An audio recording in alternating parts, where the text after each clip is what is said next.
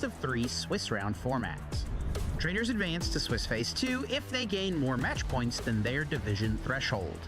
When Swiss completes, the top 8 trainers and up to 8 additional trainers tied in 8th place advance into an asymmetrical single elimination bracket until only 2 finalists remain. These final 2 trainers in each age division will compete on Championship Sunday. The trainers are bringing their all to the play tables this weekend, and we will soon see who will claim the trophy and title of Pokemon Trading Card Game World Champion. Let's get this tournament started. First match is ready to begin. Look at that beautiful stage as we get ready to throw things down. We have an international clash for round number 1. That is a world champion I see on that stage, Fernando Cifuentes. Of course, winning that world championships with Iron Thorns EX has completely shifted up to a deck now based off of abilities instead of trying to shut those ones off. Well, honestly, I mean, Dipplin was able, you know, it's a great attacker through and through. But yes, Fernando Cifuentes with the festival lead, as we talked about a little bit earlier. This deck keeps getting better and better. But looking on over to the right, Shun Ito coming all the way from Japan with this Ogerpon Meganium deck. As you can imagine, there is a Hydrapple EX in there as well to really capitalize off of that Wild Growth ability from Meganium. But the thing is, Ethan, while Hydrapple can heal itself thanks to Ripening Charge, Festival Lead tends to not really care about those numbers. Shun, a very accomplished player in his own right, did win a Champions League this year, as well as having some solid finishes over the year. Top 4 at the Japan Championships in 2018. A super solid player who's been playing the game for upwards of over a decade. So both of these players experienced in their own right. So we get ready to throw things down to the stage. It will be a battle of the grass-type Pokemon. You have to think, you know, Shun's deck being based around a 2-prizer and the ability for Fernando to get these 1-hit KOs, or should call them 2-hit KOs in one turn. Doesn't matter what's happening as long as Fernando is taking 2 prize cards on his turn. He should be in a pretty solid spot in this matchup. What I think is very interesting about Fernando's deck is, while yes, Dipplin is there as an attacker, it's not actually the main attacker for Fernando's deck. I think over time, players have started to realize how good Seaking is because of the ability to draw some cards. So while yes, Dipplin is there, Seaking can also now hit those high numbers thanks to, like you had mentioned a little bit earlier, that Gladian's final battle and the Brave Bengal. But of course, we're always talking about this thwacky Ethan Boom Boom Groove. If you miss Pidgeot EX, boy, do I have a Pokemon for you. You get to go in, search any card you want, and especially with Gladian's final battle, you need to have no cards in hand. You'll be able to at least sift through, find those Ultra Balls or ways that you can actually discard those cards out of your hand. And we talked about Seaking's ability to draw cards. One big thing to point out, and the reason that Seaking is secretly so good, is because that Goldeen has the Festival Lead ability on it. Being able to buddy poffin for a Pokemon that then turns your Thwacky on, right? You need to have that Festival Lead ability in the active spot. Being able to just start Goldeen and not have to worry about finding that evolution piece turn 2 just makes your setup so much more smooth.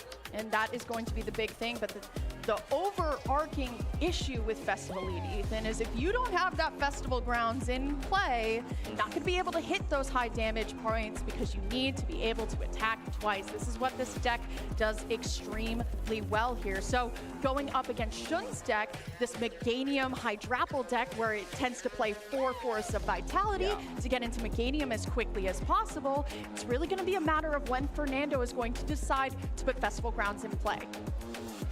Looks like we're just getting through a little bit of the setup right now. We'll wait a little bit to talk about these players' decks just in case, you know, there's a little bit going on. I really like the way that Shun has built this deck. We'll talk about it. It is not how I would conventionally consider the approach of this deck to be built. Usually we see just a bunch of Teal Mask Ogerpon, a bunch of draw supporters. You're just drawing cards every turn with that ability. And you're kind of hoping, you know, you find that, you know, forest and you put everything in play and get it going. There's a little bit more consistency behind what meets the eye here. Absolutely. And even cards like Team Rocket's Ptcgl, that supporter, being able to go into the deck and find any trainer card, especially when things get a little bit rough, you can use the combination of Meowth EX, finding Team Rocket's Ptcgl, and then being able to find Forest of Vitality to go all the way up into that Meganium, because you can evolve your Grass-type Pokemon all the way up into their Stage 2s if that is in play. But like you had said, Ethan, this matchup is going to be a little bit interesting just because Fernando can hit those really high numbers on Hydrapple. Part of the reason why Hydrapple came back into format is because of that ripening charge, where you're able to heal off all of that Dragapult damage thanks to the free attachments. So now that Fernando has a Pokemon that can swing all the way up to 340 with the Brave Bengal, with Gladian's Final Battle, who knows to say if Shun's going to be able to manage that?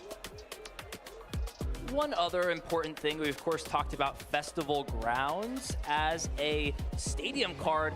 A lot of times in this format, decks are not playing many stadium cards. Yeah. There's not a lot of powerful stadium cards in the meta, and that means Festival Lead just can kind of stick that stadium in play and just chill for the rest of the game, not have to worry about searching that out. But with there being 4 Forest of Vitality in Shun's deck, that Stadium War constantly is going to be at play, and it doesn't seem like it, but with how important that Gladian's Final Battle is, having one more card to search every turn, it really can put you on that backlog of just being one piece short of these big swing turns like you mentioned. And the big thing is about Shun's deck is that Shun is also playing some draw support thanks to that Mega Kangaskhan EX. That's what I was gonna say, well. yeah. I'm on your wavelength, Ethan. When's the last time you've seen Mega Kangaskhan in I should say, when's the last time? Have you ever seen Mega Kangaskhan in this Meganium deck with Ogerpon and Hydrapple? But it makes perfect sense if you have ways to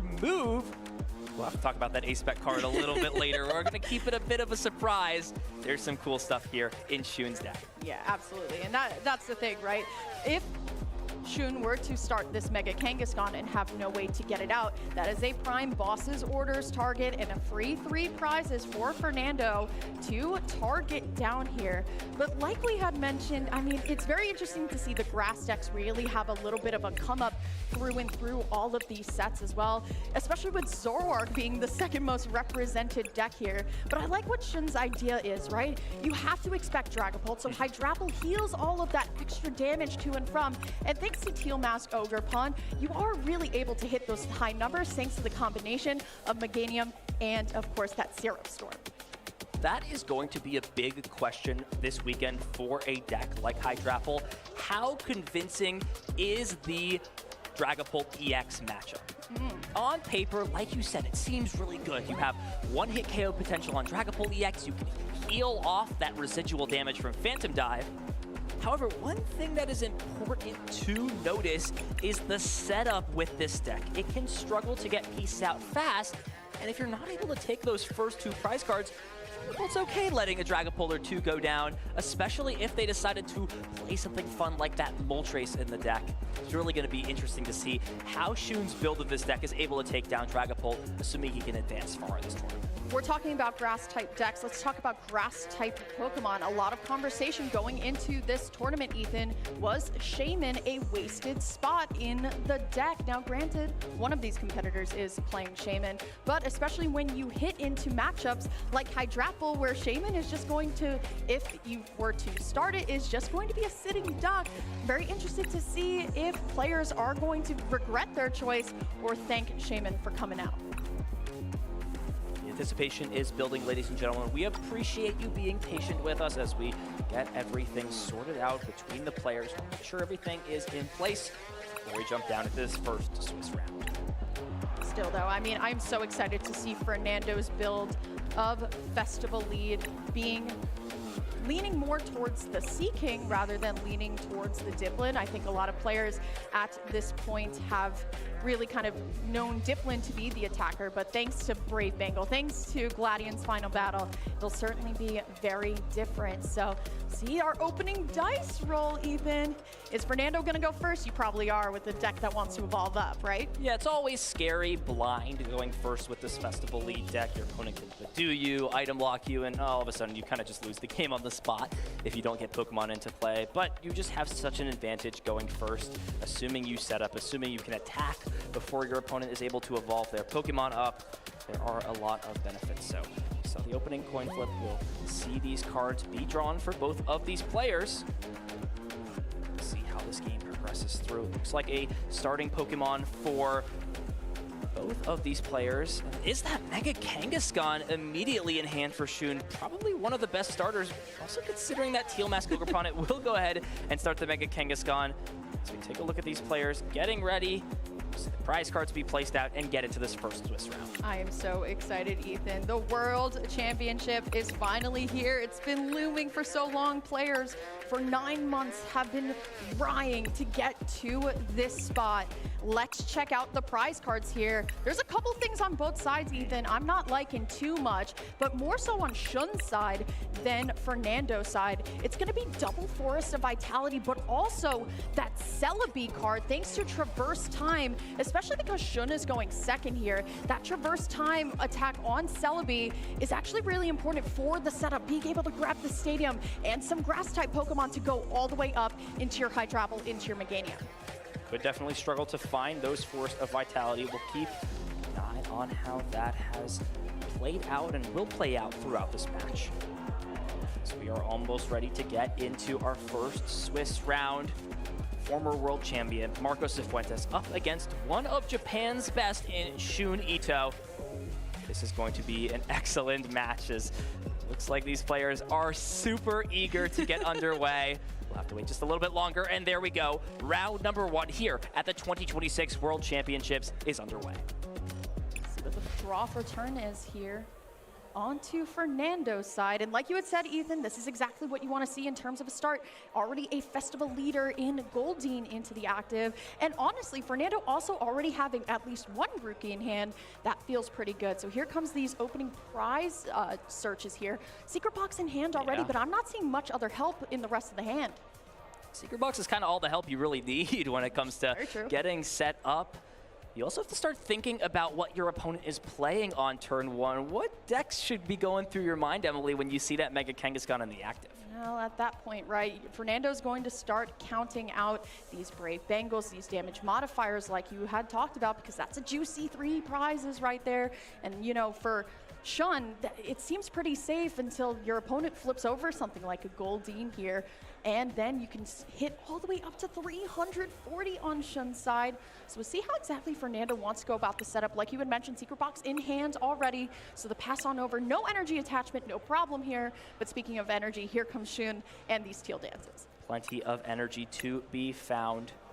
Starts off with that Teal Dance, attaching an energy card from the hand. Doesn't count as that attachment for turn. And Mega Kangaskhan EX immediately getting powered up, looking to potentially attack with that on the following turn if Meganium can come into play.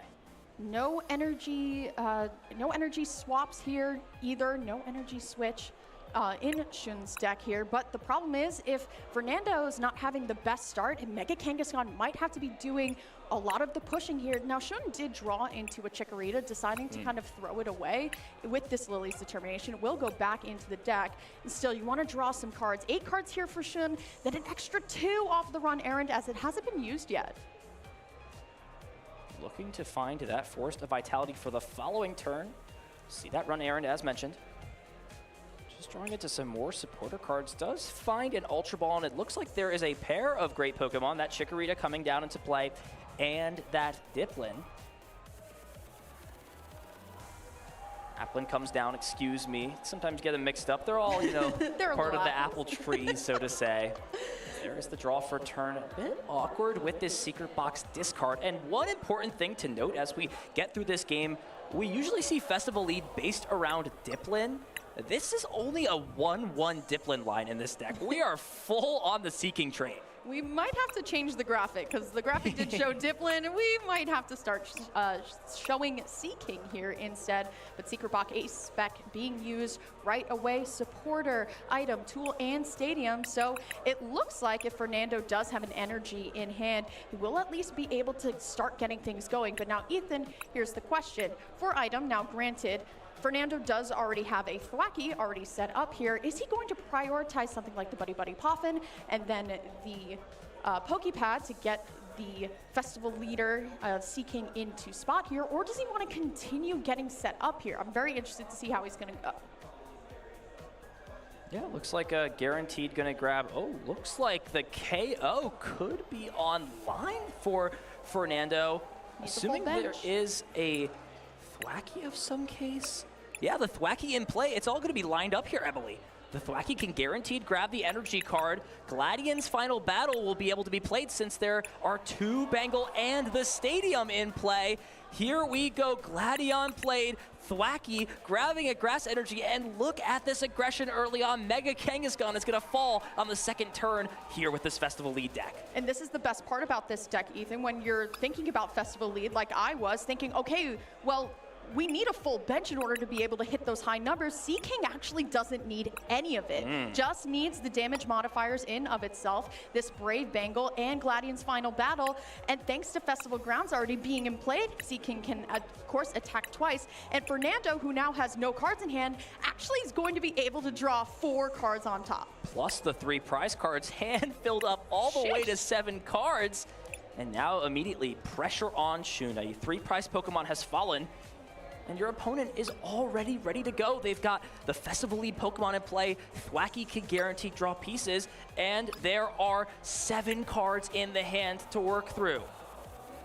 And now it's over to Shun at this point. A lot of players in this point kind of get a little bit nervous, right? I mean, players can, of course, attack into the active Seaking there because that is the problem Pokemon, but still that Thwacky onto the bench allows for Fernando to go into the deck and find whatever card he truly wants here. So we'll see what Shun is going to be able to do off of this Ultra Ball here. Still no Forest of Vitality in play either. I have to wonder, just because I didn't see the rest of the hand be out for the Petrol to find the Forest of Vitality, you have to bump the Festival Grounds. Yeah, it is tough.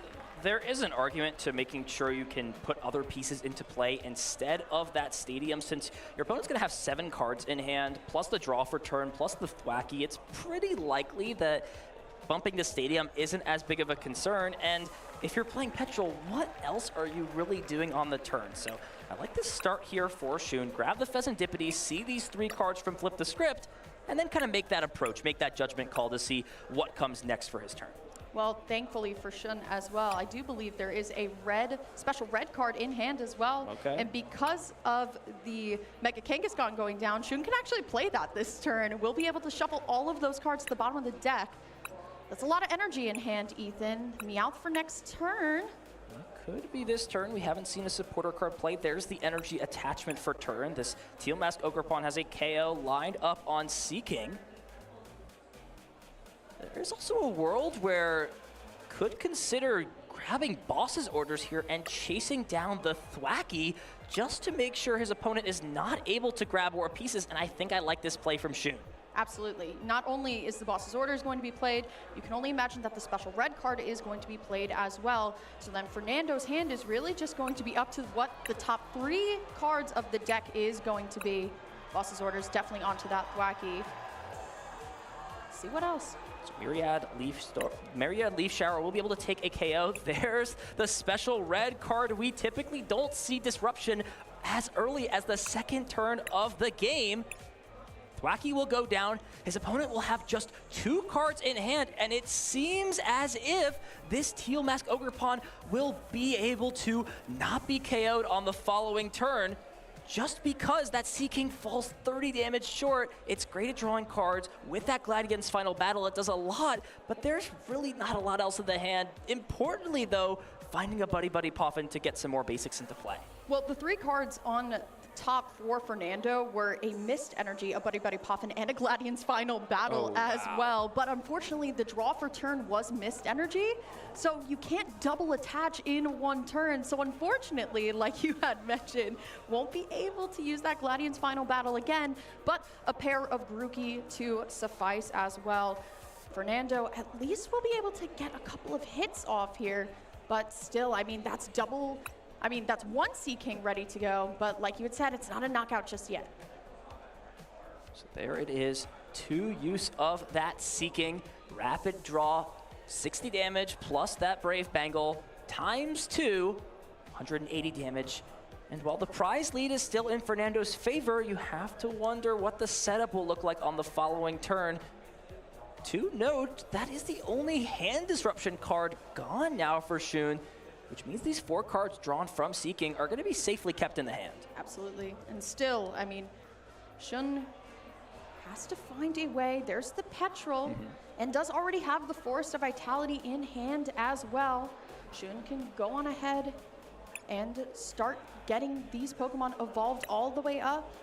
Yeah, now it's about finding those evolution pieces and, more importantly, finding a different attacker to go into this turn. We'll see the Lily's Determination played.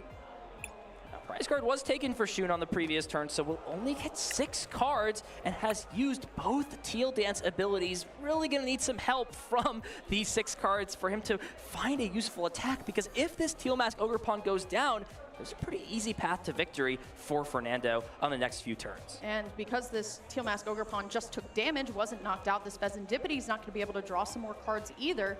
See what the 6 cards are. That's a couple of bug-catching sets and a lot of energy. What is this hand? Oh, boy. 3 energy and 3 bug-catching sets. We have to check the randomization here. We'll see 7 cards drawn, and that's a nice 2 cards found. The Bayleaf and the Diplin now has both of those stage 1 Pokemon. We'll have to see what these next 2 nets are going to be able to warrant to find. Well, the thing is, Ethan, I mean, if Festival Grounds is in play, that Diplin can also attack. I mean, it's definitely a great attacker to go in versus a 1-prize Pokemon here, but not exactly the route that I think Shun is going to take just yet. We still have to spin the wheel a couple more times for Shun. Definitely needs that Meganium. The Teal Mask Ogerpon does find Meganium. As it stands, we have not seen an attachment for turn. There is a knockout lined up with that bench Teal Mask Ogerpon attachment for turn. With that Wild Growth ability in play, means there's essentially 4 energy attached instead of 2. And that seems to be the most likely scenario for Shun in this spot. As it stands, your opponent, regardless, needs to play Gladion's Final Battle to take a KO. You might as well use that Teal Mask Ogerpon before going into Hydrapple, it feels. We'll have both choices now thanks to that Hydrapple EX found from this bug-catching set. And the heal off of the Ripening Charge as well for that Hydrapple will be good for Shun here. But going to at least finally going to be able to go into the Hydrapple and use the Hydrapple strategy of healing everything, being able to move these Pokemon around and being able to attack for less, like you had mentioned, Ethan. See what the attachment return is going to be, going straight into the Diplin, into the Hydrapple. Yeah, so satisfying to just play a bunch of those Pokemon down, break the rules of the game, and this is a strategy that is being lined up using Fezandipity EX for that Cruel Arrow attack later on. That's one of the big weaknesses of this Festival League deck. You can sometimes stick Thwacky in the active spot, and it can't use that Boom Boom Groove ability. Start sniping some Pokemon on the bench. There is that Syrup Storm taking a KO. Shun climbing back in this game, but there are just so many cards in hand for Fernando. You have to imagine he's going to be able to pull off a knockout, especially with this start. Stadium in hand, Ultra Ball, and Gladion's Final Battle. Doesn't even need Thwacky, and in case he actually doesn't, we're still going to see Thwacky be grabbed. Can now do something really cool, Emily, and chain these Thwackies together. And that is the best part about this deck. Pidgeot EX was once per turn, but now it's once per Thwacky, right? And now being able to find your full board setup again. And here's the thing, Ethan, this was only possible thanks to the Ultra Ball found off of the Seeking draw and the prizes here as well. So Fernando just double checking the hand. I believe it was Gladion's Final Battle and another energy in hand. I could very well be wrong, but still, like you had said, this Goldeen with the Festival Lead ability is the one that's going to be allowing this to happen for next turn. And there it is, Gladion's Final Battle, a 1-hit knockout going all the way up to 340 damage. And now Fernando is running away with this game. Just needs a boss's orders to close things out on the following turn. How will Shun respond in game number 1? That's really hard to say, right? I mean, before the line for Shun was just take out the one singular Thwacky there, but the problem is now there's another and a Goldeen ready to go that turns on the Boom Boom Groove as well. So here we go. I mean, for Shun, going to be able to Teal Dance, and there is, of course, an attacker here, but you don't want to put up the Meganium because the Meganium doesn't have enough hit points to survive a Festival attack here, but let's see how exactly he wants to maneuver around it. See these Teal Dance abilities be used, flip the script, but there is no more disruption for Shun. CG Applin placed down. There's the Force of Vitality. So another Stadium card gone for Fernando. There's the Lily's Determination, so yet again, shuffling the hand in, drawing 6 cards, and trying to find something to keep himself in this game. It might have to be Shun finding her way back into Hydrapple EX again and just putting the most amount of hit points forward and saying, no, you don't have it twice, being able to force that one-hit knockout. But like you had mentioned, Ethan, I mean, it doesn't matter with double Thwacky ready to go. Yeah, and we see Shun try and go into this Hydrapple EX instead of the Teal Mask Ogre Pawn, because there's a little bit of a cool play Fernando can do where he can use his opponent's Force of Vitality on the same turn to evolve into a Diplin and then fill the bench up to take a KO without the use of Gladion's Final Battle. Not able to find that, and it looks like there are the pieces in hand for Fernando. As long as he has an Ultra Ball or a Gladion's Final Battle in the hand, there is the potential, and actually can thin the hand out completely. The game is over, ladies and gentlemen. Double Buddy Poffin to fail. We'll see the Night Stretcher bring back a Pokemon, and that leaves 0 cards in hand, allowing another Gladion's Final Battle, plus the Stadium bump. Fernando Cifuentes takes game 1 in dominating fashion. Ethan, couldn't have explained it better myself. And a classic 3-2-1 of a prize race there. Fernando's being able to thin the hand all the way down reliably each and every time. And while it was looking a little bit grim thanks to that special red card, I mean, the special red card really gave him a lot to really work with, right? Gave him the double, gave him the Buddy Poffin, gave him the Mist Energy, and then being able to draw off of the Sea King, right? I mean, special red card, shuffling the hand down, but still being able to draw some cards. He was able to, while yes, just putting on damage, actually stopped Shun from drawing all the cards he needed off of Festivity, and now was able to get back into the game. Great stuff. Love to bring in our analyst Pablo Meza here with us this weekend. This is a new spin on a deck, and honestly has changed my complete mind about what Festival Lead could be as a deck. I wholeheartedly agree. I mean, I first thought this new version was a little fishy to me, but honestly, it's looking pretty great and needing less stuff essentially to be able to pull off a big attack, having the reliability of Goldeen's ability, so you don't need to evolve in order to activate Festival Lead and be able to search for stuff. I'm liking what I'm seeing here, guys. This could be the new approach. 340 could be that magic number of the format. Take a look at game number 2, ready to be underway. Here we go. Mega Kangaskhan start yet again for Shun. To go first, we'll see that Run Errant ability be used. Let's draw into a couple of basic Pokemon. It looks like an Ultra Ball to go along with that. See what this decides to grab. Lily's Determination for the following turn. So as things stand, already a solid start for Shun on turn 1. Definitely what you want to see a little bit better here, but also the Ultra Ball coming into play to immediately get rid of the next Mega Kangaskhan here. But you're looking at Fernando's start, and it's going to be Rellor, and that's not exactly what you want to see in this matchup. Definitely not for this deck, at least.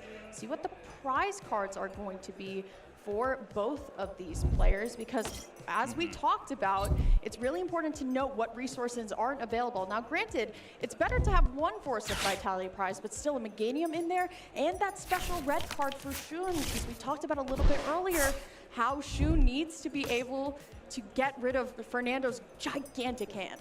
The Rellor isn't 100% the worst. That Pheasantipity line that was talked about before gets nullified if you can establish that protective barrier ability on that Rabsca. So it could definitely be something that could come up into play. You are, of course, more than happy to let that Pokemon be KO'd, if anything, on the following turn. And right away for Fernando, what you love to see on turn number 1, Buddy Poffin to start getting some Pokemon into play. We'll see if he has a follow-up on top of that. I think Fernando has a great hand with him, too. I believe does also have a Pokepad in hand as well. Check on over into Fernando's prizes. 1 Goldeen prize. Now, granted, there are 3. It's a 3-3 line. 1 Goldeen isn't too bad, but still a Groupie and a Festival Ground and a Brave Bandit. There's a lot of pieces of the puzzle that Fernando's not going to have access to. It's not comfortable. It's not comfortable. Honestly, you've got to have 6 cards prized at some point, and there are definitely worse combinations for sure. We'll see Groupie come down, as well as Goldeen. Standard stuff to start the turn off. Just going to check through the prize cards. Pokepad also being played. And we see Fernando just prioritizing double Goldeen, making sure that there is just not that single Goldeen knocked out on the following turn, wants to try and guarantee an attack. One thing that Shun did a little bit earlier that Fernando did just now was having that very key essential stadium in the opening hand and then saying, you know what, it's not the time for that stadium just yet. It's going to be shuffled back into the deck. As we talked about a little bit earlier, Ethan, this is kind of this sub-match going on right underneath the main plot of finding your prize cards. You need to be able to still find your stadiums as well. Has returned into the hand after that Lily's Determination. Great find for the following turn. Buddy Poffin number 2. And now for Fernando, the entire bench is filled up with Pokemon. We'll see double Grookey most likely come down into play. And with all of this, it really comes down to that question of what does Fernando have to follow up such a strong turn number 1? Does have an Ultra Ball for at least the Thwackey going into next turn. But it's also about finding the energy to get your festival leader, that Goldeen, into the active. As we saw a little bit earlier, Fernando is able to chain Thwackies, get those Boom Boom Grooves going, but I think Fernando is more than comfortable just leaving this Rellor up into the active. Oh, this hand is excellent for the following turn. Double Thwackey, Energy, Ultra Ball. Really can't ask for much more than that. Just considering the possibility of Shun taking a KO on one of these benched Pokemon, and it seems pretty unlikely with the hand size. Of course, you can draw some cards with Kangaskhan. Nothing is impossible in the Pokemon TCG. If your deck's got the cards, it could draw into the combination. Regardless here for Shun, pretty solid start. So the energy attachment to the Mega Kangaskhan and a Lily's Determination to draw 8 cards since Shun is still at 6 prizes remaining. Does need to find that Forest of Vitality if this Mega Kangaskhan wants to attack along with those evolution Pokemon. What I'm curious about is that Fernando really committing the energy attachment to that Goldeen. And while yes, it is absolutely correct, if Shun does not knock out this Rellor, how does Fernando get ahead next turn? You're not going to be able to use the Boom Boom Groove without a festival leader in the active. See how the teal dances go here. A couple of cards drawn. Has that A-Spec, the Scoop Up Cyclone? I don't think we've talked about that yet, Ethan. Jump scare, ladies and gentlemen. That is an A-Spec jump scare if I've ever seen one. The Scoop Up Cyclone is great at taking these Pokemon, healing damage off, putting them back into play, and more importantly, surprising your opponent. When your opponent doesn't know you're playing this card, they can commit really hard to a line and get completely punished by just picking a Pokemon up, healing all that damage, and sometimes resetting those energy cards to put them into more efficient places. Here is that net. We'll see if there's some of those evolution Pokemon. No, just a couple of energy cards. Not bad hits by any means, but really looking to get Meganium into play on this turn. I do believe Bayleaf is already in hand and an Ultra Ball as well, but I think Shun wants to go the route of finding the Meganium off of the bug catching set rather than having to waste a resource with the Ultra Ball to get all the way there. Another one. Spinning the wheel as per usual. 7 cards. Is there a Meganium? Not only is there no Meganium, but there's only one Pokemon, just that Hydrapple EX. So at minimum, we'll see Meganium come into play thanks to this Ultra Ball. Mega Kangaskhan EX can take the KO. And now again, it's on Fernando to put together this KO, but we saw in game number 1 how simple it is when you can use those Boom Boom Grooves to not find other Grookies. Woo. Still though, I mean, looking back into Shun's prizes, there is one Meganium prize, so this is the only one available to Shun right now, at least. But like you had said, Ethan, much better start here. At least Mega Kangaskhan is going to be able to attack, but you can't help but to wonder if Fernando, thanks to the double Grookey already in hand, is going to be able to loop through everything. There it is, all the way up, thanks to Force of Vitality. So rapid fire combo, taking the KO on Rellor. It's now Shun yet again responding with the first KO. As it stands, just such good cards in hand for Fernando. Can actually thin this hand down completely. It is a bit awkward with the Ultra Ball in hand. Like every other card, could use Thwackey to just grab a card to discard. Something like an energy, a not useful item card. we're actually going to see, yep, just exactly that. Tool Scrapper eyed up. It's a card that does absolutely nothing in this matchup. No, doesn't need it for here, but needs all of this hand to go away. And this is the thing now with new Festival lead, I would say, is that being able to thin the deck consistently is what you need for success here. Second Boom Boom Groove. You can only imagine going back for that Tool Scrapper. Yeah, and it is going to get the job done, it seems like. Now, it actually looks like we've got the exact pieces. Stadium, tool card, and a way to discard the hand down.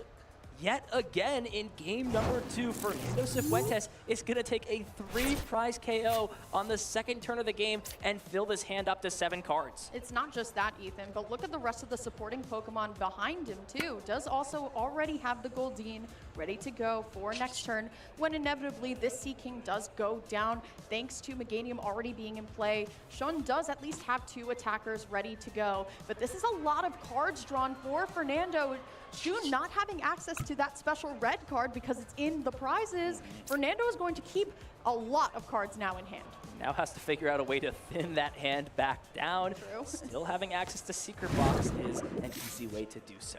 See how Shun can respond. Immediately the Dipplin comes up into the active spot, and this Goldeen is just so annoying to deal with. 10 damage away from a one-hit KO from Dipplin, as it could use that Festival Ground ability to attack twice. It's just so awkward when your opponent's at 3 prize cards, since you'd ideally like them to go through 2 prize Pokemon. The only thing is, Ethan, if Shun were to go down at that line, that would require benching the rest of the Ogerpon in hand. And then Shun is going to be attacking with this Teal Mask Ogerpon for the rest of the game. That's 2 prizes. Yeah. Would love to see him get another Hydrapple at least set up. Still, these Teal Dances, such great abilities. That Boss's Orders is in hand here. But I would love to see Shun go into the Hydrapple here rather than just relying on Dipplin to get it done. Now just debating if there's any other cards that need to be found. There's a solid backup option with that Scoop Up Cyclone, assuming your opponent can't take the one-hit KO. It will just be the Lily's Determination played.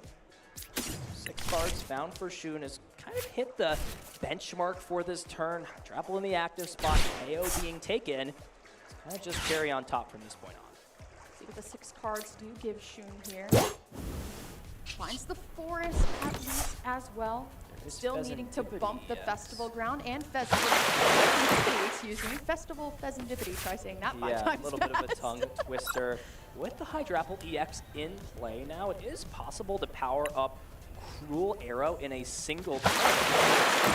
You never know if Shun can put together a cool combination like that in addition to a Boss's Orders. That seems like it may be his best route back. As it stands right now, Leo is lining up another 2-prize turn to go down to 1 card in hand. Looks like we are just going to see knockout taken, Goldeen promoted into the active spot, and it looks like there's already an energy card and 2 Ultra Ball in the hand. May not even need Secret Box to take this KO on Hydrapple. Not at all. I mean, already has the it feels like Fernando always has the pieces in hand thanks to the Sea King draw. Already has the Brave Bengal, already has the Festival Grounds in play. So these Thwackies can really just be used as ways to find the discard method. Like you had mentioned, Ethan, it is going to be the Ultra Balls here. It depends on how exactly he wants to go all the way down here. Ultra Ball, the other 2 Thwackies.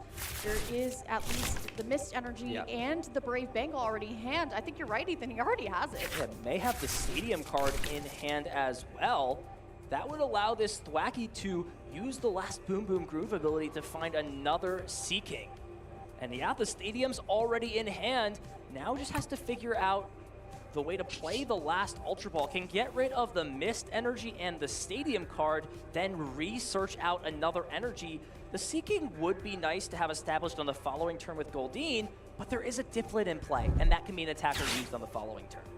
Or excuse me, Applin in play, and it can be used. All of these apples on trees and them growing and then becoming, you know, 3-headed monsters. It's a lot to take in. Both players are bobbing for apples this game here, so we'll see how Fernando wants to sequence here.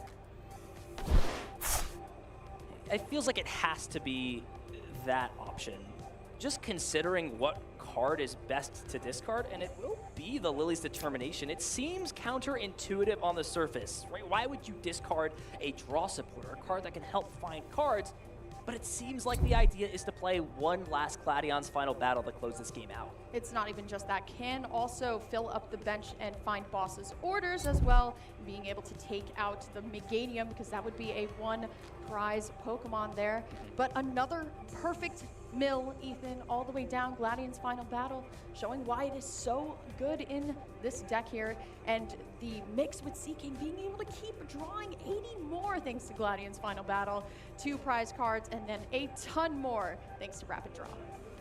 Filling the hand up to 6 cards thanks to those 4 cards drawn, plus the 2 prize cards. And here we go for Shun.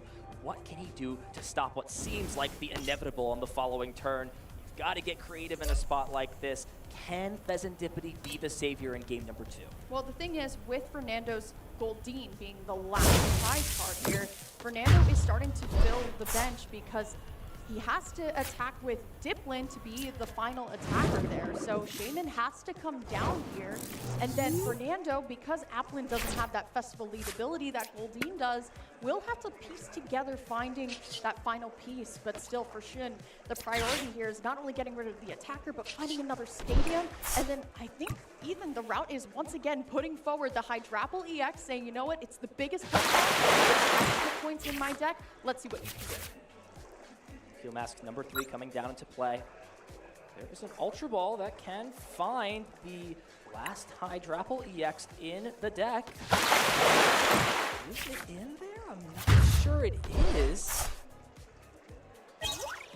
No, just gonna have to play a Lily's Determination and try to find some help. May need to find something like that 1 copy of Night Stretcher. Otherwise, it seems like curtains. 6 cards here. Now, granted, 3 more thanks to Pheasantipity EX here as well here. We've seen more heartbreaking things happen on this world stage. There it is, Night Stretcher found. Are there any energy cards? There's a Scoop Up Cyclone, so you can get a little bit creative. Pick up one of these Teal Mask Ogerpon.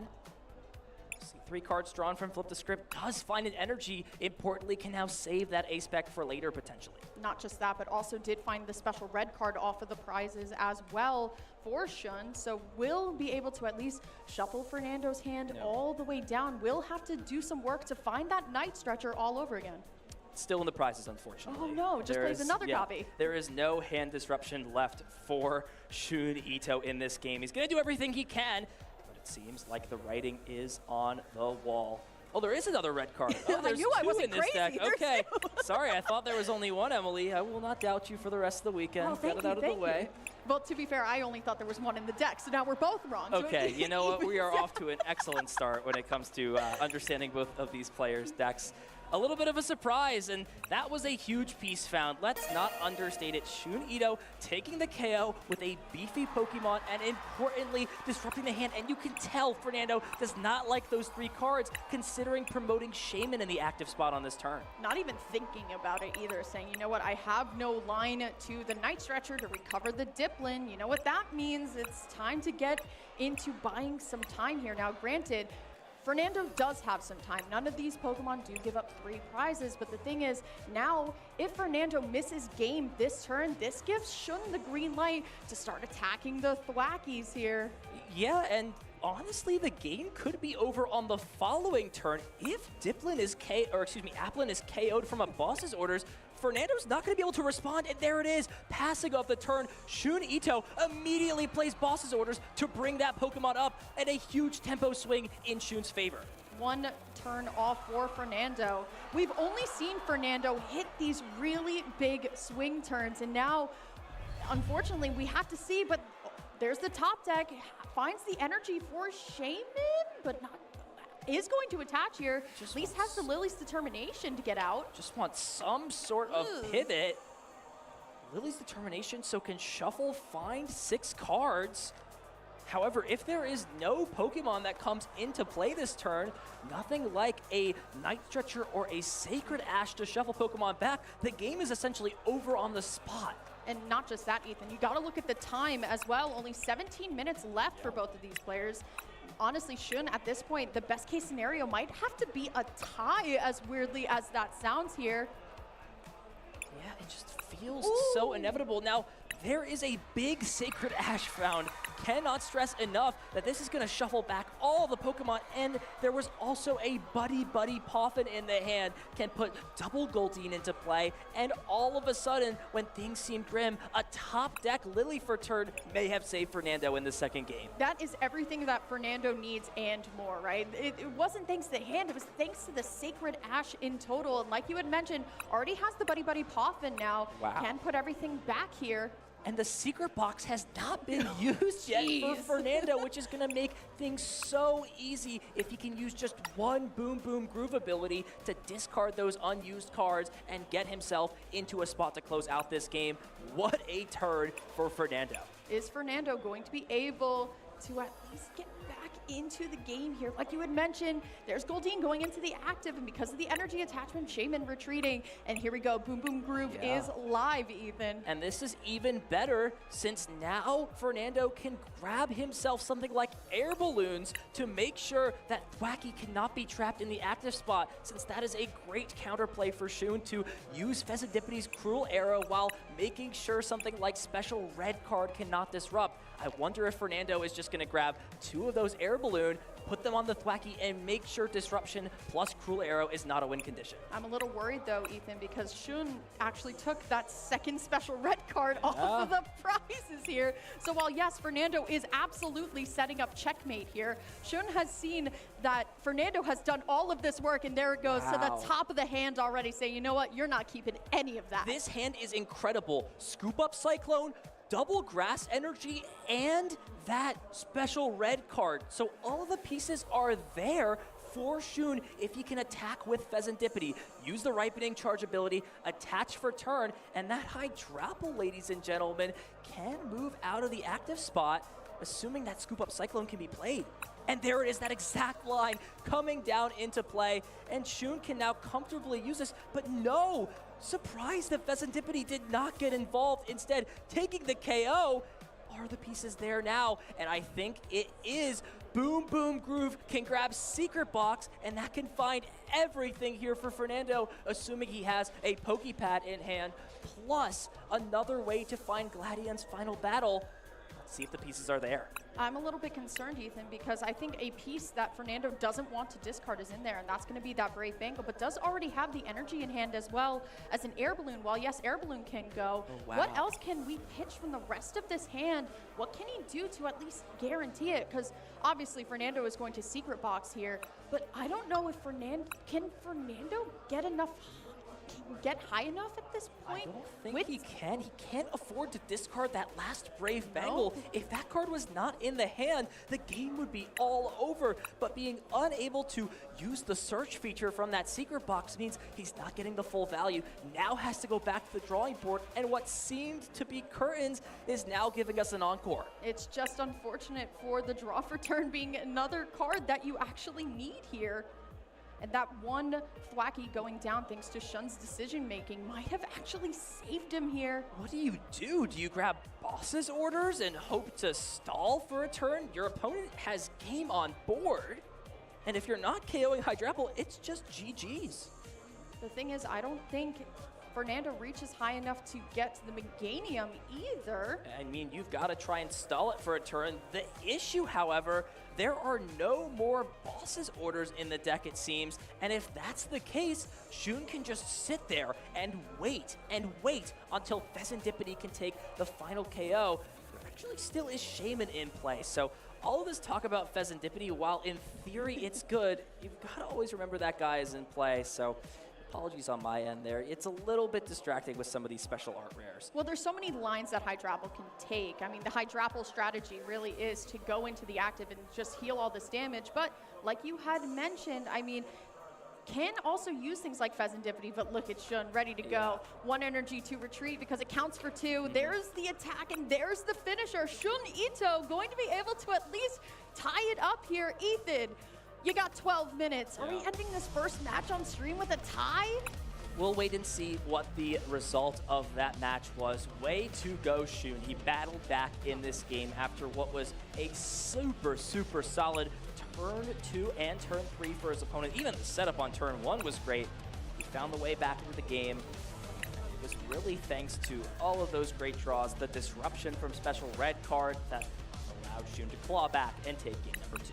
Yeah, the special red card in game 1 really gave Fernando literally everything he needed. And in game number 2, it took everything away. But that's the thing with Festival Lead. While yes, the Sea King is very scary, there's a battery in the back, and that is going to be that Thwacky using Boom Boom Groove. And as long as you're able to take that offline, it just doesn't go all the way. And Shun, for a second time, lost Mega Kangaskhan as the first Pokemon, giving up 3 prizes, but still able to claw it all the way back.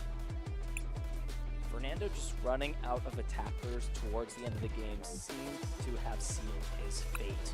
He's not able to promote Goldeen. Like this turn, for example, if Goldeen was promoted instead of Shaman, the game essentially ends on the spot. You just have to feel. Found a way back in that perfect turn, the Sacred Ash, the double Buddy Poffin to grab those Pokemon back into play.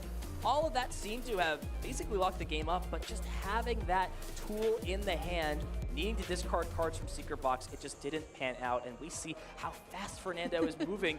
Immediately, double Buddy Poffin. It's gonna fill the bench up with double Goldeen, or excuse me, a single Goldeen, an Applin, double Grookey, and as long as there's an energy attachment or an air balloon for the following turn, can start to put pressure on. Now there are double Goldeen in the prizes. That's a bit awkward. We'll have to see if 3 attackers is enough to carry him across the finish line. Well, it looks like Fernando is going to have to lean into his 1/1 copy of Dipplin, and especially that gives the green light with Shaman already there. It's going to stay in play. Fernando doesn't have a scoop-up Cyclone of his own to get it out of play, so it is just going to be that bench sitter here. See how Shun is going to attack this turn. Does at least have a Teal Mask Ogerpon. I do believe a Bug Catching Set and a Lily's Determination to refresh the hand as well. But you see this opening from Fernando. Shun got to put the gas going now. I wonder if we'll see Mega Kangaskhan not come down in this spot. Something like Celebi's Traverse Time attack on turn number 1 could be super solid at making sure there's just a 1 prize Pokemon promoted. Then you can promote that Teal Mask Ogerpon to have it take a hit and then just eventually pivot out of the active spot. See Chikorita get it come down. There's an energy attachment as well. Uh-oh. And with the Dawn, that line is guaranteed. Here's the big problem, Ethan. Oh. There's 2 Applin in the prizes. There are 2 Applin in the deck. That is not good, Emily. That means no attacker online outside of the Teal Mask Ogerpon. As things stand, Shun is going to have to put a little bit of a wrench in his plans. Both players do have at least multiple attackers in the prizes, but as last game, Shun does at least have another Meganium prize here, so we'll only have access to 1. I like what you were talking about with Celebi's Traverse Time because it is such a great attack, especially when you are going second, because it essentially searches everything that you need for your following turn. So you can search for up to 3 in any combination of Pokemon and Stadium cards, right? So if Shun is unable to find the Meganium, can actually go into the deck and safely find it alongside the Forest of Vitality. Now, there may be enough pieces in hand for Shun to be okay with taking the alternate approach, accepting that this Pokemon is probably going to be knocked out in the active on the following turn, and Pheasantipity EX is a great way to start to stabilize on the following turn. So we'll see Pheasantipity along with Bayleaf and Meganium grabbed into the hand. And there is now that full evolution line, so assuming a Stadium is there as well, see those Pokemon come into play, and it's just a pass of the turn over. Fernando, can you get this again? And wow, Air Balloon immediately, Thwacky in hand, and that basically lines up double Thwacky. Fernando is having everything he needs in this first set. Here's the question, Ethan. What is the final card in Fernando's hand? Or the final 2 cards has to be usable here and applicable. I do believe it was a Brave Bangle. Yeah, or maybe my heart is telling me it's a Brave Bangle. I spotted the Brave Bangle. I'm not sure about the other card, but it essentially is guaranteed, right? You could grab Ultra Ball plus another card to thin, and then grab the 3rd Thwacky to then find the last pieces. The thing that is still missing, of course, the Goldeen and the Energy card. So is now considering if Secret Box needs to be used. Also, Boss's Orders, so there's a couple of things that could be unique in this spot. Well, it may not exactly have to go all the way right now and take the Teal Mask Ogre Pawn. If Fernando were to take down the Chikorita, would it be the worst thing in the world either here? But still going to play the Lily's Determination. This Chikorita will go and survive into the next turn. Question is, what is Fernando going to get off of these 8 cards? Granted, there is still one more Boom Boom Groove to be used, so can fit that final piece here, but can Fernando get back into it? I know he wants to take this win. It is very possible with the board set up as it is right now for Shun. Now, all hope is not lost. Fernando can still take a KO this turn. We see the Brave Bengal on the Applin on the bench. There is a switch in Fernando's deck, so if he can play that switch plus that Festival Grounds and an energy card, there is a KO lined up. And I think all of the pieces are there, Emily. Is there a switch or a stadium? No, it's just one piece short.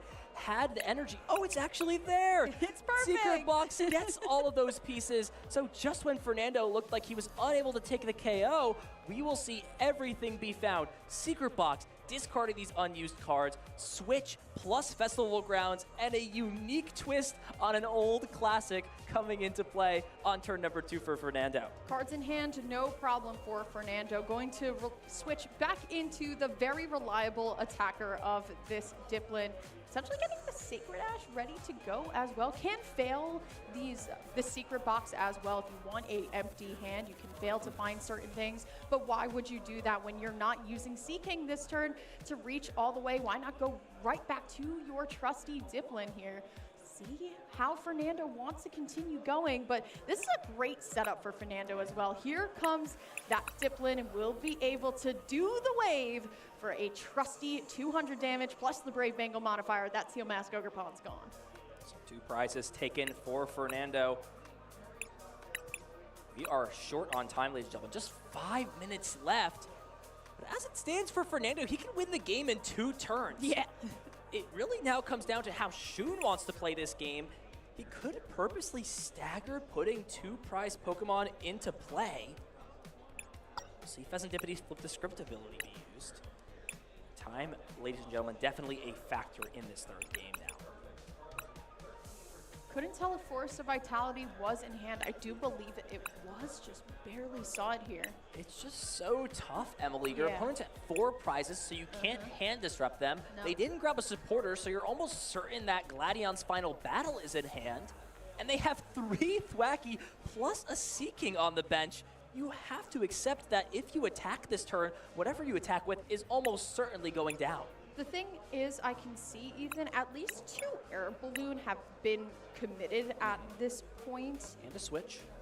And the switch has also been committed as well. There's only 1 more Air Balloon in the deck here, so very well could find an alternate win condition of holding a Thwacky in place if he so chooses to.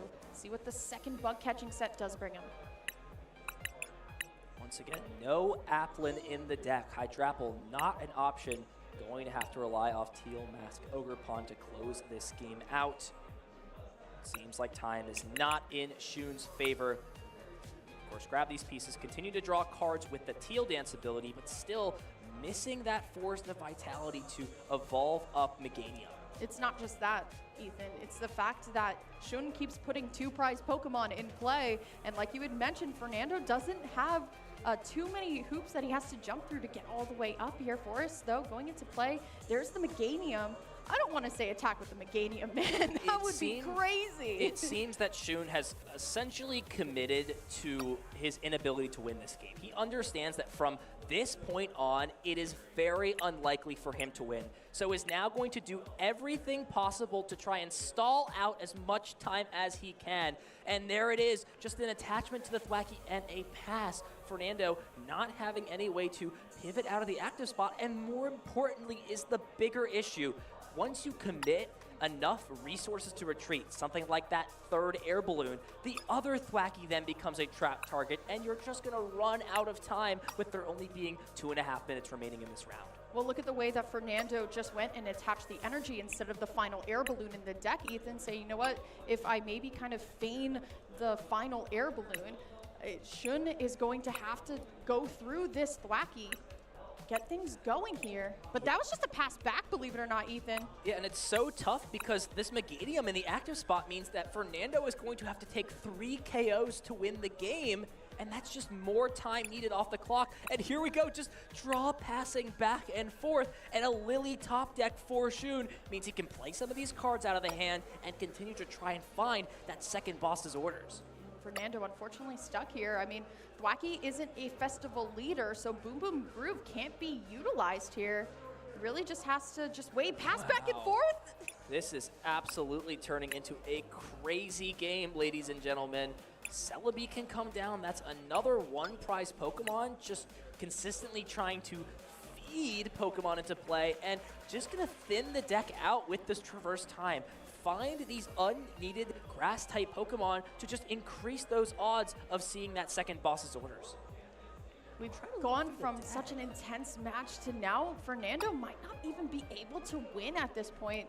And Shun perfectly okay with saying, you know what, okay, this Thwacky is actually going to end up staying here. No attacker, no problem. It never feels great to play for a tie in the Pokemon TCG, but you cannot stress enough how important every match point is in a tournament like this. It can make or break your chances at top cut, could be the difference between you and $5,000. It really does matter. Now just looking for some insurance at this point, but with there being just 38 seconds left in the game, Fernando needs to find a KO this turn and pass the turn back, and that just doesn't seem possible. One energy, and that would unleash the floodgates, at least for Fernando to attack. But who's to say? I mean, Shun has done a ton of thinning. Only one boss's orders used, and there is another available to him. Could go back into it. Finds the air balloon, though, Ethan. Air balloon found. Boss's orders. There's the stadium grab, but it is just time winding down, trying to play fast, but it looks like the clock is just not going to be in his favor. KO onto the Teal Mask Ogerpon, and with time being called before a KO was taken, this could be a difference maker. However, Emily, with boss's orders being played, that does shift the narrative a bit. Let's break it down, though. Fernando will be turn 0. Shun turn 1. Fernando turn 2. And unfortunately here for Fernando, only plays the one copy of boss's orders, so Shun can leave this Meganium in the active spot, and there is just no way for Fernando to close out this game. It seems like the writing is on the wall. And Shun can absolutely go on ahead and use boss's orders again for the Thwacky without a balloon. And that monkey is going to stay in the active. Can't use Boom Boom Groove because it's not a festival leader, and this is what Fernando has to use. And to add insult to injury, Ethan, the special red card on top as well. Playing the Mega Kangaskhan down for emotional support at the end of the game. Gotta have your whole squad with you. Fernando understands there's no way to close this game out. A hard-fought battle between both competitors, but at the end of the day, it will be a draw. Can only ask for a draw at that point, right? I mean, Fernando, unfortunately, finding the air balloon instead of a second energy to retreat. So what had no energy or no air balloons left, excuse me, to keep it going. And the prize mapping just couldn't not fall in Fernando's favor. But what a fun matchup to actually start us going in Worlds here. It's festival lead without the Diplins. There's apples on both sides. There were no apples in that final game. The Hydra Apple strategy was completely gone. And I mean, Seaking was the main attacker. I mean, Ethan, we're going for a trip here this Worlds. Ladies and gentlemen, it will not be Dragapult mirror matches every round, okay? We promise. But from here on out, you know, there may be a little bit of Dragapult sprinkled in. Let's take a look back on that set because, wow, what a set it was. It seemed that Fernando was dominating the entire game. This game won, turn 2 KO on Mega Kangaskhan, and just continue to follow things up with aggression. Had attackers at the ready, only one Thwacky, but it was enough, despite the disruption, to get through this game. Only Thwacky was KO'd, responded well, and Fernando was able to close out game number 1. Well, when Rapid Draw gives you every single card you need multiple times, Ethan, I mean, you don't really miss too much. The amount of times that Fernando had double Thwacky in hand, didn't even need to search for Pokepad to find it. Very, very impressive. But Fernando putting a new spin on this deck, and you had mentioned this a little bit earlier, part of what makes Goldeen and Seaking very reliable is that Goldeen is actually the one with the Festival lead ability. So you don't have to evolve up into Dipplin to start using Boom Boom Groove. Instead, it's already kind of given to you.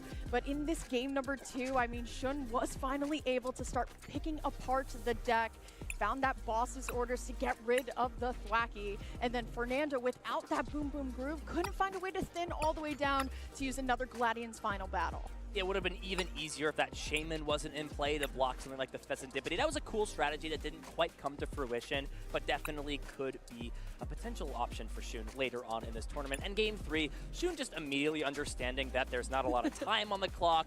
My entire attacking engine is in the prizes. I can't do anything. And it just kind of came down to this stalemate opportunity. Fernando definitely would have had a chance in that match if there was just a little bit more time remaining. It was not to be, and it will be a tie between both of these players. And I mean, what a fun matchup to start Worlds with as well. I think something that we haven't really touched on yet, especially because we're the first casters up, we have had a whole expansion set between NAIC and Worlds released, right? And that is Pitch Black. I know I've gotten some crazy chase cards out of it, but that Gladian's final battle coming out in Pitch Black, showing us that it is very, very useful, especially in a deck like Festival Lead. But most importantly, I mean, we have brand new archetypes that haven't been on a large stage until just now. Let's bring in Pablo Mesa, our analyst for the weekend. Pablo, it really does seem like the power of Seaking coming to fruition thanks to none other than Gladion. Yeah, honestly, Seaking offers the deck so much versatility, right? Being able to use any type of energy, and so with Mist Energy, you're covering some of that potential Phantom Dive damage counters that could come into play. So loving this new approach. Not surprised at all that the Cifuentes brothers are bringing something new and unique to the fray. I think we saw Fernando become champion with Iron Thorns, and then he's continued this trend after that win with playing very unique decks, and this unique approach with Seaking is definitely something very interesting to see. And both of you pointed out how Gladian's final battle, that's really the card to talk about right here. Brought Festival Lead to a whole new power level, and that's definitely what I want to showcase right now with the clips that I have for you all. How powerful this card is, that bonus 80 damage when you're attacking twice, all of a sudden becomes an extra 160 damage on top of the base damage from both Seaking and Dipplin. So really impressive to see, really impressive build, and really going all the way out with the Gladian's final battle, playing 4 copies of the card. Really, really cool to see this happening. And so here we have it, the first knockout, turn 2 knockout, doing 340 damage on a Mega Kangaskhan. This was definitely not in my betting book for the weekend, seeing this knockout. And I think the most important thing to talk about here, to highlight, is the lack of bench, right? If you're trying to take a big knockout with Dipplin, you need so much more to accomplish those same big numbers, and you can go even higher. But Seaking is a less resource-intensive Pokemon that deals enough damage and needs less requirements, and also you have the Goldeen. The Goldeen means you have immediate access to the Festival Lead ability, which is so important to immediately activate those Thwackies and have those options available. So really, really great showcase here of the power of the deck. And then we saw it again and again, combining Secret Box, combining high Ultra Ball count, and I really love the high Gladion count. Leading into the tournament, as Emily mentioned, Pitch Black got released, people were experimenting with this deck, and we never really saw a big Seaking focus overall, and we were seeing counts of 2 Gladions battle in the deck with a higher focus on boss's orders. However, we are seeing a brand new approach for Gladions, final battle included in the deck, along with a bunch of extra switching cards, because the way to really stop this deck from succeeding is bringing up those Thwackies, which have a 2 retreat cost, and actually putting on pressure on the bench, which is exactly what we saw Sean do and try in the second game and be very successful. Even though Fernando got this huge lead, we saw a repeat of the knockout of the Mega Kangaskhan. Towards the end of the match, Sean was able to take the lead back and actually win the game thanks to a well-timed loss of orders plus special red card and a little bit of an unfortunate pricing situation for Fernando, where the last was left in the prizes. Despite taking 5 prizes total, we see the Goldeen trapped over here, and it ended up being the absolute last prize card, and that was enough for Shun to take over this game. Really amazing showcase of this new archetype, a really unique take, and as Ethan mentioned, this is very cool to see, because even though Dragapult is like the big bad of the format, there's definitely a lot of room to be creative, to have unique approaches to this format, and really highlight the deck building strength of the best players in the whole world, which is exactly what we saw here today from both sides. The double special red card, I think, is something that people are overlooking. It's one of the main, or the only reliable ways to attack an opponent's hand after we lost Iono, and over on the other side, a full switch into the Seeking, not only as a different attacker, but also as hand recovery and gathering extra resources. I really love what we saw in this round 1. Yeah, it took me by surprise. I didn't even expect the second red card. I saw one in the prizes and said, oh, he can't even disrupt the hand. Yeah, he's prized. And then I was like, wait, nope, there's another one right here. So totally innovative and a great card for sure. Thank you as always, Pablo, for coming in and breaking down that first round for us, the first round of many throughout this weekend. Thank you as well. So far. I am so excited to see where the rest of we started the stream for you guys with Hydrapple, okay?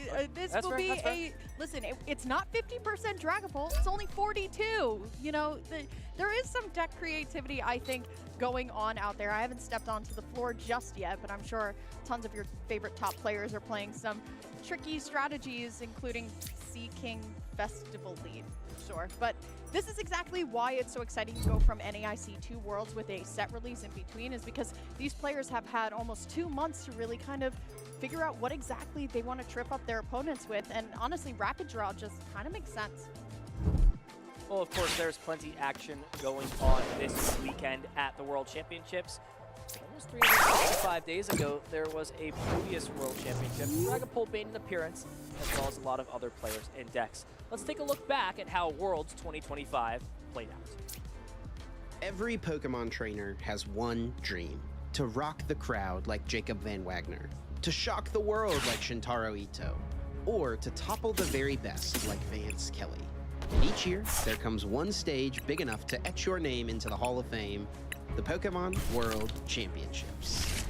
Over 1,400 TCG trainers journeyed from across the globe to take their shot at glory, but only one junior, one senior, and one Masters Division player can claim the title of champion.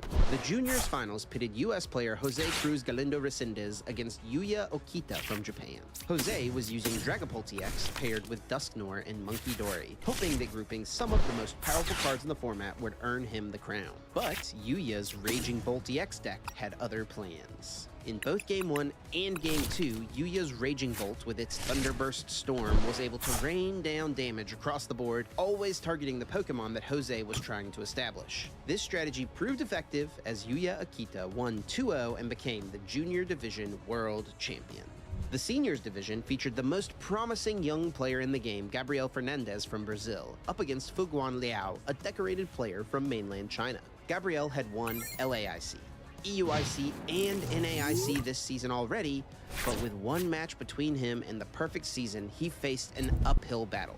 Fuguan's unique Golden Go EX Joltik Toolbox deck seemed to be favored against his In's Zoroark EX deck. This set went to Game 3 and down to the wire. Gabriel made a clever play with his Inzarua to scratch a little damage into Pikachu EX and its Resolute Heart ability. But even after being disrupted by a 2-card Iono, Fuguan was able to find Boss's orders to close out the game and become the 2025 Seniors Division World Champion. In the Masters Finals, Canada's Riley McKay made it to the big stage once again just weeks after his breakout NAIC second place finish. He built on his previous success by playing a very similar Gardevoir EX deck. His opponent was first-year Masters player Justin Newdorf from the US, who aimed to take his Dragapult EX Dusknoir deck to the top of the podium. Justin tried to slow down the games with Badoo's Itchy Pollen, but in both games 1 and 2, Riley had solid responses. Ultimately, both games came down to Riley using Lily's Clefairy EX to one-hit KO his opponent's Dragapult EX. Justin saw the writing on the wall, extended his hand, and conceded the final match to 2025 World Champion Riley McKay. Oh, he's ready to just give up the game. It's over. History made in the 2025 season here at the Masters Finals. Riley McKay is taking things down with Gardevoir EX. The 2025 World Championships is one we won't soon forget, but the next Pokemon season is already on the horizon. Visit Pokemon.com/compete to learn how you can get in on the action and take your shot at becoming the next World Champion. Whether you're a long-time fan or just getting started, there's never been a better time to jump into the Pokemon trading card game. With thousands of cards, endless deck possibilities, and an evolving competitive meta, there's always something new to experience. If you're new, following the action is easier than ever. Here's what you need to know. Each game starts with a coin flip to decide who plays first. Both players shuffle their decks, draw 7 cards, and must begin with at least one basic Pokemon. If not, they reshuffle and draw again until they find one. Each player also sets aside 6 prize cards, which are drawn when knocking out an opponent's Pokemon.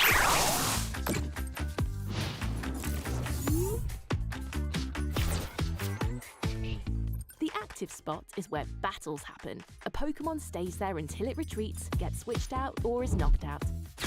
Damage is tracked using dice, usually in multiples of 10. Special conditions, such as poisoned, burn, or asleep, can be lingering effects that last longer than a single turn. On the bench, Pokemon can't attack, but they're still in play. There are 4 kinds of trainer cards: Item, Supporter, Stadium, and Pokemon Tool. Each one brings unique effects to the game, adding new twists and strategies to every match. To win, a player must draw all 6 prize cards by knocking out opposing Pokemon. But that's not the only way to win. With so many strategies and surprises, anything can happen in the Pokemon TCG. If you're ever unsure, just listen to our expert casters. They'll break it all down. No ancient card yet.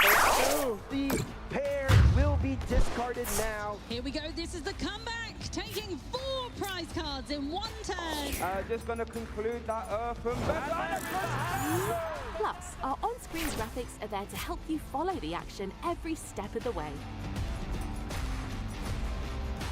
Stick around and dive deeper into the world of Pokemon TCG.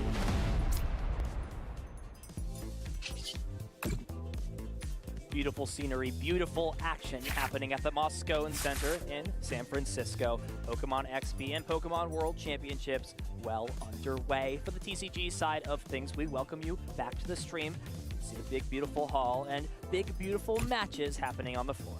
Oh, Ethan, that's not just it over there. That's not just Worlds, okay? That's where our competitors are, but there are thousands of people all around this convention center. Not only do we have, of course, the Worlds Hall, which we are at. I mean, if you go a little bit to the left, you have everything else. You have a museum of the Pokemon TCG and Worlds past. You have giant life-size Lego replicas of Charizard, Blastoise, and Venusaur. There was a Pokemon TCG Pocket exhibit as well. I couldn't even find the time to get everything done. Yeah, I've basically accepted at this point. I'm going to try as much as I can on the rounds I'm not commentating to go see some stuff and just kind of, you know, send the energy elsewhere to hope that everyone this weekend can enjoy and explore as much as they can. Speaking of exploring and enjoying, you can explore the Twitch drops that we have going on this weekend. Over on there, you can see a little bit of what is in store cosmetic-wise. Are you Team XP, Emily, or are you Team Worlds when it comes to the decor? That's hard to say. Now, one thing I would like to point out is that I actually bought that exact Pokemon XP shirt for a friend back home. I like it, I like it. I think the reversible bucket hat's really cute. I mean, the champions, the World's Pikachu is like the champions, right? I mean, it's so after Pokemon Champions, but the astronaut theme absolutely has my heart. There are tons of Pokemon featured this year. Like Curlia has a plushie, Charizard has a plushie. I just love the space theme this year. So I'm going to say Pokemon XP, but look at this wonderful graphic aesthetic on the board here on Pokemon TCG Live. Everyone's favorite place to practice when you can't get to your locals. You log on to PTCG Live.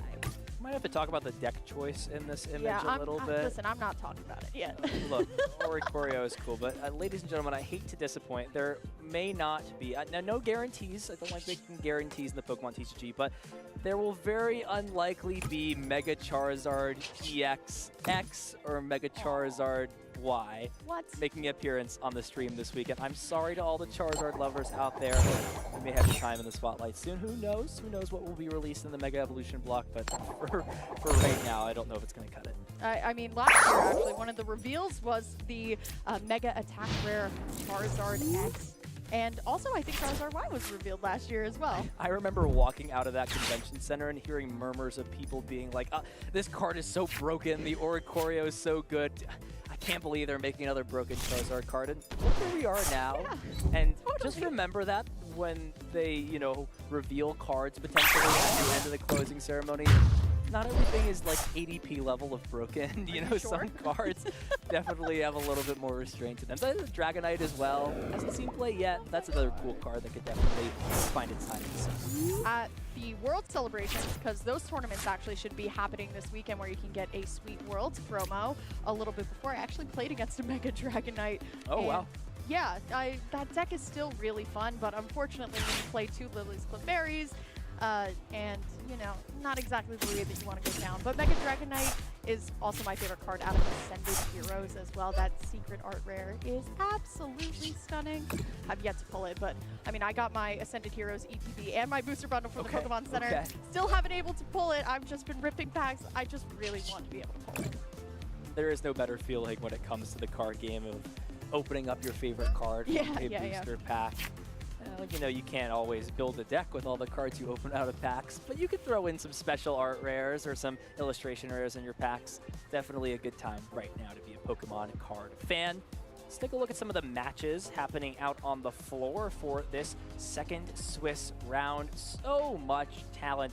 Truan Tran, a regional champion this year, up against Kato Arai, one of Japan's best. Giovanni Sasso, you know, repeat that, another regional champion, up against Christian Sky. Rahul versus Brian DeVries, one of Europe's best versus a top trainer from North America. So many talented matches. Another world champion on the left, Diego Casizaga. And it's going to come to that feature match that we have Liam Halliburton up against Christian Diorfria. Now, I can't recall off of the top of my head where Liam ranked globally, but we know for sure that Liam is 100% the top trainer in North America for the season, and doing it with one deck and one deck only, and that was going to be Zoroark EX, piloted perfectly. And honestly, what's been really fun about Liam's journey is that he's really been able to kind of tech it out different ways for different formats.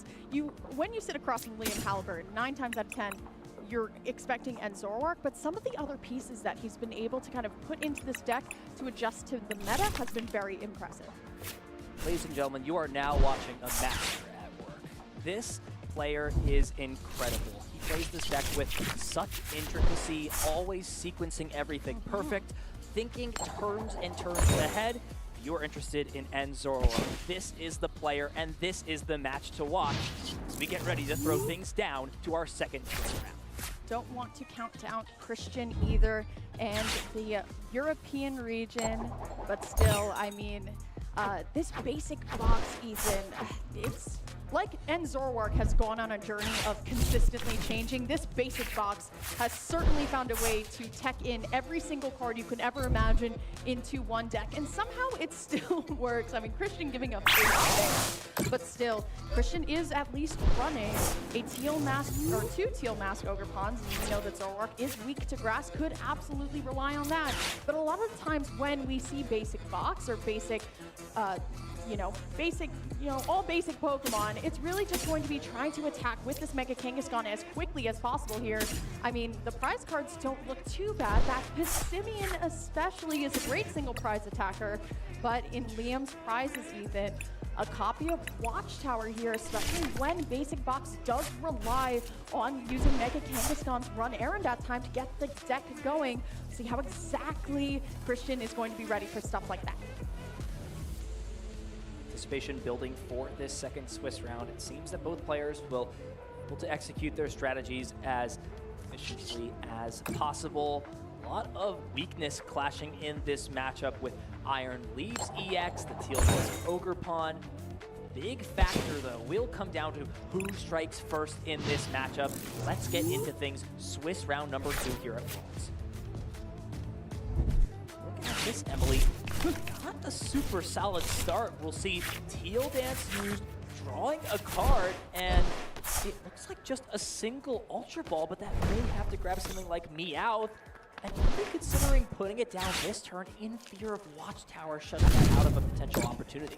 Here's the thing, does Christian anticipate the Watchtower just yet? Most of the time, Basic Box players really use this turn number 1 to get Mega Kangaskhan into the active spot and say, all right, I'm ready for next turn to keep the deck up and running. But now that our players are in game, let's talk about Liam's choice of stadium. Most of the time, it's just one Watchtower. Believe it or not, Liam, for this tournament, is playing 4 Team Rocket's Watchtower. That is max Watchtower. Ethan, walk me through why. Is Mega Kangaskhan just that good? It is. Meowth EX, another great Pokemon that can use that ability. There's also cards like Patrat that can be really annoying with that Watchful Eye ability to shut off Monkey Dory from moving damage. So there's a couple things that, you know, Watchtower takes care of in the format. Will be that Mega Kangaskhan grab from Ultra Ball.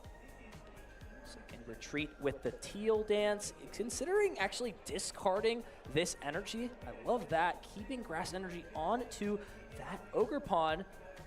Not too many good cards found in this spot. I think there was a Latias EX found, Ethan, and that's exactly what you want to see when you're playing these big basic boxes. The thing is, with Mega Kangaskhan, that retreat cost is actually pretty high, so you are usually relying on a Latias EX to be able to use Skyliner to move around these Pokemon here. The attachment for turn was already used, I believe. Cannot do that. Can actually use the energy switch in hand, but that attachment for turn has already been used. Yeah, did use that to retreat the Ogerpon from the active spot. Action on Liam. There's a Watchtower, and we're actually gonna see what is a bit of a tricky spot now for both players. Turn 1 Judge, shuffle both hands into their decks, draw 4 cards, but so far no Zorua for Liam, and that Watchtower means that Mega Kangaskhan cannot use that run errand ability. The problem is also on Christian's side, at least he has an attacker up in the active. If these 4 cards were able to give Christian a Crispin and an energy switch, I mean, Christian could still be attacking first, even with Team Rocket's Watchtower in play. I have to wonder how Liam is going to be able to find himself out of this. At least the Pokepad is here to grab 1 Zorua. And there was a secret box in hand found for Liam. Was wondering if he would just discard the entire hand, find Buddy Poffin and something like Serrano for the following turn, but is actually going to hold on to that secret box for later. Put the Zorua in play, threaten an attack, a Night Joker on the following turn, thanks to something like Ends PP up. We'll see, you know, some sort of a response. So Liam getting his feet off the ground, applying some disruption, and now putting the pressure onto Christian to find a way out of this disruption. And there's not much going on, but does top deck the stadium. That's a huge find here for Christian. Not only just that, Ethan, it's also the fact that Cypher Maniac's code breaking is also in hand. If he so chooses to, Christian can manipulate the deck to pick whichever cards out of this run errand he wants to choose, but because unfortunately he didn't bench that Latias in hand, will not be able to actually go in and retreat this Kangaskhan. Might have to use this Cypher Maniac's code breaking to grab the Latias. Now granted, Christian also does have Wellspring Mask, Ogerpon in hand as well, and Liam has decided to send forth this Zekrom to be into the active here, so Christian might have an opportunity to saw block this Zekrom in place. It's really hard to use Sob in this matchup when Petrarch EX can just use subjugating chains and move things around. Later on in the game, if there's a couple Night Stretcher that have been expanded, that's definitely a very realistic possibility. And speaking of retreat locking, that's probably why Latias EX didn't come into play. The Yveltal, always an option for this En's Zoroark deck. It kind of splashes in and out. It's never a guarantee, but it's always a scary threat in this deck. We see Liam has chosen to omit that card, but you never know when your opponent's going to show up with it. Basic Box has really kind of found a way to play every single type of card within this format, and it's very interesting to see that Christian is playing only just a couple copies of the Prism energy. I know over in Japan there was a list of Basic Box with 4 Prism energy and the rest of the energies being grass energy, but with Christian's deck he's decided to go for the full rainbow of types of energy, but also still have this Prism energy just in case things like that one water energy were to be prized. So it is very smart here, but just letting this Mega Kangaskhan going to stay in the active.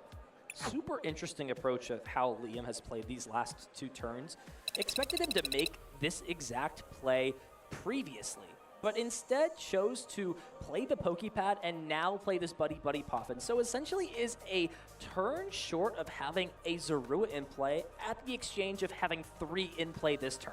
We see the Stadium come down that gets rid of the Area 0, shuts off the Run Errand ability, and now it's on Liam to find some pieces from these 8 cards off Lily's Determination. We'll see 8 cards drawn. We can see trade abilities be used. There's also a Zoroark in the discard pile, which kind of acts as a double-edged sword because of recovery cards. I think speaking of recovery here, Ethan, one of the biggest things is about this list, we had mentioned it a little bit earlier, is that Liam has opted to play no Ends Castle and really rely on this Petrarch EX to move Pokemon around, like you had mentioned a little bit earlier. Here's a problem. There's 1 in the entire deck, so if that 1 goes down and something like this Zekrom stays in the active here, see how exactly Liam's going to be able to maneuver. But for now, at least, I did see a copy of En's PP up, and that Night Stretcher, like you had mentioned, going to double check that he does have it. And still, Liam can absolutely go in and keep using this trade. So close to being able to swing for almost knockout, 290 damage with that Rampaging Thunder plus Binding Mochi. Instead, just going to pass the turn. I like this from Liam. Holding onto that Ends PP up. You never know when your opponent just draws into a crazy combination of cards, something like Latias Boss. There is nothing, just a pass of the turn back for Christian. Watchtower putting in so much work. And this is exactly why Liam is playing 4 copies of Team Rocket's Watchtower. When you can't maneuver the Mega Kangaskhan to keep drawing cards for you, you can't really find routes. And the only thing that would get Christian out of this hand would be that Meowth EX, but still Meowth is a colorless type Pokemon. No abilities for him at all here. So yes, like you said, Ethan, Liam has all the time he really wants to. Trade number 2 being used. And there is another Dark Energy double Ends PB up in the hand. See number 1 be used. One of these Zoroark EX on the bench. Interestingly enough, saving the Binding Mochi for later on. Let's see what ways he can get a little bit creative. And wow, look at this combination of cards. Boss's Orders plus powering up that Ends Zoroark EX, and this is what I mentioned earlier, Emily. Whoever strikes first to take the first 2 prizes in this matchup gets a huge tempo advantage. And the thing is about Christian, from what I can see on his list, he's playing 3 Area 0 under depths here. Would have to just reliably draw into the answer here, but is going to at least go up early. And yes, I mean, the type advantage goes into Christian's way. What a draw, though. Actually opting to play the Prime Catcher here. There's Iron Leaves as well, but still no Stadium. And while, yes, there is at least a Prism energy on board here, could absolutely get Christian into the Iron Leaves for the knockout here, I believe. Now, with the another question with Iron Leaves EX is, does it move any energy cards? And it does. It moves any energy, not just basic energy. So can move the Prism energy, attach for turn, and Rapid Veneer, allowing Prism Edge to be used in just a single turn. Striking back to take 2 prize cards. The question, though, Emily, is it too little? Is it too late? Might have to be, as well as Liam's still going to be finding ways to keep sifting through the deck. can absolutely get this Reshiram set up as well if he so chooses to. And this is the thing, a lot of the times with Liam's list, there's tips and tricks and different things, but for what we like to call Dragapult, which is straight Dragapult, I consider this to be straight Zoroark, right? There's no Darumaka, Darmanitan. This is just using Reshiram and Zekrom to really move around the damage here. Liam accidentally putting Reshiram over the Zorua there, but Binding Mochi is now going to be able to come into play here and take the Iron Leaves out of play thanks to Rampaging Thunder. No transformation tome as well. We saw that super popular at NAIC as a way to naturally build this deck, and yet again Liam has easily hit his checkmark. Zoroark EX number 2 powered up, Night Joker, Rampaging Thunder KO, and now needing a knockout on this next turn, really relying off Flip the Script, but the Kangaskhan was not promoted in the active spot, needs to find some help. There is Crispin plus an energy card. Now, if there is a grass energy in the deck, can use that Teal Dance plus already putting in energy directly on, but there's no additional way to find that second grass energy. That is the big concern here from this Crispin. Especially because what Christian really wants to do is get this Iron Leaves back and use Rapid Vernier again, but from what I can see on the list, only 2 Night Stretchers, and you can't Crispin and you can't Cypher Maniac within the same turn. They are both supporters here. So the question is, how does Christian maneuver around here? And we talked about a little bit earlier how Wellspring Mask Ogerpon is in play for the Sob, but then Petcheron is active and can actually go and just move things around here. Christian really in a tough spot. I don't know if he's going to be able to cinch it here. Needs to find some way to bump the stadium and does have Area 0. Now reliant off of Energy Switch, Christian may have found the potential way back into this game. Powering up Pissimian and playing Prime Catcher onto Pheasantipity EX, but there is the boss's orders immediately flashed from Liam. That's always risky when your opponent can just play special red card and disrupt your hand, but it seems not to be the case. Liam Halliburton takes game 1 in dominating fashion. And this is why Liam is the best of North America with this End Zoroark deck. No more ways around it, Ethan. It is just going to be what it is, and that is just getting up 2 prizes, and the rest will come when they see fit. See how Liam is going to be able to cinch through again. But I'm still worried about this 1 copy of Petcheron. I mean, the 4 Watchtower has definitely gotten the stride that it absolutely did, because Christian was stuck for at least 2 turns of really not doing much here. I'm wondering if Liam is going to be able to at least keep it going. Let's take a look back on that game, see how things played out. It seemed to be all in Liam's corner. Just Zoroark EX after Zoroark EX. Stringing knockouts and KOs back to back was just too much for Christian to handle. Was able to power up that Rapid Veneer using that Prism Edge, but it just was not to be. That was all the writing on the wall. Christian really tried to fight back, took those 2 prizes on the previous 2 turns, and boss's orders was just all that was needed to close out the game. And honestly, the swiftness of it as well for Liam, understanding, you know what, I'm up ahead 2 prizes, and if this Mega Kangaskhan can't draw cards, if this Meowth can't find any supporters, you're really kind of stuck with the hand that you have. No Latias in play either, so you can't really maneuver things around. I really want to see if Christian's at least is going to be able to bump this Watchtower with either his own Area 0 or with that Chien Pao. We are getting into our second match for the Pokemon TCG round number 2, game number 2. That Petcheron EX start right away, as well as the baby Petcheron, the non-EX, opting to go second, trying to potentially steamroll on turn 1. What is the theory behind that?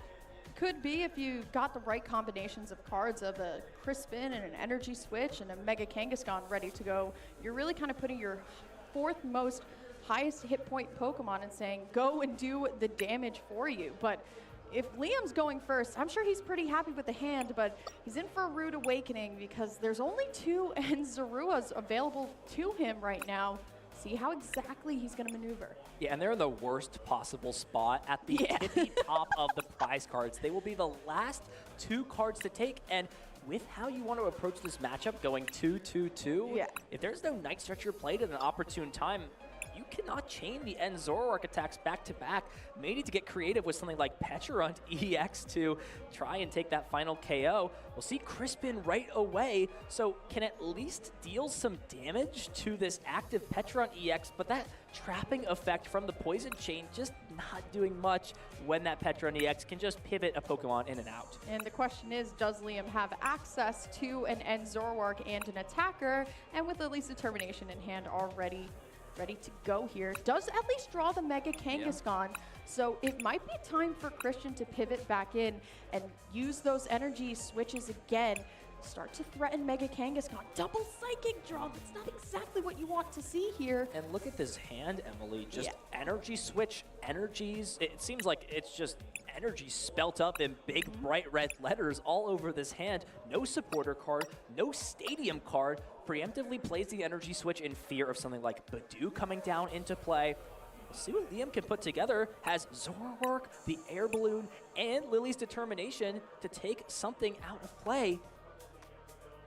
Also had a black belt's training in hand as well. So if there was a combination of a Mochi and another energy, Liam very well could have hit all the way up to hit Mega Kangaskhan here, but Liam is much smarter than that, not going for the most aggressive line here, understands that he doesn't have access to every Pokemon he so desires to.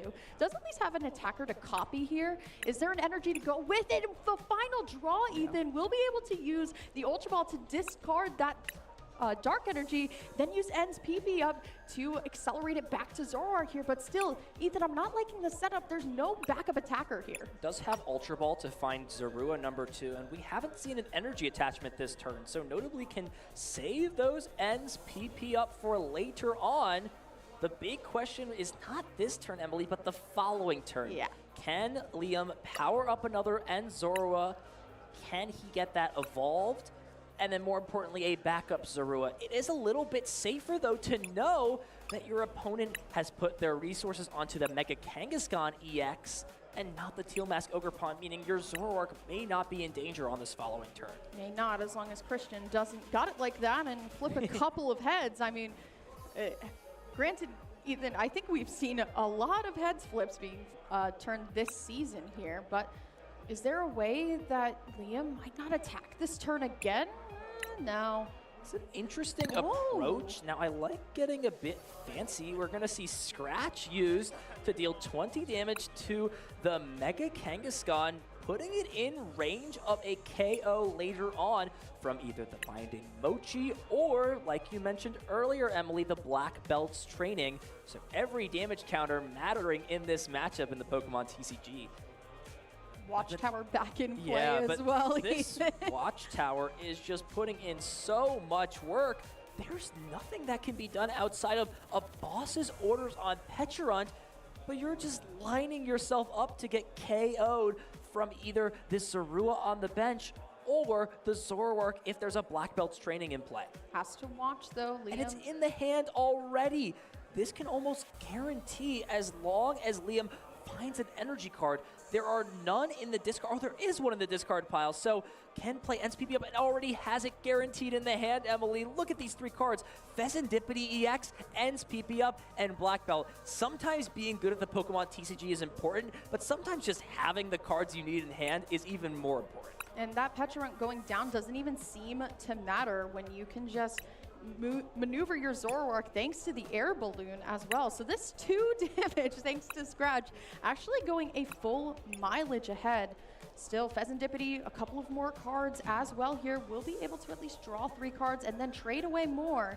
I'm wondering if he's gonna, I was about to say, pitch away the Cyrano. At this point, you're not grabbing those 3 Zoroark out. But like you had said, Ethan needs the energy card and will actually find it here and still has some NSPP up as well to keep powering things up. The Ultra Ball as well for the active Zoroark.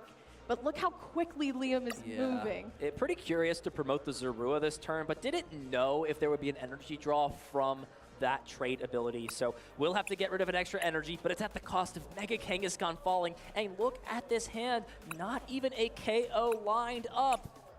will have to potentially use something like this Serrano to grab Serendipity and then flip the script. If it doesn't find a grass energy, there may not be a way to deal with End Zoroark EX on this turn. It's not even just that, Ethan. I mean, most of the time, players will grab their Latias EX off of the Cyrano, and you know that Liam actually has the boss's orders in hand if that Latias were to come down as well. So another turn off for Christian, not taking any prize cards, is actually spelling a pretty big disaster here.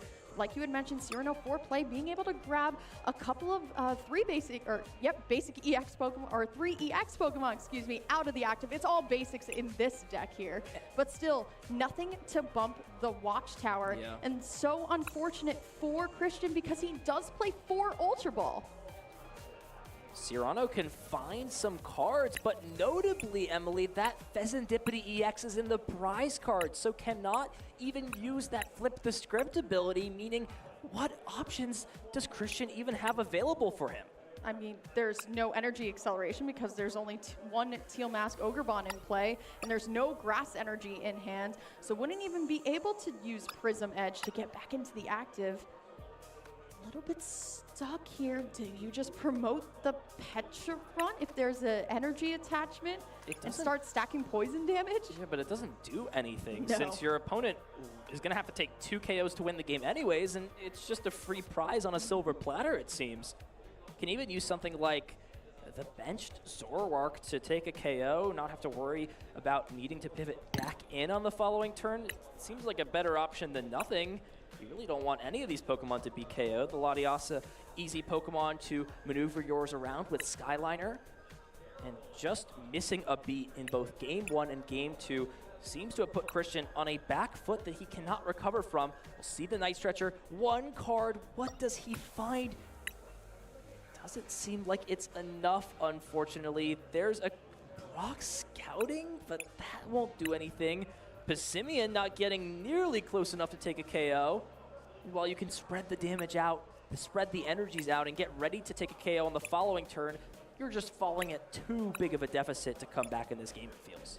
One thing that Christian is playing that I think is kind of, for lack of a better word, funky is the Stun Fist. And it's getting in there right now. Yeah, it is going to do 30 damage, and during the next turn, this Pokemon cannot retreat, so Zoroark EX is going to stay in the active, but during the next turn, it actually takes 100 more damage. Now, granted, it's a little bit, like I said, funky, but it's at least promoting a single prize Pokemon up and doing some damage. Now, this doesn't mean that Liam shut out from an attack this turn. There's still Night Stretcher available, and we see immediately Lily's Determination played, waiting to use the trade abilities, and now we'll see 6 cards plus 2, so essentially 10 cards from the deck. Needs to find one of those 2 Night Stretcher, and if he does, it just feels like an insurmountable spot for Christian. Yeah, then only 2 prize cards left to be taken for Liam here.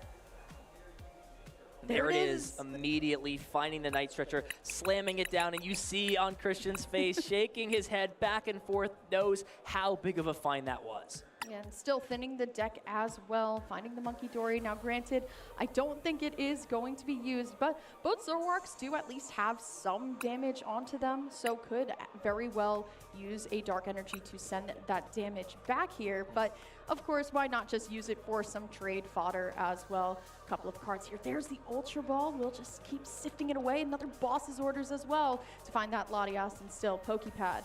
I mean, Liam has done an amazing job thinning down the deck all the way that if something were to happen next turn, like a special red card from Christian, won't have to sift too much to find that secret box. And it has the Tatsugiri on the bench as well, thanks to Petrarunt can just throw that into the active spot, use all these trade abilities, plus flip the script, and just look at those top cards to try and find it. It seems like a difficult spot for Christian. Latias promoted into the active spot. Can he, at minimum, find a KO? But even if he does, there's an End Zoroark on the bench waiting for him to take a KO. Boss's orders may not even be needed, Emily, to close this game out. I believe that is a pheasant. Oh, no, it is the Iron Leaves in hand. Does have at least the Stadium bump, but there's no way of getting Mega Kangaskhan back. And I don't believe there's a way to manipulate the deck other than the Cypher Maniac. There's no draw. Brock Scouting in this deck list as well can find 2 basic Pokemon, but the problem is, Ethan, it's not finding your Pokemon, it's attacking this turn. There's no Crispin, and if you use Brock Scouting to find something like a Meowth, you won't be able to use that last-ditch catch until next turn, and by next turn, it's already too late. It's going to have to come down to a crazy run errand ability followed by some flipping of heads off of a rapid fire combo. You know, Liam already has the boss's orders in hand. You have to feel like Christian also assumes boss's orders is in hand. Liam just drawing so many cards, have not played too many of those boss's orders so far. I'm just considering how to approach this turn. There's already an energy in hand and there's already an energy switch. So we'd have to see something along the lines of grass energy switch as the perfect 2 cards. Now you could grab 2 grass energy and then teal dance twice and then find one of those energy switch. If that's not found though, Liam has the cards to close this game out. So unfortunate that Christian had to use the Brock Scouting to find this Mega Kangaskhan, because that could have been possible if Mega Kangaskhan was already in play thanks to Cypher Maniac. But unfortunately for Christian, we'll have to just send up this send this Mega Kangaskhan up and hope for that special red card like you had mentioned. Does also play this Moltres as well, but it's so difficult to say what exactly he should be grabbing. Now granted, now that the Stadium of Watchtower is gone, this Meowth, if we were to go into next turn, will be used. But the question is, like you said, Ethan, can Christian find the perfect 2 cards? And that's immediately not it. Could have thin the deck out. The small decisions do matter, right? Play that Meowth EX down first. Grab a supporter card you don't want to find, and immediately boss's orders shown. Liam Halliburton, total domination in round 2, advancing to 2-0. And still, faced with that teal mask Ogerpon right in front of you and still saying, nah, I'd win. Feels pretty good if you're Liam Halliburton. The thing is, with this basic box, Ethan, it's just sometimes you have, when you play so many different one-ofs, you're granted to just have a hand that feels sticky. It feels stuck, right? Unfortunately for Christian, drew a lot of Psychic energy and Prism energy, but you can't teal dance any of that. And when you have Area 0 under depths, you really want to fill it all the way with these teal mask Ogerpons, get multiple attackers ready to go, get all that energy onto the board, then being able to swing huge with Iron Leaves, but it's just not what the hand gave Christian, unfortunately. But let me tell you, Liam had a great day on Zoroark so far. Let's take a look back at that set and see what was essentially a Zoroark Masterclass for free on the stream. Liam started out with what seemed to be a precarious situation. An early judge did find Secret Box. Plenty of ways to get Zorua in play. And these first 2 prize cards, thanks to boss's orders, just set the pace in this matchup. Night Joker after Night Joker after Night Joker, copying, of course, that Rampaging Thunder, which is too much for Christian to handle in game number 1. Just boss's orders flashed, GG's closed things out. Game 2 was just all of the same, but at even more of an extreme extent, it feels. Honestly, Pecharunt and a dream. Who needs End's Castle anymore when you have Pecharunt to move your Pokemon around for you? And it just feels like the 4 Watchtower just feels like a tech for the field, really, Ethan. I mean, it does shut off Mega Kangaskhan, but more importantly, it does shut off Meowth and that last-ditch catch. And it came down to Stunfisk and the Pouncing Trap to try and keep Zoroark there, but still, Pecharunt being found off of the Night Stretcher just allowed for Liam to do what he does best and copy those attacks for the win. This deck is super. The way this deck is built feels like it has taken every deck in the format into mind when it comes to why the card counts are built. I asked myself early on in the game, why is Liam playing so many Judge in his deck? Why does that card really matter? And I think it's for Alakazam, right? You have the Watchtower, so you shut the Dunsparce off. If you could use multiple turns of Watchtower plus Judge early on in the game, it seems like it could be a very tough spot for that deck to come back.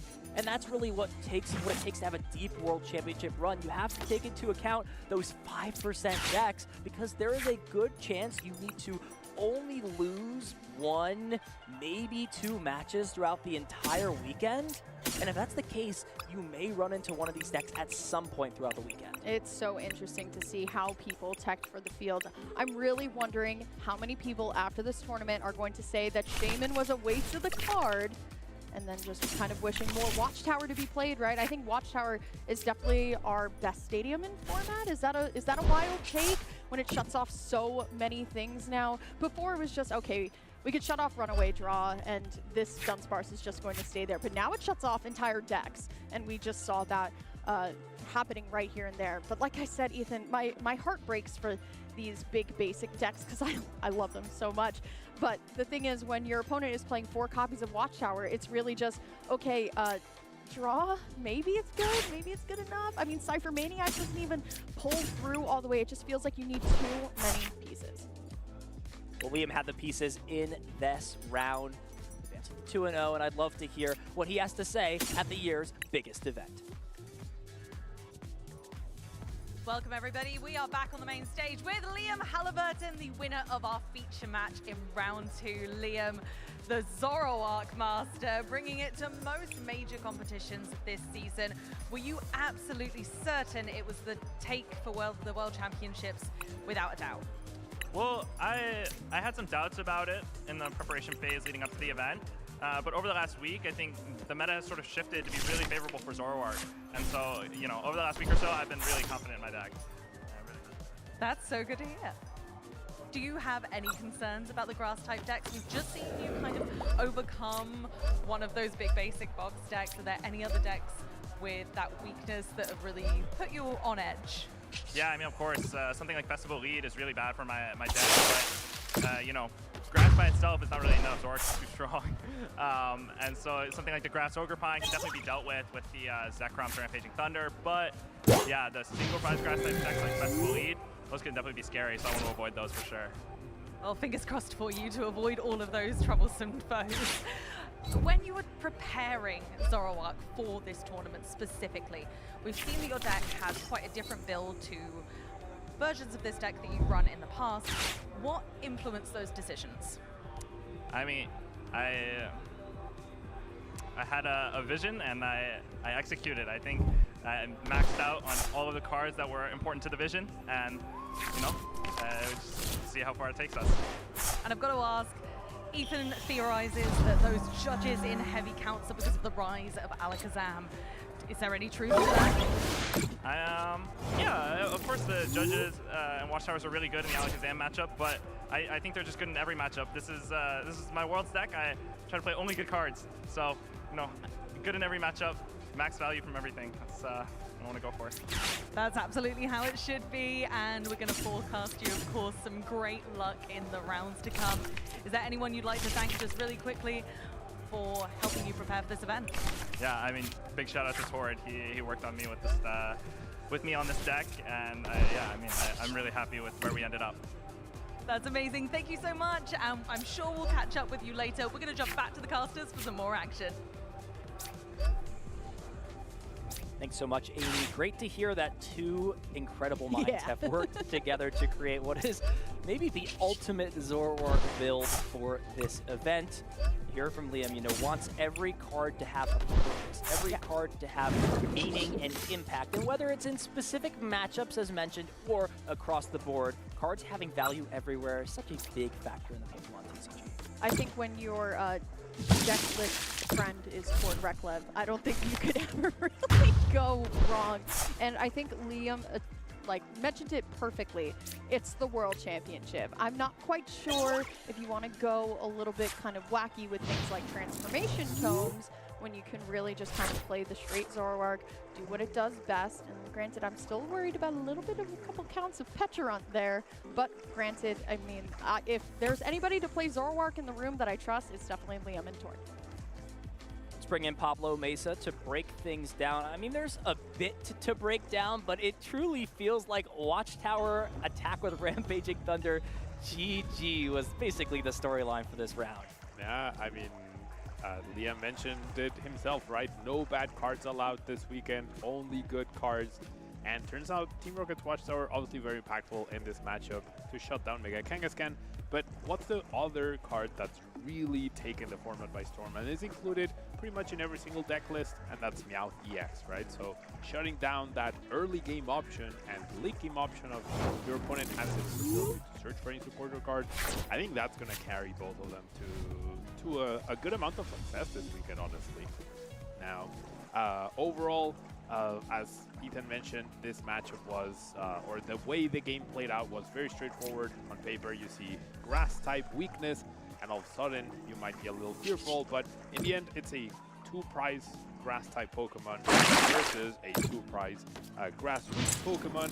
And even though we had the slow start, that combination, lethal combination of Judge plus Watchtower was just enough to slow down Christian, even though he had the threatening grass type Pokemon, had the opportunity to draw a bunch of cards with Mega Kangaskhan. That was immediately shut down, and Liam was able to find just one Zorua, right? One Zorua, and of course the secret box, and that was enough to turn this situation from a bad one, into a good one. Usually, the big basic deck wants to threaten with this Wellspring, Ogre Pond, threaten double knockouts, start the prize straight that way, and also eliminate 2 Zoruas from play, but that was just never the case.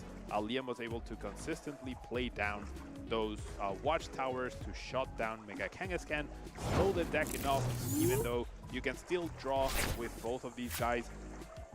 Drawing one card is impactful, but not as good as 2 free cards from Mega Kangaskhan's Run Errant ability, and you do have to have a grass energy on top in order to draw.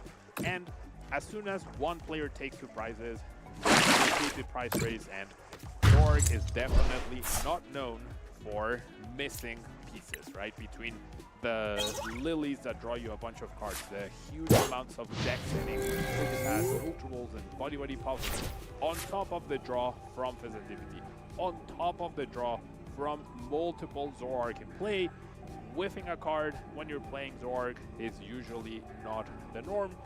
We are seeing a very consistent list from Lian. We saw it in action. The deck did what it needed to do back-to-back games.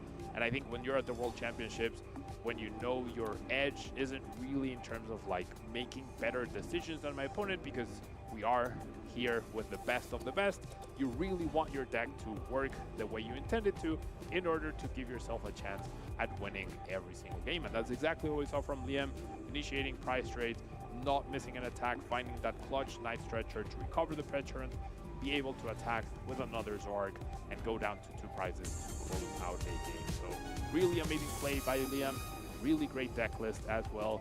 And as my fellow caster said, when you're bodying up with Fort Reclef for your homework, probably gonna get an A+ in this World Championship. I would hope so. I would hope you'd have more than a satisfactory grade at the end of the weekend. Appreciate you as always, Pablo, coming in and breaking things down for the weekend. We, saw End Zoroark as its, debut on the stream. We'll have to see how the rest of the field has built this deck. That was sort of a, as you mentioned, straightforward approach to Zoroark. There is still a lot of merit for something like the Darmanitan, the End Darmanitan to deal some bench damage. What are some of the, pros to playing the Transformation Tome instead of playing a more streamlined build like Leo's? Well, the part of my favorite reason why we get to cast these big tournaments is because we bring some feature match stations up. So more matches can be streamed, or they can be showed to a live crowd. So we actually do have another feature match that we are going to jump into. Now granted, the game is in progress, and I'm sure you all don't mind with some more Pokemon action, but Ethan, I have some bad news. It is going to be Dragapult. We gave you guys 3 rounds, no Pult. It's here, okay? Yeah, but it's Natalie. That's true. That's true. Great player. Natalie won this first game in 15 minutes, so we are heading into game number 2. And Badu getting involved, however, Brock scouting the counterplay to early Itchy Pollen Disruption, now gets Genesect plus Drillbur and can start to use these abilities from that Metallic Signal, evolving into Metang, and on the following turn, evolving into that Mega Excadrill EX. You want to talk about Metang? I mean, Ethan, this Metang came out in Temporal Forces. The last time we saw this Metang really in play was with its good friend Dialga V-Star, which I believe actually won a regional at one point. I believe that was under Andrew Hedrick, if I remember correctly here.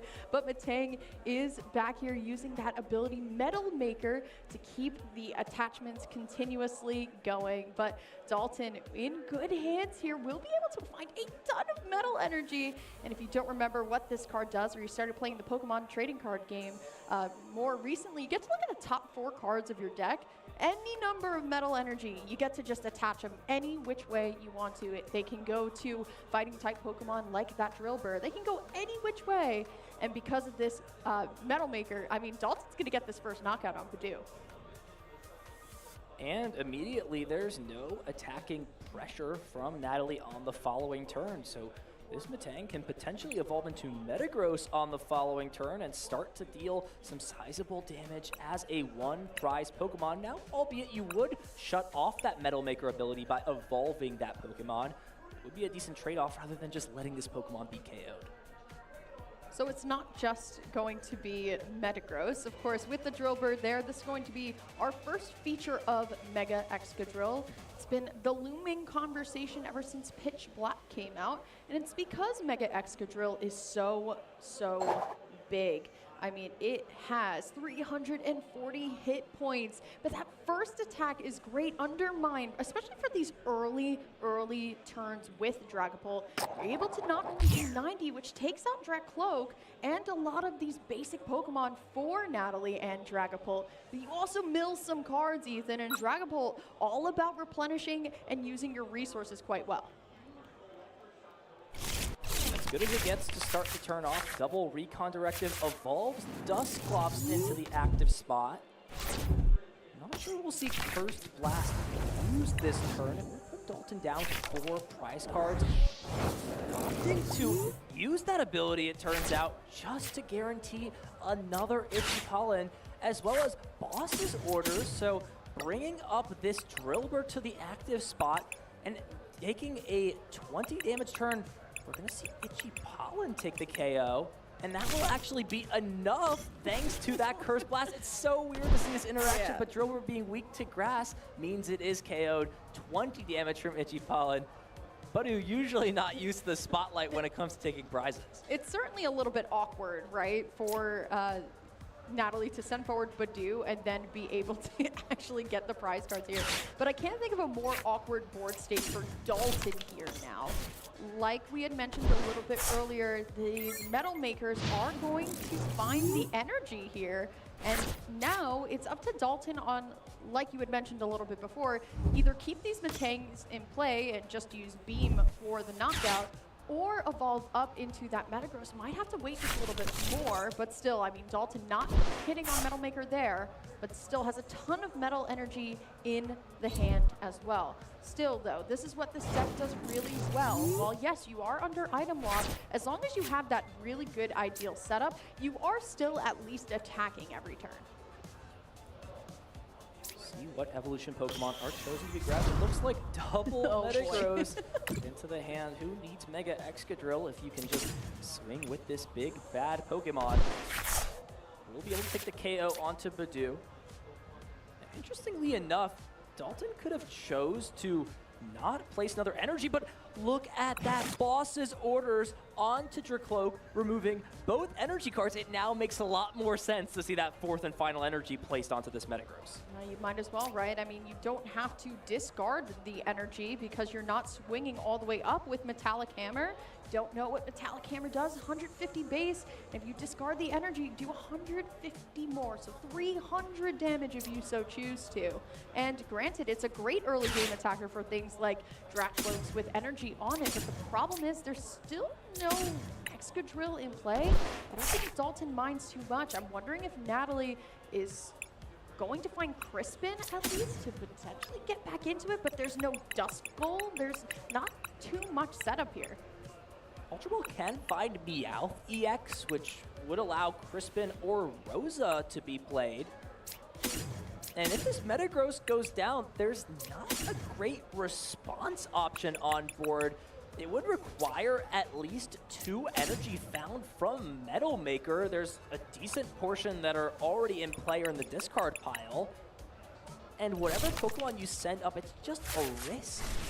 The Genesect is taking a 2-hit KO, the Metagross is taking a 2-hit KO, and you're shutting off that Metal Maker ability. But it's actually going to be Pheasantipity EX instead, so Natalie may not have access to that last-ditch catch ability from Meow.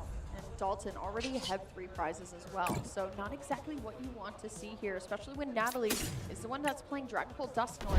Now, walk me through it, Ethan. I think a little bit earlier, before we'll get to that Crushing Hammer, the amount of times that players have said that Dragapult Dusknoir is actually not the play. It's the worst out of all 3 archetypes for Dragapult. So why this weekend, out of all weekends, does Natalie choose to go more so with the Dragapult Dusknoir rather than something like just straight Dragapult? I think it's just about using all the power cards, and we see that here. Plenty of energy acceleration, one of the best abilities in Curse Blast, and Crushing Hammer for disruption. All of that coming together for Natalie to have a powerful turn. Phantom Dive, KOing the only attacker in play, setting damage up on the board, and now Dalton is scratching his head at how he's going to not only get through this Dragapult, but advance the rest of his board. Well, the good news is for Dalton is that he did draw into Energy Recycler, so will find a way to get back into using Metal Maker at least to sift through a couple more cards. Also has the Buddy Buddy Poffin as well. Now granted, Ethan did join this match in progress. I'm surprised that there hasn't been another Drillbur that is benched. It may be either one is prized, just hasn't seen it yet, but Petrol for the unfair stamp here. Natalie, well, yes, she finally has an attacker, and Pheasantipity is also in play. Not gonna have too many cards to sift through, especially when one of your Dracloaks has evolved into a Dragapult. Will only have that one Dracloak to recon direct. Yeah, we usually don't see unfair stamp in this deck. Typically, we've seen builds with the Precious Trolley to get a lot of Pokemon in play. We've seen the Hero's Cape to have a big buff. Mega Excadrill EX that has way too much HP to count. But we always sometimes overlook the simple aspects, things like Prime Catcher, cards like Unfair Stamp, and this is an excellent opportunity where it could come down, but instead, Dalton is choosing to not grab the Unfair Stamp, knowing that regardless of what he does to the hand, Phantom Dive can still be used on the following turn, and wants to just grab what appears to be another Pokemon for the following turn. Or we'll see what he's cooking. I mean, there's the Metallic Signal to find Evolution Pokemon. However, if we're planning to deal damage to Dragapult EX this turn, we do have to be careful about Monkey Dory getting in the mix. It's not just Monkey Dory as well. It's also finding other ways to get your Dusknoir line up and running here, but a great use of Metallic Signal to get these evolution Pokemon out so you can use them as fodder. And granted, as well, Dalton now has the opportunity to energy recycle all of these metal energy back into play. There's the Mega Skarmory here. There's the big bird making an appearance. Mega Skarmory with that Sonic Ripper can deal 210 damage, or excuse me, 220 damage to any Pokemon. I keep thinking about Zeraora, my beloved, you know, bench attacking Pokemon. Super cool in the TCG, especially when Shaman doesn't protect your rule box Pokemon. There's really no way to stop Pheasantipity from being on the menu for Mega Skarmory. Absolutely none, especially when it is benched. Now you can send forward this Mega Skarmory, excuse me. Is the Energy Recycler played, Ethan? It was, but only one energy found from Metal Maker, and now things get a bit concerning.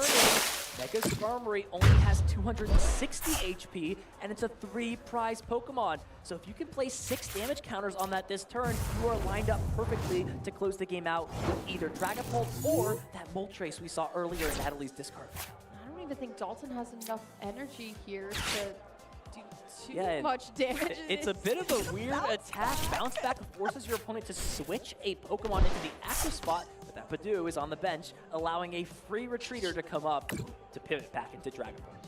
Natalie, I mean, this is exactly what she wants here. Okay, Crushing Hammer heads, gets rid of another resource for Dalton. Energy card removed from Mega Skarmory, and it's lining up perfectly for Natalie. 200 damage to this Metagross, the 6 damage counters on the Skarmory, and turns of time not anywhere in sight.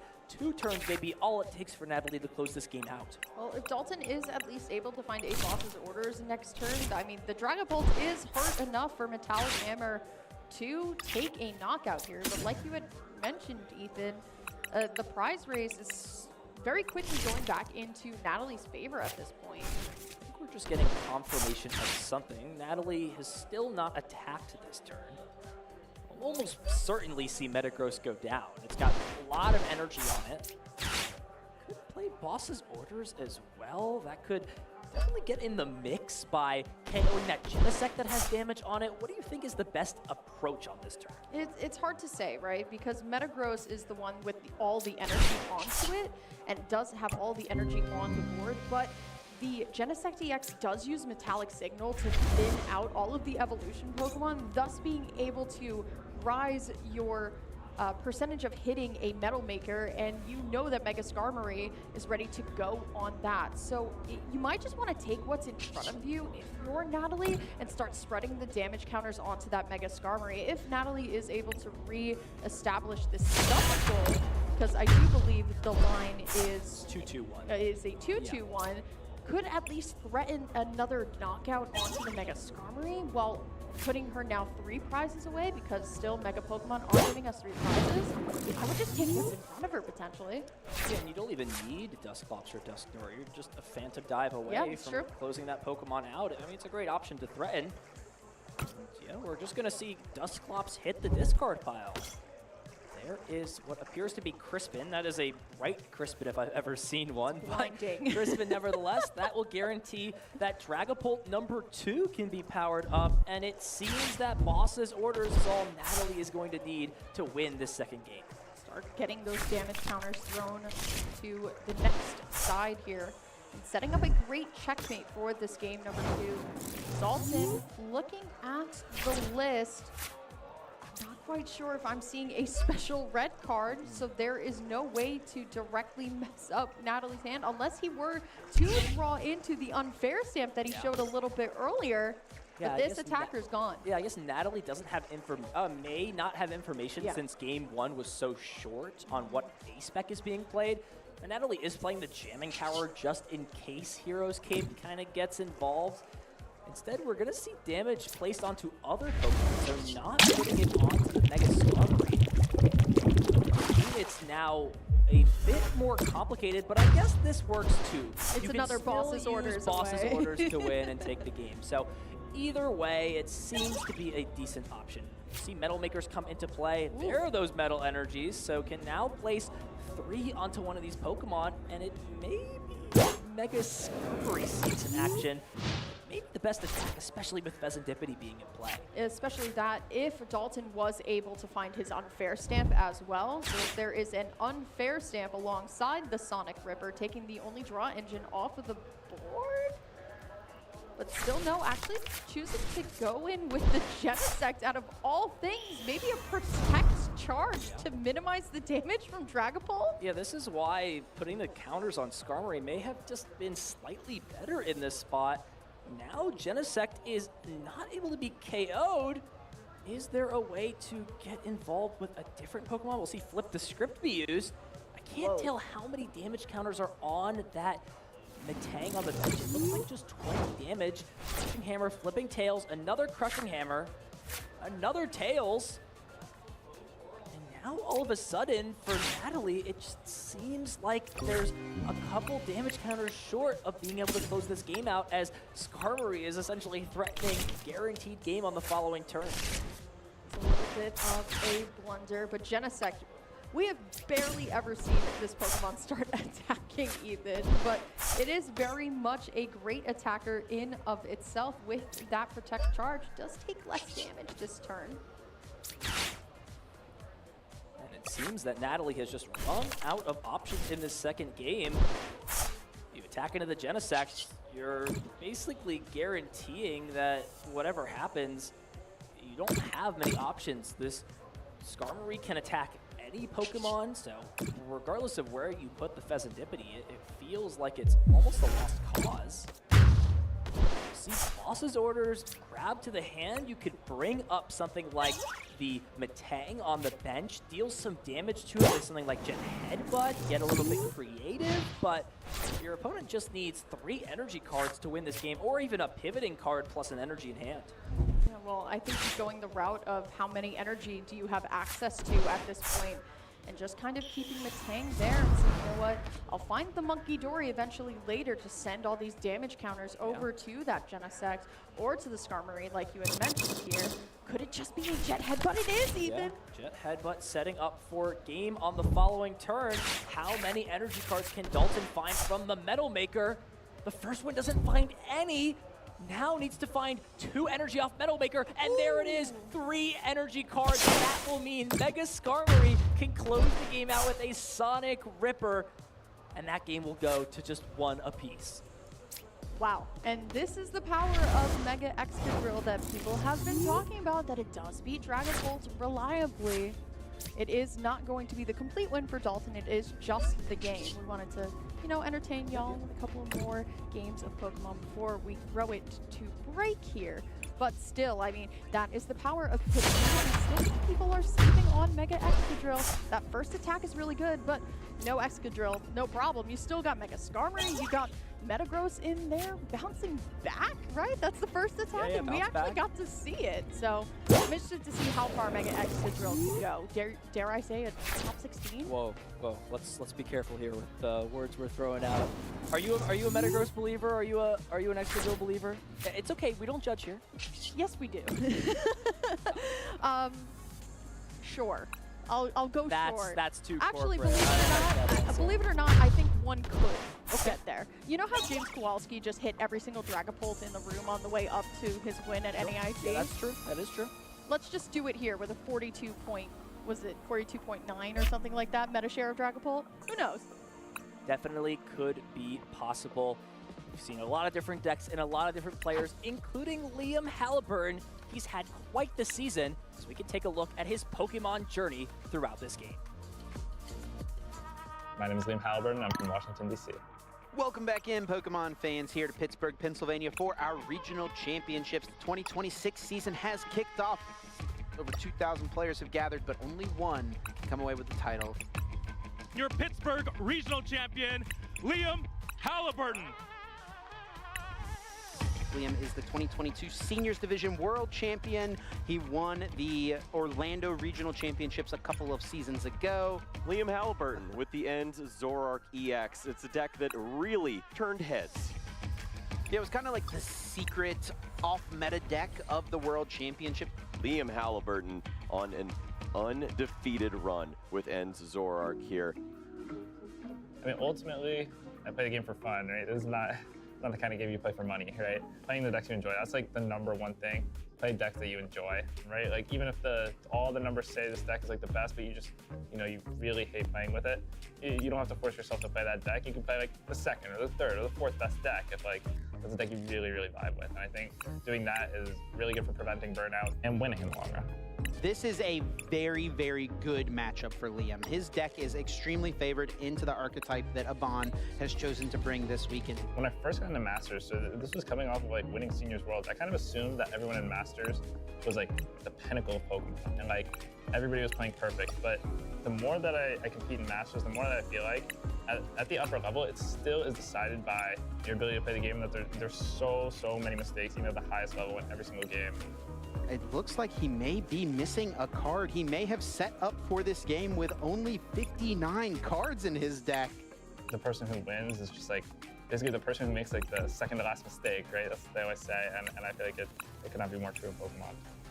Liam, undefeated throughout 2 days, 2,600 players. What is going through your mind right now? Well, obviously, I mean, it's at this point, it's Worlds that matters the most, but this is the only event we got this weekend, so I would try to win. Shout out the Trashlands crew, Henry and Aban. Shout out my family. Shout out the Falcon. Shout out everyone we test with. This event qualified me for Worlds, and Obviously, it's nice to have like that weight off your shoulders in a sense, right? Even as much as you want to say like, you know, you play every event to win, and like, you know, Worlds is just like a complete afterthought, right? And you focus fully on the event, right? It's impossible, I think, to, right, especially towards like the end of the season, put it completely out of your mind of like what you need for like your Worlds invite, right? So getting out of the way early is certainly plus EV for my events throughout the year. And we're getting word Aban has actually chosen to concede the match, and that means that Liam Halliburton is going to come away from this situation as the Pittsburgh regional champion. Ladies and gentlemen, put your hands together for the Pittsburgh regional champion, Liam Halliburton!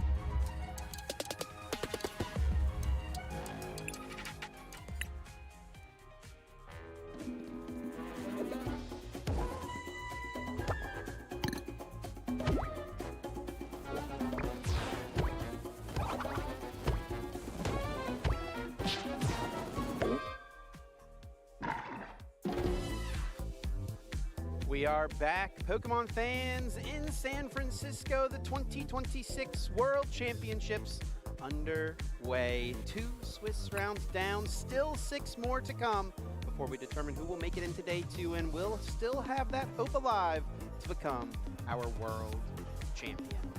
It's what it's all about. It's what these players have worked a whole season towards, but only one can stand atop the rest when it's all said and done. My name is Chip Ritchie, joined here in the booth for the next couple of Swiss rounds by Kyle Pukasukovic. What a weekend, what a time, Kyle. Another Worlds, here we are.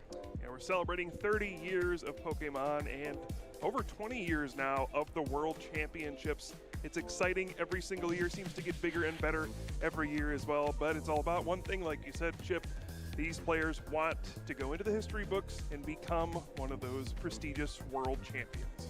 And if you're wondering what the path may look like for you moving forward, if you watching along at home would like to try to earn your invite to next season's World Championships, we're going to look at the schedule for next season. Check out some of those events coming up. Maybe one near you. You could try to find your way to one of these regional championships. Of course, these are the events players are competing in order to earn those championship points to get the qualification for Worlds. Yeah, not much rest between this event. Of course, Worlds is the kind of the end of the season, what you work so hard to get towards, and you know, we're focused here this weekend on what's going to happen at Worlds, but it won't be that long after that we head right to Baltimore in September for that first regional championship in North America, and then we're back in the full swing of things again, Chip. Another season getting kicked off. No rest here, right into Baltimore, just a few weeks away. Of course, those 3 international championships throughout the season. Nice little benchmarks through the year to follow these players' journeys. We'll be going to Chicago for the first time for the North American International Championships next June. I'm certainly excited for that. We've also got plenty of events happening across the globe. We'll take a look at those events happening now in Europe for this coming season. Of course, lots of excellent events, lots of beautiful locations to visit. Absolutely. Yeah, personally very excited to head to Chicago for NAIC. Growing up in the Midwest of the U.S., always love to see, you know, those big cities represented, and you know, we had a great time in New Orleans for a few years, but now heading to Chicago for NAIC should be exciting. Of course, we have London, Sao Paulo for their ICs as well. And yeah, looking at Europe, similar situation. You know, we're going to kick things off in Frankfurt in September for that first regional championship of the season in Europe. Yeah, a nice little visit back to Frankfurt. It's been several years since we visited that great city. Of course, the European International Championships held there back in 2022. Tons of other excellent stops along the way. Gonna roll right into things for the next year. Players right away will be trying to earn those championship points. We do also have Latin America's roadmap. We'll take a look at those events coming up this year. Gotta wait maybe till October to get your first regional or special championship in Latin America, but not too long of a wait there as well. You know, love to see events all over the world, and you know, playing the Pokemon TCG is a great excuse to travel to all these beautiful locations. Maybe see some parts of the world you may not have thought to go to on your own. It's nice to have a destination to go play in these events and maybe spend some time, do some sightseeing as well. Yeah, very excited as well that we'll be seeing broadcasts at many of these tournaments this season for the very first time at the regional/special championships level. Looking forward to getting to have an opportunity to know more of the player base down there. And that's a huge part of what these broadcasts and streams do for our competitors. Gives them a name, lets those watching along at home find players that they like to root for, find people's stories they want to follow along and lead into ICs and eventually Worlds. Yeah, I mean, the game has grown so much internationally over the last 10 years or so. You know, there was a long time where, you know, there would be players of the caliber of someone like a Tord Reklev who, you know, may not have gotten as much exposure because there weren't as many international events. Maybe Worlds was the only time of the year for someone like Tord to make his mark on an event that, you know, everyone would be aware of. But now with internationals and all these events going on all the time, we're getting to see more of these stories, and especially seeing more of these streams from these big tournaments. It's going to be huge. Absolutely, cannot wait to see what the future holds, but we've got to dial it back into this weekend. The World Championships is afoot, just 2 rounds down. Plenty more still to come today, and lots of action remaining through this weekend. We talked a little bit earlier about the metagame. In case you're just now joining us, we're going to throw it back up there and give myself and Puka a chance to chat about it. Of course, Dragapult leading the charge, I think to no one's surprise, but perhaps a little bit more popular than we would have anticipated. Those big basics decks. Yeah, focusing around the Teal Mask Ogerpon and Lily's Clefairy EX. Yeah, it makes sense, especially after, you know, the NAIC victory with the Lily's Clefairy deck. But I mean, it's hard to put into words how much Dragapult impacts this event. You can just look at the numbers here. If you combine the 5 next decks, they don't add up to what Dragapult brings to this tournament. It is a massive part of the field. And of course, part of that is that it's not just one version of Dragapult EX either. One of the things that makes it so intimidating to play against is there are so many tech cards you can put into that deck, so many different ways to build it. You can play it on its own with the Crushing Hammers, you can play it with Blaziken EX, you can play it with Dusknoir, even seen things with the new Dark Bell item card. Yeah. There's so many things that you would potentially have to play around, and sometimes people even do multiples of those in the same deck. We saw Nettie at NAIC play Dusknoir with Crushing Hammer as well, so you just never know what a Dragapult is actually going to bring to this tournament. Zoroark has also remained a popular choice. Of course, many great players choosing to pilot it. We just saw Liam in the last round get his 2-0 start, thanks to that excellent trade ability of the Inns Zoroark. But down there at the bottom, Kyle, we got a newcomer to the metagame, Mega Excadrill EX. Certainly has been one of those standouts from the Pitch Black expansion. Yeah, in one of these situations where a new card coming out empowers older cards. At last year's World Championships, we saw a breakout with, you know, that Genesect EX. You know, really a big boon for Metal-type Pokemon, but then after the rotation with Golden Go EX leaving the standard format, there wasn't really a home for Genesect EX, but now this package with Genesect, Metang with the Metal Maker ability, all these cards from older expansions work together with this Mega Excadrill EX to create, I think, a formidable deck, but it's just a question of, is it good enough? I guess we'll find out this weekend. We certainly will, and other decks that people have eyed up are those single prize options in the format. It seems like there's always a nice little following for those who want to attack with just Pokemon that only give up one prize card. Alakazam, the Dunsparce, and Slowking represented here, but perhaps a surprise, Puka. No Festival lead in the top 6. That was a deck that lots of players were talking about coming into this event. It got a nice boost from Pitch Black as well. Yeah, there were several cards from this latest Pitch Black expansion that I think a lot of players were excited to try out. I think the Mega Excadrill EX is the one that probably stuck the most, but yeah, the Gladion's final battle making Festival lead a little bit stronger. Of course, we had the prospect of that Hide and Sneak deck that was maybe a newcomer. Doesn't seem like people had much confidence in that one for this event, but we'll see if any more of those new cards can get into the fray, or if we're going to see a lot of what we saw at NAIC. These are the top 6 decks this weekend. Let's look at the next 6 up, or the best of the rest, as we like to say. And not too far behind those top 6 is that Festival lead there leading this charge. 25 players choosing to play it alongside 25 players with Raging Bolt EX. Yeah, Raging Bolt, just kind of a variation of the Lily's Clefairy toolbox. You know, you see Mega Kangaskhan a lot. A lot of these, I think, fall into a similar category. Big, basic Pokemon EX, or even Mega Evolution Pokemon EX, just kind of different flavors of that. Raging Bolt, of course, a card we've seen a lot in the last few seasons. Just being able to do unlimited damage, essentially, with that Raging Bolt EX is always appealing. And we'll see. These are the kinds of decks that I think people tend to overlook when you get to the World Championships, because they can be perceived as a bit more simplistic or linear in their strategy. But hey, sometimes simple is all you need.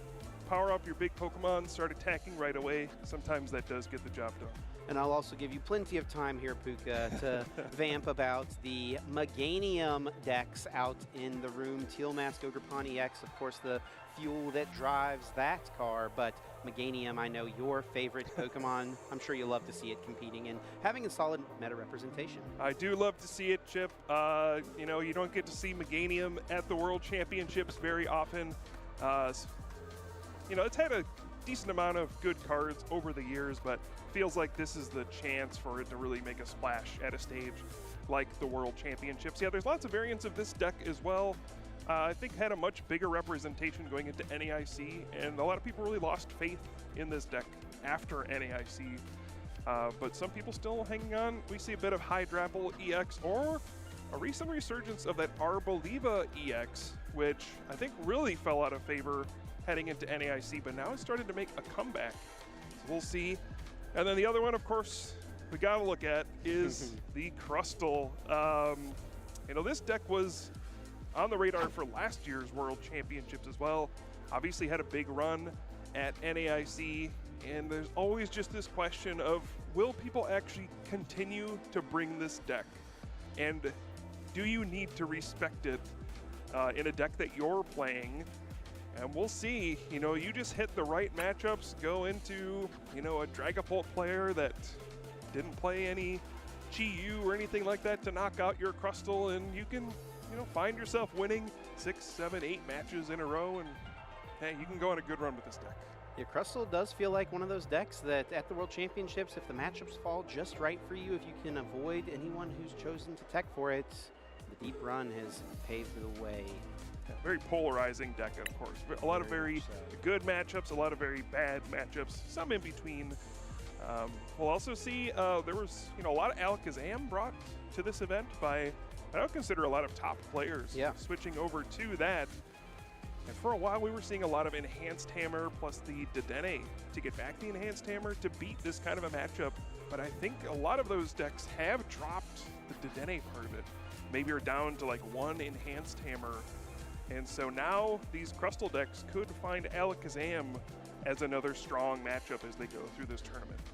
Let's take a look at the notable matches as we head into Swiss Round 3. Our players getting ready out on the stage as we speak. We'll be featuring Oscar Madsen up against Brent Tonneson, two of the top players from their respective regions. I think it's something we'll be saying very often throughout the weekend, as you would expect no less from the World Championships. Yeah, absolutely. Yeah, you're just going to see the best of the best here. You, of course, have to qualify for the World Championships by either earning championship points or winning an event that gives you a direct invitation to this event. So everybody here is a quality player. Yeah, what else can you say?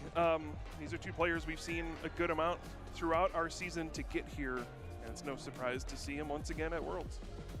I do believe they are getting ready down on the stage, our two competitors. We'll get that way here shortly. A lot of other notable names to keep our eyes on. That second match, Diego versus Fabian. Again, two excellent players who are more seasoned than many others as well. Diego's been playing in many World Championships. Of course, the 2017 World Champions. Got a few other top cuts under his belt as well. Yeah, we don't have a lot of former World Champions still active, or at least qualified for this event. Diego is one of them. You know, all the way back in, it's already been 13 years, 2013, when Jason Klaczynski won the World Championships for a record-setting third time. You always wondered when somebody else was going to start winning a second one to try to chase that ultimate achievement, and nobody has done it yet. It's been 13 years. We still haven't seen another two-time world champion, and Diego, maybe this is his year. It certainly could be 2-0, an excellent way to start. Nice way to try to chip away at that goal. We also see a few other notables here. Piper versus Jaden. Piper, of course, got top 8 at last year's World Championships with Golden Go. We'll see if she can repeat that success. But for now, get down to the stage where we have Oscar Madsen on the left up against Brent Tonneson. Incredible seasons for both of these players. I mean, look at just how many games Brent played. That's I mean, an incredible amount of games played, but that record is ridiculous, Chip. 128 and 39. That that is such an incredible win percentage. But Oscar as well, 26 and 6. These players are winning a lot and not losing very many matches. So two extremely skilled players here in round 2. Yeah, Oscar competing in quite a few less events compared to what Brent did, but still that win rate remains extremely high. We'd expect no less. Both of these players will be playing Dragapult. Of course, the deck that is most popular in the room. Both players choosing to pair it with the Crushing Hammers. Not too surprised to see that. Really looking at these lists, it's pretty standard to what we've come to expect, I'd say, Fuka. I think so, Chip. Yeah, this is, I think, what a lot of people think this format is. We have two Dragapult EX decks. They're both playing Crushing Hammers. Yeah, there's not a lot of, you know, what you'd consider spice in these decks. You know, there's no Blaziken, there's no Dusknoir. There are some tech cards here, as you always do have space for those in Dragapult. But yeah, the full 4 Crushing Hammers for both players, and it has really turned these Dragapult mirror matches into high volatility matches. There used to be, you know, you would have a pretty good sense of where things were going to go. You know, a player gets ahead on energy cards, a player gets the first Phantom Dive, whatever the case is. Now, at any point in the game, we could just see a couple energy cards get discarded, an unfair stamp. The whole thing could turn around in an instant. With Crushing Hammer in the arsenal, you never really feel out of it. Even if you have to flip 2 or 3 heads, you feel like you've always got that chance. And at this level of events, sometimes just having a chance is all you can ask for, giving yourself a shot to stay in it and keep that world champion dream alive. Absolutely. So excited to be here on the big stage here at the World Championships. Of course, you can see the beautiful backdrop here that we have for our players. It's bigger and better every year here at the World Championships. I'm sure these two players are focused on one thing, that is winning this match, earning more match points, trying to get towards that phase 2, ultimately the top cut. And we're going to get things started here with some prize cards. Of course, at the beginning of the game, you draw 7 cards in the opening hand and then lay out 6 prize cards to the side as we see them come out. Quite a few Pokemon for both of these players. That A-Spec Unfair Stamp prize for Oscar up at the top of his prize cards as well. Yeah, both players with their Pheasantipity EX prized as well. Flip the script, of course, very important to have at your disposal, especially once those knockouts start coming. Be an interesting situation here to see how these players are going to adapt, and it's one of those things you actually won't know that card is prized for your opponent. You might not be able to change your game plan really. We'll see how it goes here. Looks like we're going to kick off round number 3 with Brent going first. Here we go, down to the table, kicking off this Swiss round 3 with a Buddy Poffin. Brent Tonneson playing that as his opening card, allowing him to search the deck for 2 basic Pokemon with 70 HP or less and put them directly into play. The start of a Dreepy is nice, allowing for the find of a Badoo here as well, bringing that Pokemon out into play, and that is a huge piece of this deck and a huge piece of this mirror match as well, the potential use of Itchy Pollen, so much so that Brent here even playing a Pokepad, perhaps a little preemptively to get out a Dracloak. Yeah, when you go first in this mirror match between these 2 Dragapult decks, the one card you want to see in your opening hand is Buddy Poffin. You want to get basic Pokemon down. One of the ways you can lose very quickly in this Dragapult EX mirror match is to not get enough basic Pokemon down in the first turn. Your opponent uses Badoo's Itchy Pollen to take away your Buddy Poffin and your Pokepads. And then you just kind of do nothing while your opponent slowly sets up and uses Phantom Dive and wipes you out. So this is a perfect start for Brent so far. You want to get basic Pokemon down, prepare for the next turn. Yeah, this is textbook. Ultra Ball played, getting rid of a Dragapult and a Crispin. Worth noting though, one of his 2 available Dragapult did just hit the discard pile as his 3rd is prized. So Brent may have perhaps a problem finding his 3rd Dragapult EX should Oscar respond with an Itchy Pollen on his following turn. 3 Dreepy in play though for Brent. I'm sure he'll be very content with that, and Oscar will follow suit, kicking off his turn with his own Buddy Poffin. Yeah, I think there's been a question in the community. Is it better to go first or second with Dragapult? And especially in the mirror match, is it better to go first or second?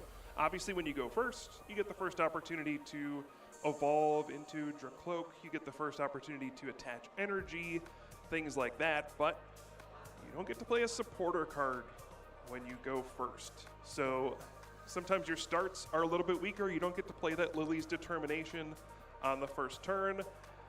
I'd say it's, there's pros and cons of each one. When you have the start that Brent had, I think you're happily going first. Oscar has to use this Meowth EX on his first turn. Worth noting, Oscar did win the coin flip and chose to go second. So it seems like he falls on the side of needing to go second here, being a little bit more consistent of an option, and that is supported here with the find of a Lily's Determination. It does come at the cost of putting Meowth EX in play, a great consistency option, but putting it in play early, it is a liability, Puka. Yeah, absolutely. It's got only 170 HP, can be an easy target later on, and Oscar actually has quite a few easy targets now, right? Later in the game, you can just see a boss's orders onto Meowth EX, Phantom Dive to knock out that, and a Badoo at the same time. That's 3 prize cards that are always looming as we get to the later stages of the game potentially, but sometimes you gotta play a supporter card, so you gotta put the Meowth in play. Yeah, better than not playing the game, better than passing, that is for sure, as Lily's Determination finding him 8 cards in this opening turn with no prize cards yet taken, and a draw of a Monkey Dory benching with that Risky Ruins in play does place 2 damage counters onto it, and Itchy Pollen puts 10 damage on that active Dreepy from Brent. Worth noting here, Puka, a miss of an energy attachment on Brent's opening turn.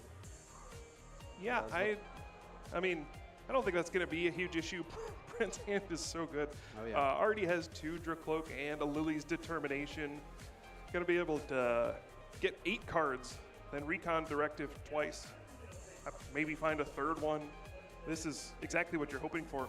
Meanwhile, Oscar only got 1 Dreepy into play. Even playing the Lily's Determination, was only able to find 1 Dreepy. Has a handful of supporter cards and not much else. So right now, feels like Brent might be in control. 8 cards found and 4 more still to be seen with a couple of Recon Directives, and that is only if another Dracloak is not found as well, as that would provide 2 more. And we do see a Crushing Hammer found there, perhaps. Holding on to that for later, of course. Brent under that Itchy Pollen, unable to play any item cards, so he needs to draw into Dracloak naturally, would not be able to Ultra Ball or Pokepad for it.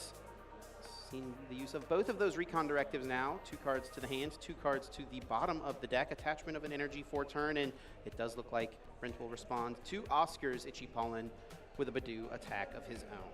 I'm sorry, does Oscar have 3 boss's orders in his hand? Yep.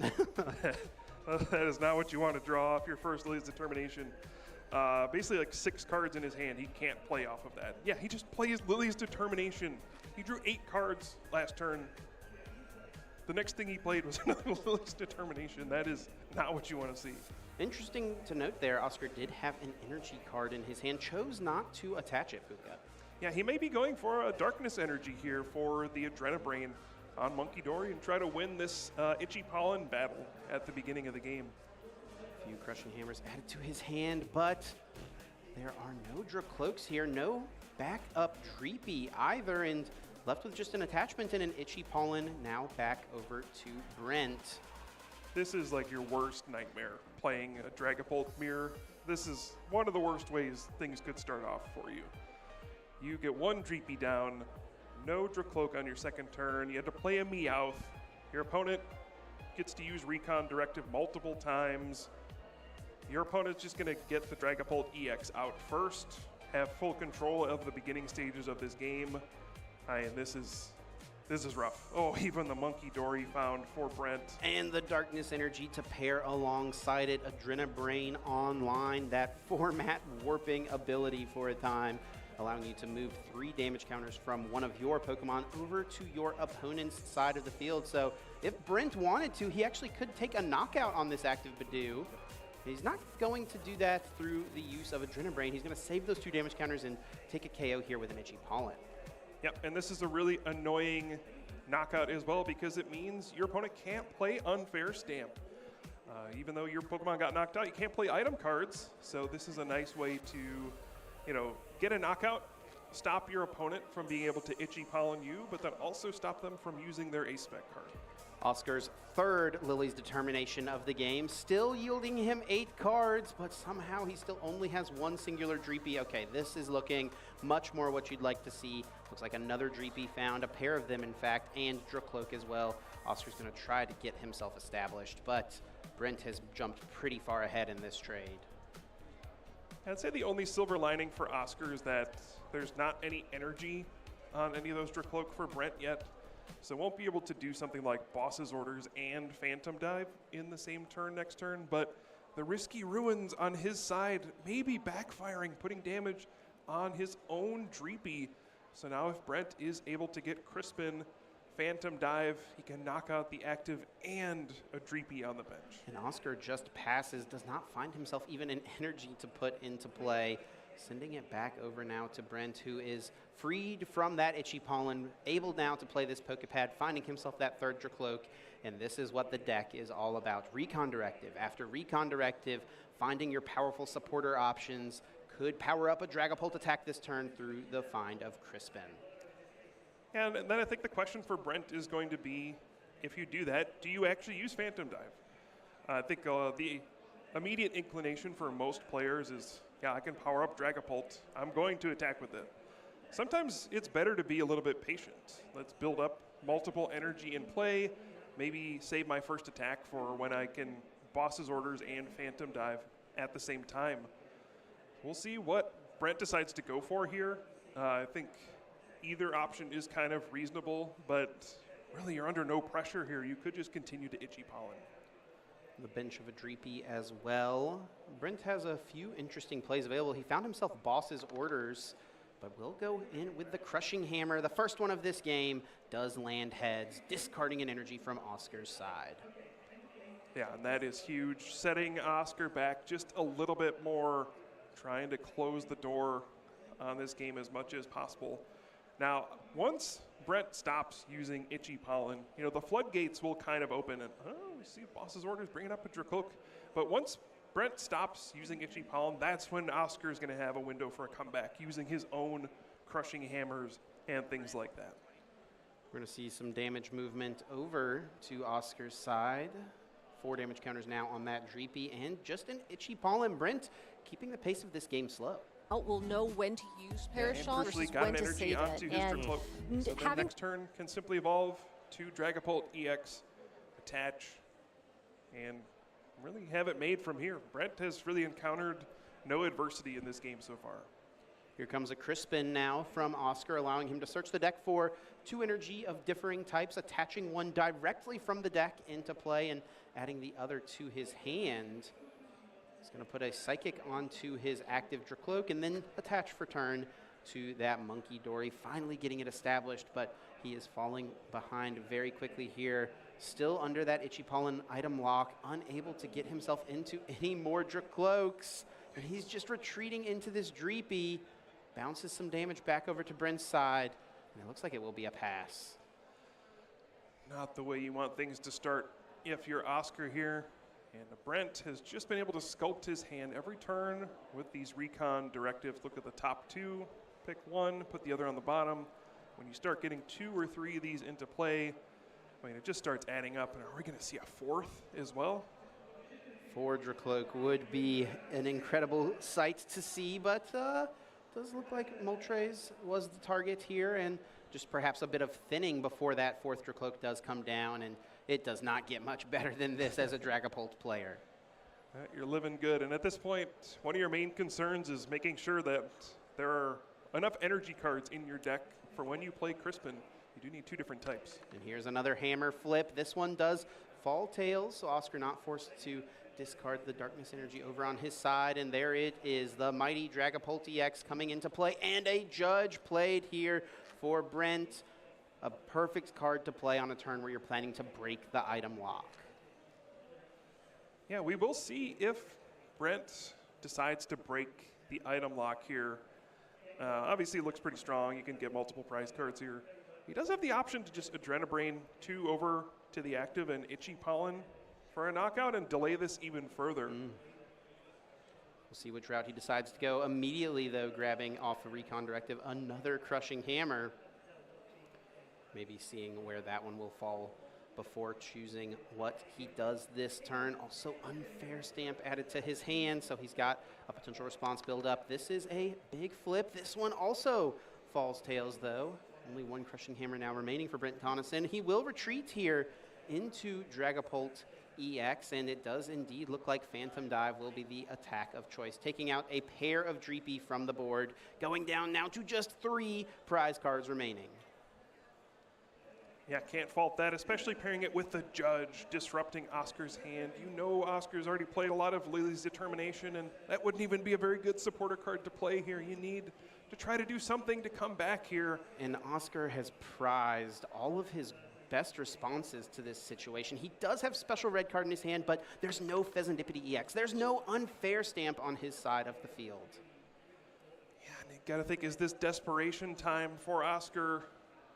Will he be going for something like Mind Bend with Monkey Dory to try to buy some time?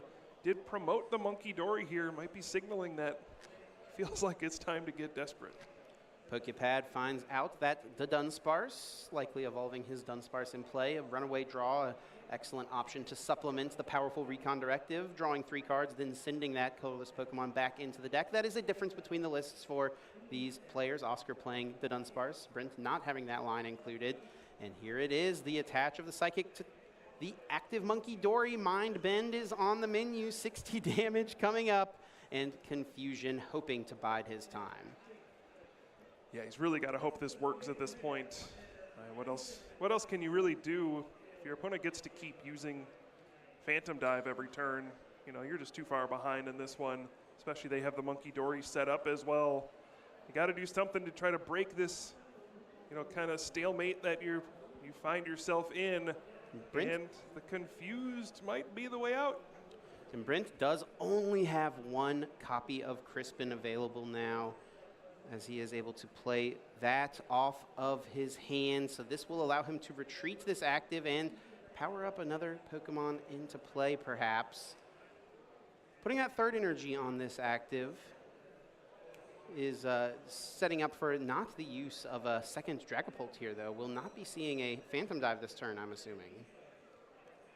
Yeah, I think there's probably not a great Phantom Dive here. You know, Brent did disrupt his own hand with the Judge last turn as well, so might not be confident that he can pull something off. But again, this is a spot where you are pretty significantly far ahead in this game, and you start to think, what are the ways I could lose this game? Is there just a safer route than trying to power up another Dragapult here, spread my energy a little thin? Or is it a situation where you just retreat an Itchy Pollen and say, okay, now you can't use any more Crushing Hammers. I'll just take a turn off. I'm ahead by so many prize cards. No need to rush.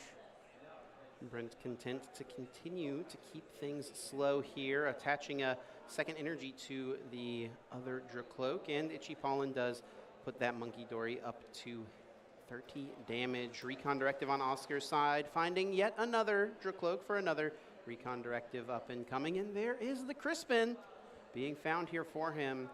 He has gone through quite a few more energy compared to Brent at this point, so that is always something you have to track when using Crispin, making sure you have two differing types in the deck, and looks like he does still Fire and Psychic eyed up here perhaps. And Darkness Energy brought to the front, in fact. Getting the second Monkey Dory established, a 2 Adrenabrain Onslaught from his side. I think Oscar just trying to figure out what is the way to claw back into this game. Down so many prize cards, your opponent has Dragapult set up already. Maybe the Monkey Dory advantage is the way I come back. And I think a smart move by Oscar here, using Adrenabrain to knock out the Badoo. Is there something I can get out of my prize cards to help me out? Something like the Unfair Stamp or Fezzidipity EX at some point, but just finds the Acerola's Mischief. And that perhaps could be a way for him to come back into this game, protecting maybe the Meowth EX or something along those lines to prevent Brent from closing out the game. We'll just see Oscar going into his own Badoo, getting an attachment down to his Dracloak, and it will be an Itchy Pollen on his side now. Yeah. Trying to see if he can bide his time. Unfortunately for Oscar, Brent just needs a boss's orders and the game's over. Yep, and he does indeed have it. Boss's orders can bring up that Meowth, and Phantom Dive would allow him to take his 3 prize cards remaining in order to get the Game 1 win for Swiss Round 3. Yeah, it looked like a game that wasn't very eventful, but there were so many small decisions from Brent that really made it so Oscar could not come back in this game.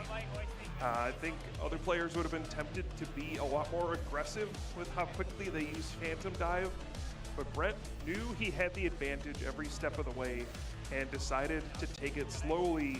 And eventually when he realized, all right, I am fully set up, there's not much you can do, now it's time to go on the offensive, just taking no chances and making sure that he puts himself in the best possible position to win. We've got Pablo standing by to give his thoughts on that game. What did you see there from Game 1 of Swiss 3, Pablo?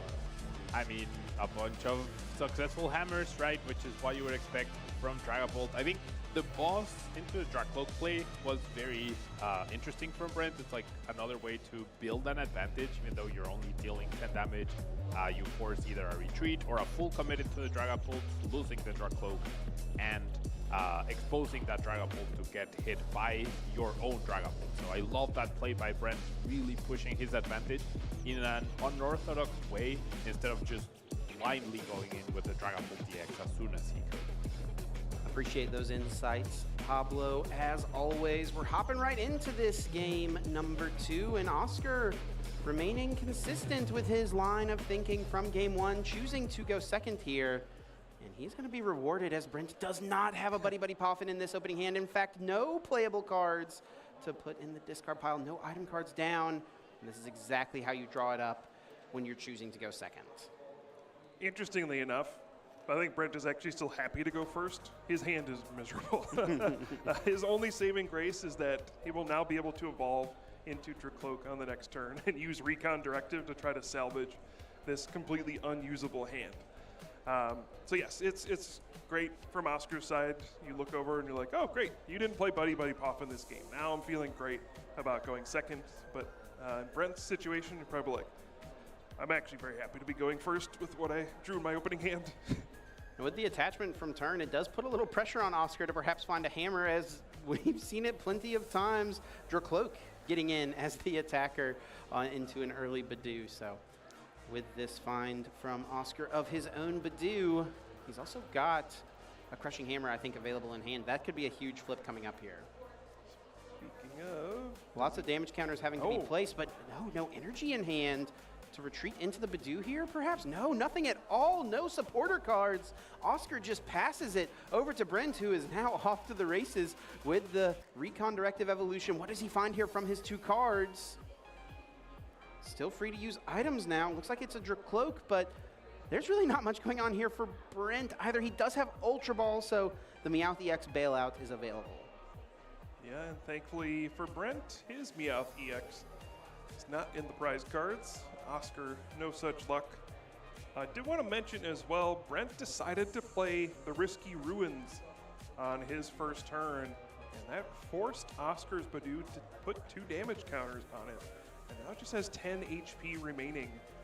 And so that's going to make it very awkward. You know, if Oscar were the one to initiate using Itchy Pollen, then Brent would just be able to put down his own and do the 10 damage for the knockout. So lots of little games happening here at the beginning to get any advantage that you can. You're also using Night Stretcher to bring back the Darkness energy before this Lily's Determination, preparing for the Itchy Pollen next turn, making sure he has access to that energy card in the deck. And Lily's Determination does throw the hand into the deck for Brent, and he'll get himself 8 cards here with still no prize cards taken. He's already used his Recon Directive, but lots of shots here at finding an out to get his board more established. And with that Psychic energy attached to the active, I mean, Dragon Headbutt seems pretty good here, Puka. Yeah, I mean, I think you saw Oscar Pokepad for a Dunsparce as well. I'm not sure, but I mean, you can look at this situation and just be like, okay, you didn't really do very much. I guess I can just knock out your Dunsparce and cut off some of your ways to draw cards here. It's, you know, sometimes these weird situations do come up where Dragon Headbutt on turn 2 is really awkward to deal with. And you have to question, Oscar decided not to play the Crushing Hammer on that previous turn. It could have potentially prevented this play. Choosing to hold on to it. We always have to wonder what could have been otherwise, but with the play of a Pokepad, Badoo is added to hand here for Brent. And we saw him play very patiently in game 1, using Badoo perhaps a few turns longer than many other players would have chosen to his success, of course. He's not going to choose to go with it here, though. Just attack into the active, get rid of that Dunsparce, knowing that the Dunsparce was in the hand. Oscar's draw for turn is another Dracloak. He already had one. That's no help. He needs to draw 2 cards here, and he does find his best hit, Puka, Lily's Determination. Whew. A sigh of relief for Oscar here. Things were going to go downhill very quickly. And that is another big hit with the heads on Crushing Hammer. Will allow him to discard one of these energies from Dracloak and try to just get re-established here. The Lily's Determinations were not kind to him in game number 1. Let's see if game number 2 will fare differently. Yeah, now an interesting spot for Oscar. We'll be able to block the item cards. Can Itchy Pollen here just for the 10 damage. I think one thing he's going to want to draw here, if he can find another Crushing Hammer, get a second heads this turn, I think this will flip the position he's in. It does not look like a Crushing Hammer was found, but Buddy Poffin is not too bad to see, as a couple of Dreepy able to be found off of that. But again, that early risky Ruins from Brent is going to damage both of these Pokemon as they come down, putting them in range of a Phantom Dive here. And with no Crushing Hammer being found, no flip taking place this turn after the first, Oscar does have an opportunity here, Brent having an opportunity here to take multiple prizes with a Phantom Dive. Yeah, Oscar was not able to find the unfair stamp either. Could have been some big cards to draw off that Lily's Determination. Just settles for the Adrenabrain with Monkey Dory playing a slower game here. And we'll hope that Brent isn't able to do anything that's particularly devastating this turn through the item lock. He's got a lot of options available as Recon Directive number 1 being utilized. He's even got another Dracloak already in the hand, so 3 Recon Directives lined up. He's found himself Monkey Dory, so a Crispin here would open up quite a few lines. Don't know that he pieced that all together. He does need to find a Dragapult here as well if he'd like to Phantom Dive this turn. I think Brent was very hopeful for Dragapult plus Boss's orders on this turn. could have gone after the Dracloak and knock out a Dreepy all at once, taken a huge lead in the game. I think was just unable to find that final piece to this puzzle, but it's still going to be pretty powerful turn. Yeah, he'll still be able to take out Dracloak here, and with Oscar not playing any rare candies in his list, I think Brent making that safe assumption based off of game one and based off of also what the standard has become for Dragapult lists these days. He knows there's no threat of a Dragapult on Oscar's side next turn. There's that evolution into Dragapult EX, the Darkness Energy attached to Monkey Dory from the Crispin. 2 extra energy into play this turn for Brent, so he'll be able to bounce that damage over to Dracloak. Not before benching his own Badoo here to perhaps give a pivot, just other options, but regardless, 2 damage counters moved over to Dracloak, and there is the KO. Oscar still remains behind. Oh yeah, this is not a great spot to be in. This is where your friend Crushing Hammer needs to help you out a little bit. Did find one. Maybe if you can pair it with an unfair stamp as well.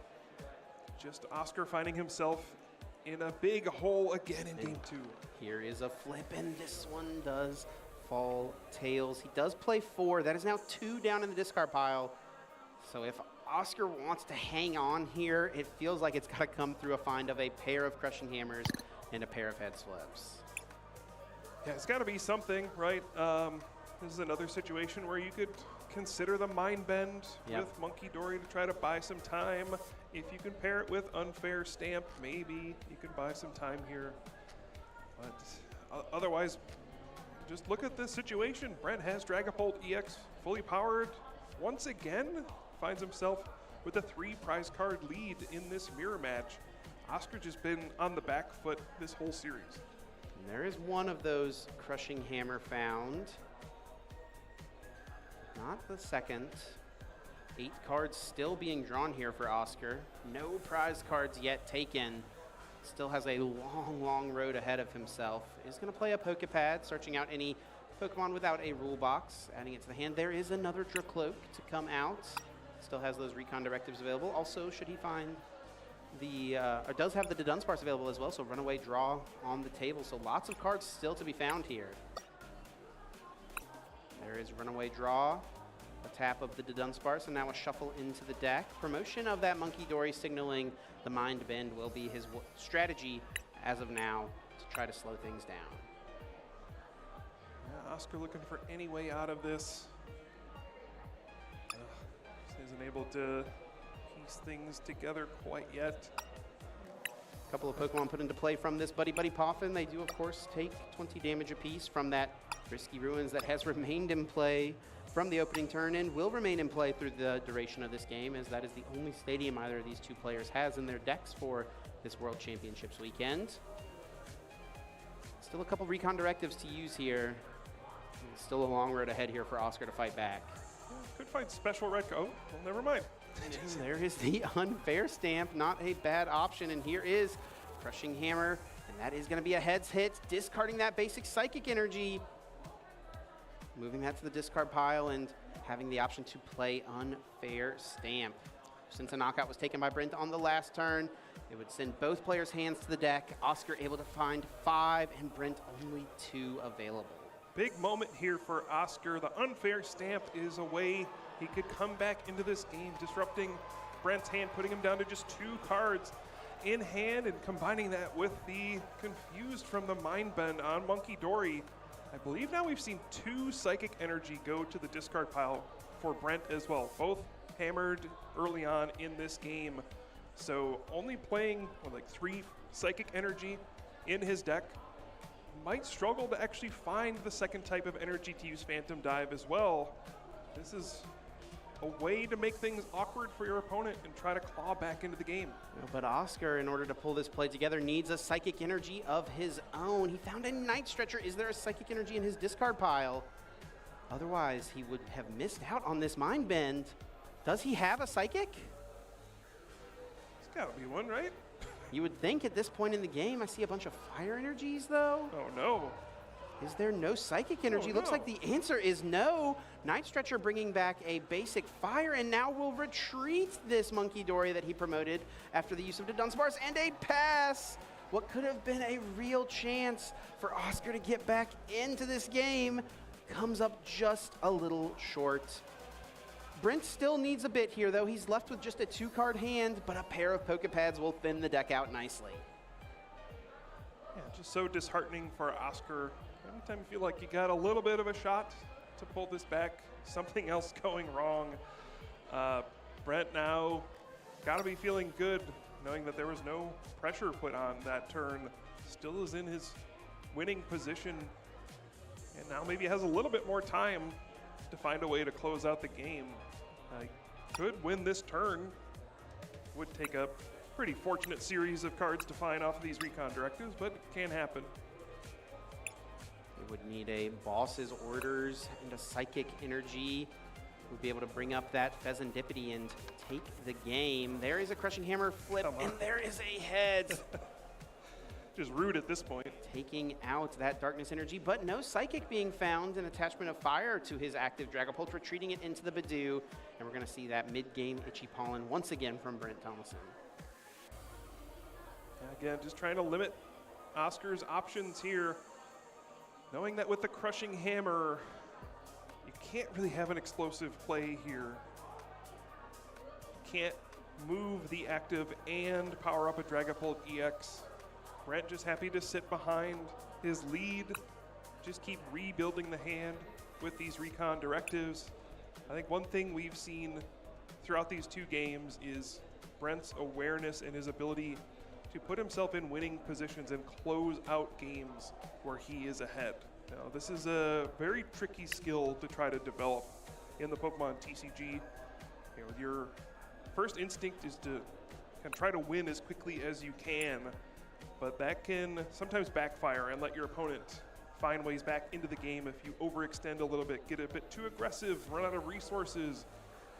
But in these situations where you can identify spots where you can kind of sit back and just wait a little bit, this is how you can, you know, give yourself a much higher chance to win versus just attacking for more prize cards every turn. A bunch of recon directives used for Oscar, continuing to advance his hand, continuing to churn his way through the deck, but not going to be able to attack this turn. He's going to use that runaway draw, sending the Dunsparce back into the deck and finding himself 3 more cards to work with. That active Dracloak did just evolve this turn, so there's no option to evolve it now. He's already played Crispin as a supporter for turn. He will evolve his bench Dracloak, trying to perhaps protect that investment of the energy onto that Pokemon, ensuring that it's not easy for Brent to deal with. We'll see that Monkey Dory's Adrenabrain ping-pong a little damage over to Brent's side. 30 damage onto Monkey Dory, and a draw for turn over from Brent. Right away from his recon directive does find Judge. Could perhaps be a strong option, but we'll go with another recon directive first. Judge and Unfair Stamp. Well, he may not play Unfair Stamp at all this game at this point. No kidding. I think Brent was keeping his options open to potentially just win the game this turn, as he called just needed out. a Psychic Energy or a Night Stretcher. Yeah. He had the boss's orders in hand already. It was just 1 card away from piecing it together. Does not find it, though, but the Judge still remains a strong play. Won't be able to win this turn, but is still giving himself the best chance possible to close this game out. He has really grown quite the lead here, and now is trying to limit Oscar even further. Only 4 cards available from the Judge. Well, finds the Night Stretcher to get the Psychic Energy back, but has already played a supporter card for the turn, so can't also play Boss's Orders. You know, won't be able to win this turn with a Phantom Dive, so in that case, probably no sense in using Phantom Dive. You just use Itchy Pollen one more time and give yourself 1 more turn to try to close the game out next turn and force your opponent to have found something off of this Judge. And he will go that route. 30 damage over to Oscar's Monkey Dory. Itchy Pollen, 10 more damage onto the active. And we'll see Oscar use Recon Directive. Does find himself Boss's Orders, but needs to find a way to move this active and also attack with a Dragapult here. Could also just evolve the active and play a Crispin and attack with that, but he's got to find a way to do something here. clock is ticking. If there's going to be a way for him to come back in this game, he needs to make something happen this turn. Yeah, and one of the big threats right now is Brent's Monkey Dory. I think Oscar realizes he has to deal with this. It's the thing that's making his Pheasantipity EX target to get knocked out by a Phantom Dive. If you can go after the Monkey Dory in some way, I think Oscar was hoping to do it with Phantom Dive, but he could still just boss his orders the Monkey Dory and Jet Headbutt. Doesn't sound like a great play, but looks like just gonna go for the Adrenabrain to knock out the Badoo and see what happens from here. It does not piece together the KO on the Monkey Dory here, but does leave Brent questioning what to promote, and is he debating sending up the Monkey Dory? That would have worked out, I think, nicely for what Oscar wanted to pull off, but no. It does seem like Brent deems it safe to send up his Dragapult EX, and he'll do just that, as Oscar will send up his own. Rose's encouragement will allow him to get a couple of energy cards onto this active Pokemon. A card you can only play when you have more prize cards remaining than your opponent, but powerful effect allowing you to attach 2 energy cards from your discard pile to one of your stage 2 Pokemon. Here is Oscar's Phantom Dive, finally getting it online. 200 damage into the active, 6 damage counters spread across the bench. But should Brent Tonneson have himself a boss's orders, he'll be able to win the game. Yeah, I think Oscar may have drawn that Rose's encouragement off the prize cards. If he had that, he could have set up the play. Ooh, and no boss, and Brent doesn't even go for it. He could have used a pair of recon directives to search for the boss. That would have been game, right, Puka? Well, no, at this point, there's not a second target to get knocked out by the Phantom Dive. True, that is... all the Pokemon have evolved up, and so there's not an easy 3-prize turn here unless he had a second Monkey Dory as well. Yeah, and he does play the 2 copies, but would have needed to find Monkey Dory plus another Darkness Energy. Not even going to try to piece that together, just goes with Lily's determination. Not going to be able to win this turn once again. So we'll see what he draws here off these 6. Good field. Maybe the window cracked open a bit for Oscar here.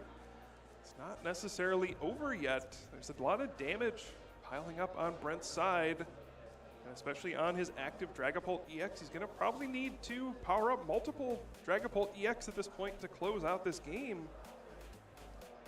This could get close. Brent will play an Ultra Ball, discarding a Moltres and a Dracloak. He'll search his deck for any Pokemon and add it to the hand. It looks like that second Monkey Dory will come down. So that'll be a couple of Adrenabrains to work with. Of course, a very valuable asset in this mirror match is the use of Monkey Dory. Oscar does just... Oh, no, he does play the 2, but we have seen many players go down to just 1 Monkey Dory. But if you ever get this board state in the mirror match where you can get 2 Monkey Dory into play, I mean, you just have so many options of how to approach what your opponent is throwing at you.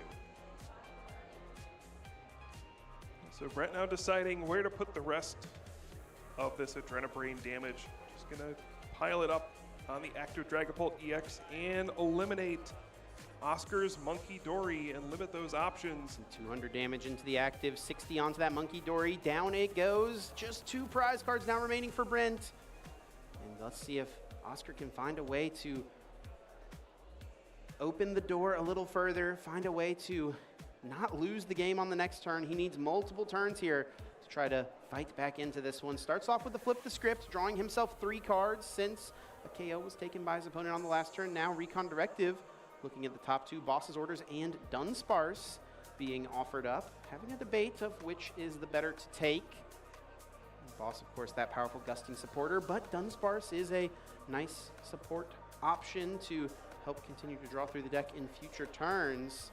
Yeah, it's a little tough to play that down. It's such a potential target for a Phantom Dive or even a Jet Headbutt in a weird endgame situation. Even a couple Monkey Dories, potentially.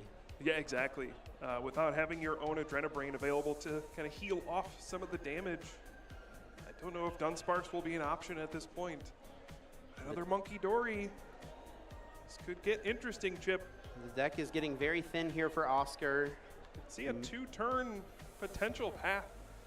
You know, if Brent doesn't win on the next turn, we could see a 3 prize card knockout this turn, and then just a Boss's Orders onto the Meowth EX on the following turn.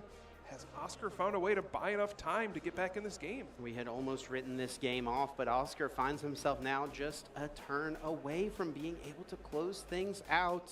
On this next turn, it will come down to, can Brent find a way to take 2 prize cards, and no energy on Andrew Cloak could make that difficult. I guess Oscar will have to attack with this active, and will move some damage over with the Monkey Dory first, placing 3 damage counters over onto Brent's Cloak. Really awkward thing for Oscar is his Dragapult EX. Oh, see the Acerola's Mischief. Look at that, Acerola's Mischief. This is a card that has sort of become a signature of Oscar and his friend group, allowing him to protect one of his Pokemon in play from damage from opponent's Pokemon EX attacks on the next turn. The problem, Chip, is he just loses to a Psychic Energy, a Mind Bend, plus the 2 Adrenabrains, gets to 100 damage exactly to knock out this Dragapult EX. And Brent has pieced that play exactly together, the perfect math. 60 damage from Adrenabrains, and we see 60 damage from the Mind Bend, able to take that KO and take the win 2-0 for Brent Connaughton. Got a little close there at the end of game 2, but Brent was able to find a way to make it happen. Yeah, I have to wonder at the end there, the Monkey Dory was the real threat. Was Oscar supposed to go after a Monkey Dory with the Adrenabrain plus the Phantom Dive at the end and take away that option?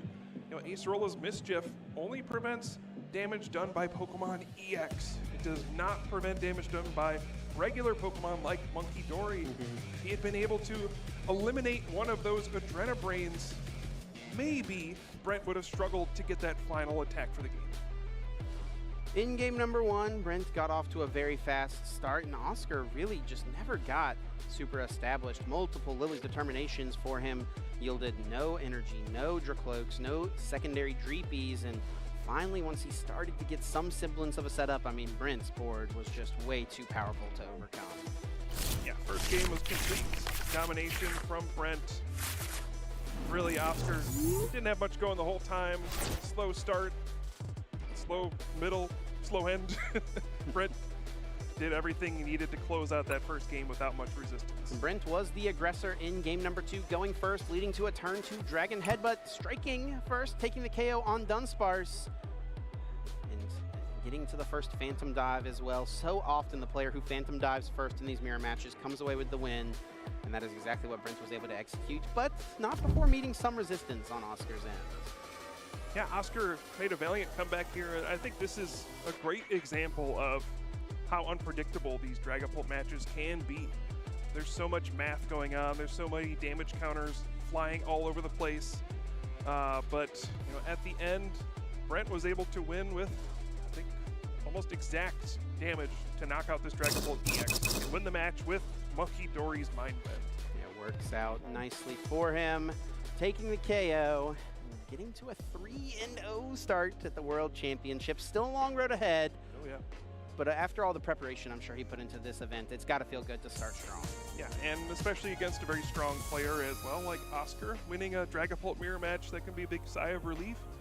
I'm sure all these players have done a lot of great preparation for the event, but you know, you always question yourself a little bit when you're going up against other top players. You know, are there things that they're seeing that I'm not? And I think it's got to be reassuring for Brent to start 3-0 and think, no, I do understand how these Dragapult matches work.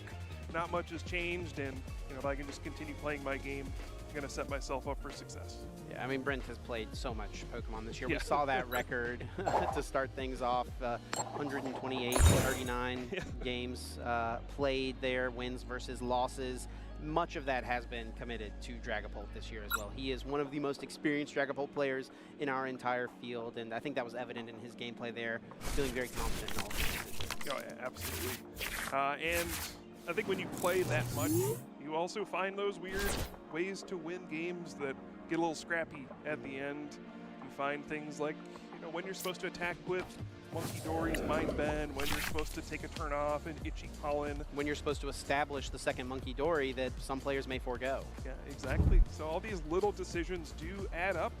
Yes, there are some elements you can't control, right? You don't know how many crushing hammers your opponent is going to hit. You don't know how many of your energy are going to get discarded. You don't know what you're going to draw off of unfair stamp all the time, but you control what you can and put yourself in a position to win. Well, Buka, we've got Brent standing by on the stage. Looking forward to hearing his thoughts on his start here at Worlds. Let's hear from him, Amy. Thank you so much, guys. We're here with Brent Tonneson, the winner of our feature match, going 3-0 so far at the Pokemon World Championships. Brent, how does it feel to be in such an advantageous position at the beginning? It feels pretty good. I wasn't sure how hard many of the counter decks would be at the event. I think there's a little bit more cross than I expected, but hopefully everything from here is smooth sailing still. Fingers crossed for you. How did you prepare for coming into a room you knew was going to be very Dragon Ball heavy? Well, I was very hesitant to play Dragon Ball since I didn't feel like I was that strong at it, but then I think 2 weeks ago, I kind of just figured out how to get really good at the mirror match. From there, I felt pretty confident. I think I can win the majority of my mirror matches.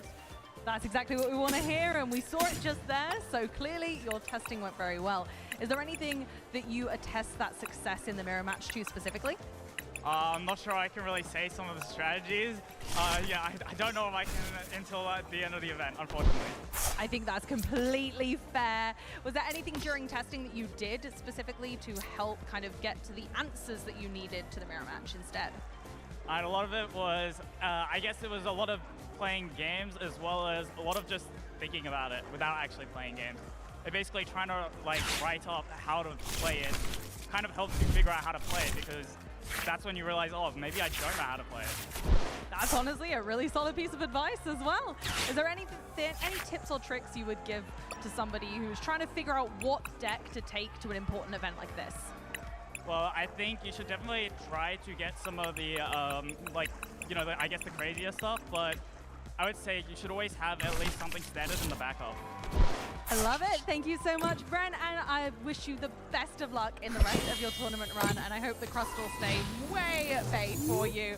Have a lovely rest of your day, and we're going to throw it back to the casters for some more Pokemon action. Thank you, Amy, and thank you and congratulations to Brent on the start. Still a long road ahead, but an excellent way to kick off his 2026 World Championships run. Yeah, absolutely. Can't start any better than that. So, got to be feeling good about it. I think, Brent said some interesting stuff there. He didn't want to give away his strategies, of course. Playing close to the chest. Yeah. There's still a lot of games to be played, of course. Even at the World Championships, the top players find little strategies, little edges that not everyone will figure out. So I do respect that. I think talking to something he said, though, sometimes you can just play a lot of games and just try different things. One of the traps I think people fall into is they get very locked in or tunneled into, this is what I need to do every turn of the game.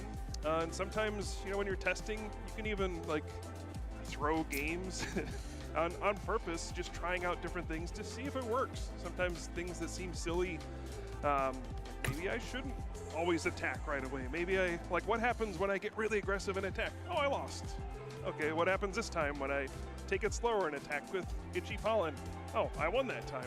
Sometimes that's the way you can figure things out, beyond just, trying to think it through. Sometimes you need to try some stuff and see what works. Recreating the same board state multiple times and playing through it in multiple different ways, trying to find out which route most often leads to victory. These games do always feel so dynamic and different, but you do find yourself in similar situations pretty often as well.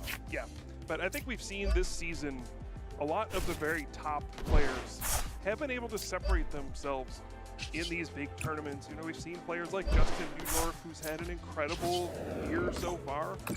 You got to think sometimes he's winning games that most other players just would not, just through repetition, trying out different things, practicing, honing his craft. Again, it's the World Championships, right? You're playing against all great players, but the work's never done. You always try to keep growing as a player. I do think we've got some feature match action to share. Of course, we have tons of matches happening out there on the floor, so we're going to take a look at one of those games as we get ready for Swiss Round 4 coming up. This is a Swiss Round 3 match, and we're getting in here to see Piper Lapine up against Jaden. Looks like we're jumping into a Zoroark mirror match we're picking up here in Game 3. Well, Zoroark. And Zoroark is one of the decks that was on a lot of players' minds coming into this weekend. Is one of the premier counters to Dragapult. You know, it's not a pure counter deck, but it is one of the decks that I think has a favorable matchup against Dragapult EX. Now, it's not extremely favorable. These games are still very close, but I think it was very appealing to a lot of players. You have this trade ability, this built-in consistency engine to the deck. So we've seen a lot of players switch back to this deck. It's interesting to see a mirror match here, though. Yeah, and I do believe we've actually got Piper here on the right, and Jaden is our player on the left here. So Piper being very nicely established with a bunch of Zoroark into play. I recognize that pace of yeah.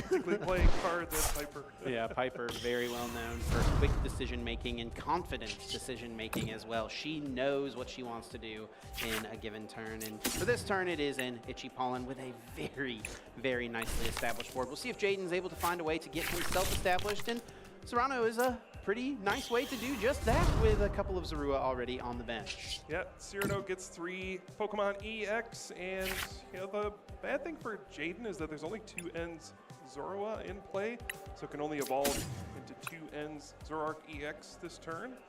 But still, that's a pretty good second turn of the game. Getting those Pokemon into play, using those trade abilities, discard 1 card to draw 2. You can sculpt your hand, find the cards you need. Looks like we're probably going to be in for a good one. Yeah, absolutely. Game 3 as well here.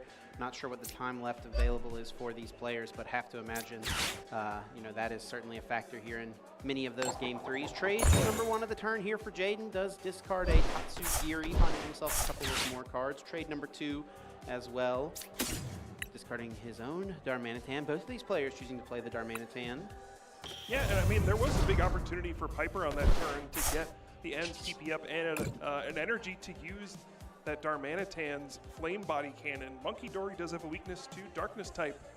Could have knocked that out, and one of the only 2 ends Zorua in play and just missed on that turn, but looks like Piper's still in a very good position.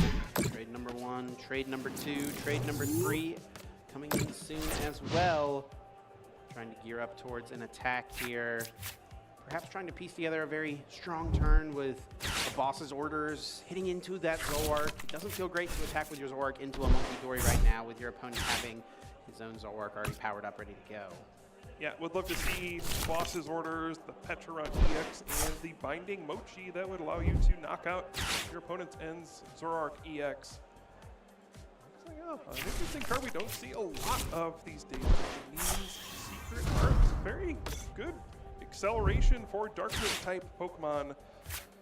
Put 2 energy into play on your Darkness Pokemon. So another way to power up these Pokemon, and a supporter based way as well that you can do even when your opponent is using Badoo's Itchy Pollen. Yeah, we've seen how good Crispin can be in so many decks, but for a deck like this that only plays basic Darkness energy, Janine's a really nice option. And also as well, when playing Binding Mochi, you have the option to poison your Pokemon as well, but we're gonna see Piper just go in with the Flame Body Cannon, setting up some damage onto Jaden's and Zoroark, and does take the KO on Monkey Dory. Yeah, it's a nice play because it sets up your end Zoroark EX, your next one, to do 250 damage and knock out this one without requiring the use of Pecharunt EX. If Jaden wants to get a knockout here, it probably requires, you know, that Pecharunt Binding Mochi combo or finding a Black Belt's training. And you don't do enough damage where the ends Reshiram can return knockout as well. So might look a little odd to only take 1 prize card and soften up a Pokemon, especially a deck that runs Monkey Dory a lot, giving them some fuel there, but Piper deciding to be aggressive here. And also nicely setting up her bench with each of those in Zoroark on the bench having a Darkness energy apiece, so it doesn't open up any plays for Jaden to chase her only powered up Zoroark. Unfortunately, it does leave Adrenabrain damage, so one of the ways this can backfire is moving 3 damage counters back to Piper's and Zoroark EX, and then doing exactly 250 with the Rampaging Thunder. So Piper, maybe aggression backfiring here. the Inn's Castle coming into play for Jaden, giving some mobility. I do think we will see the attack with this active, though, this turn. So perhaps just preparing for the future and future Pokemon being KO'd. There is that Binding Mochi in his hand. Actually, could be a nice way to get that pivot in. He could retreat to the Inzork that's powered up and then use Petron to Binding Mochi, bring it back to the active to get that boosted damage available. I think that is the play he's lining up for. With the attachment of this Binding Mochi, he'll be able to retreat, but not before playing a Lily's Determination. No supporter cards played yet for Jaden, and Piper's taken herself one prize card. Jaden yet to take any, so that will still mean 8 cards to draw here, and I don't believe any uses of that trade ability. Yeah, and this is one of the scary parts of being the aggressor in this kind of a matchup when you only take one prize card. You're going to have all Pokemon EX in play for a long time. You'll have like that 2-2-2 prize map available for your opponent potentially. So when you only take one prize card at the beginning, if your opponent can take the first 2 prize knockout, they can kind of win this race. Now, I think it will be a little difficult for Jaden, and part of the reason why Piper would go for this plan is, you know, there's not a lot of energy on Jaden's side right now. It could be difficult to continually piece together these big attacks every turn, but the door is open for a nice, you know, win in 3 turns from Jaden. And the only disruption option available, it looks like, for Piper to try to slow Jaden down from that 2-2-2 trade is the special red card. So that would be her only option. A spec of choice, of course, being the secret boxes we so often see in these Zoroark decks. Yeah, of course, you can't play that until your opponent is down to 3 prize cards. So in this situation, it would probably be when Jaden's down to 2. He'd have a very nerve-wracking turn afterwards. And Jaden is going to take a single prize KO here on this Badoo. Of course, that other single prize KO is available to him at some point in the future with that Darmanitan being in play. Very true.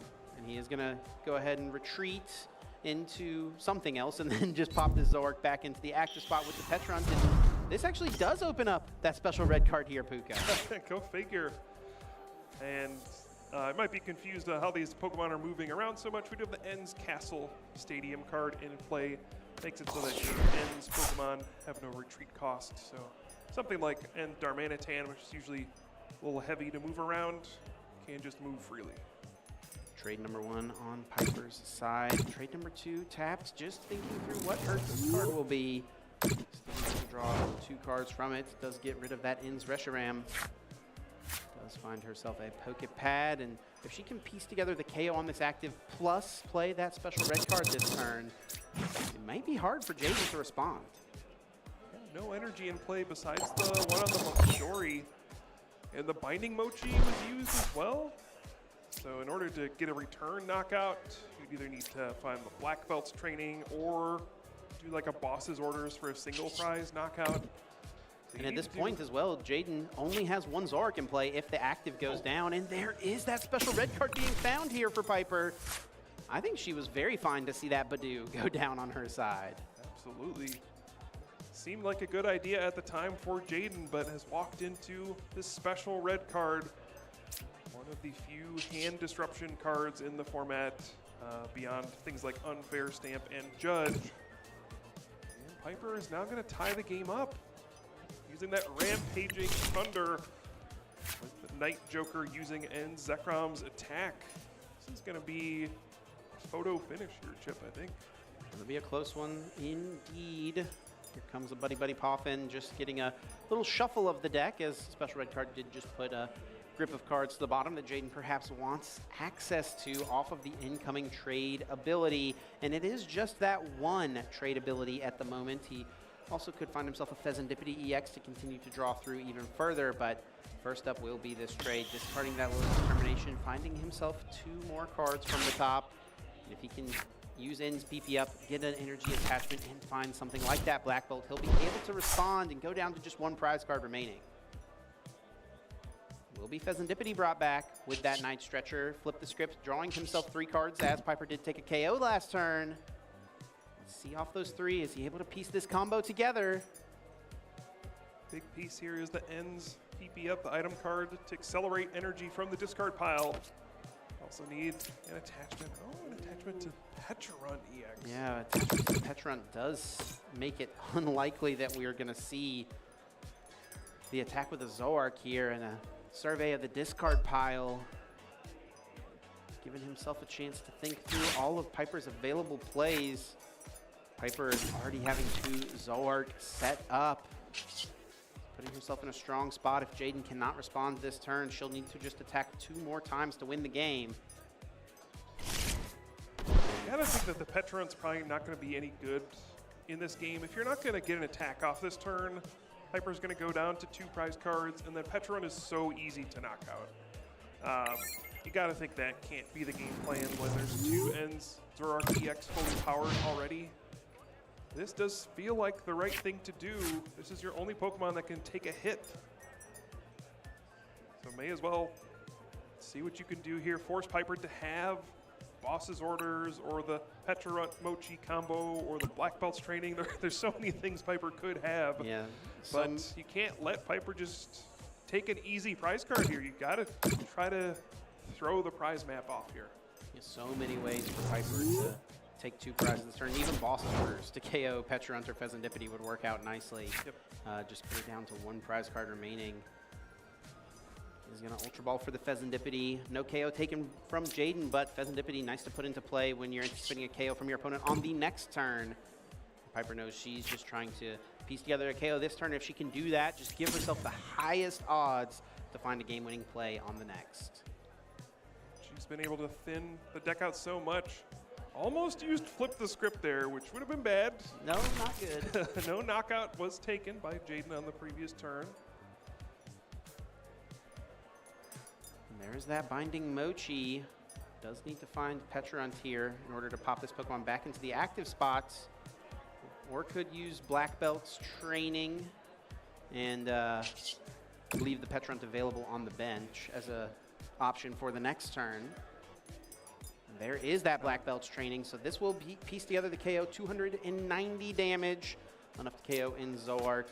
Brings back the Petrunt, setting up that bench in Zoroark, able to attack and trying to get to that checkmate board state, as we like to say, Puka, and this is pretty close. I think we're pretty much there, Chip. I don't see what Jaden can do here outside of... I got nothing. Piper just so set up, has, you know, kind of hand disruption protection built in with the Zoroark and the Pheasantipity on the bench. And yeah, that's going to be it. Piper is able to be aggressive in this ends Zoroark EX matchup and take the round. There we go. Piper off to yet another excellent start at another World Championships. We've, of course, had the pleasure of having her join us at the desk for a handful of regional championships this year. Still able, of course, to qualify. And she's showing why she is one of the best. Yeah, and you mentioned earlier, Piper did top cut at Worlds last season and had maybe one of the most devastating ends to a run we've seen, with 3 out of the 4 Gimme Ghoul in the prize cards. Yeah, I don't know if you saw, but she did post on X today.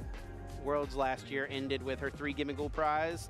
Round 1 today started with 3 Zorua prized, but she's been able to fight back from it, it seems, getting now to 3-0. Okay. You fight through adversity when you can, and you know, sometimes it's good that these are best of 3, right? You might lose a game where you prize the 3 of your basic Pokemon, but if you're able to win the next 2, it's like it never happened. Like it never happened, indeed. We did, of course, get to see Brent get the win in Swiss Round 3 up on the main stage. If you're unfamiliar, we'll take a moment to get to know Brent now. I started playing Pokemon sometime early in 2012, and I think I started playing competitive tournaments later in 2012 after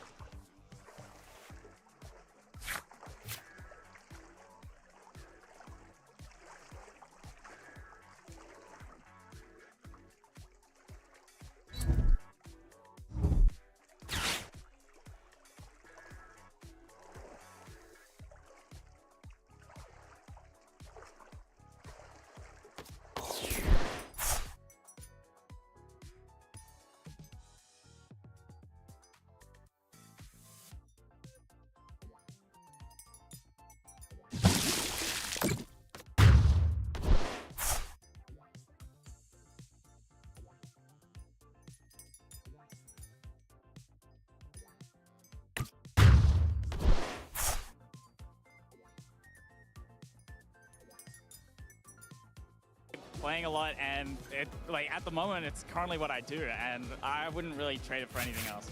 It probably would be something like chocolate, I would say. That's probably one of the ones that I have the most. I don't really snack that much when I game though. My favorite dessert is probably ice cream. Usually I'm going to have a good time with ice cream. My favorite Pokemon event, in terms of actually just enjoying the location, I think Merida last year was one of my favorite actually. I really enjoyed the location there. It was nice going to a new country. There were a lot of things to do. We had a great time hanging out afterwards. Overall, it was just a very good event. Yeah, I don't really listen to music that much. I maybe just Pokemon music in the background. That's something I do listen to a decent amount, but I don't particularly listen to music, which is a little bit weird, but I just never really got into it. I guess I'm Team Ash always, because I feel like Ash's trajectory is relatively realistic for a lot of players actually playing the game, where you get quite close and you keep trying and trying and eventually get to win somewhere. So I feel like that's something that I can definitely relate to. Hello everyone, we're here at the Pokemon World Championships in San Francisco, and we have all the kids from Tabletop Village. I'm here with Annabelle Ono. Annabelle, how are you doing? I'm doing amazing. I'm super glad I could be here right now. I think it's awesome that I get to go to the Pokemon Center and hang out with everyone. And now tell us a little bit about yourself, the season that you just played. How did you get here to the World Championships? So I went to my local card shop, which is Tabletop, and then this guy was his name was Jeff. He was like, oh, do you guys want to play Pokemon? And we were like, oh yeah, sure. And then he taught us, and then we got our own decks, and then we went to our first regional, which was Vancouver, and we did really well, and that's the first time we had our first booster box, and we were like, whoa, this is so cool. And then we wanted to play more tournaments, and then we started playing competitively, and then we started me and Kat just started testing, and then gotten better along the way. And now, as far as this season 2026 and San Francisco, how did you qualify to the World Championship? What decks did you use? Tell us about it. So I started playing Gardevoir for most of the season. I won a regional with it, and I thought that was the deck I've been playing for a year and a half, so I was most comfortable with it. And then I was also playing a little bit of Slowking, Raging Bull, Alakazam, a little bit of all those decks, and Pull, especially Pull Charizard was one of the decks I played the most, and has got me some of the most achievements. So I've been playing a little bit of everything, and then I played a lot of tournaments, so then that's how I got my Worlds invite. That's awesome. And now, who are you here with? Are you here with your parents, your family? I'm here with my parents, so my dad, my mom, and my brother. Okay, and do they all go play to Tabletop Village? Well, my mom and dad don't play, but they support me. My brother plays, but my dad is starting to play now, so he might start playing at Tabletop. And how ready are you feeling for the World Championships this weekend? I'm feeling pretty ready, but I sometimes switch decks last minute, so we'll see. All right, perfect. Well, great hearing from you, Annabelle. I wish you the best of luck this weekend. Yeah, and congrats for making it all the way here. Welcome back in, Pokemon fans, to the 2026 World Championships in San Francisco, California. Trading card game coverage well underway. 3 Swiss rounds done. Got plenty more still remaining, though. Don't go anywhere. The action is just heating up on our live stream. Swiss round 4 is coming up soon. Chip Ritchie here in the booth, joined by Kyle Pukasukovic. Excited to take you through it. Here we are, Puka. Here we are, Here Chip. we are, Worlds well underway. Yeah, here we are with lots of people from around the world at the World Championships as well. Tens of thousands of people showed up to this event. It's been buzzing around San Francisco, here in the convention center, outside on the Rayquaza Road, all around the city. The World Championships have just become an incredible event. Yeah, of course, this is the first year Pokemon XP alongside the World Championships. So much fun stuff to experience. I mean, the tournament is, of course, what we're here focusing on, but it is just such a small part of what is now going on this weekend. Absolutely. Thinking back to that 2016 World Championships in San Francisco 10 years ago, I mean, how far we have come. Absolutely, and you know, we're here. We have so many fans from around the world it's just amazing to be a part of it all. You get to see, you know, your friends from around the world, make new friends, meet people from parts of the world that you maybe would never have encountered before. Just opportunities you get here at the World Championships and at Pokemon XP. Of course, celebrating 30 years of Pokemonship. Let's check in on our caster predictions this weekend. We're only 3 rounds down, so still a bit early to call anyone as the favorite here, but we're pretty split up on what we were liking this weekend. No surprise to see you going with the Meganium, I will say. I'm pretty safe picking the Dragapult as well. Yeah, I know it's not a very thrilling pick, Dragapult EX, but I mean, do expect to see quite a bit of it. So it's actually strangely, I think, become an unpopular opinion to think that Dragapult will win this event. Now a lot of people are doubling down and saying like, yeah, Dragapult's going to be the most played, but it's not going to win. But I still think there's a pretty good chance it's going to win. I mean, the numbers certainly favor it, and the players choosing to play it favor that as well. But plenty of players, if not playing Dragapult, have come up with different, unique ways to counter it. We've seen lots of Lily's Clefairy EX, one of Ross's caster predictions, perhaps the best answer to Dragapult EX in the format, being able to one-hit KO with ease for just 2 energy cards with full Boomerang. Yeah, and Joe, kind of our lone warrior representing the newest expansion, Pitch Black, picking 2 cards. We've seen the Mega Excadrill EX, that is one that's popped up a decent amount. One of the top decks that people have brought this weekend, but also the Delmise from that hide and seek archetype.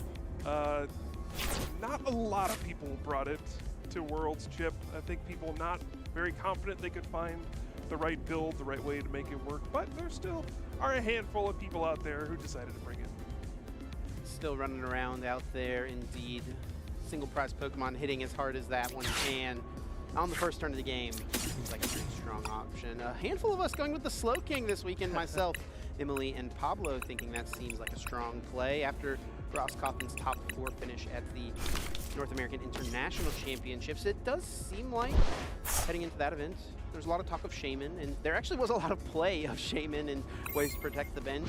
A little bit less of that, it feels like, heading into Worlds. Rabska does pop up here and there, which does kind of double down for that bench protection, but it does feel like the Slowking respect has gone down a bit from where it was at NAIC.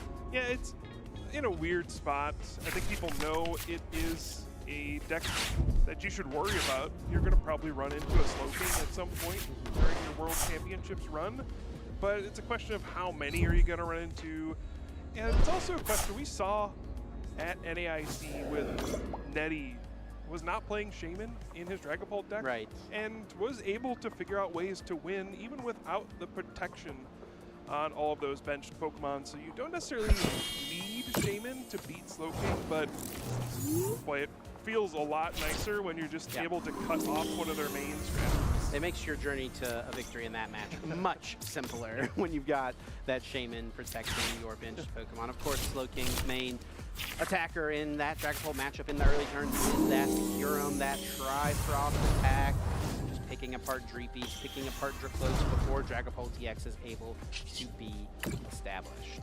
Yeah, and Slowking, I think, got a little bit of a boost as well. It can be pretty good against the Mega Excadrill deck as well. One of the new archetypes in the format after Pitch Black was released. You wouldn't think of that deck as particularly susceptible to Slowking, but it really runs on having those Beldum, Matang, Drillbur in the early stages of the game, and all of those Pokemon can get hit by the Tri-Frost as well. Yeah, and even if you were to play something like that Annihilate from back in Surging Sparks when your opponent's attacking with a Mega Excadrill, it's a pretty nice trade to just knock out your own Slowking in favor of gaining yourself 3 prize cards. Yeah, but yeah, there are a lot of decks that are still susceptible to that early Tri-Frost with Slowking. Of course, one of the most unique attacks we've seen in quite some time with that Seek Inspiration. You discard the top card of your deck. If it's a Pokemon that doesn't have a rule box, you can use one of that Pokemon's attacks. And so you get all sorts of funny things that, you know, Pokemon that have 5 energy cost attacks, or big stage 2 Pokemon that are tough to get into play. You can use a variety of things, all with this one Slowking. Well, these are the cards we're expecting to do well. There are tons of players out there we're certainly keeping our eye on. I believe 4 former world champions are competing in the Masters division this weekend. We've got Diego Capiraga, Henry Brand, we've got Fernando Cifuentes, and last year's champion Riley McKay. But one of the best players to do it that we have not seen claim victory at a World Championships level is Tord Reklev. He's come so close twice. 2nd place back in 2023, top 4 in 2019. And the question going, I think, into every Worlds is going to be, is this year Tord Reklev's year? Yeah, it's strange, right? You only get 1 shot at Worlds every year, and the best of the best are coming here. It is just a single tournament. Crazy stuff can happen. Tord had 2 amazing opportunities in both those years where he made the top 4 and then the finals. I think it was extremely close both times. Of course, that match against Vance Kelly, he was kind of 1 turn away from winning it all. A lot of people kind of feel like it's inevitable that Tord will get there eventually, but it's still the one thing that's eluded him so far. A lot of conversation around at this stage, is he maybe the greatest player of all time with all the international victories and even results he's racked up at the World Championships, but that Worlds win would be the cherry on top. Yeah. History remembers champions, and he's been champion plenty of times, but is yet to claim that Worlds title. We saw on that player card, Zork, his choice for the weekend, a deck that he just played to a top cut finish at the North American International Championships. Brought a kind of a funky version with the transformation tomes to NAIC. He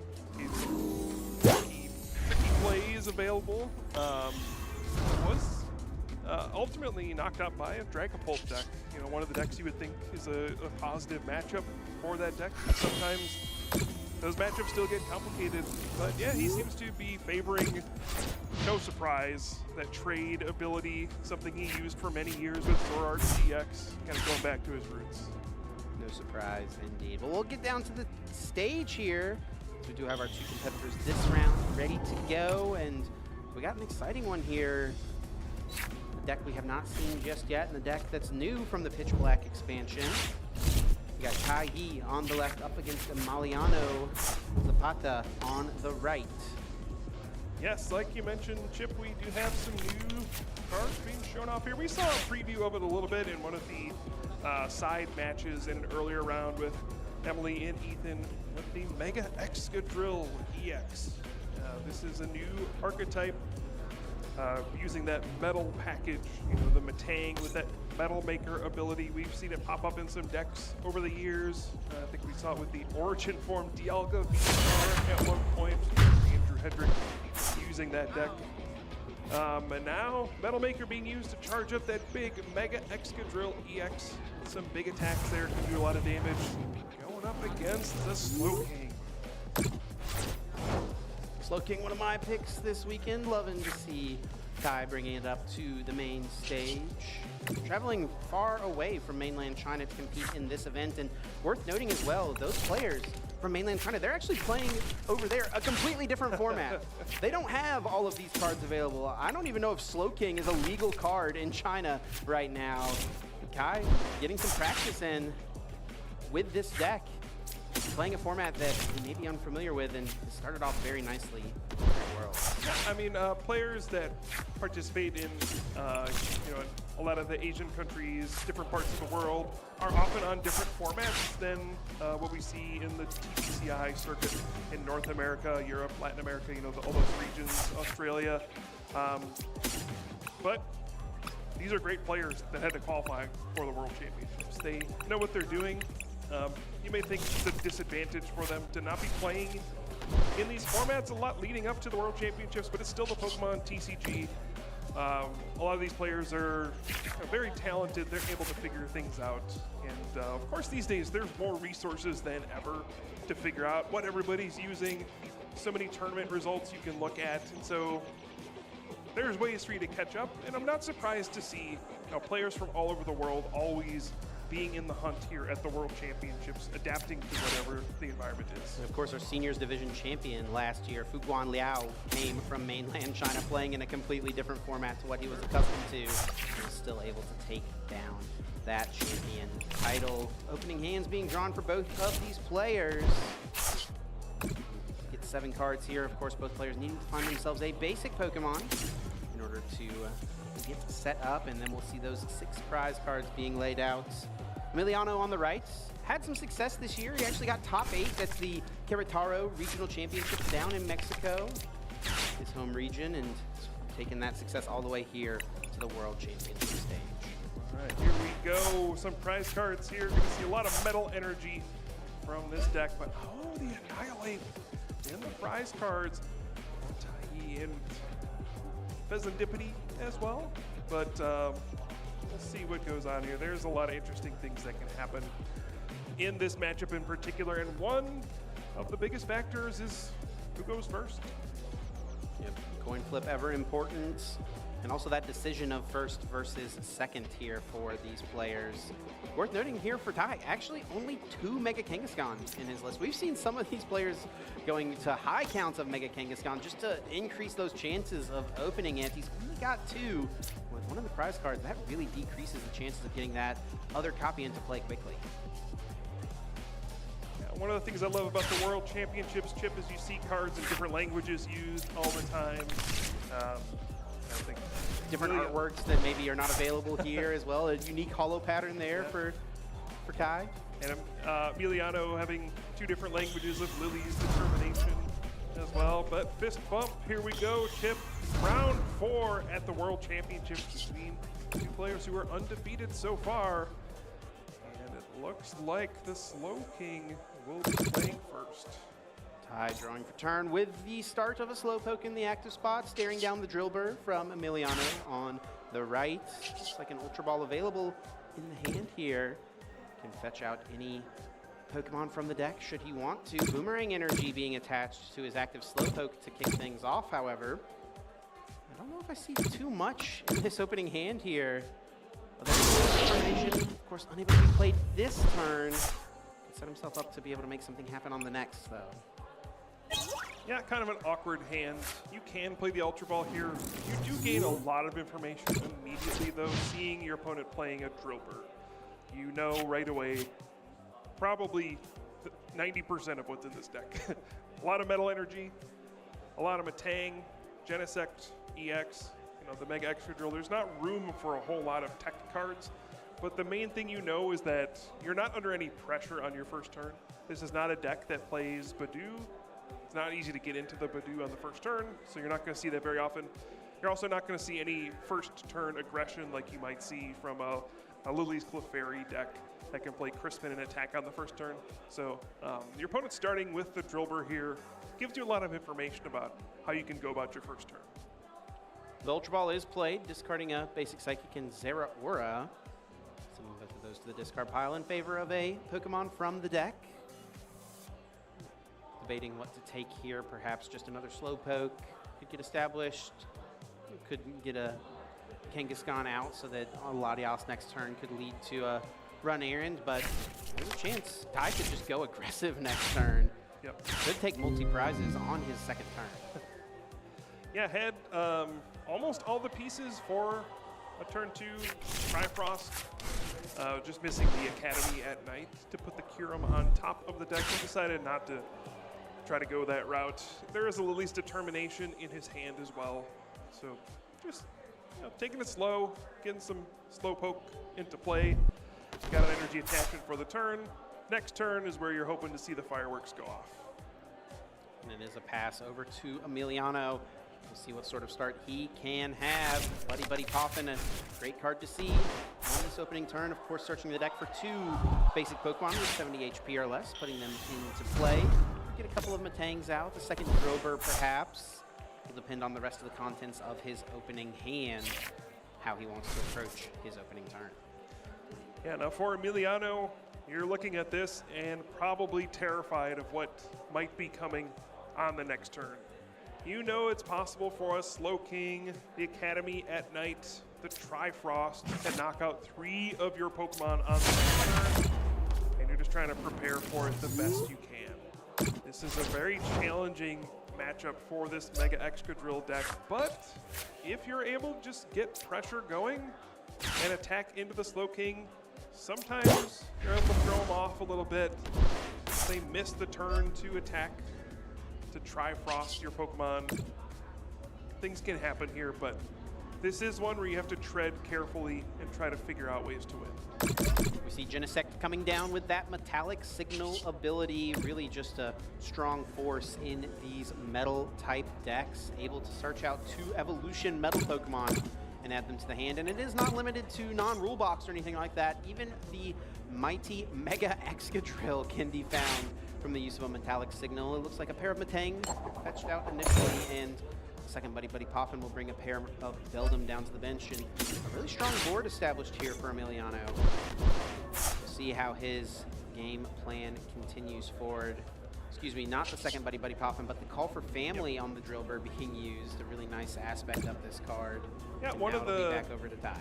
Yeah, the Call for Family is one of the great things about this deck. Doesn't seem like much, but in a your first turn to get all your basic Pokemon into play, get yourself set up. This is a major part of this deck's consistency.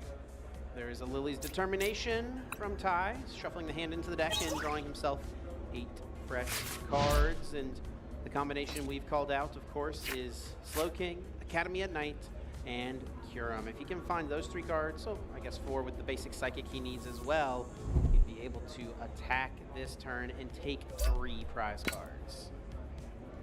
Interestingly enough, Prime Catcher is the ace spec for this deck as well. A lot of the time we see Secret Box as kind of a 1-card, do-it-all kind of thing that sets up your whole combo at once. Prime Catcher gives you a lot of flexibility in this deck. You normally don't see much Boss's Orders being played in the Slowking deck, and sometimes you can play around that when you're playing against Slowking, knowing that some of the Pokemon on your bench will be safe. Prime Catcher doubles as a way to get out of retreat, but also gives you an opportunity to target things down on your opponent's bench. It is a much higher impact card when it works, but obviously lowers your consistency a bit compared to something like the Secret Box. Telepathic Psychic Energy placed onto the benched Slowpoke, so no Trifrost will be happening this turn, and in fact, no strong attack. A Dangle Tail is available should he want it. And a couple of ways he could go from this point. Telepathic Psychic, of course, brings out that Latias EX, and I do think I saw that Mega Kangaskhan in hand, Puka. Could be risky, though, to put Kangaskhan in the active spot. Yeah, this is one of the maybe weaknesses of the Slowking deck. You consider it a single prize deck because Slowking only gives up 1 prize card when it's knocked out. But you often do have to put big Pokemon EX and Mega Kangaskhan EX into play, things that give up many prize cards to execute your strategy. You need a lot of cards to make this Slowking deck work.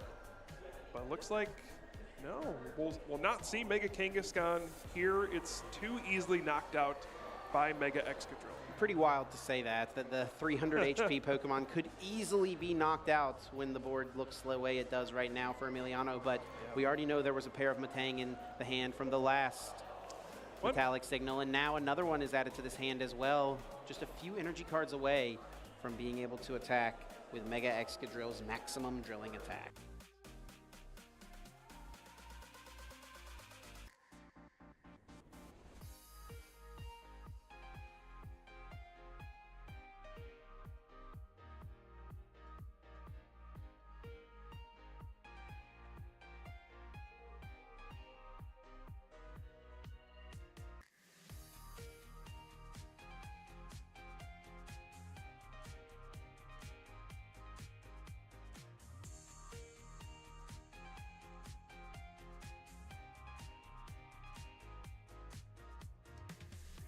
Not need that many energy to KO one of these Slowpoke. Able to attack with Undermine, a really nice option for this deck whenever KOing low HP Pokemon.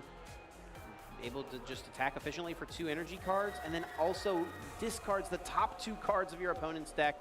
A strong effect, but even stronger against a deck like Slowking. Yeah, you can hit some crucial pieces sometimes with the Undermine. I think a lot of players have identified this as one of the strongest parts of this deck. Sometimes you just mill 2 important cards on your opponent's side. Yeah, looks like we are going to see the Undermine discard the top 2 cards. Oh, Cypher Maniac. Ooh, that is a big hit, as that would have set up whatever guy wanted to do this turn, including the Kyurem onto the active spot. Does have another Cypher Maniac, so no harm, no foul there. But as you called out, Puka did lose an energy semi-needlessly by not retreating it last turn. And every piece of the puzzle counts for this Slowking deck. You need so much every single turn. Sometimes you use exactly all of your resources in a game to do all of your attacks, so losing an energy like that could backfire. One of the other things that is going to be challenging for Ty in this game is that Annihilate is in the prize cards. That is your main way to knock out Mega Excadrill EX with 340 HP. You know, this is a very, very big Pokemon to have to knock out. The most direct damage you can do with Slowking is 300 with Metagross. You can even add in the Brave Bangle to get it to 330, but you're still 10 short. You have no option to knock out Mega Excadrill without that Annihilate. In theory, Ty could win by just attacking 2 times, once with the Trifrost, once with the Annihilate, copying those attacks, but that line will more than likely not be available in this game, depending on how the prize cards are taken. There is that Cypher Maniac code breaking, searching the deck for any 2 cards, putting them on top in any order. So this can guarantee that attack with the Trifrost of the Kyurem, targeting down all of those Metang, wiping Emiliano's energy acceleration from the field. We can see a very interesting play here, Chip, because of the Prime Catcher. Prime Catcher out the Genesect, and then Trifrost to knock out all 3 Metang on the bench. That Genesect has no energy on it currently. Force Emiliano to have something like a switch to get out of the active spot. Skyliner allowing that Latias EX to retreat freely, and does attack with the Kyurem with the necessary energy, will discard all energy attached to his Slowking and takes 3 prize cards, wiping the field of all Metangs. No Metal Maker available on this turn. Down goes that telepathic energy. Boomerang popped right back up, and now Slowking just needs 1 more energy to attack on the next turn. Found the Annihilate off of the prize cards as well, Chip. That's huge to see the Annihilate being grabbed from the prizes, as that does line up for the KO of a Mega Excadrill on the next turn. So now Emiliano, and again, this is kind of the challenging thing in this matchup. You don't really have a lot of control over the prize map. You need the Metang in play to use the Metal Makers to get the energy onto your attackers, but they are easy targets for Trifrost. This is not a deck that typically plays Shaman. You don't really have room for it. This is exactly what can happen. You said it earlier, Chip. It only takes 2 attacks to really win the game. Take 3 prize cards off of Trifrost, take 3 off of knocking out a Mega Excadrill, and the game can be over just like that. We'll see if Ty's able to line it up on the next turn. Emiliano, of course, will do everything he can to withstand this onslaught. He's got to operate as if Ty does not have that win on the next turn. And we'll see what path he wants to take in order to re-establish himself after that devastating Trifrost. Metallic Signal bringing out a Metagross and a Metang into the hand, and we'll see a Beldum put down onto the bench. I believe that was taken as a prize card last turn, so unfortunately find, and now you have to take energy to this active Maximum Drilling, taking a KO. Down goes the Slowking. Ty can win this turn, but he does need quite a few cards to piece it together. Yeah, but fortunately was able to stack a second card with the Cypher Maniac's code breaking on the previous turn. But the Kyurem on top has also left a Wondrous Patch for this turn to power up the next Slowking. So Ty keeping the next turn in mind as well to set up perhaps a game-winning play here. What he needs this turn is a Wondrous Patch, another energy card, a Slowking, an Academy at Night, and that Annihilate, and he'll be able to piece together the KO, wiping this Mega Excadrill from the field with Destined Fight, the attack of Annihilate. Looks like it is possible. See, Ultra Ball can find the Meowth EX, which can then find the Cypher Maniac's code breaking, which you can then draw those cards with the run errand. So as long as everything is there and you have enough of the pieces this can put the final puzzle together and maybe get this attack going. And there will be the play of the Cypher Maniacs code breaking, placing the missing pieces on top of the deck with telepathic energy, that Academy at night, and I think this will be the game-winning play here. I believe Night Stretcher in hand gets back Slow King, so all those pieces available for Tcg. In order to get this win, you gotta play it all in the right order though. The sequencing Yes. always key. Yep. Run errand, drawing those 2 cards, placed on top of the deck.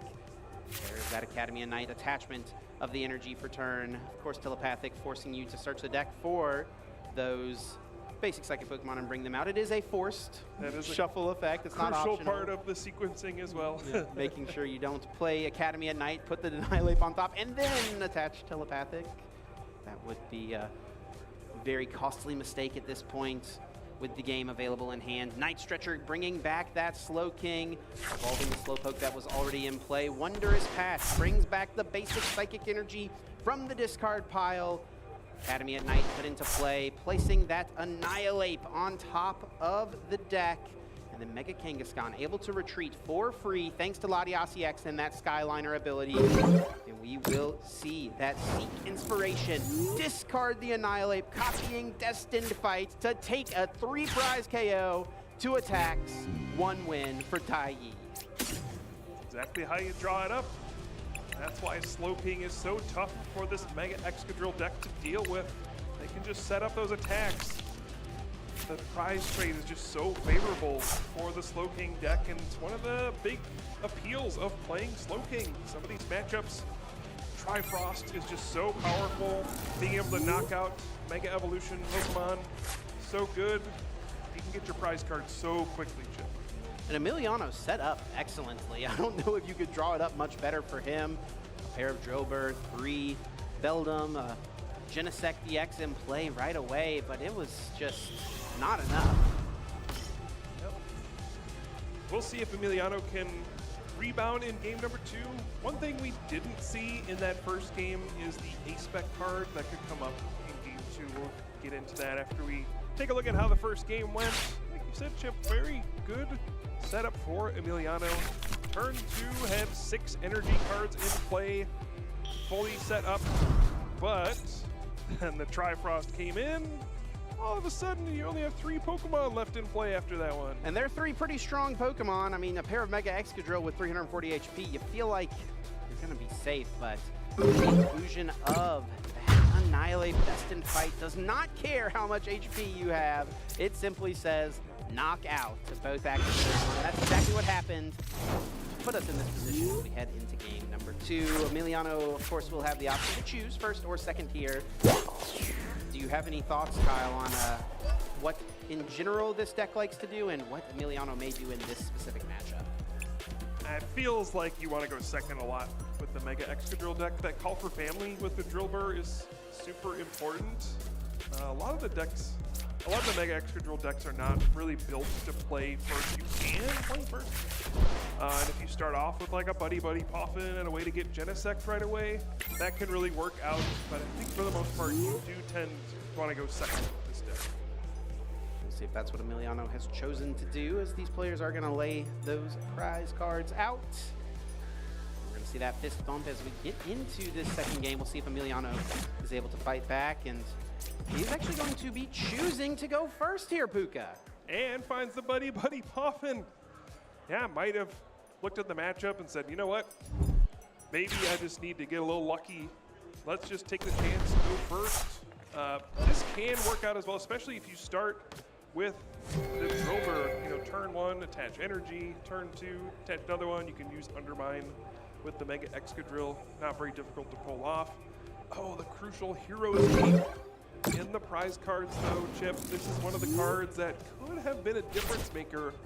It can make it so one of your Metang can take a hit from the Trifrost and not get knocked out. Yeah, it could force Ty to only take 2 prize cards where he'd go with the Trifrost as opposed to the 3 that would naturally be set up. Heroes Cape, maybe in this matchup, not great on the Mega Excadrill, as, again, it does not matter how much HP you have when facing down the attack of an Annihilate. so often that's how we see that Hero's Cape being utilized in a second. Buddy Poffin. All right, yeah, go first. You know what? Sometimes it just works out. Genesect, the only missing piece up to this point, but does have that energy attachment, as you called out, and doesn't even need Matang to pull off an attack next turn with the Undermine and take a prize card on this opening turn as well. Yeah, now Ty will have to make a decision here on whether he needs to put Mega Kangaskhan in the active spot. Obviously, that's very risky. Mega Kangaskhan EX gives up 3 prize cards when it's knocked out. Mega Excadrill can hit for over 300 damage in the right circumstances on the second turn. That's one of the ways you can lose in this matchup. You know, your Mega Kangaskhan goes down before you're able to get an attack off, and then your opponent is able to just race you, essentially. You get 3 prize cards first, then you're really under pressure the whole game to pull off your Slow King attacks to try to get it. Seeing the use of a telepathic psychic energy from Taiyi here, attached to that active Slowpoke, and searching out 2 basic psychic Pokemon to put into play. So an easy pivot into a Mega Kangaskhan here, should he have access to a Mega Kangaskhan, if he wants to do it. And maybe this would be the time where you would feel a little safer to go into Mega Kangaskhan with Emiliano not having a use of the Genesect on that first turn. But we'll just get out a pair of Slowpoke for now. We'll see what else he has available this turn. Of course, going second, able to use a supporter should he have one. Yeah, that's a great point, Chip. I mean, not having the Genesect on that first turn makes it so it's unlikely for your opponent to evolve into like 3 Matang on the next turn, 2 or 3. And an Excadrill. Yeah, it makes it tough to get to the 5 energy you need to knock out a Mega Kangaskhan EX. Now, of course, it still can happen. So that's why you have to weigh the risk here, figure out if that's going to backfire at all. I think if you can avoid putting Kangaskhan into play this turn, you probably should, just to not give your opponent an opportunity to take those 3 prize cards, but sometimes your hand does not allow that. Looks like there is a Cypher Maniac in hand. There's also that Meowth EX in hand. An annoying Pokemon, of course, to put into play, as it does clog up the space and is a bit of a liability. But sometimes when you need to play a supporter, you just got to go with it and use that last-ditch catch to bail you out. Ty having a bit of a think here about how to approach this hand. He's going to land on an Ultra Ball, discarding both the Meowth and that Kyurem. 2 pretty good cards. Yeah, Slowking, I mean, it's obviously has a very, I would say, straightforward goal. You want to put the Pokemon on top of your deck so that you can attack with Slowking. Sometimes the way you get there is very challenging to figure out. Like, how do I piece all of this together? Not just to do an attack this turn, but also set myself up to attack on the following turn. So sometimes, yeah, using something like an Ultra Ball can be really challenging. The cards you end up discarding can end up haunting you later. So you do have to be very deliberate about how you're using all your resources. And he is going to go with the Kangaskhan here, just weighing that risk and thinking it is unlikely for Emiliano to get a 5 energy Mega Excadrill on the next turn. He'll play Cypher Maniac's Code Breaking as the supporter here before the use of Run Aaron, so any 2 cards will now be added to his hand. What does he want to set up on the next turn? That is the question here. Yeah, and it's a great question because he's only got 2 cards, 1 or 2 cards in hand right now. We'll draw 2 off the Cypher Maniac's Code Breaking. You really got to figure out now, are you going to try to plan for your Mega Kangaskhan to make it through the turn or plan for it to get knocked out? That can be a different situation for, you know, what cards you're putting on top of your deck. You know, if you were playing the secret box, I think your decision might be a little bit easier. It's like a one card solution to figure out your problem. But without that, yeah, you do have to figure out how you're going to get all the resources in hand to use Seek Inspiration on the next turn, and then give yourself a follow-up attacker for when that Slowking goes down. So Ty stacks the deck with Cypher Maniac's Code Breaking, uses that Run Errand to find those 2 guards, and that will end his turn. Now over to Emiliano. Let's see what he can piece together. Does he have access to a Genesect? That will certainly be a question. Does have an energy to attach to his active Drillbur and the Lily's Determination. He'll find himself 8 cards here.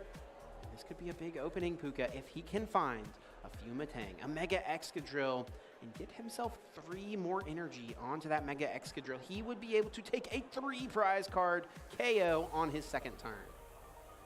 Huge 8 cards off of this Lily's Determination. You know, this deck does not run a whole lot of ways to search for specific Pokemon.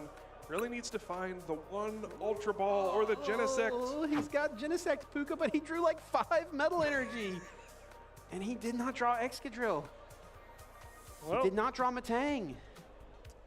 How lucky are you feeling here, Chip? I mean, it is still possible. Go for the 1 Metal Maker plus the 1 Mega Excadrill and just let's. Oh, that's so many energy. There's so many energy, and that decreases the odds of the hit here, but he may just go for it with this Metallic Signal. He finds the Mega Excadrill, he finds the Matang. I mean, what else is he gonna do? I mean, what else can you do? Yeah. Give it a shot, you know. If he finds 3 energy out of these 4 cards off this incoming Metal Maker, he'll be able to take this knockout. Yeah. And I'm gonna lose it, Chip. There's so many energy in his hand. If you find 3 out of the top 4, that's, let's see. Can it happen? It's coming right here. 1, 2, 3, 4, and it is just that single Metal Energy being found. Not quite. That's not quite 3. A much more realistic outcome, I will say. It could have happened, though. Not today, though, for Emiliano. And now a choice. We'll go with the evolve of this Excadrill. Will hit for 200, I presume, here into this active. So setting it up to KO. I mean, do you ever think about just going with the Undermine as Emiliano in this spot? I probably would, yeah. And he is going to do that. Yeah, reason being, there's not a whole lot of difference between doing 200 and doing 90 here. Both put it in range of a potential Mega Skarmory EX later in the game to finish off this Mega Kangaskhan. I mean, I guess the bad thing that can happen is, you know, you don't get to 5 energy, and now you can't even 2-hit knock out this Mega Kangaskhan. But I think there's going to be worse news for Emiliano here as Ty searches for the Kyurem and then plays a Cypher Maniacs code breaking. I think we might see it once again, Chip. The full turn 2 combo here, piecing it all together.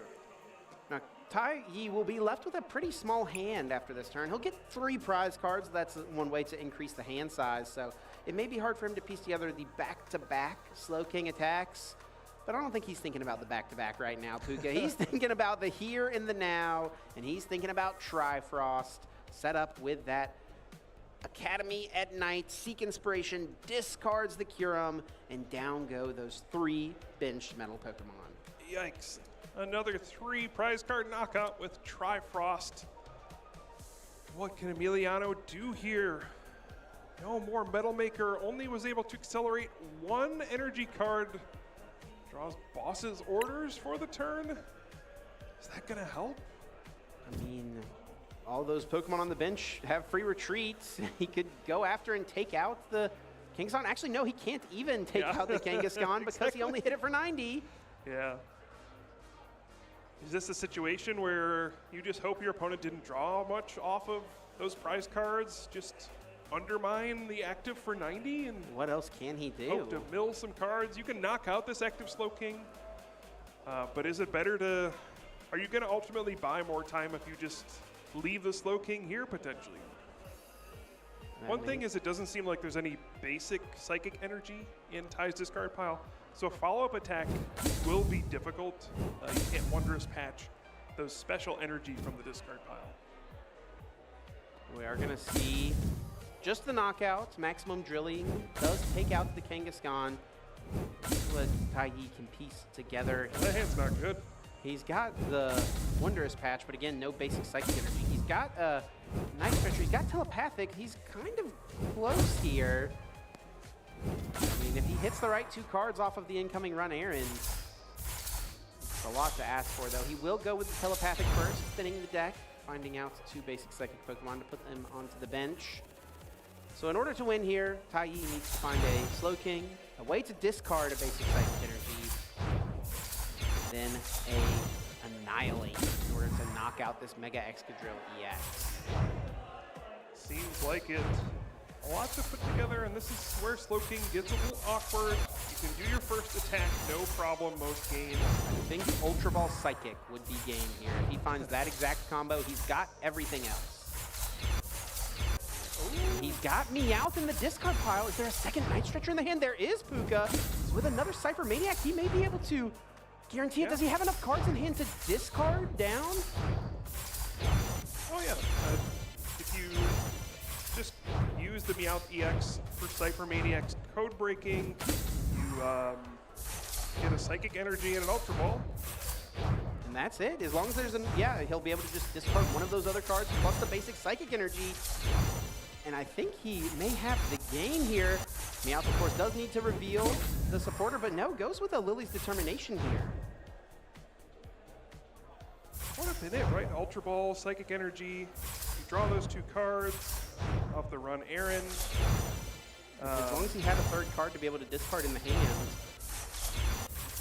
So it looks like Lily's Determination going to be the choice instead. Do see a couple more Academy at Night, not useful here, and not much else working for him here. So perhaps a missed opportunity here for Ty. Could have just closed out the game this turn. Perhaps. Not gonna have it just yet, but could still draw it. You see that flip the script. There's that Slowking, there's the basic Psychic. Does he have the Wondrous Patch? Does he have Annihilate? A lot of cards found. I don't think he does. Problem for Emiliano is Ty doesn't need to win this turn. No. Emiliano still has 5 prize cards. Exactly. There's so much left. I mean, even if you knock out the Mega Kangaskhan, you go down to 2 prize cards, so then the destined fight from Annihilate is still an option to win the game. You knock out your own Slowking, but only gives up 1 prize card. You would end up winning. And the other bad part for Emiliano is no Matang in play. There's no way to accelerate more energy. Now, he could find himself in a spot where he can boss his orders and chase down that Slowking with the energy on it, and hope once again that his opponent is unable to pull together the Ultra Ball to discard the Psychic Energy, the Wondrous Patch, do all that stuff. It does seem a little more likely your opponent's going to be able to do this after a Lily's Determination. They drew a bunch of cards. They're going to be able to draw a bunch more cards, but you gotta go for your only chance in this situation. If you can find that line, even if it seems super slim, you gotta go for it. There is that boss orders. Up comes the Slowking, and down it will go. Maximum drilling, more than enough damage to KO this Pokemon. And that'll be another prize card for Emiliano. The promote for Taiyi is the Mega Kangaskhan. Draw for turn, finds that Lily's Determination, and there now is that Cypher Maniac's code breaking. Let's see if he can piece it together this turn. Gotta assume there's Ultra Balls left to play, right? There is 1 in the prize cards, but he does play the full 4 copies. So as long as there is an Ultra Ball in the deck, I think he needs now Ultra Ball and another energy card here, and he should be able to piece this together. Yeah, as long as there's a Wondrous Patch or something in hand already. Oh, and does he have the Wondrous Patch, actually? Actually, I don't know if he does. I actually don't think he has it, Puka, even with this Cypher Maniac. And if that's the case, Ultra Ball plus... Doesn't have the... He only has 1 energy in the hand. It's 1 basic Psychic. He doesn't have 2. Yeah, there is still Flip the Script. In that case, you gotta think it's better to flip the script first, then wait to play the Cypher Maniac in order to draw the cards exactly that you need off of this. Wow, yeah. Flip the script first. Give yourself a shot to draw one of these pieces, and then Cypher Maniac for the last 2 possibly needed.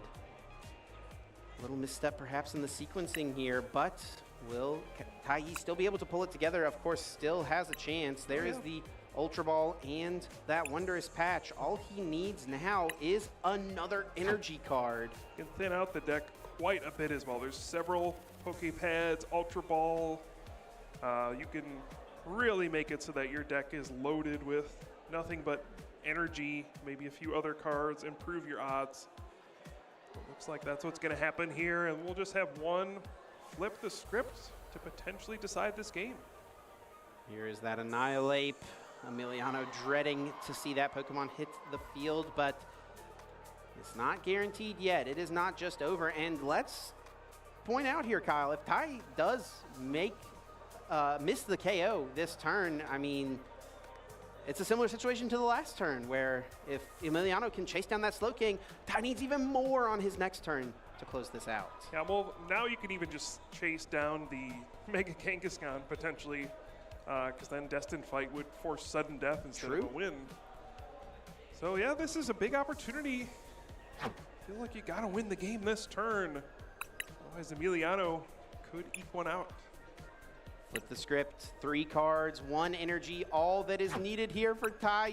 There is Latias, there is the Lily's Clefairy, and the final card is that Psychic Energy, the final piece of the puzzle. With this wondrous patch, he'll bring back 1 basic Psychic, attach another one from the hand, and then use Academy at Night to place that Annihilate on top of the deck, and down goes Mega Excadrill, a 2-0 win for Tai. See the power of Slowking on full display there. I think maybe some nerves getting to our player there, being on the big stage. Maybe not something he's used to, but was able to keep it all together and figure out a way to close out that game. Slowking just has such powerful attacks available, you know, against a deck like Mega Excadrill that's not really able to disrupt very much or block any of these strategies. We saw it in both games. The Trifrost, the Destined Fight, the 1-2 punch to take all 6 prize cards. 2 attacks, all that was needed from Tai in both of those games in order to get the win. Well fought, of course, by Emiliano. You got to feel for him. I mean, it's obviously a pretty tough matchup after what we have seen play out here. I think that's what we thought going in, and I think it was also made evidence through these 2 games. Yeah, both games, Emiliano set up just fine for the most part. First game, 6 energy in play on the second turn of the game, and the game wasn't close. Got blown up pretty quickly by the Trifrost, plus the Annihilate. Yeah, when Slowking is able to put these attacks together consistently, I feel like there's not a ton you can do as the Mega Excadrill player. It does feel semi tough to deal with indeed, but Emiliano gave himself a shot. Taking down that Slowking, Tai missed that KO, and then was able to chase down the Slowking, made Tai work extra hard for it, but in the end, he was able to piece it all together. Even still, found the combo, had a really huge amount of cards in the hand, and that final card from Flip the Script got him the energy necessary, sigh of relief, and a KO for the game.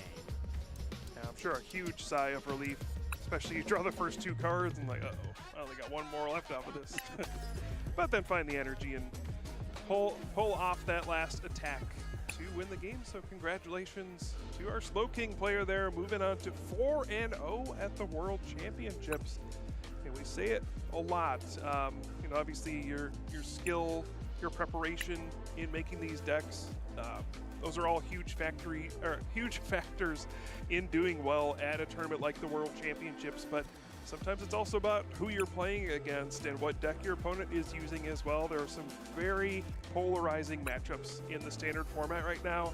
I think that is kind of one of them where Slowking seems to be heavily favored against that metal deck. And for Emiliano, the event is far from over, right? 3-1 is still an excellent start to the World Championships, and you know, just a few more matches today. We're, I mean, now halfway through our day 1 Swiss. We've got 8 rounds of Swiss still. And you need 16 match points to make it from Phase 1 into Phase 2. So just a few more wins, Emiliano will be able to block that up. Yeah, absolutely. You got to be feeling good about it.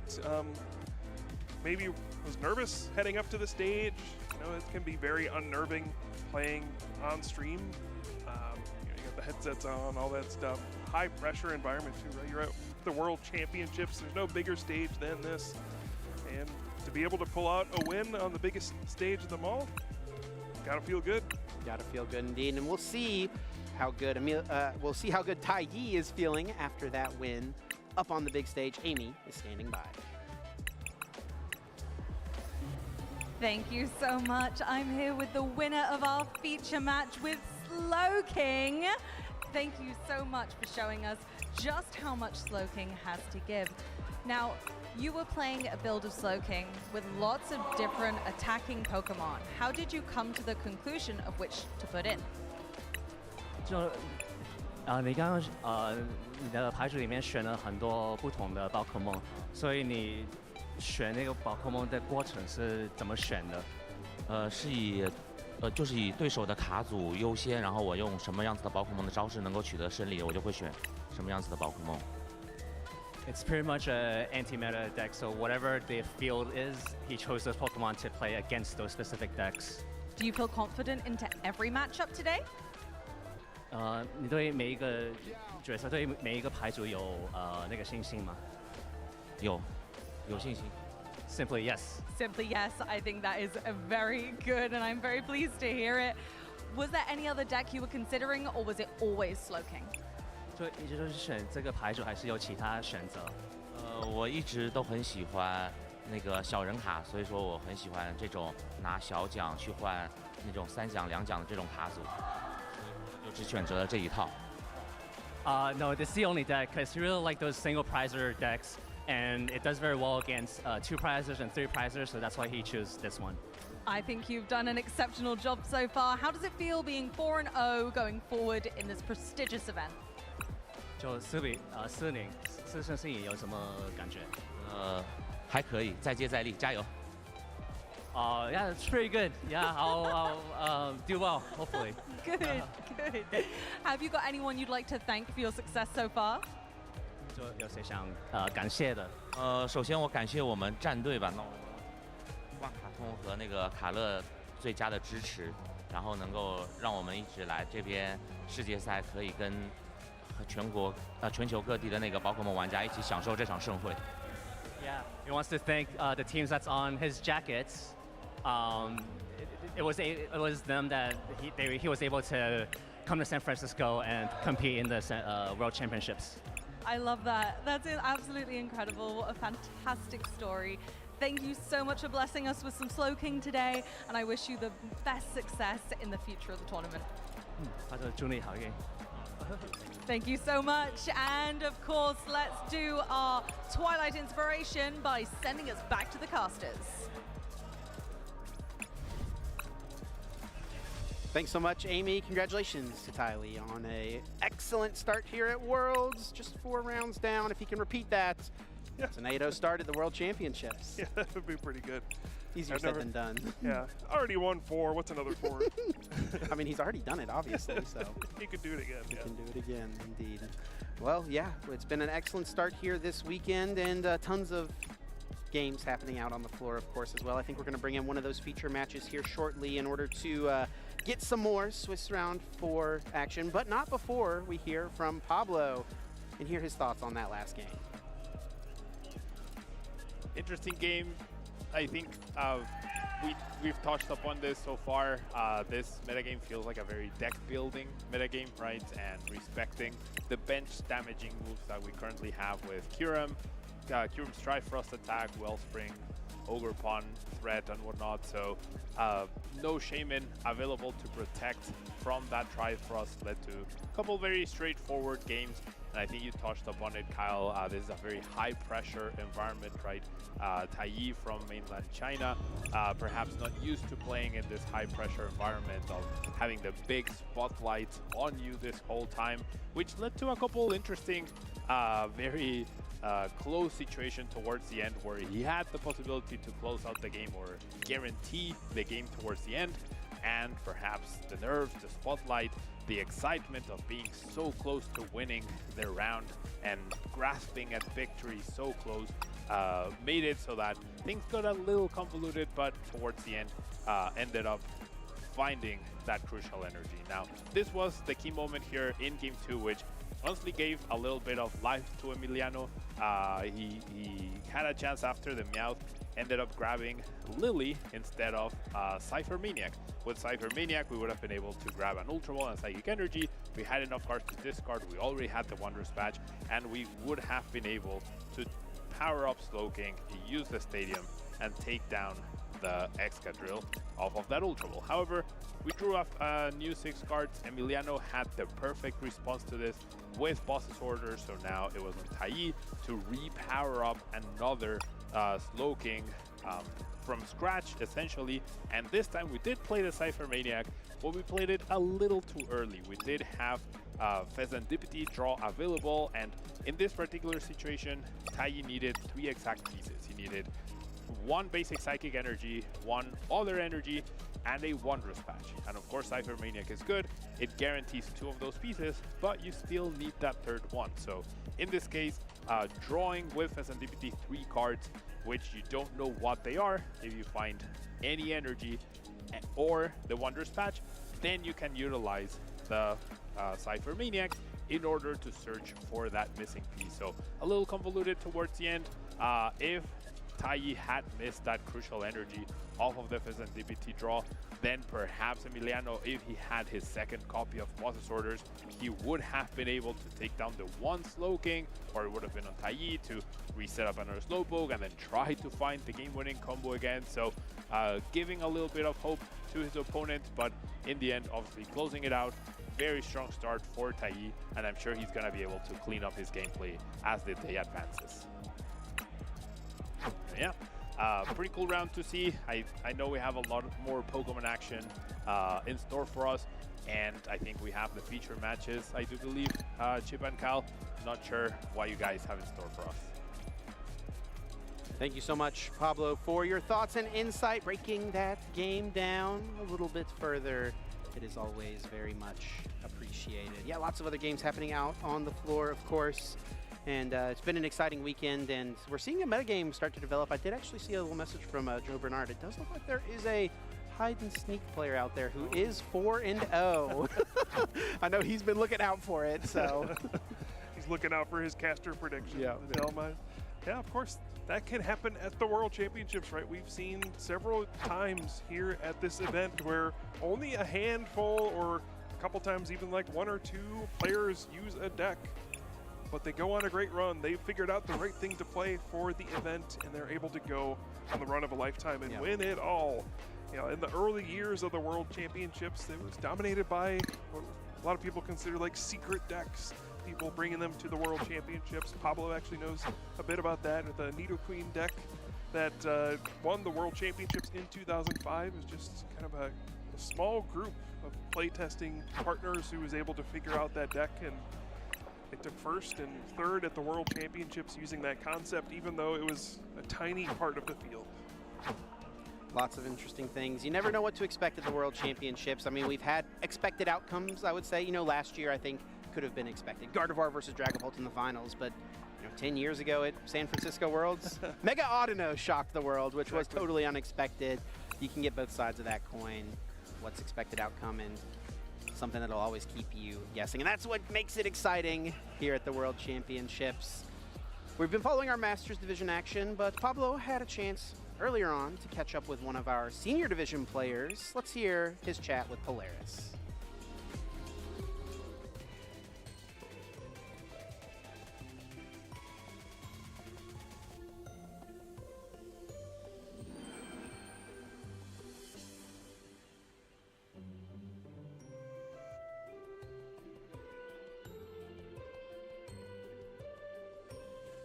Hello everyone, we're here at the Pokemon World Championships in San Francisco, and I'm here with one top competitor, Polaris Altaris. How are you doing? How are you feeling here in San Francisco? I'm doing really good, and I'm like super excited for this tournament.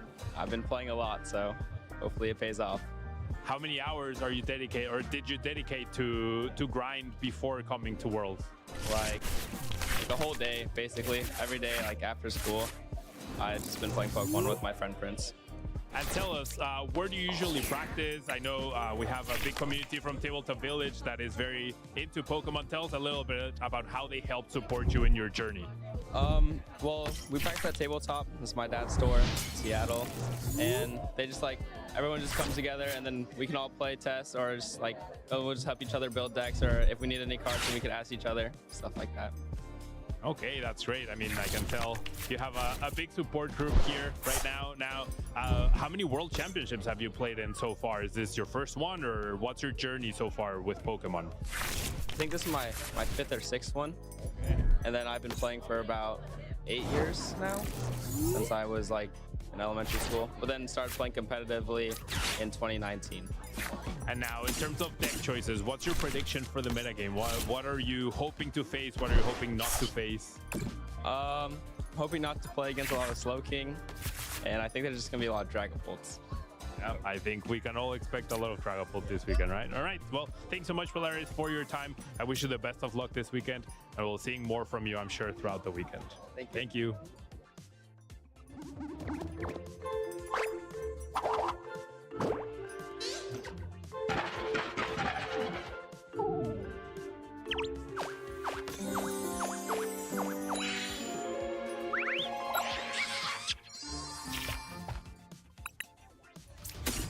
Riley McKay has punched his ticket into Championship Sunday. He is proving everyone wrong. One prize remains, and it is eternal.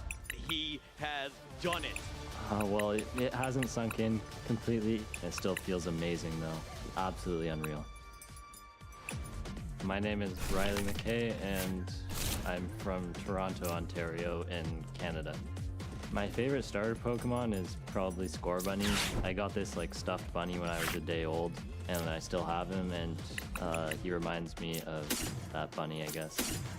Back in the day, there was like this league in Burlington. It's like the specific town that I live in. Rowan Stavino had just won Worlds, and I found out about like competitive play in the World Championships and everything through that. My first top cut in seniors, Memphis 2018. I started off like 5-0. I beat some really good players, and that was like the first time I realized that I could actually compete at a high level. Over the years, I've gotten better and then managed to make it to Worlds.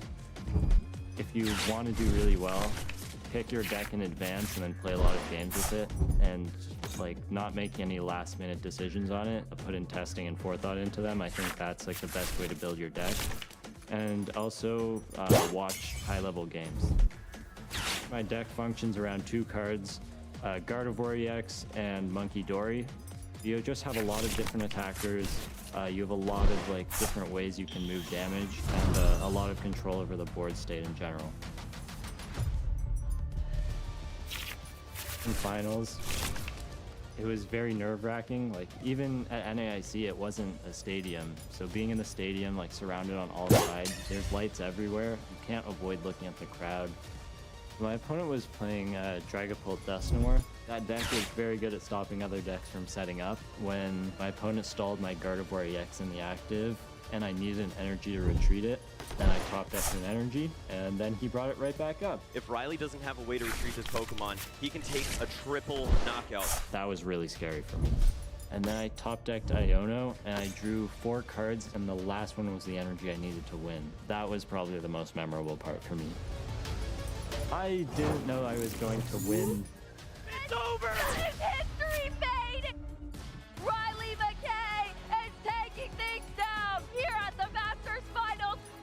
Something I've learned playing Pokemon is that, like, even if something doesn't go your way, you make a bad play, you draw bad, you lose a set that you should have won, or just in life, if something bad happens, you have to move forward, even if it's difficult, and just make the best of your present situation and do everything you can in the moment. My #1 goal in general was just to get a top cut. I've come really close to getting top 8 at Masters Regionals before, but I never got there. At NAIC, one of the early rounds, I was losing kind of bad, and I was like, it just never works out. Maybe I'm never going to get top cut at anything. And I kept going. Managing to get like, not 1, but 2 is just absolutely insane. I guess I really just love the game and all the people who play it, so I've never quit.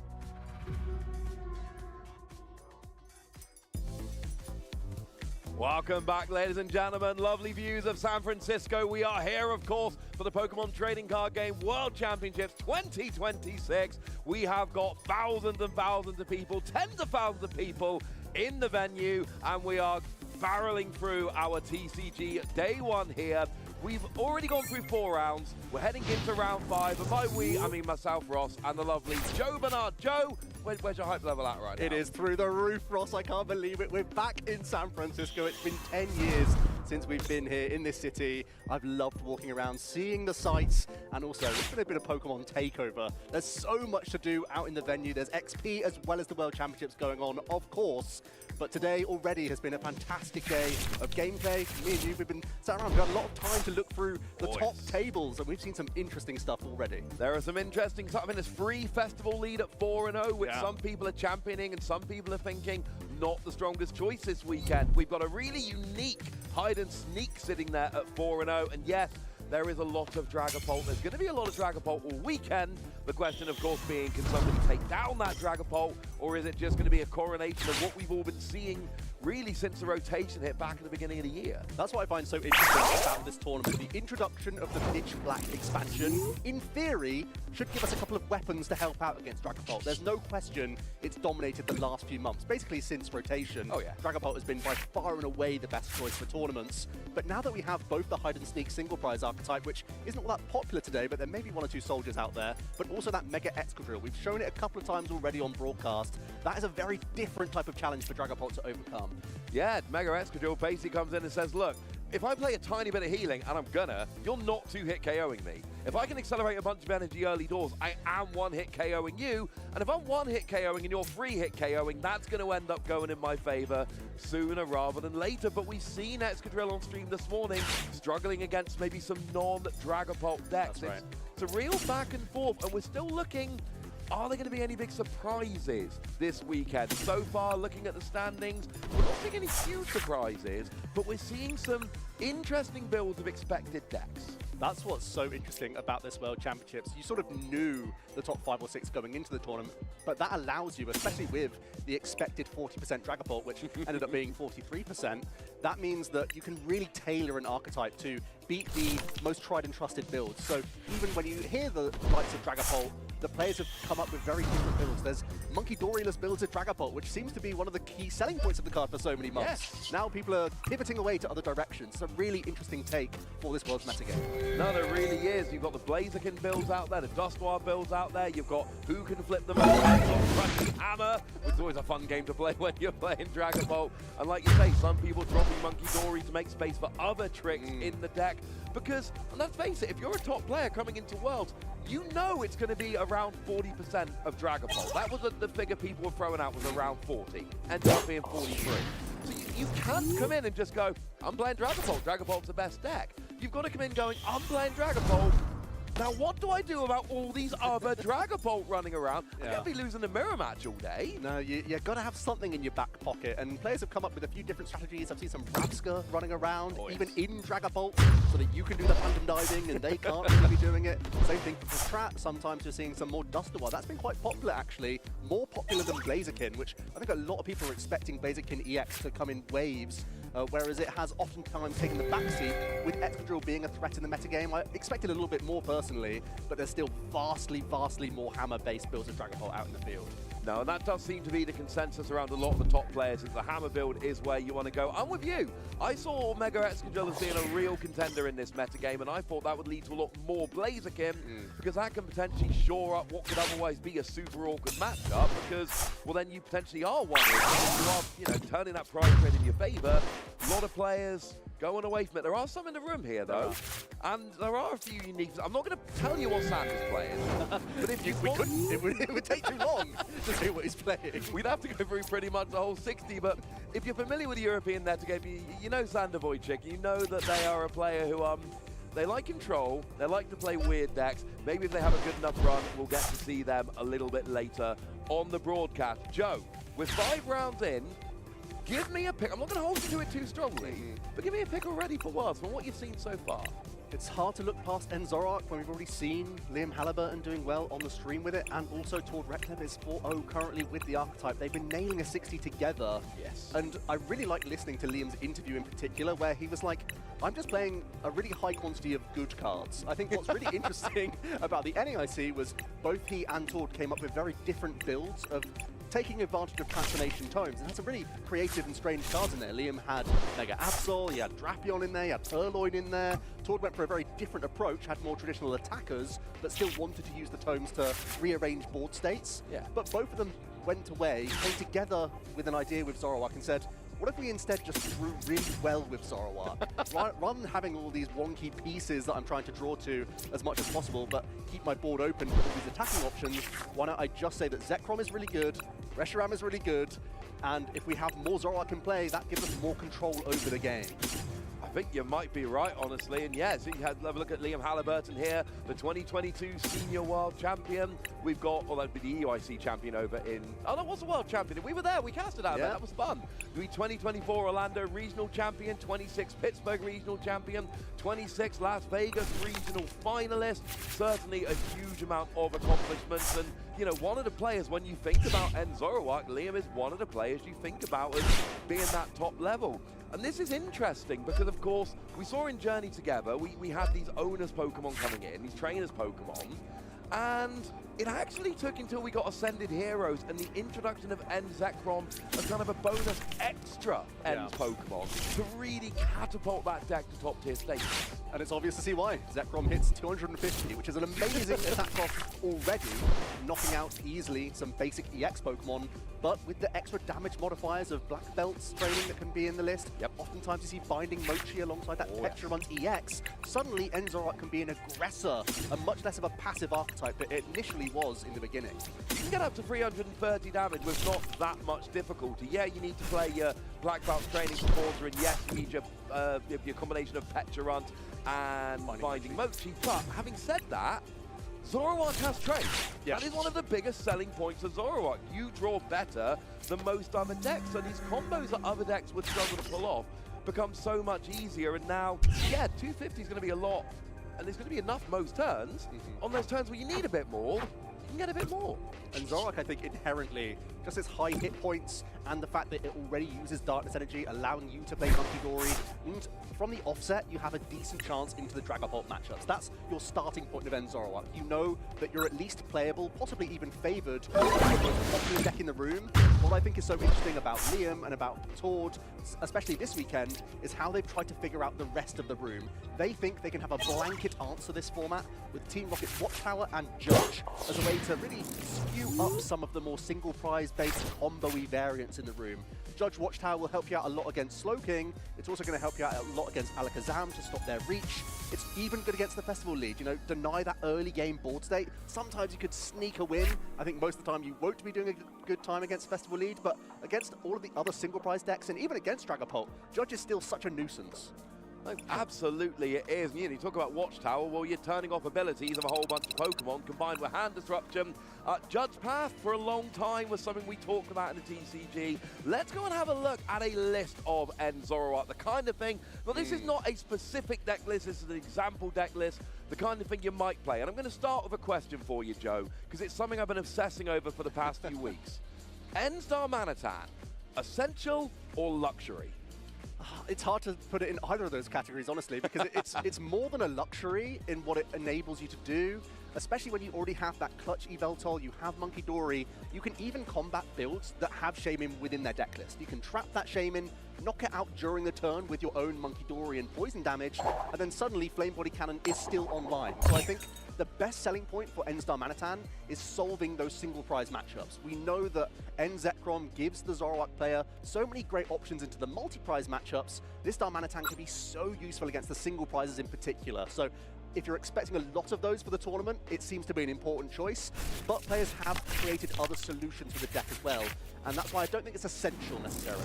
I agree, it does 92 different places, 90 to the active, 90 to the bench. It enables double KO, things like Tundra Cloak in one hit, for instance, or again, against the single prizes, taking a double prize with a single prize, or really putting the prize trade in your favor. But there's a lot of players throughout the season who have gone away from it and who have gone to just this, I'm going to use Zoroark, I'm going to copy Zekrom, and I'm going to do big damage. I don't need this spread. But like you say, there's so many matchups where it gets you over the line, or it, you know, helps so much in the early game that a lot of players are coming back to it, or players that never left are having better runs. But this Transformation Tome, it's an awkward item card. You've got to play two at the same time, but it lets you swap one basic Pokemon into another basic Pokemon.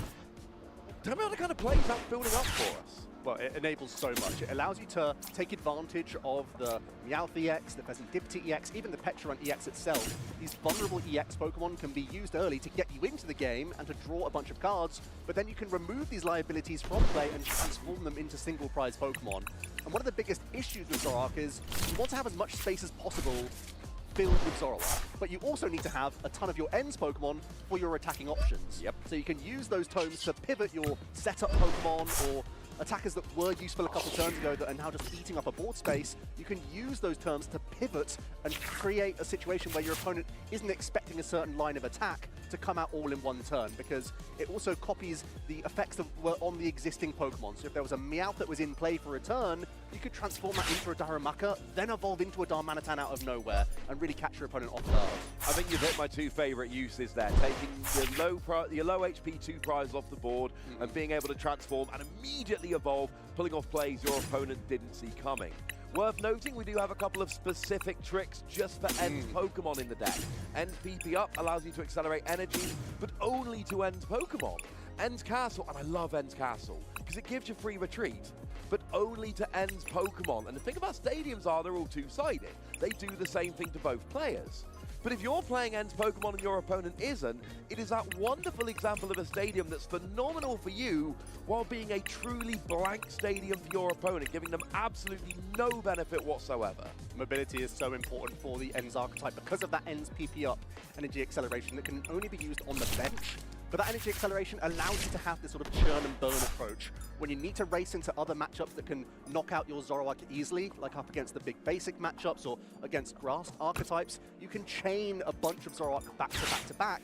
But also against the slower matchups, you can use those Ends PP up to load up multiple End Zoroark, safeguarding you against their hand disruption, but also opening the door for your Monkey Dory to be a really useful weapon. Even as a one-off copy in this deck list, it's such a vital card to offset some math, both to stop your opponent from getting multi-prize turns, but also getting you right into range. Absolutely, Monkey Dory doing 3 damage counters, 30 damage. You add that onto an End Zekrom is 280, you're then 40 damage away from key KOs like Dragapult, which is Black Belt's training, or it's finding Mewtwo. You have a couple different ways to add that, and all of a sudden you can get over those lines, hit those key numbers.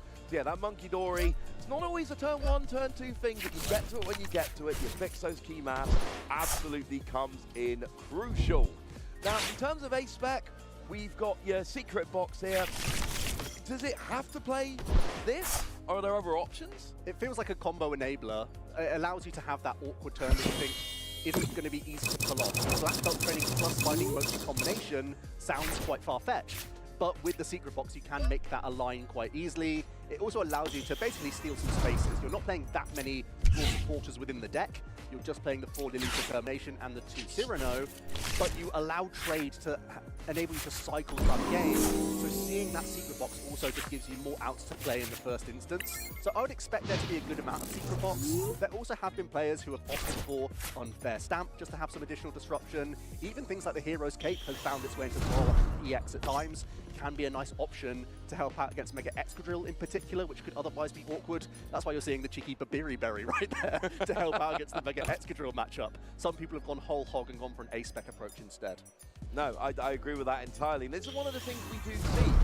We get these decks that kind of have to play a certain A-Spec, or so goes the conventional wisdom, and then sometimes you can go, well, okay, well, what if I didn't?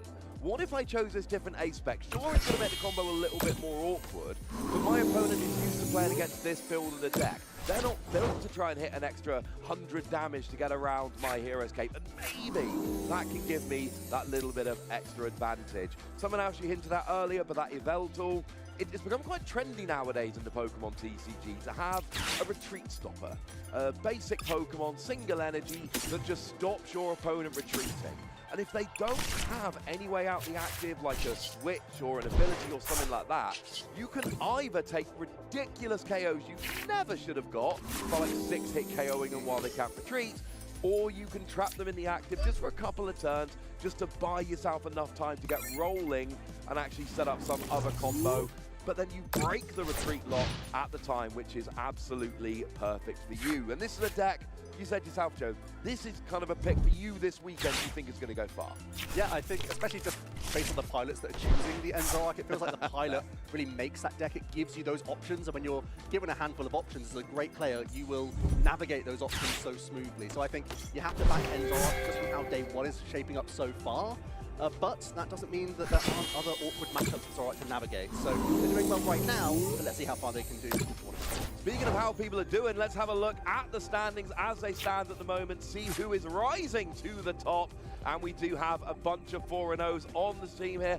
Fabio Battistella, an Italian player we're used to seeing, who doesn't seem to have had any big results lately, but I've casted him winning a regional in the past.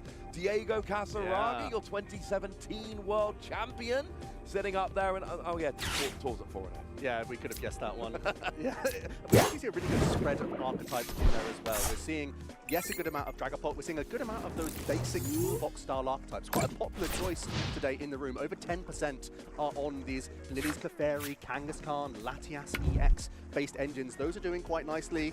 Also seeing a good amount of Slowking in the room. We've just seen Kai make his own way into that 4-0 position with a really wide range of attackers that he could copy, having not one but two Annihilate in his deck.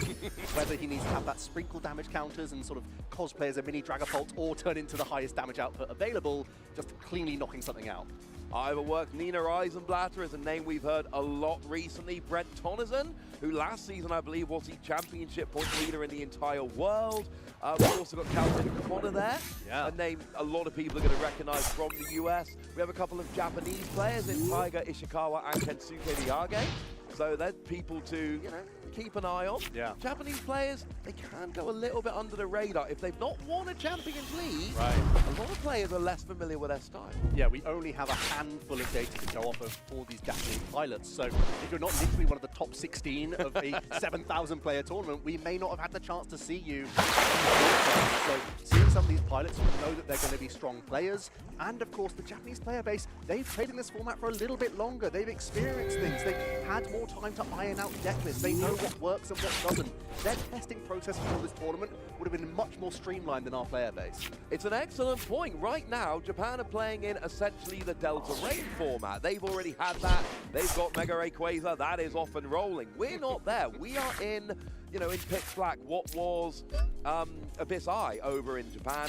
They've gone all the way through that format. They've had all of their events and moved on. But they play primarily best of one. Yeah. So it's a format, they're kind of going back in time, but also having to adapt to playing best of three rather than best of one. It's a very weird situation, but I do think sometimes having that extra experience in this format can be a real plus. Yep, it's always worthwhile keeping an eye on that clock as you're trying to get that best of three. Knowing when to concede and move on to the next game is a skill that players have to learn. Let's take a quick look at some notable matches. We're going to be showing you that top one, Tiger up against Henry. Henry Chow, a player that we have heard so often throughout the season. As we know, he was piloting Gardevoir till the bitter end, until it rotated. Then he had to become the villain himself and turn his hand towards Dragapult, which he has done ever since. But there's a whole host of great other matchups there, Ross. Absolutely. I mean, Piper Lapine against Tord Reklev, that is jumping off the screen. Now, Diego against Ruben. Now, I don't know if you know this, Joe, but our casting friend, Mike, he's out in the field. He is playing the same 60 cards, I believe, as Ruben. They've been testing partners, and I had a quick look at the list. It's looking kind of spicy, so that's another one I'm looking at. But let's turn our attention to Tiger against Henry. Henry is a player with an MO, and that is, I am going to be the best player in the room on the best deck. Playing Gardevoir because it was the best deck, just tournament after tournament after tournament. Rotated out, I can't play it anymore. What's the best deck? Dragapult. And then, like you say, every single tournament, a very consistent, I am that good a player, I'm just going to grind the best deck, and I'm going to have an advantage. Yeah, it seems like the no-brainer at times, but when you're targeted in the room, and you know that there are going to be players who have trained tirelessly up against this one matchup, they would have faced hundreds of Dragapult in their testing process. And it is such a bold call to have a bad matchup into Dragapult at the World Championships. You have to assume that they've come up with a strategy at the very least to engage against Dragapult. But Henry is saying, I'm so good at the game that I can counterplay against what you're going to do and make life as difficult for me as possible, and I'm still going to find a way to win. That being said, Henry at least has the power at his fingertips. He has the access to Dracloak. He can see many more cards than most other decks in the game. It's only really Zoroark that can compare with an engine within its deck list. These are the two decks that draw the most cards. That's why you see so many top players gravitate towards them, because as you can cycle through your deck, you can find these key answers on key turns. Well, I have got excellent news for you, Joe. Round 5 is ready. We have players, we have a table, we have headphones, we have cards, we have a stage. We can get down to round 5 here at the Pokemon Trading Card Game World Championship in San Francisco. We have got Tiger Ishikawa against Henry Chow. We have got Festival Lead against Dragapult. Yeah, this is on paper a pretty good matchup for Dragapult. Henry is playing quite an unorthodox list. You can see he's got the Dustoir package within his deck list, but one thing he's omitted from the list might be even more important. He is playing no Monkey Dory and no Darkness Energy within his list. He's just playing Patrat to try and say that in mirror matches, neither of us use Monkey Dory. Just, if I don't have it, you don't have it. That's what he's going for. And oftentimes that Monkey Dory, that additional damage that you can fling around with his Renabrain, can really capitalize on the lower hit points of Tiger's board, where he's playing with his low hit point Dipplins and Applins, 40 hit points, 70 hit points even on Grookey. That Monkey Dory can get them right in range of Phantom Dive. So let's see how Henry navigates this matchup, where he doesn't have one of those key weapons that Dragapult often looks towards to try and really combat and manage a board against this Festival Lead archetype. It's going to be very interesting to see. Good shout on the Monkey Dory. That is something we're going to be tracking as we go through the whole match here. We've got a whole best of 3 here in round 5. 2 players at 4-0. Winner of this is going to be at 5-0 in excellent position, not just for day 2, but really putting themselves in the driver's seat for going potentially even further than that. Looks like we are getting ready to put some prize cards down, and we're going to hopefully get over to that in just a second. Here's Pikachu cheering on both the players. He's not playing no favorites, Joe. No. Pikachu just wants to see a good contest. And looking at Tiger's list, we saw earlier in the day a very seeking, heavy, focused build of Festival Lead. But Tiger is what we would count as the more traditional build, as we're going to see some prize cards coming out for both pilots. Where it's going to lean much more heavily towards the different side of things with a 4-4 line. So yes, there are 2 in those prize cards. Yes, that's worrying, but he does play a 4-4 line. Yeah, 2 Applin we never want to see, but because you're playing the full 4, it's annoying. You'd rather it didn't happen. It's not the end of the world. The only Pat Trap being prized, honestly, I kind of love that, because it's not good in this matchup to get into prizes. We don't need you. Hide away over there. Always fun when you can have a tech card that you don't need sitting there in the prizes. Henry Chow, of course, well known for winning, I believe it was 3 regionals last season, all with Gardevoir, cementing them as honestly one of the best players with any deck we've ever seen in one season. But here we go. We have opening Pokemon with starting Pokemon. We have Henry and Tiger, round 5, Pokemon Trading Card Game World Championships. And it looks like Tiger is going to be starting us off with that opening deck search off of a Buddy Poppin. Pretty much the best start you can hope for as the Festival Lead player. You've already got an Applin in the active position, so that on the next turn of the game, you can get straight into a Dipplin in theory, if your hand is good enough.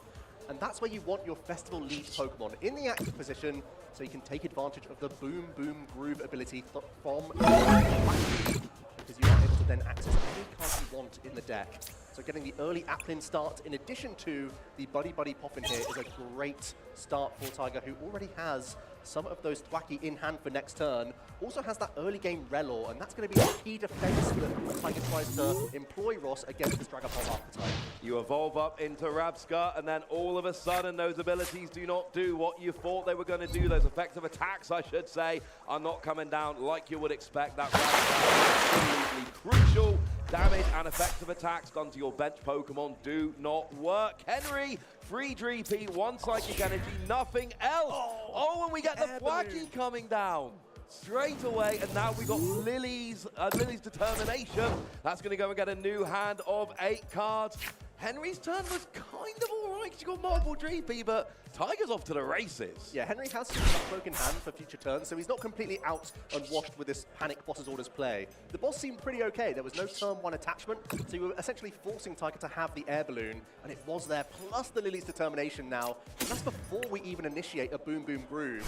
He's naturally drawn into a Seeking as well. Yep. Tiger could very quickly start to begin a prize race here, while also drawing additional cards. I love this. Seeking, of course, you get to do damage while drawing 2 cards. You get to do it twice. We will need the Stadium card, because it only does 16 naturally, so we do want to get the double hit here. But of course, Boom Boom Groove says, what do you want? It doesn't matter. You tell me what you want, I will find it.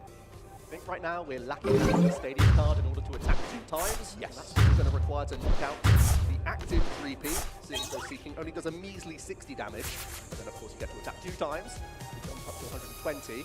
So if we want to go aggressive, you can take the knockout here with Seeking whilst drawing 4 cards. Alternatively, you may still respect some future Itchy Pollen. You may just want to build a board whilst you have access to item cards, and that seems to be what Tiger's prioritizing here. Well, we've got another Grookey down, ready to go up to another Thwacky in the future. Looks like we've got another Applin being searched out, ready to go up to a Diplin in the future. We've used our only Boom Boom Groove for the turn, but next turn, hopefully, we'll be able to have a couple. And it doesn't matter if you're item locked, if you can search out whatever you want with Thwacky, that is going to make your life a lot easier. But we still do have the Seeking, and we do have an energy in hand to attack. It won't get a KO, but we've got the Stadium in hand. Nice. So now we hit for 120 while drawing 4 cards to take the first prize. And like you said, Joe, we're kind of set up, and we're drawing 4, and we're getting a KO. That's pretty good. This is the pressure you need as Festival lead, and many Dragapult players opt to go second in a blind situation in game number 1. And you can see Tiger is already taking full advantage of that, had the early Buddy Pop in, has an early attack, initiating a prize race, and now Henry is really giving up a lot of prize cards early on, and now with Gladian's final battle within the deck list of Festival League, they can even reach on the Dragapult so much easier than they could in the past. The first option from Recon Directive is awful for Henry, just 2 energy cards. So we're down to this 1 Recon Directive. What's it going to be? We got a Boss's Orders, and what was the other card there, It's just a Night Stretcher, Ross. That's not good, Joe. There's air balloons already on the bench Thwacky and Grookey. So if you do another Panic Boss's Orders, you're already looking pretty short. You can already see on Henry's face what he thinks about it. I mean, you can either... I mean, if you get the Rescue Stretcher, you can get your Dreepy back and go back up to 3 Dreepy, knowing one of them's about to get KO'd. Or, 3 of the Evolution line. Obviously, 2 of them are Cloak now. Looks like it is Rescue Stretcher is the choice for Henry, but he's clearly not happy about it. Anytime they take this long... Oh, no! He switched. It's actually Boss's Orders he's going to be taking here. Okay, are we there? Are we good? It is Boss's Orders. That's what's in hand. Like, does he? Okay, he's going to spread his energy. He had the option of going headbutt into Relor, perhaps, or headbutting into... we're just going to try and bring up Relor and hope that your opponent doesn't have access to an energy card here to retreat, to continue an onslaught with this Seeking. The game could be over this turn, Ross. If we're able to get into a Diplin and we can attack twice with a full bench, we will be knocking out both Dracloak this turn. We will. Well, let's start off here with a Poker Pad. That's going to go and get a Diplin, so there's one part of the equation. We've got an energy, so there's another part of the equation. We've got a secret box, which is going to get an air balloon, which is going to be a pivot, which is another part of the equation, or a switch. Double KO on both the Dracloak, and Tiger Ishikawa takes game 1 in about 5 minutes flat. Well, there you have it. Festival Lead can take down those Dragapult matchups. Yes, things went pretty well for Tiger there, and things didn't go so great for Henry, but that early pressure is still so vital for the Festival Lead archetype. You try and stifle the setup of the Dragapult player, you limit their Recon Directive, you start taking those initial prize cards. It can be very awkward for them to overcome, provided you have that early opener, which Tiger had. Absolutely, and I mean, that deck ran smooth like butter in that last game, Joe. That was absolutely wonderful. We had that turn 2 attacking with the Seeking, while also setting up everything else you needed on the bench, and then being able to just pivot into that Diplin on the second turn, taking the double KO. It all happened so fast, but remember, we have the Festival Lead ability, which means if you've got Festival Grounds in play, you get to attack twice. If the first attack takes a KO, and it did, you get to attack a second time into a new Pokemon that your opponent has to promote. First attack KO'd Dracloak, second Dracloak then went active, second attack KO'd that, and that's why we're heading straight on into game 2. It all happened very fast, but the key point is, with Festival Grounds in play, double attack, and they are separate attacks. Yeah, and one sort of unintended consequence of cutting Monkey Dory from your list is that that's a slightly higher hit point basic Pokemon that you can sometimes use to sponge hits, especially that second attack from a Diplin. Sometimes you can sponge hits. In this case, Henry opted to go first, trying to get the jump on Evolution, but misses his early Dreepy. Just sits there with Duskull and Budu. That is not what you're looking for turn 1 by any stretch of the imagination. Tiger here now, able to set up. It's your second turn. You're allowed to attack. You're allowed to play a supporter, neither of which you can do on turn 1 going first.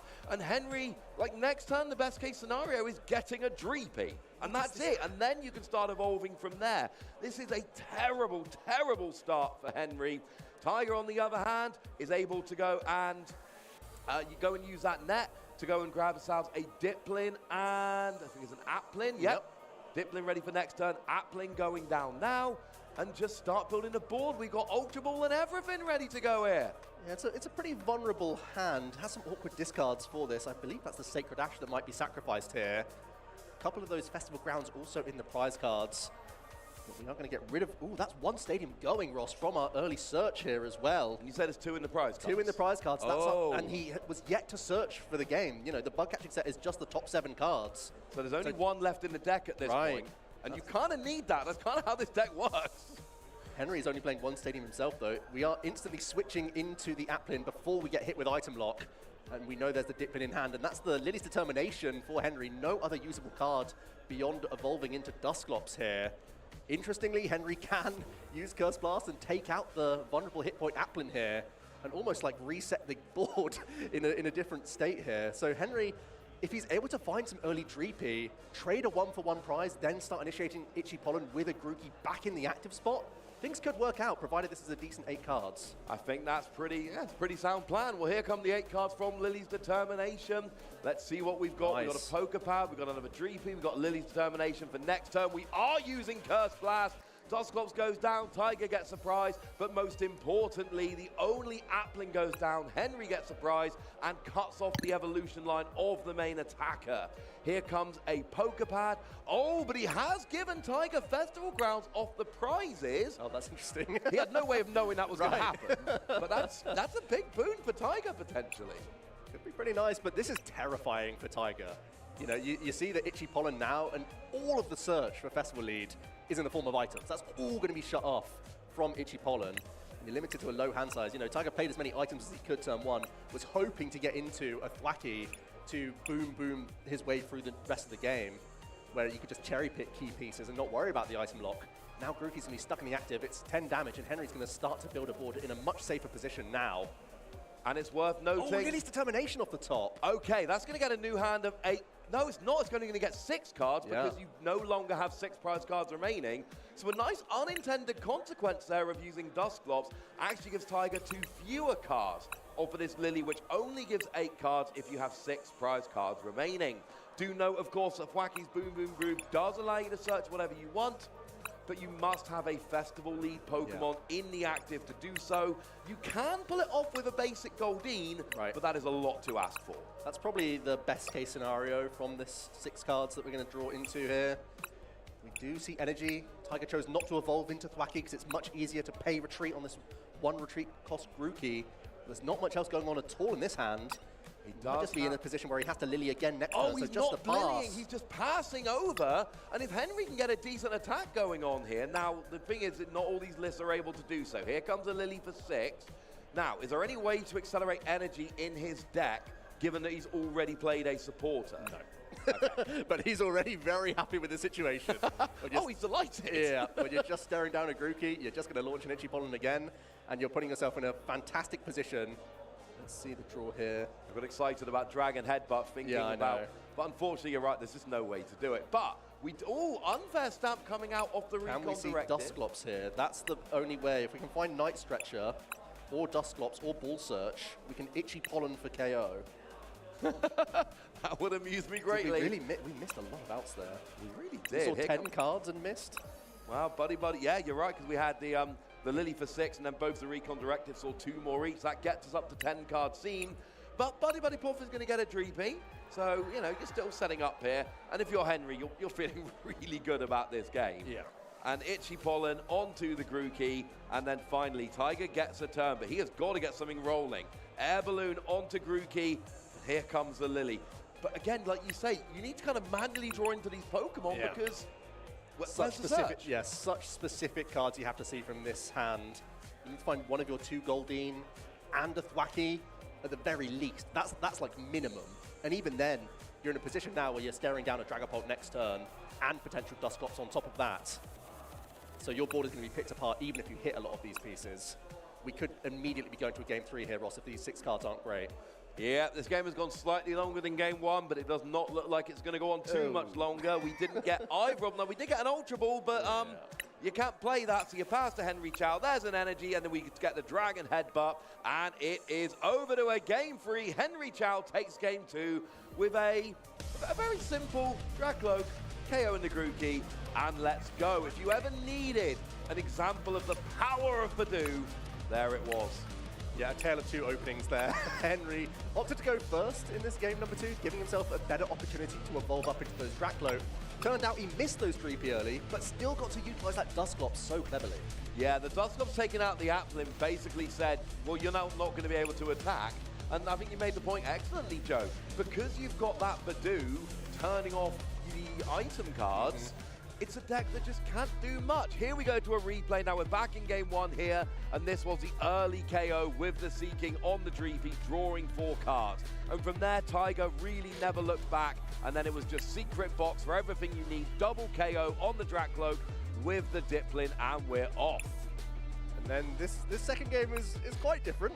We just see the knockout for both sides, with Henry using his Dusclops very early, and Itchy Pollen just locked out the entire game. Tcg, even finding his best case scenario supporter, the Lily's Determination, which you only played 4 of, couldn't find anything useful from that. You have to find your natural Goldeen and whatnot, and it's just so difficult without your item cards.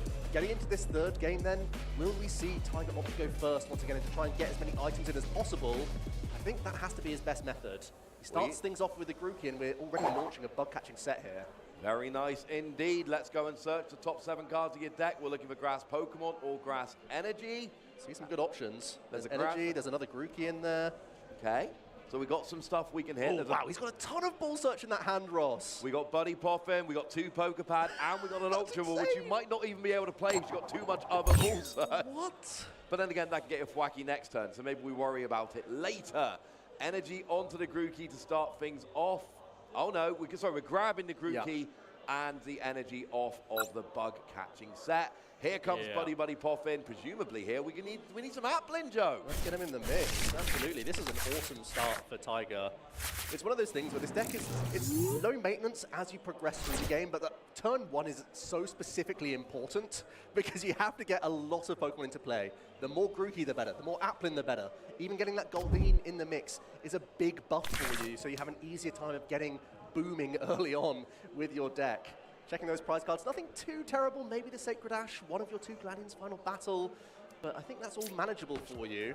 Oh, wow, now we're just seeing a flurry of Pokemon coming into the board and into the hand there. Trying to get that protection against Badoo. That was really what lost your game too. You had no option to go and get your Pokemon, and Badoo locked you out the game until Henry built up, honestly, not even that good attackers because he really didn't need to. But now we got a Goldeen on the bench, we got a Relor on the bench, along with your Applin and your Grookey, and your Grookey in the active. Get a second Applin, you got pretty much the perfect setup of Pokemon.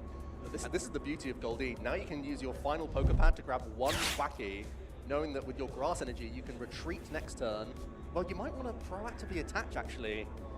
Oh, this is actually a weird puzzle for you. Do you proactively attach to try and be as aggressive as possible? Oh, attaches to the Applin. Does that mean we're gonna, just seeing the path as well. There was an opportunity. Now you're locking yourself into having a Diplin next turn if you want to use Boom Boom Groove at all. And you need to find a switching out. So, don't know what those final few cards are for Tcg, but still, at the very least, got a lot of Pokemon into play. Whenever you see that early Relor, as well as all your other Pokemon, you know you've got a pretty strong hand.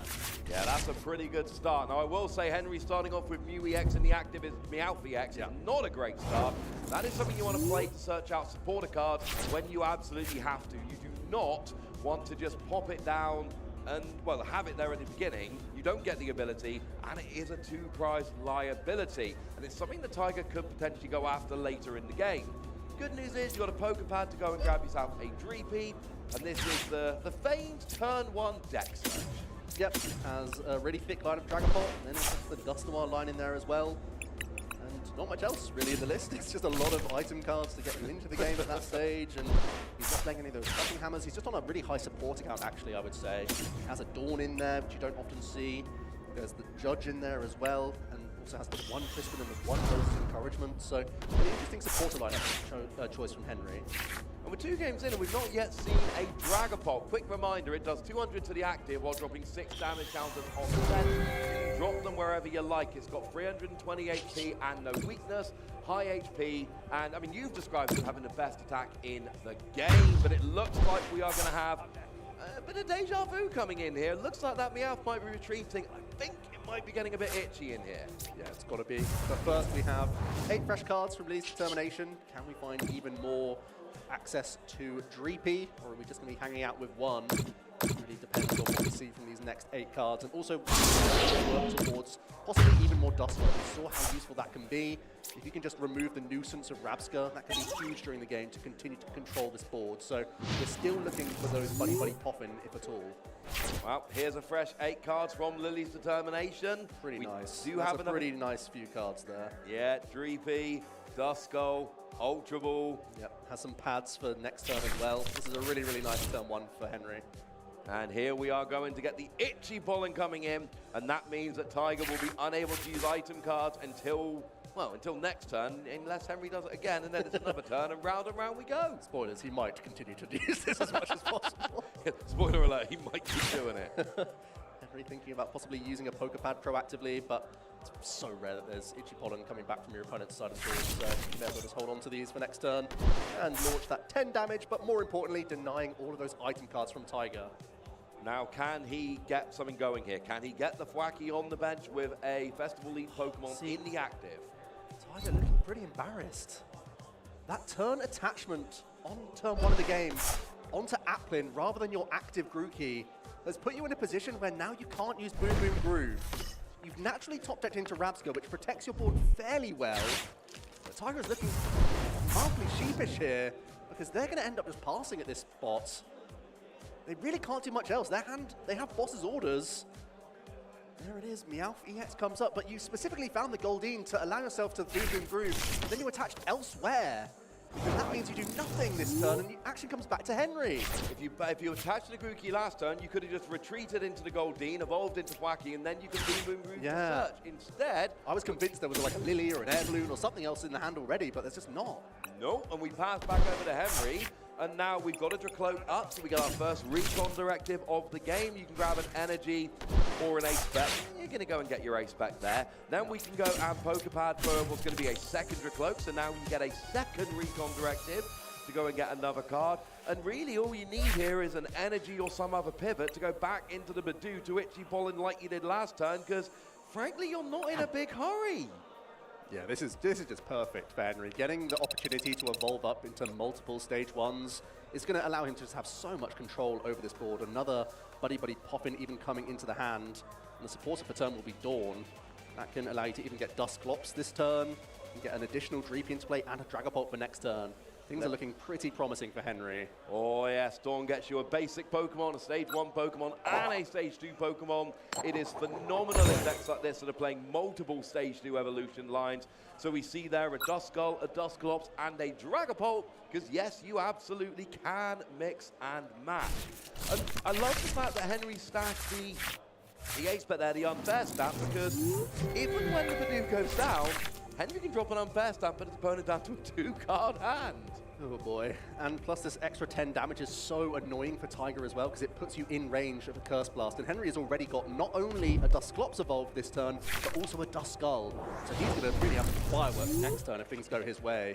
He's holding on to a Crispin for next turn, and so he could be launching not only a Phantom Dive, but wiping the board as action comes back over to him. Because Tcg just had Diplin evolve and pass. He evolved into Diplin, passed back over to Henry, that was it. And now Henry is in a phenomenal position. Gets as well, Ross. Dusclops off the recon directive. This is going to get crazy. Oh, we can go and grab a fire energy. You won't be needing special red cards for a couple of turns. You can only play it up when your opponent's taken 3 prizes. They are miles away right now. Here we get the evolution into Dusclops and an evolution into Dusk Noir. Take your pick. Where do you want this damage to go? you have to Dusk Noir through the Rabska, but from there you're going to have another Curse Blast, and you're going to have your Phantom Dive damage. And here comes the one-of copy of Crispin in Henry's deck. Lets you attach an energy and search a different kind of energy, and it's perfect for Dragapult. You get both the energy, one gets attached for the... Oh, we're actually going to spread it out. We don't need the Phantom Dive this turn. That's really surprising for how good of a turn it looks. But Henry's basically just saying, if you're drawing dead, I'll just give myself more time. Lily, we just saw Lily's determination coming out for Tiger, and because Henry didn't use Curse Blast, that is going to give Tiger 8 cards rather than 6. So had Henry Curse Blast last turn, he could have cut 2 cards out of this draw here. That's something to keep an eye on. Tiger needs, I mean, firstly, we need a pivot for that Grookey. That Grookey's got to get out the active. Yep. At least now there's basic energy that can help out because there isn't energy stashed on what is now a Diplin. So ideally from these 8 cards, we should do something to get finally rolling with this deck. Oh, there is grass energy at the very least. Okay, got a grass. Then evolve up. We will have access to 2 Boom Boom Grooves, so Diplin will be launching some knockouts this turn. But you're staring down such an intimidating board state here. And let's not forget, we know Henry's got Unfair Stamp in hand. So the good news is you're going to get a KO. We don't have a Stadium yet, but of course Boom Boom Groove will grab it for us if we wish. And Henry can even promote Dust Noir after the knockout of Budu as well. That can be a free sponge, take some damage, and then instantly blast off next turn. So Henry is really not intimidated by this attack. Even though there's 2 Boom Boom Grooves coming down, we know that Henry is just going to have the pick of the board once again here. And you can use your blast, give your opponent extra prizes, or cards from prizes, but then Unfair Stamp, so they still only have a 2-card hand afterwards. Oh, Henry is still, I mean, it's going better for Tiger here. Yeah. I think Henry's going to have a really nice turn. We're seeing Tiger grab the Seeking from the first Boom Boom Groove. He's trying to make essentially as much hit points as he possibly can. That's like all he can do here to put himself in as good a position as possible. He may even identify that Festival Grounds is just not worth putting into play here. With the Dust Noir already showing on the bench, it may not even be your priority. You may just choose another card here with your second Wacky. You're not getting a double KO. You make an excellent point. We're getting a Grass Energy as our second Boom Boom Groove target. Give yourself an energy ready for next turn, guaranteed. So we can KO the Badoo. Then no second attack. You don't need it. There's an Applin coming down onto the bench. Oh, we had Festival Grounds in hand. Okay, so we do have that. But again, we're pretty confident it's just going to be sponged by a Dust Noir. There it is. Here it comes, into the active, takes the damage, and given that it's going to Curse Blast, that damage, Henry's not putting it on. Chooses to pass just because there's the threat of Monkey Dory as well, just in case randomly Henry chooses to use Monkey Dory before a Curse Blast. Tiger not knowing that there's no Monkey Dory in the list, so actually a really wise pass there, to be honest with you. But this is where we're going to start to see sparks flying.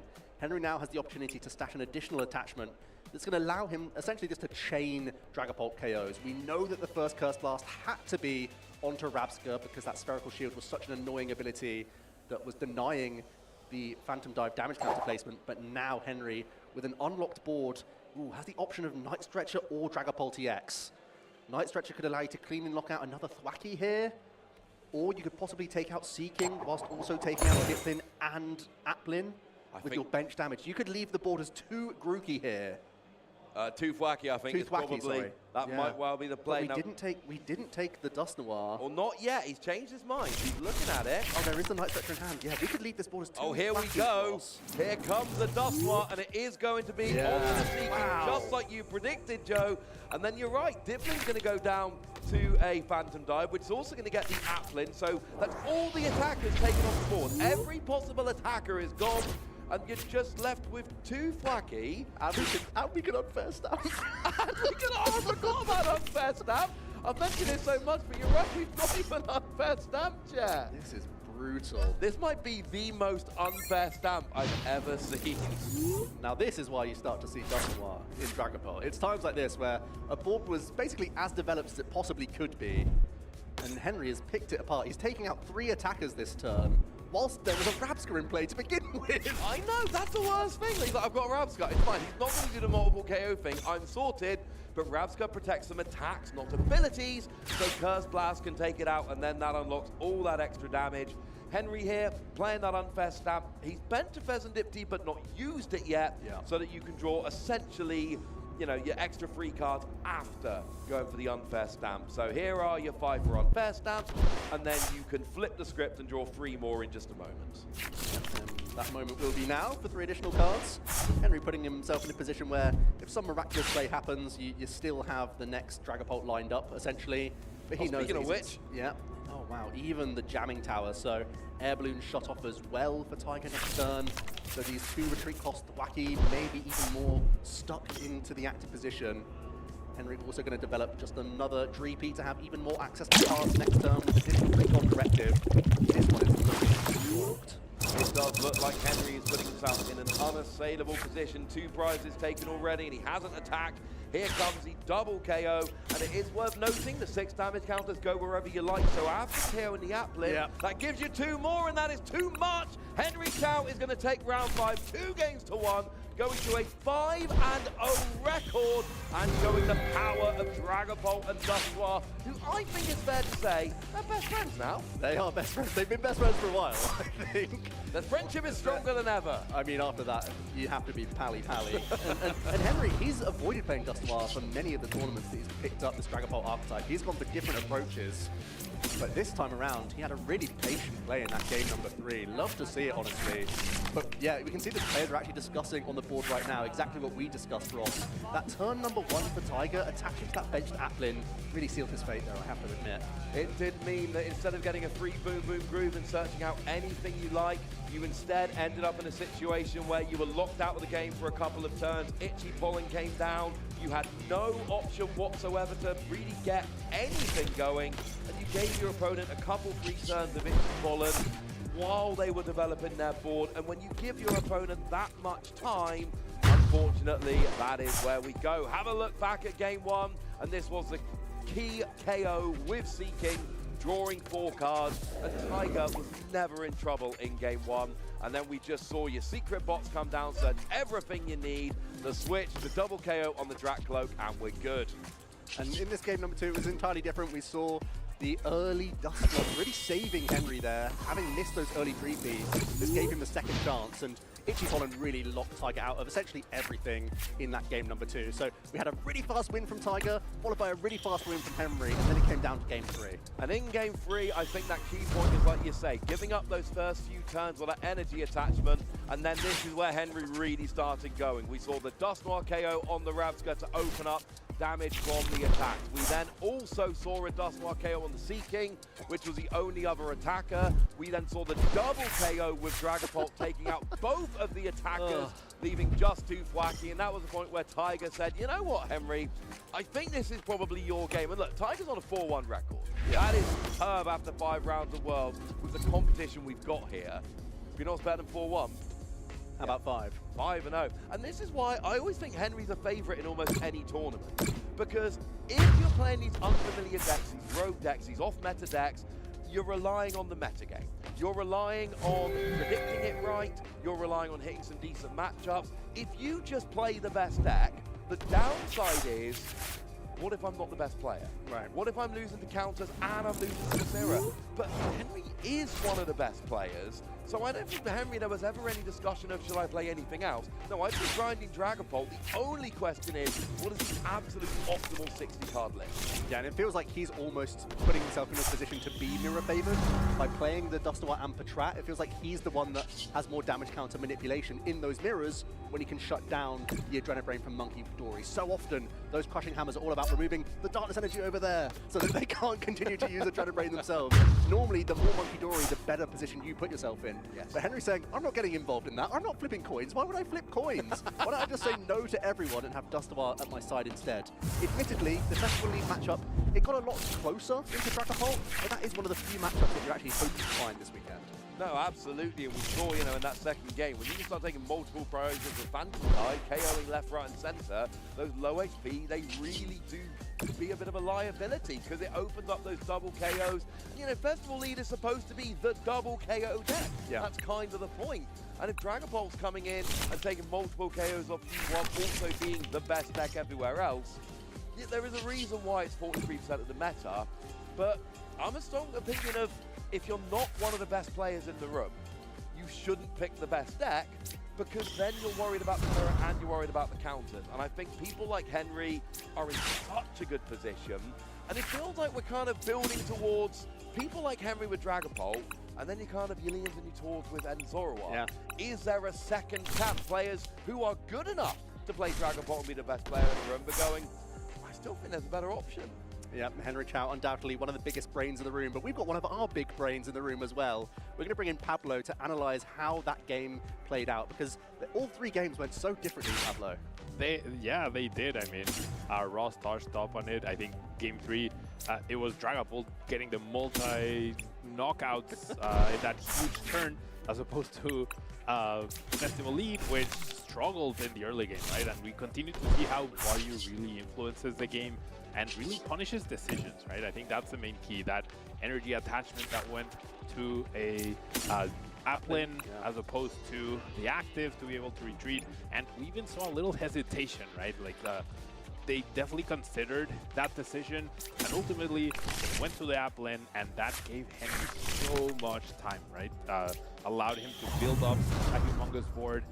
Game 1 and Game 2, sorry, went by pretty quick, but Game 3, this was the pivotal moment, right? That first energy attachment, so crucial, and ultimately led to a Meowth start became a complete monster of a field thanks to Wadju. I think that's the biggest highlight here. The pivotal moment, the pivotal decision led to this huge perfect board. My goodness, I keep using the wrong thing. A huge perfect board with the threat of Dusknoir, the threat of Dustclub, double Dusknoir to basically rip apart the field for Taiga, and left him in a pretty vulnerable position. There he finally finds the energy, finally is able to retreat and get some pressure going, but wasn't able to capitalize on anything, as that field is now, like, I don't think there's a better field if you're Dragapult against Festival Lead, right? And you're laughing at that Rapska over in the corner, which is really just not going to help you whatsoever. I was just going to say, Pablo, that Henry, he could have been attacking the turn earlier. He could have come in early with that Crispin. Instead, he decided to build up that board, get an extra evolution to Dusclops. And why do you, is it a matchup choice here where he thinks he can pick apart the board at any stage of the game, or was he just trying to play to all of his outs and just give himself that little bit more draw and create the situation where he wiped it all in one go instead? Yeah, I would imagine it's very similar to what we saw from Brent Tonneson as well. He kept going back into the body, right, just making sure that his field was so strong. He knew he had an advantage to just continue to build on that advantage as opposed to throwing the Dragapult right away. And if that gets answered, then all of a sudden the pressure is on you to establish another Dragapult of a Crispin or of a Rusa's Encouragement, which is very possible, but also if you can just wait one more turn, right? There's no need, just because you can take a prize doesn't mean you have to, as opposed to continuing to build on your advantage and really pushing through that that lead in order to have a turn like this one, right? Dusknoir knockout, Rapska that allows the damage from Phantom Dive to go through, and then find the Night Stretcher into another Dusknoir, take down the Seeking, and then take down this, and then take down this, and all of a sudden, Lucky's good, but it's not that good. Not going to win the game by itself. Like, 2 Flanky alone isn't going to do it. I think you both make excellent points, though. Like, one of the very few weaknesses of Dragapult has always been it needs 2 different energy, so you spread the energy out. You don't need to attack now. Wait one more turn behind Badoo, and then when you do start Dragapult, well, you've got them lined up. They're good to go. And Henry was only playing 1 Crispin and 1 Rosa's Encouragement in his list. He prized the Rosa as well, so maybe he was hedging around his prize cards. And I think that's that extra level of play that you don't always see. And Henry was just making sure that there was nothing that was going to trip him up, because he knew that that early Itchy Pollen was already so powerful that he just had to not choke from that position, because he already knew he had a great grasp of the game. Yeah, and it's probably not even down to like the energy requirement, which is awkward with the Psychic and the Fire. It's just having energy in play. As long as you have those, you're hedging your odds into, you're gonna run into either energy at some point, And with the Dusknoir, essentially, you have a free retreat sort of way, right? You find the Psychic, you promote the Fire, Dracloak, you find a Fire, you promote the Psychic. So spreading the energy is good, but as long as Dragapult has energy in play, it just plays so... I mean, that's the reason why it's so good, right? You get back-to-back Dragapults with either push from Monkey Dory or Dusknoir in this case, you're in for a good time. I also just wanted to talk about Patrat a little bit, if I could, Pablo, because it feels like this card has been out for a few months, didn't really do much at the NAIC. It felt like many people just disrespected this card altogether. Was it simply that the NAIC, there was too much Team Rocket's Watchtower being discussed to be a relevant choice? Because a lot of our pilots are going for that option instead of playing Monkey Dory, which has been the tried and trusted for so many months now. I think it probably has a lot to do with how the metagame is evolving, right? Patrat might have not had a place at NAIC, but with players trying to give themselves every little edge. I think you touched upon it, Joe. Like, Henry's giving up on Monkey Dory, but is giving himself the advantage of Dusknoir, which can lead to a lot more damage counters than Monkey Dory and no reliance on your opponent. And you're like, okay, I don't have Monkey Dory, but you won't have it either. So if it's Dragapult, Monkey Dory versus Dragapult, Dusknoir, and your Monkey Dory doesn't work, then it's just Dragapult against Dragapult, Dusknoir, and that's always going to be quite a favor towards the Dusknoir players. So I think a huge brain meta read is what I would call it for the World Championships. Going back to, this is a deck building metagame as opposed to a I don't know how else. I mean, obviously there's a lot of skill, but yeah, the deck building choices can give you a huge edge.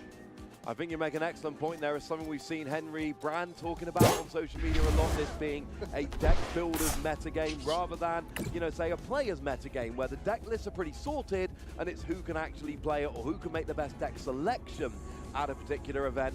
Here it's about deck building, and when we say a deck building metagame, what we mean is, you know, you might play Dragapult and even play Dragapult Dusknoir. You've got 55 cards, which is but it's what you do with those extra 5 cards, those decisions you make, you know, to go back to the point you keep making. Monkey Dory out, Patrat in, and all of a sudden, actually, Patrat takes up less space in your deck. You don't need the darkness energy.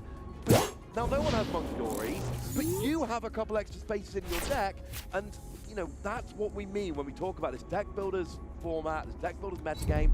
What can you do with those few spare spaces to give you the best chances in all of these matchups? And I think Dusknoir inherently got better with the special red card edition from a few sets back as well. So Dusknoir stonks are really high right now. There's no side up going on because it's normally just not the most popular build of Dragapult. More people are worried about hammers, maybe even Blaziken. The talking point is not Dusknoir this weekend. So choosing a tournament where there isn't going to be those side up around allows you to take full advantage of this card. Yeah, Sardak of course has that ability which says any abilities that knock yourself out, no, you don't get them, they are gone. Dusknoir, Dusknoir, and I suppose we've just got a couple of others, you know, your Magnetons rolling around and some Ferrothorn at one point. Mostly, it's there for Dusknoir and for Dusknoir.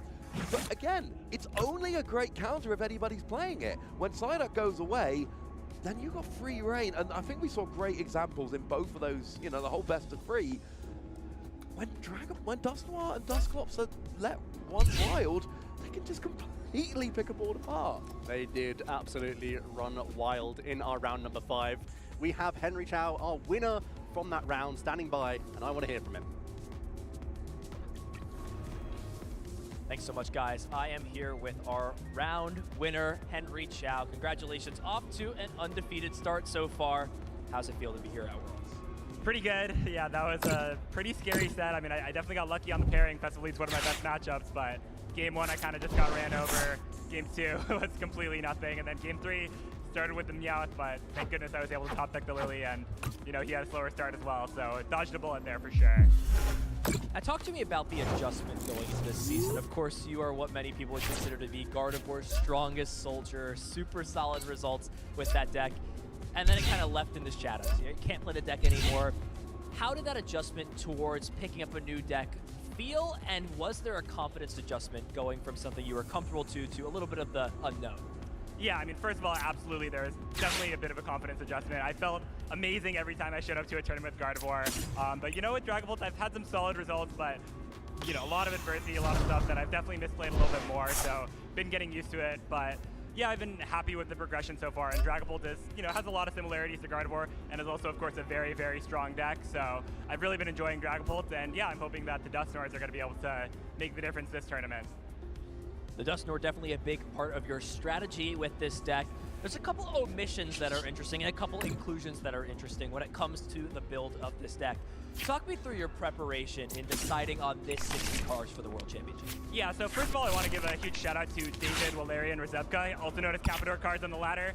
He played the Patrat Dustar concept to NAIC, and I thought it was pretty interesting, so I wanted to explore it further. Patrat was already something I was thinking about before, but yeah, the big idea with Patrat is really just to get more space in your deck. Most builds of Dragapult are playing 2 monkeys, 2 or 3 darks, and you can just kind of all condense that into one Patrat, and you can use the Dustors as sort of the answer to doing that little extra spread damage that you might need. I mean, Dustor can give a little bit more than a little bit extra sometimes, but yeah, especially in this matchup, the Dustors are extremely helpful and make the matchup more lopsided than even regular Dragapult is into a Festival League, yeah. Yeah, board wipe is pretty nice when your opponent can't attack on the following turn. That's just what happened in game number 3. Definitely a bit of a wild set back and forth. There's a few wild decks out in the field. Is there anything you're hoping to avoid? I'm sure you know, of course, this is your second, major world championships that you're at. What are some things you're looking to avoid out in the field? Yeah, I mean, I feel pretty good out into the field. One of the most scary matchups is, of course, the Hammer Dragapult deck. I think we've got it into a spot where I'm not scared of it, but it's still not something I'd like to hit necessarily because there's just so much variance. Torrid and Liam and some of those guys are out there with the 4 Watchtower Zoroark. Normally the Patrat is going to be extremely good in the Zoroark matchup, but with 4 Watchtowers, that's definitely a matchup I want to avoid. But pretty much everything else, the Alakazams, the Festival Leads, the Slot Box decks are all going to be great matchups for me, so I'm hoping to hit more of those. Now, World Championships is a big event for you. I know last year, a super dominant season, right? Multiple regional wins, really, really strong. And it led up to this culmination where the meta shifted and Gardevoir's dominance changed. I know you were a little bit disappointed by your finish last year. What does it look like getting yourself to a level where you have felt that confidence back towards World Championships? I mean, it's really all about playing the online ladder. That's where all my confidence comes from. Any event, international, worlds, regional, it doesn't matter. Before this event, I played a ton on the Ptcg live ladder, and I got myself to a pretty solid elo, was doing pretty good in testing. So with that, I had the confidence to say that, I think I can maybe get there this world. So, I mean, long way to go, of course, but, good start so far. And what does getting there mean for you? Is it always eye on the prize? Is there anything else that, makes you feel satisfied? Is it playing the best you can all day? What is it for you that, satisfies that urge, so to say? Yeah, I mean, I would say the biggest one is playing, and I feel like I've played well so far, so I'm really happy with that. But of course, winning is the huge difference maker for me. I sort of had an interesting trajectory in Pokemon where a lot of my success came right when I started playing again. And this year, I haven't been able to take a big dub home, so I'm really hoping to try to get back there. And what better place to do it than right now, yeah. What better place than right here and right now? You're off to an excellent start so far. Hopefully you can keep those wins coming and advance into that second phase of competition. Thanks as always, Henry, for joining us. Hopefully we'll see you later on in the broadcast, and we'll throw things back to our casters. Thank you very much. Even if there's one thing I learned from that interview, it is just play Ptcg Live, get high enough on the ladder, and then you can come and have a great run at Worlds. Let's go play more Ptcg Live, Joe. Yeah, me too. Henry has been an advocate for playing the game. Just getting those reps in is just so important. You get to encounter these situations that may every now and then come up again in these tournaments, and saving that mental energy, being in a spot that you've always encountered before, so that you know how you've navigated in the past or where you tripped up in the past, means that then you can navigate it again and not worry about these odd situations that the best of the best out there, they're going to be putting you in strange spots as best they can. So making sure that you've got those reps in with your deck is going to be essential, no doubt, that you're playing the best you can. But also, when you're caught into those strange hands, those strange matchups, those strange situations, it's not going to be your very first time and you're learning out on the fly. That's pretty tough to do. Instead, get those reps in and figure out the matchups. Yeah, you can imagine all the situations you want, but nothing can give you that same sense of certainty. Playing the matchup, having to deal with that situation in real time. One thing we want to be dealing with is our feature match. We have a second game we are looking at here, as we're trying to do throughout the day. We'll make sure we got as much action as possible. I believe we're going to be taking a bit of a look at Alex Szymanski, a player which I know a lot of people are quite familiar with. We're joining in game 2, and you'll see there is an Alakazam for Alex on the right, and Dominicus on the left is playing we've got one of these box decks, Mega Kangaskhan, Lily's Clefairy EX, plus question mark. A lot of basics, that's really early attachment to that Mega Kangaskhan, and action passes over to Alex. He's playing a really interesting build of Alakazam. He's got the usual evolutions going on in there, but he does also have a Lily's Keferi EX in his list, and a couple Wondrous Patch, and a Lily's Pearl. So Alex has found himself an answer to the Dragapult matchup. May not be so useful in this one, but he has instantly launched an Eri from his hand as his turn 1 supporter. Not something you're often looking to do as the Alakazam in the opening stages. You're trying to set up the board, but Alex just sort of tossed it out there and was able to get an early hit. Yeah, that's not too bad. Like, it's not the perfect turn 1, but in lieu of anything else, now we do have a Genesect coming down with a handheld fan. Genesect, of course, has Ace Nullifier, stops anyone playing Ace Specs, or it stops your opponent playing Ace Specs. And handheld fan, if you attack into it, your opponent gets to move an energy away from your active Pokemon. That's going to be... Well, everything about this is annoying right now. And that's an important defense against Wellspring Mask Ogerpon EX. That's one of the devastating early game attackers that these big basic builds like to perform with all of their energy switch shenanigans that can come out of nowhere. So Alex, having identified that early, trying to go into a 110 hit point basic Pokemon instead. Let's see how Dominicus is able to construct anything here. Has already used both abilities to draw cards. Is there much else going on? Could there even be an attack launched at all this turn? We're going to have to take another turn off here. Just the lightning energy and passing action back to Alex. Another turn off, no attack launched. We get a Kadabra coming down, the first Abra on the bench being evolved. Ooh, wow. We then see a Dawn, a lovely special illustration rare. More importantly, you get a stage 1, you get a stage 2, you get a basic. We've got an Alakazam, we've got a Kadabra, and we've got a Dunsparce. Now, of course, this Alakazam deck, the goal is build your hand with as many cards as you possibly can, and then deal damage based on the amount of cards you've got. Dunsparce evolves into the Dunsparce, which draws you 3 cards. You've got Enriching Energy as your Ace Spec, which when attached, draws you 4 cards. Yeah. And then you are rolling and doing, hopefully, very big damage. Yeah, this is an archetype that can launch some of the highest damage output in the entire game, honestly. When you have so many of these Psychic draws and Runaway draws and Enriching Energy attachments, it can really help out. Alex is going to take another turn off here and just sort of build his hand as best as possible, so he can try and start launching attack after attack into these high hit point Pokemon. Or is he, as there is a rare candy into Alakazam. Okay, this is a little bit spicy. Now we can potentially... Does he have access to an energy card? Well, we've got a Buddy Puffin coming down for a second Dunsparce, but you're right, we do need some kind of pivot right now. And no, it is just back over to Dominicus, who is going to be drawing 2 cards with that active Mega Kangaskhan with his Run Errand ability, and then trying to set up some kind of viable attacker. We finally see the Wellspring Mask Ogerpon. You can do an interesting play of just sobbing to push the Genesect into range for a turn, so that you still can formulate a 2-prize KO with your Wellspring Mask. That would fall prey to a potential Shaman, but Alex Szymanski is choosing not to play Shaman within his list. And the bench locked anyway. Yeah, and the bench, well, yeah, but you can always run away and fix your board. Fair shout. But with that handheld fan, it's awkward to use the Wellspring Mask Ogerpon here. Even just using that 1 energy sob, then the energy will be moved around. Is that going to be your best approach? Or do you go for the Kangaskhan active KO so that you should have access to use your Ace Spec later down the line, because that is still one of your best weapons against Alakazam. The Unfair Stamp is the choice for Dominicus. And if you don't get rid of that Genesect, you will not have access to Unfair Stamp. You can get the Dunsparce off the board easily. You cannot get the Genesect. We are playing a Meowth. We're using Last Ditch Catch to go and grab a supporter card. It is going to be a Crispin. Lets you search for 2 energy of different types. 1 gets attached, 1 goes to your hand, and it lets you set up all kinds of wonderful and wild attackers that this deck likes to play. So, we got energy on your Teal Mask Ogerpon, we got energy on your Kangaskhan. You could use this to get the 3rd energy on, stash an energy somewhere else on the board, and then get that KO with Rapid Fire combo. And there is going to be an energy onto the active now. That Kangaskhan is ready to go. So Dominicus is trying to value removing this Genesect from play to try and allow your Ace Spec to cause some damage to Alakazam later down the line. Not only disrupting your opponent's outs to play the game, but also the damage output is so limited when Powerful Hand is the core concept. That energy is instantly being moved from Alex, the fighting energy. Not going to be much help for Latias EX there. Nope. But let's see how big of a hand Alex can build, yeah.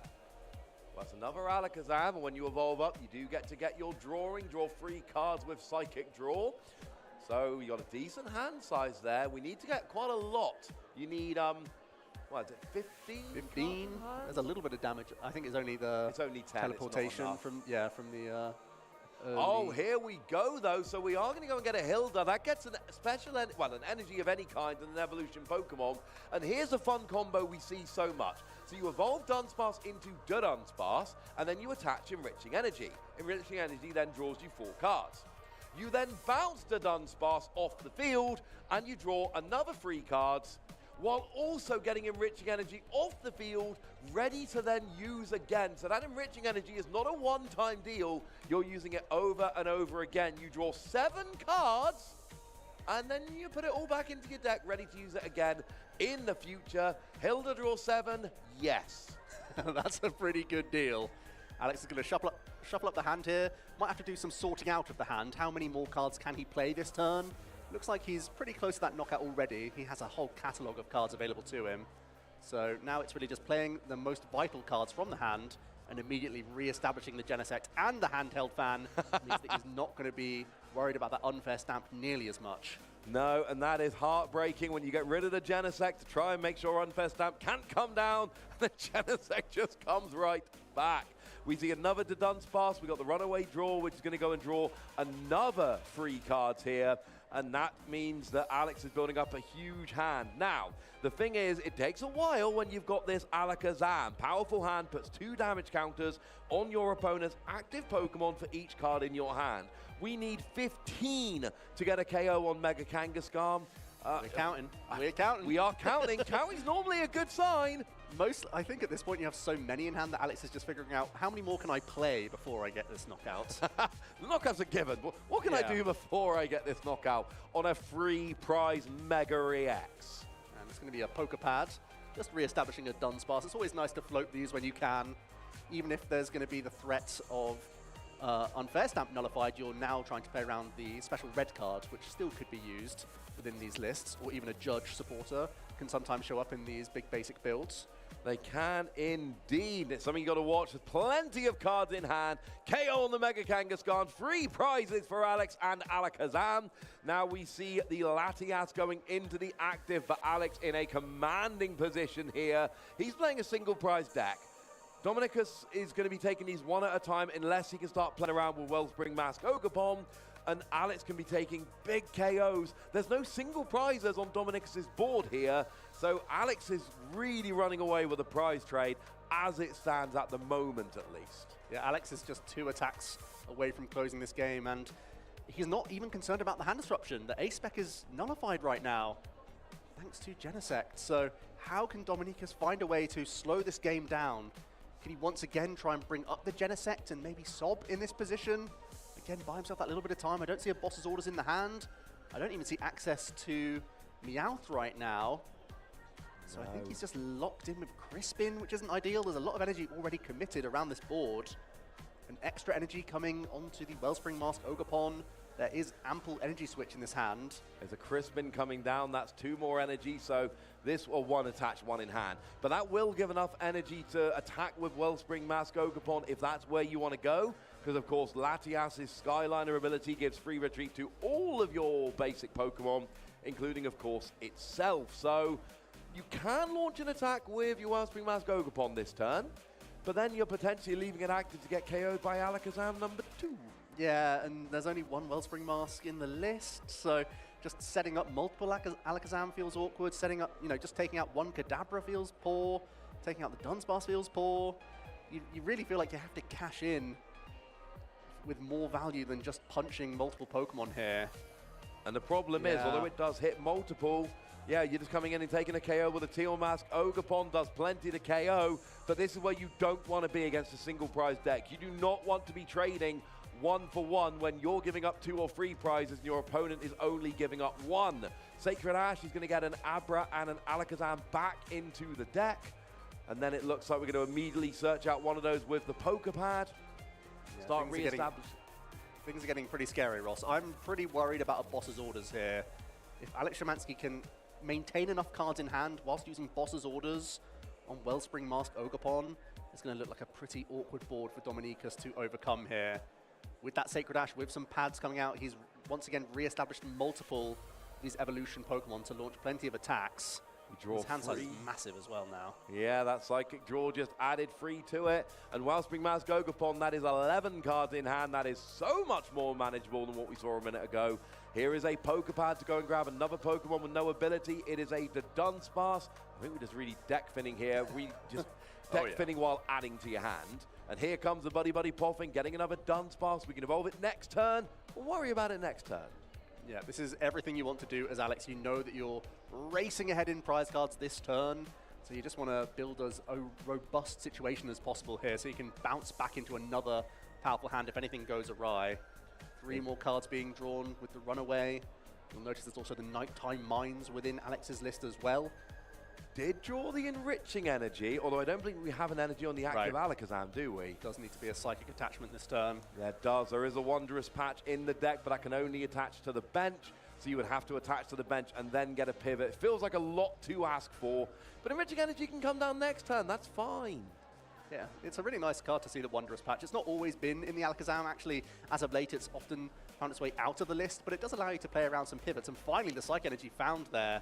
That seemed to be a missing piece by the way that Alex played it out. And there's the boss's orders to boot. And this is looking good. This is what you wanted, Joe. You wanted a KO on the Wellspring Mask Ogopon. Nighttime Mine is going to be coming down just in case that could work, but we don't need too much more. Big hand of cards, big KO on the Wellspring Mask Ogopon. Alex Szymanski just 1 prize away, 1 KO away from taking this and becoming a player actually moving to 6-0 at this point.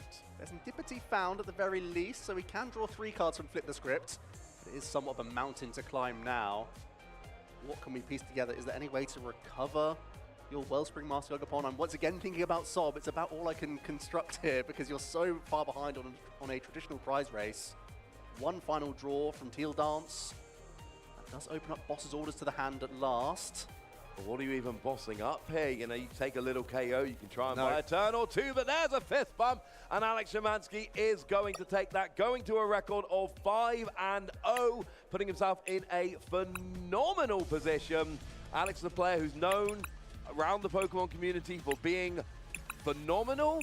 I think we saw an example of it there with Alakazam. And he's a player who loves to make bold choices for these tournaments. We've seen him play some really strange combinations to have fantastic tournament finishes with archetypes that often are disregarded. And I feel like Alakazam, you know the power level is there with the archetype. It's had regional wins, you know, it's had some good placements. It's done well out in Japan multiple times over. But Alex has really come back to the drawing board with the list and created a build that he thinks can function quite nicely against Dragapult in particular. So he's respected the key threat of the room and then has this great shell of draw power still behind it. No, absolutely. And one of those decks, drawing cards is good. Drawing that many cards is good. Having an attack that can do that much damage when you draw that many cards really does give you one of the top decks in the room. Not everybody sees Alakazam as this potential world's winning deck. Right. How do you come down on it? I kind of like it, honestly. It's easy to say, and we've just seen Alex doing so well with it. But I do think that a lot of the Dragapult players, at NAIC, there was so much talk about Team Rocket's Watchtower. We've just seen Slowking do well out in Europe. We've just seen Alakazam do well with Keris Jones getting that victory. So Watchtower was out and about. Tons of players with Dragapult wanted to respect the Nighttime Mine. That's not so much the case at the World Championships. Alakazam is a threat, but really it's Dragapult versus the rest. There's so many 5% decks in the room. Do I really want to dedicate deck space to even a card like Watchtower that can, you know, target a whole array of archetypes? It's still not that much percentage of the field. Do you really want to commit space to an extra stadium card, but it could be consistency here or respecting Excadrill there or something along those lines? So I think that does provide Alakazam a bit cleaner of a run this weekend. I'm putting together a bunch of things I've heard over the past few minutes, Joe, because when we had the interview with Henry, he said, yeah, I'm feeling good. I just really don't want to go against this Team Rocket's Watchtower. That's going to be bad. And then you're saying, well, yeah, you know, Alakazam is great, but I just don't want to, you know, just avoid Team Rocket's Watchtower. It's not out there as much, but it is out there in this Ends Zoroark build. One of the stories we're following over the World Championship so far today, because if Ends Zoroark really does have a decent Dragapult matchup, and so many of these other decks are terrified of Team Rocket's Watchtower, and you're playing a full 4 of those while also playing Ends Zoroark with your good Dragapult matchup, it does feel like we might have a couple players in the room who have made this just phenomenal metagame cool. It feels so strange that Watchtower performed so well at the NAIC across the board that everyone said, nah, Risky Ruins is better here, or Area Zero is better there, or what if I need Jamming Tower now for Excadrill? The fact that so many decks dropped Watchtower has now created this situation in the last couple of weeks where it's actually crazy again. Yeah. People don't play it, so everyone plays as if no one's playing it. Right. So then a couple of people do play it and take advantage of the people who aren't playing it because they figured nobody was playing it. And yeah, this is kind of how these TCG metagames go over the course of several months, or sometimes even longer. Well, there we go. Some great round 5 action there. But now we have a nice interview with Amy lined up with player Prince.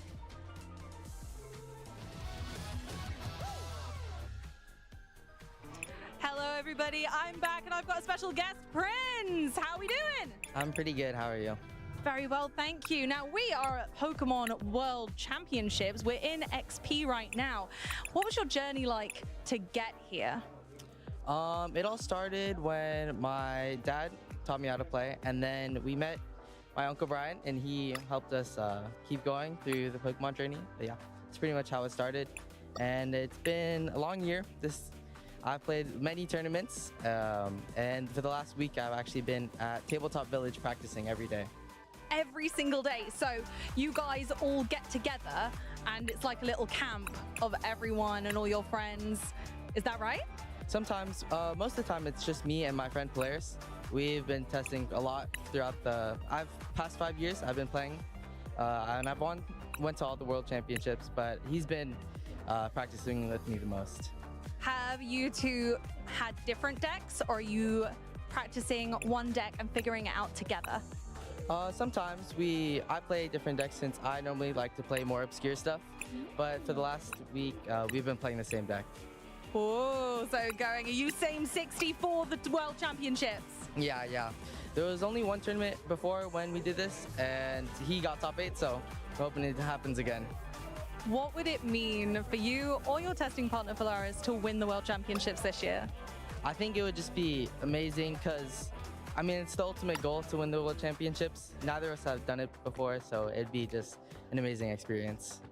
That's incredible. Thank you so much for joining us, and we hope to see you on Championship Sunday then. Thanks, Prince. Bye-bye for now.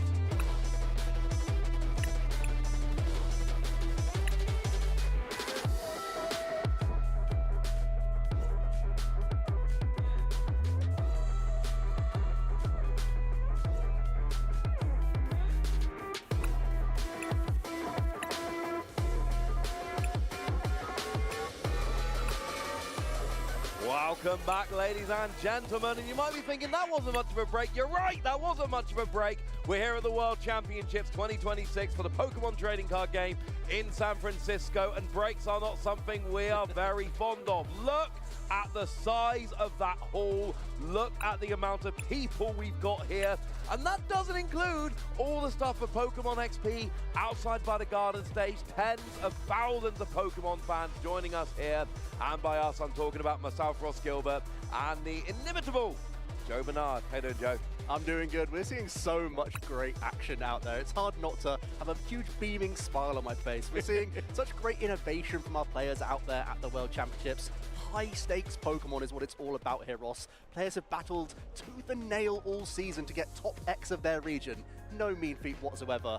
They're all winners out there already. They've got great swag, they've picked up their kits, they've got their promos, they've done well for themselves this weekend already with what they picked up, but now they're trying to crown themselves as an immortal champion at Worlds. You know, it's such a great storyline, such amazing players. Everyone wants to be at the World Championships, and already it's not disappointing. Nobody forgets a world champion. Well, let's have a look at some notable matches, because these players are going to have to get through these matches to join the role of the Immortal. So, looks like we've got Mewtwo against Piper Lapine. That is going to be our feature match. If you were paying attention, that did come up on the screen right before we came back to you. So eagle-eyed among you might have seen that. What else have we got? Natalie Miller against Ruben Davidson. That's what I'm looking at. Fabio Battistella against Kelvin Connor. Benji Pham against Grant Manley. We've got some good matchups here. Some interesting lists as well. Grant has been rocking that Mega Lucario, which only a handful of players are rocking out there right now. Also great to see that there's quite a few Alakazams going on with Alex Szymanski, also seeing Cal Connor out there as well with that Alakazam. So a lot of interesting, diverse decks out there. It's not just Dragapult and Zoroark, although there still is a good amount of them on those high records. There absolutely are. Or even Svinderford, I'm sorry for the pronunciation. I've been trying for 2 years on the European circuit. I'm doing my best. But that is a player who had a great run last year in Anaheim with his beloved Charizard here at a 4-0-1 record. Or even has become one of those players where it doesn't really matter what the format is or what deck they're playing. They're a player you have to take seriously. I have one super quick question before we get down there, Joe. The #1 play deck in the undefeated right now is Dragapult. What's number 2? Good question. How should I know? Alakazam. Alakazam, okay. I mean, I looked it up, and I say that because we've got a second Alakazam in a row here. Batus with Alakazam Dusknoir against Piper Lapine and Zoroark deck. Yeah, now this is something that blew me away at the very beginning of our day. We have access to all of these players' lists, and seeing Mateusz Laskowicz, Alex Rutowicz, and Henry Brand all construct a wild Alakazam Dusknoir list. This literally had my eyes bulging, to be honest with you, Ross. No, I was there, I saw. Yes, something that we have not seen before. This is a brand new archetype, folks. Yes, it's cards you've seen before, but in a combination that we haven't. Taking full advantage of the new Gwyn supporter card, you can discard some non-rule box Pokemon for a huge amount of draw power. Hey, that sounds quite good with the powerful hand attack that we're trying to launch, but also using Strange Timepiece, an item card that we have yet to see really at all since its inception. It's phenomenal. Basically, it lets you devolve one of your Psychic Pokemon. But if we remember Alakazam's ability Psychic Draw, when you evolve, you draw 3 cards. So it essentially, if you've got a Kadabra on your bench, you play this, devolve Alakazam, evolve one of your Kadabra on the bench, and it's an item card draw 3. It's like a bill and a half for people that were playing way back in the day. It is card draw you just do not find on an item card. And, I mean, if this list can take advantage of it like it looks like it can, it's something I was not expecting this coming in. Both of these players were in top 8 of the World Championships last season, and now they're trying to make it there again. Piper Lapine, no stranger to playing Zoroark. She's had some great placements with it before. We get to see those prize cards already. There's that Strange Timepiece. There are 3 copies in Mateusz's list, but also the A-Spec Prime Catcher in there as well. That is not something you want to see in the prizes. You're only allowed to play 1 A-Spec of any description. Seeing it in the prize cards is just absolutely heartbreaking. Both of these players on a 4-1 record, still in a good position for a day 2 finish. They need to win here to get to 5-1. There is the fist goosebump. We're rolling here in round 6, Piper and Mateusz, and it looks like we've got an Enzorua start from Piper straight away with a basic Darkness Energy, but nothing else as we pass to Mateusz, and we've got a Duskull and a Buddy Poppin to go and find some birdies. So let's start thinking about how Mateusz's list functions, because it's not like anything you've really seen before. Yes, there are so many of these Duskull engine pieces within the list. It's a 4-2-2 line of these Curse Blasters. That's right, 4 of the copies of Duskull is within the list. That is leaning in pretty far into that engine. But Mateusz is also playing a couple copies of Budu here, so don't be surprised if you see access to an early item lock here to try and lock Piper with this lone Zorua right now. So far, the early search has just been 2 copies of Abra. As we know, it's not too difficult to reach into an Enzorok. They only have 280 hit points, much less than any of these Mega Evolutions or Stage 2 Pokemon. So this is quite an easy target to reach, even if you just have a more straightforward game plan of Alakazam here. No, absolutely. It's easier to get those KOs. And look, we've seen Alakazam is absolutely huge. Use the Strange Timepiece for a little bit of extra draw, and off you go. Of course, we saw Enriching Energy in the previous round with Alakazam. Now we've got that Prime Catcher, or we would if it wasn't in the prizes. And Dawn comes down for a basic, a Stage 1, and a Stage 2. It's a shame. Crazy. A Kadabra and an Alakazam. Normally, you rely so heavily on the telepathic energy to unlock the board, but when you already have Dawn and Buddy Poppin, no problems whatsoever.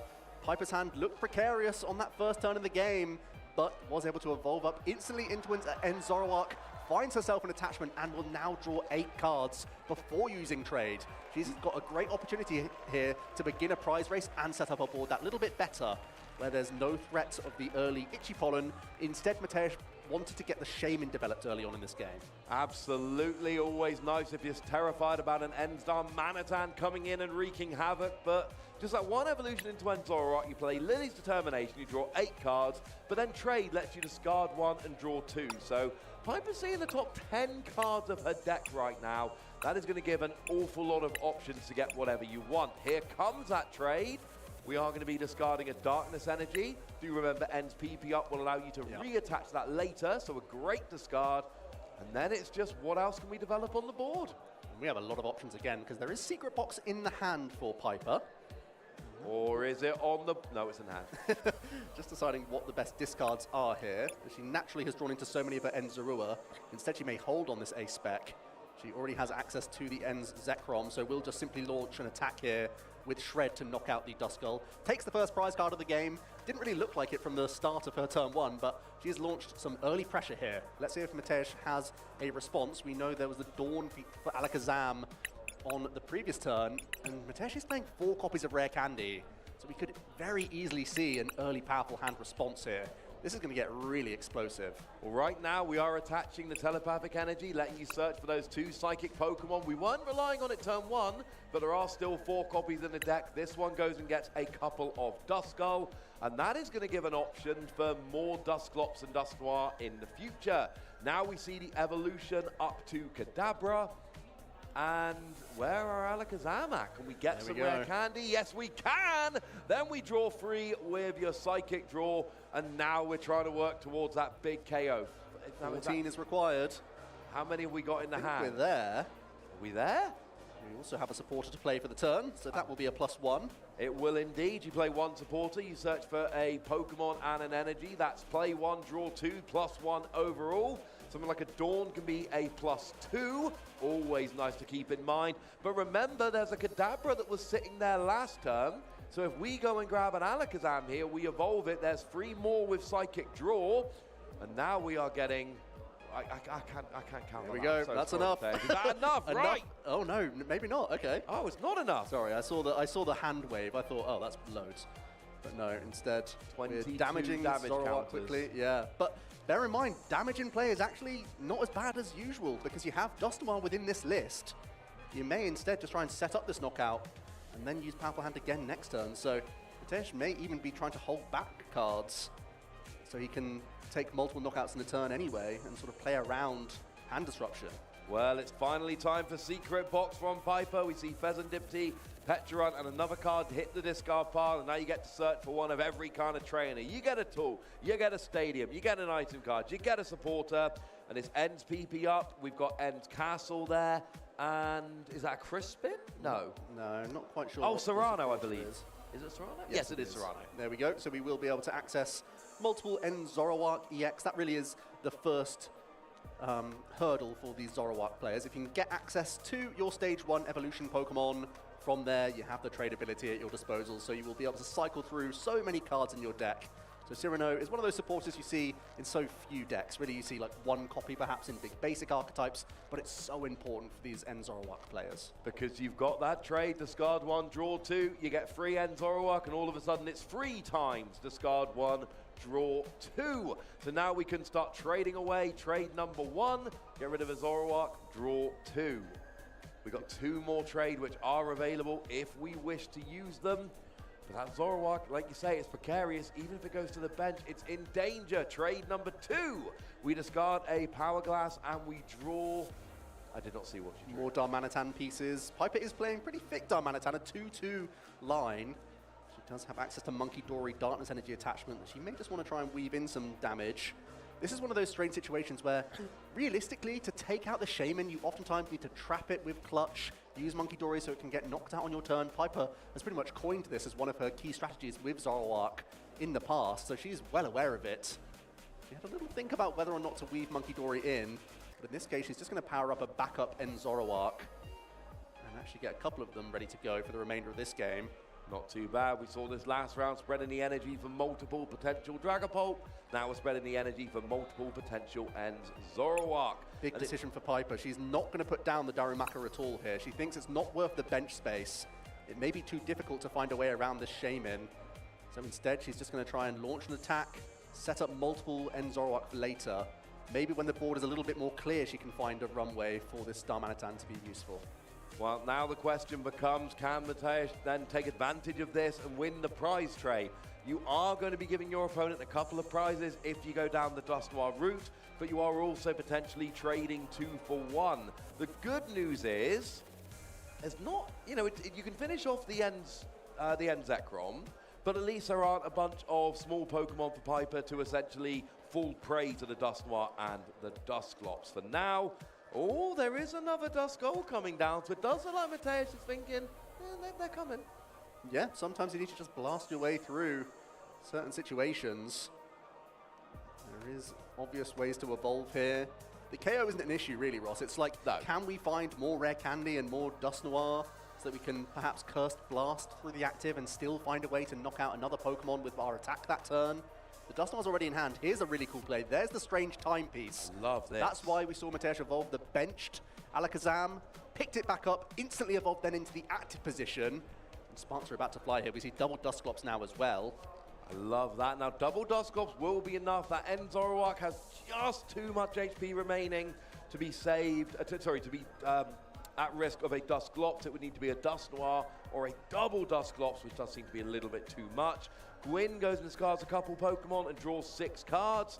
And now, all of a sudden, we are in a good position. +3 from the Gwyn, +2 from each of the Alakazam. And it is just a straight attack, getting the KO, but it feels like a slight waste because I think that's 16 cards in hand. Well, you know, you do what you got to do. You didn't find access to the Rare Candy combination, so just take the knockout as is, have that threat of Curse Blast for later. Piper now has to try and find some sort of hand disruption. We know that her A spec is the secret box, so there's no threat of the unfair stamp. Can she work towards perhaps, well, special red cards also not online right now? No, you need 3 prize cards taken from your opponent. Only 2 have been taken by Mateusz, so that is not going to be an option. You do need an Ents PP up here just to launch an attack from either of your Zoroark. But you kind of need to take a prize because there's a fun play where Mateusz could actually use Dusknoir, Dusclops to KO and end Zoroark while KOing the active and end the game next turn. But of course, if you take just 1 prize, that would take that off the line because they can't give you 3 prizes. You've got 3 prizes left. Piper figuring her way through the hand then with multiple trade already used here. Let's say the End Zoroark players just have so few ways to hand disrupt. The stadiums, there's no watchtower in the list. That would normally be useful against Alakazam, but not so useful against Matesh's list anyway. Oh, there's no Dunsparce, and Watchtower only turns off colorless Pokemon abilities. And yeah, there's none. There's none in Matesh's list, so Watchtower's not going to do anything against this list at all. Piper's really having a think here. She's not in a great position whatsoever. Continuing to just launch attacks through Alakazam. The only hope here is that there's only one Alakazam and one Kadabra in play right now. If you do just take this out and possibly use Disruption on the next turn, maybe it's difficult for Matesh to finally find rare candy combinations. You know that your opponent is going down to 2 prize cards next turn, though, at the very least. Absolutely. And there's potential for more Curse Blasting. There could be 2 Curse Blast here, in addition to the attack here. Well, 2 is the absolute maximum, because as soon as you've used 2, Piper's on 1 prize remaining. Right. So if you're using 2, you need to make sure Piper is taking no more prizes on her own attack, or it is going to be game over. Here is a Pokepad coming down. That's going to search for a Pokemon without a rule box. There is your Alakazam. So you can evolve that up, draw 3 more cards. So, I mean, honestly, if you're Matesh here, is there an argument for just, if you can get a KO on the active, just don't bother with Dusclops and Dusknoir, just KO the active, and then hope you can get another KO next turn? Yep, I think that's a pretty good shout. I think one of the few cards that he may be trying to draw towards here would be his own special red card. Piper having taken 3 prize cards, you could disrupt Piper, who's got a fairly large hand size right now. We are going to first use a Sacred Ash and reload a lot of our Alakazam pieces. Well, we need an Abra on the bench. Right now, there's no Abra for next turn, so that's a priority. Well, I think with that hand, there's going to be a way to do it. I think he's going to be all right. I think he's going to find one. I'm not too concerned for him. Just one Alakazam coming back from the Sacred Ash. Matesh fully aware of what he needs access to and what he doesn't, knowing that he probably has to rare candy next turn. Going to fail a Buddy Pop in. There is your Alakazam evolution. No draw from Alakazam either. Imagine an Alakazam saying, sorry mate, I got enough cards. I don't need to draw right now. We do need to get an Abra. There's a special red card launched. We're actually lowering as many cards as we possibly can here. Okay, there's such a strange situation where Alakazam is trying to just get rid of cards. It's so rare that that's the case. No, you spend the whole game, like the beginning part of the game, you spend the whole game just desperately trying to draw cards, and then you're like, wait, I've got too much. There's 4, 8, 12, 13. Is that? That's 260. Well, is he still trying to play around the special red card? Then Piper would have no hand disruption whatsoever. That is it. That is actually 10 away. Oh, here we go. So Hilda is now going to +1, assuming you search both, and that will put you up to exactly 14 cards in hand, which is 280, so that will be the KO. -1, +2, and that should give exactly the right number of cards in hand. Unless you do this. Yep. Oh! We're rare candying to stay out of range, so we're trying to not take a KO here, Ross. And I know, I love this. I think you've nailed it, Joe. You're basically saying, I will not get special red carded, because you know what's going to happen to that Enzora next turn, don't you? It's going to get Curse Blasted. So you've got the KO anyway. Piper's not going down to 1 prize card remaining, so next turn you Curse Blast, and then you KO the other Enzoroark, and it's a bit of a roundabout way, but you get to 6 prizes where your opponent is stuck on 5.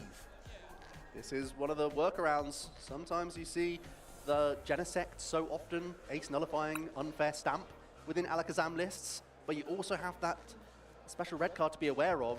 Matesh is more than aware of it. He is playing around it superbly here. And Piper now, she has no hand disruption. She can't do anything about the hand size that Matesh has built. What can she do? Any other form of disruption? Let's see the first trade. Can she start launching any sort of trap strategy here? Going to get rid of a Cyrano as well. Darkness Energy, was that Lily's Determination in the hand? There's Night Stretch of this boss's orders, but I think you can really see... Well, there's an energy, so anything like Yveltal is out now because you don't have an energy attachment for the turn that you can go ahead and use. Lily's Determination will get you a new hand of 6 cards. That's going to give you a bunch more options. I believe there's 1 trade available on the active, or has that been used? 1 trade has been used on the active, so I think we're just using Lily here, but this feels like last-ditch stuff for Piper.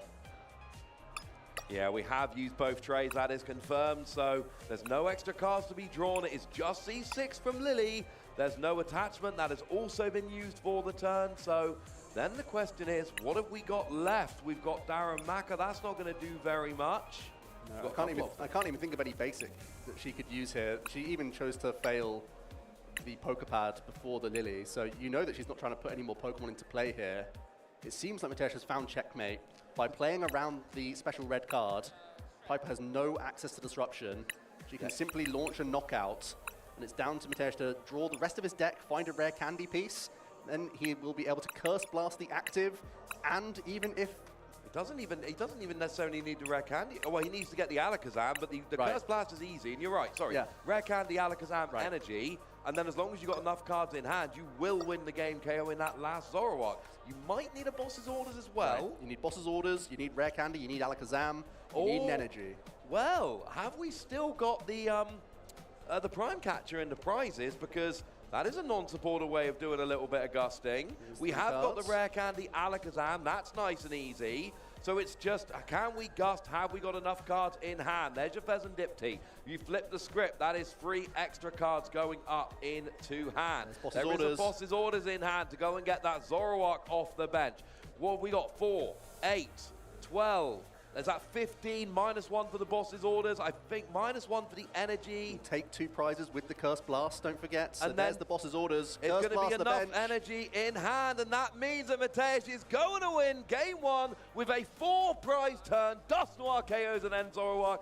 Alakazam KOs and end Zoroark. Everyone gets in on the party, and Mitesh goes up 1-0. Wow, what a beautiful display there of this wild build of Alakazam. Mitesh is such a wizard with his deck building, you know, going back even to the Bennett EX Gardevoir days, going back to the Palkia V-Star days. Like, he just looks at the game so differently. So it's no surprise to see Mitesh on the top tables with such a wild deck list, taking advantage of telepathic Psychic Energy with Dusknoir, which we've seen before, just not alongside Alakazam. No. Like, there's 2 halves of this deck which all make perfect sense. Dusknoir makes perfect sense, we've seen it a million times. Alakazam makes perfect sense, we've seen it a million times. But now the deck's basically going, no, what if we did both halves? But there's some things you can do here that you can't do in other matchups. First, let's go and have a look at the replay then. Piper got the early prize going end Zoroark, really just copying end Zekrom, not trying to do anything else. That was the game plan for Piper. I'm going to attack, copying end Zekrom, and that is going to be my game plan. The problem is, Mitesh here is firstly taking these prizes with Alakazam, but the absolute key here, I'm going to take 2 prizes, and then I'm not taking any more until the final turn of the game. I am going to stubbornly refuse to take prizes. I'm going to do just enough damage to not KO so I can get the double KO, and you never have access to special red card. It is a great hand disruption card, but it relies for you on me having taken 3 prizes, and I'm just never doing that until I'm about to win the game. And so often the selling point of Alakazam is that you can reach 1-hit KOs. So it was so interesting to see Mitesh choose to not in so many cases. He has complete control over his damage, whether it's going to be targeting the bench with Curse Blast or finishing off those damaged Pokemon that he's set up on previous turns. Really skillfully done from Mitesh here. And again, it's that awareness of what's in format, awareness of most of the time players are opting for the special red card as the only real item disrupt outside of unfair stamp. So really great recognition from him here. Absolutely. Well, let's get rolling into game 2. We've got a Badoo start from Mitesh. We've got Zekrom from Piper, and it's going to be first action is going to be that secret box, discard 3 cards, and then search for 1 of every kind of trainer. 1 tool, 1 item, 1 stadium, 1 supporter. Go and get 1 of absolutely everything, and hopefully that is going to get you towards everything you need to start rolling this game. Do we need N-Star Manatan this game? I think that is still going to be Piper's... Oh, she's got the KO. She's able to end PP up with a discard of Secret Box, and she's binding Mochi and Petra on EX. She's just found an easy Badoo knockout. Okay, so Badoo goes down, and apparently that was game 2. We'll talk about the Manatan in a minute, but apparently that was the entirety of game 2. Ends PP up allows you to attach an extra energy, which means you can have 2 energy on an attacker, and that is apparently all we needed to go and get the KO super quickly. Yeah, that's a big scratch. Frankly, did not see that coming. We got scratch for 20, but again, with Petulant going forward with a Binding Mochi, that's 40 extra damage. Scratch for 60. Badoo goes down so fast that if you missed it at home, we don't blame you. Yeah, that's a quick. Yeah, it's an unlikely situation. Mitesh gone first in that game. Whiffed all of his, telepathic outs with his basic psychic Pokemon. He plays a lot of those with all of his Buddy Poffin, of course, as well, and his other searching options. So just having his most vulnerable Pokemon in the active that just got easily KO'd because Piper had access to her A-spec. Basically, none of that comes together without exactly having Secret Box in her arsenal. No, I think it's an excellent plan. And you referred earlier to Secret Box as the combo enabler, allowing you to pull off these combos. That's exactly what happened. The funny thing was, one of the things, I think there's 3 extra bonuses Mateusz is getting in his deck. One is the fact that Telepathic Energy gets a massive power spike because you've got 2 Stage 2s both running off of Psychic Energy. The other 2, I think, the fact that Team Rocket's tower does nothing against you, whereas it would otherwise. And something which I think we saw on full display back in Game 1, you can avoid KOs, take them later, and play around special red card in a way that other Alakazam lists aren't able to. For me, they're the 3 things I'm looking at Mateusz's list and going, they're pretty sizable advantages. But Piper snatched a win here, now gets herself into position for Game 3. And in game number 2, where she forced Mateusz first, maybe once again she can pounce on a weaker start from him, try and capitalize with early pressure. We know that Darmanitan was a weapon she is yet to really use in this game as well, Ross. I think if Piper is able to cycle with more trades, is given that little bit more breathing room and time to try and construct something with Clutch, I think that will still be a really powerful option for her during the game. Especially if Mateusz is choosing to go for the no KO strategy. That gives you a lot of damage counters to play with Monkey Dory on your side. I agree entirely. It's what I was trying to ask you about before Piper won that second game in super turbo fashion. The fact that ends Darmanitan, there's a 2-2 line, it's certainly an option. How good can it be here, especially against a single prize deck that does tend to leave some lower HP Pokemon lying around on occasions before they get fully evolved. So we've had 2 games. Game 1 was quite quick. Game 2 was quick. Game 1 wasn't. Let's see where we go with Game 3. Piper going first. Enzorua in the active. Buddy Poppin gets 2 more. And we are rolling. Pokepad is going to go and get a Enzaramaka. There you go. So that's there's what you your want to see. question answered. Yeah, that's what you want to see. The earlier the better with this Darmanitan. That Flame Body Cannon can be so devastating on evolving and lower hit point Pokemon. And you're really just saying, Mateusz, you've got to spend one of your early ball search cards, if you even have access to them, on a Shaman rather than any of your other Pokemon. So this is already putting a lot of pressure on. If Piper's also able to find an early manual attachment, this is pretty much the ideal turn. Absolutely, and it's worth noting Shaman's got 80 HP, cannot be grabbed from a Buddy Poppin. Makes it just a little bit more awkward to actually go and get. Here is your Telepathic Energy on the active Abra. That lets you go and search for 2 basic Psychic Pokemon, get them down on the bench. But first, Mateusz is just doing a nice little turn 1 deck search. We see players doing this all the time, and it's just going, right, 6 cards have been taken and put in my prizes. They're secret. I don't know what they are, but I should know my deck well enough that if I have a good look, I can figure out which 6 cards are unavailable to me right now. And in the process, he will grab a couple Abra very early on. Those prize cards, not the worst. It is 2 of your copies of Night Stretcher, but I think it is mostly manageable here. But Mateusz at least can be confident that in this game number 3, he's got a much better start and isn't just going to immediately flop out of this game. Always quite nice. I mean, it's good to get into the game. Yes, it's nice to actually get to play. That game too, I mean, we've been doing this a while at this point, Joe. We're over 10 years in since we started in 2016, and that is one of the quickest games we've ever commentated. Yeah. Doesn't really get much quicker than that. So we have a couple of Abra down on the bench there. We've got an Abra in the active with a Telepathic Energy attached. And now the question is, what else can we start getting going? Can we get a couple of Duskull rolling? How worried are we about Flame Body Cannon coming down next turn? Ooh, the 6 cards seem pretty helpful there. Discarding 2 of your non-rule box Pokemon to draw 6. I think, is that the Shaman that we grabbed? Yes, we did. Early Shaman is huge here. Now we're less worried about Flame Body Cannon. Yeah, we're pretty happy with that, all things considered. Does 90 to the active and 90 to a bench Pokemon, but Shaman, of course, has an ability which stops damage going on to bench Pokemon. It is Flower Curtain, and it is MVP right now. Duskull in the active, pass over to Piper, and saying, well, you can Flame Body Cannon, but it's just going to get you your Duskull, and it's not the optimal play. So Piper's going to Lily's Determination, get 8 new cards, and take it from there. It's pretty good. You got good odds of getting into your Zoroark EX and then continue to trade your way through the game. Your most aggressive line of play is already sort of denied with that early Shaman, but still taking out these Duskull will be quite handy to you. Mateusz trying to value his draw engine as much as possible by retreating his Abra, and actually chose not even to use the teleportation burst, just decided not to give Piper any damage to play with.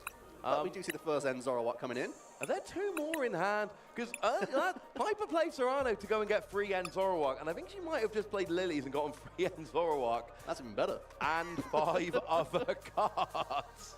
Going to see the Poke Pad grabbing that end Star Manitan. Still important to get into play to threaten that Pokemon. Piper is not playing any Transformation Tome, so she can only really attack with what's available to her. Well, Flame Body Cannon, do remember that you discard all energy from this Pokemon, so it's only going to be used when you're getting enough value. It was free end Zoroark, I did see that properly, so that is going to be a couple more chances to discard 1 and draw 2, and that is going to be absolutely huge. There is the end Zekrom, that's really important because you actually didn't have a good attack to copy, and that's all end Zoroark does. KO the Duskull, pass to Matesh, you're up by a prize.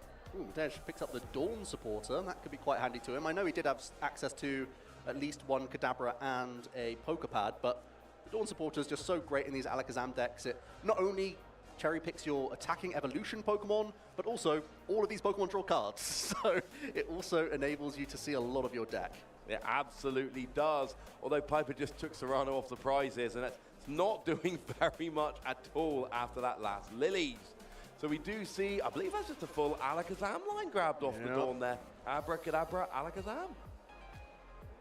And this is going to translate into a lot of cards here. Will it be enough to reach into this end Zoroark? That's yet to be seen. Is there even access to Rare Candy just yet? Well, we're going to see a couple evolutions on the bench here before anything else. Worth noting, we've talked about Alakazam drawing 3 cards when it evolves, but let's be clear, Kadabra draws 2 on evolution as well. So you really are drawing all the time with a deck like this. There's another evolution onto Kadabra, and that means you can use Psychic Draw to draw another couple of cards. So it's a pressure-free turn, but it's really building towards something here. And having played through that, at least the first game that was a slightly longer game than that game 2, that basically never happened, Matesh is pretty aware that he doesn't have to worry about Unfair Stamp. He knows the A-Spec from Piper, and he hasn't seen a judge yet. He really only has to care about the special red card that he has to play around. So once again, re-establishing this Duskull is quite handy. Absolutely, it's going to be there for future turns. Not doing much now, but in the future it can. You said no pressure turn, you were right. No attack, no damage done, pass back over to Piper. Shaman really shoring up that bench, making sure Flame Body Cannon cannot be devastating. Piper here just trade after trade with those end Zoroark. Already used 3, drawn 6 extra cards, although did have to discard 1 for each pair beforehand.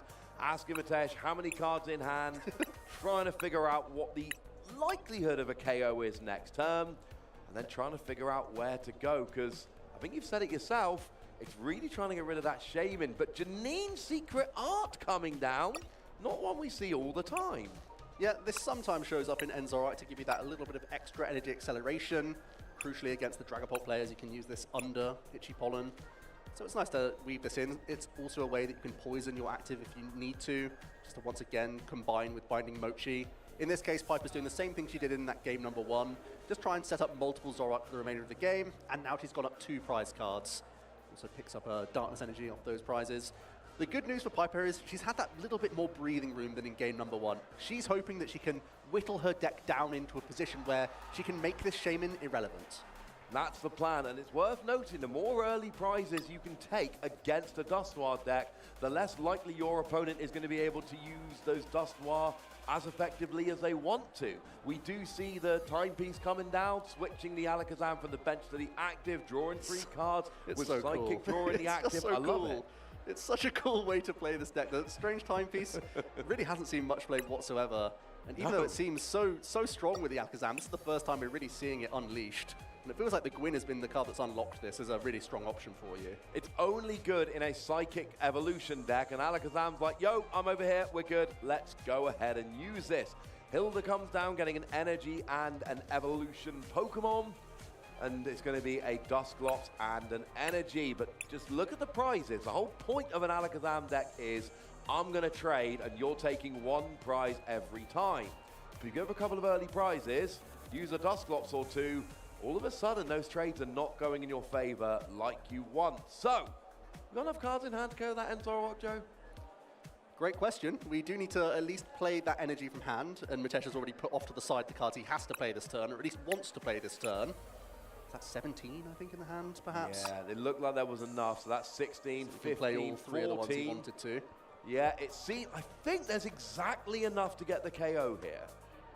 If I've seen that correctly, it's exactly enough. Oh, so he's even allowed to evolve into Dusclops. So he did the count, was able to play one more card from the hand, then took a clean knockout on End Zoroark, and crucially is able to pick up one of those Night Stretcher as well from those prize cards. Action back over to Piper now. The prize cards have equalized. Now where does Piper go from here? She's got the KO isn't an issue. You've got End Zoroark in the active. You've got, okay, you need an energy there. Now it's not an issue. You've got Enzekrom on the bench to copy. The KO isn't a problem. The problem is the prize race. Are you going to be able to get through enough of these before your opponent takes big KOs? But then we've got that extra spice, unlike in game one. If Mateusz does get a one-hit KO on End Zoroark next turn, do you have the special red card? And what does the game look like after that comes down? These are the things we're looking at here. All great questions. I can see Piper eyeing up the boss's orders. There is the potential for Yveltal clutch, perhaps, if she is able to move the active End Zoroark.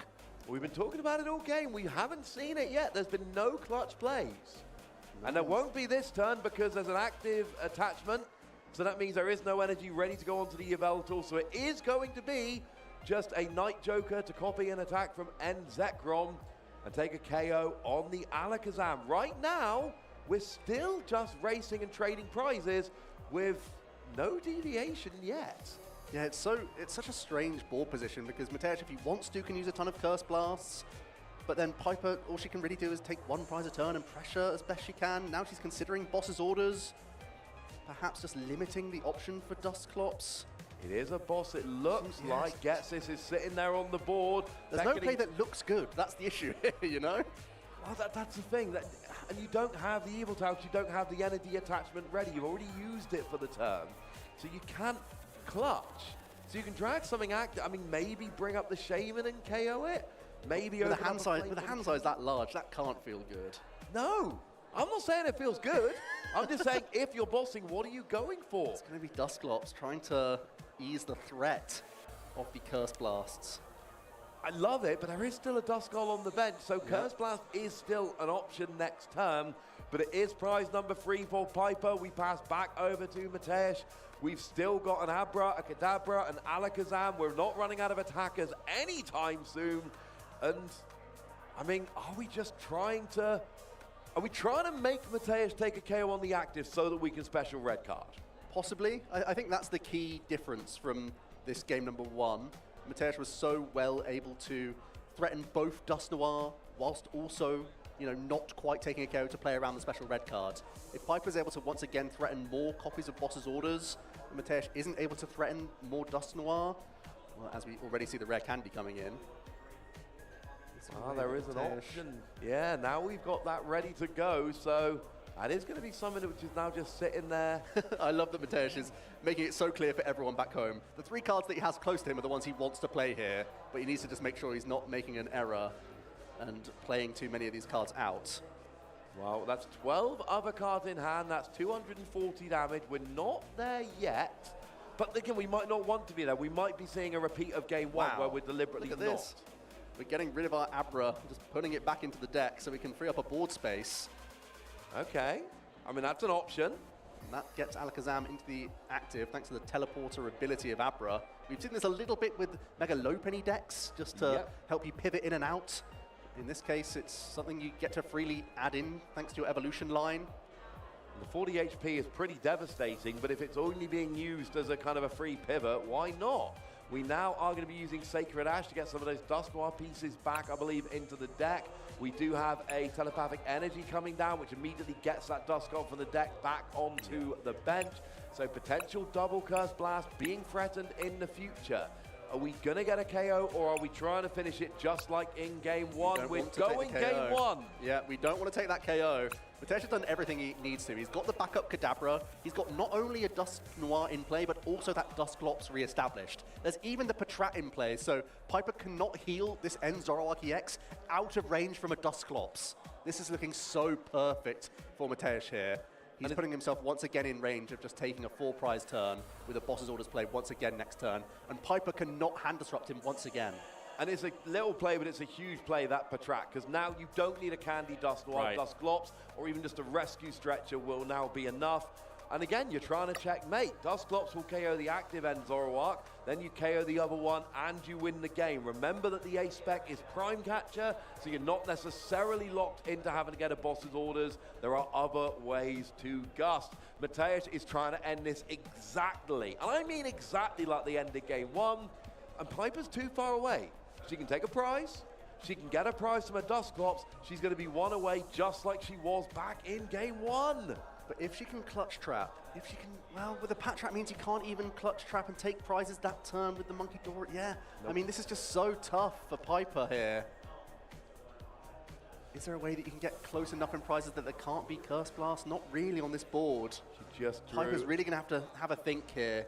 Is there any way, or has Mateusz once again got himself into the perfect board position? This is Alakazam checkmate right now. I mean, essentially, and it's not very fun when you say it, okay? But there are two things that Piper can hope for here. Number one, Alakazam doesn't have enough cards in hand. Number two, Alakazam doesn't have any gusting, so after they take a KO with your Dusclops or Dusknoir, you can put Enzocrom active, and then they cannot actually finish off the prize trade. They only take one because they don't have gusting.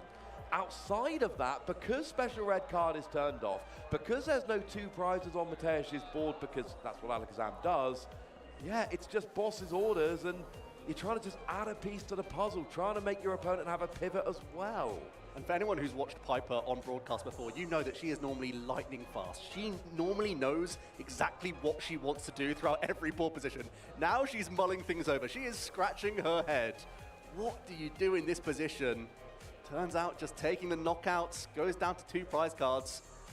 And it's really just down to Mateusz if he can either draw the remaining pieces that he's lacking, or if he can find a way to take this 4 prize turn. It should be pretty routine. There's already boss's orders coming in. Curse Blast onto the bench and Zoroark. There's 2 prize cards. Do we have enough cards in hand to finish it off? We got 4, 8, 12, 13, 14, that's 280 damage. That's a KO on Zoroark.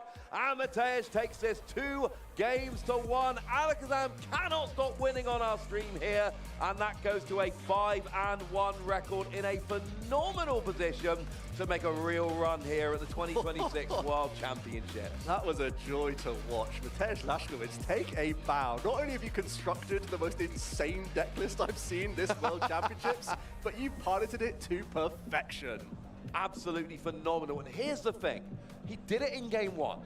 He played his hand, literally and metaphorically.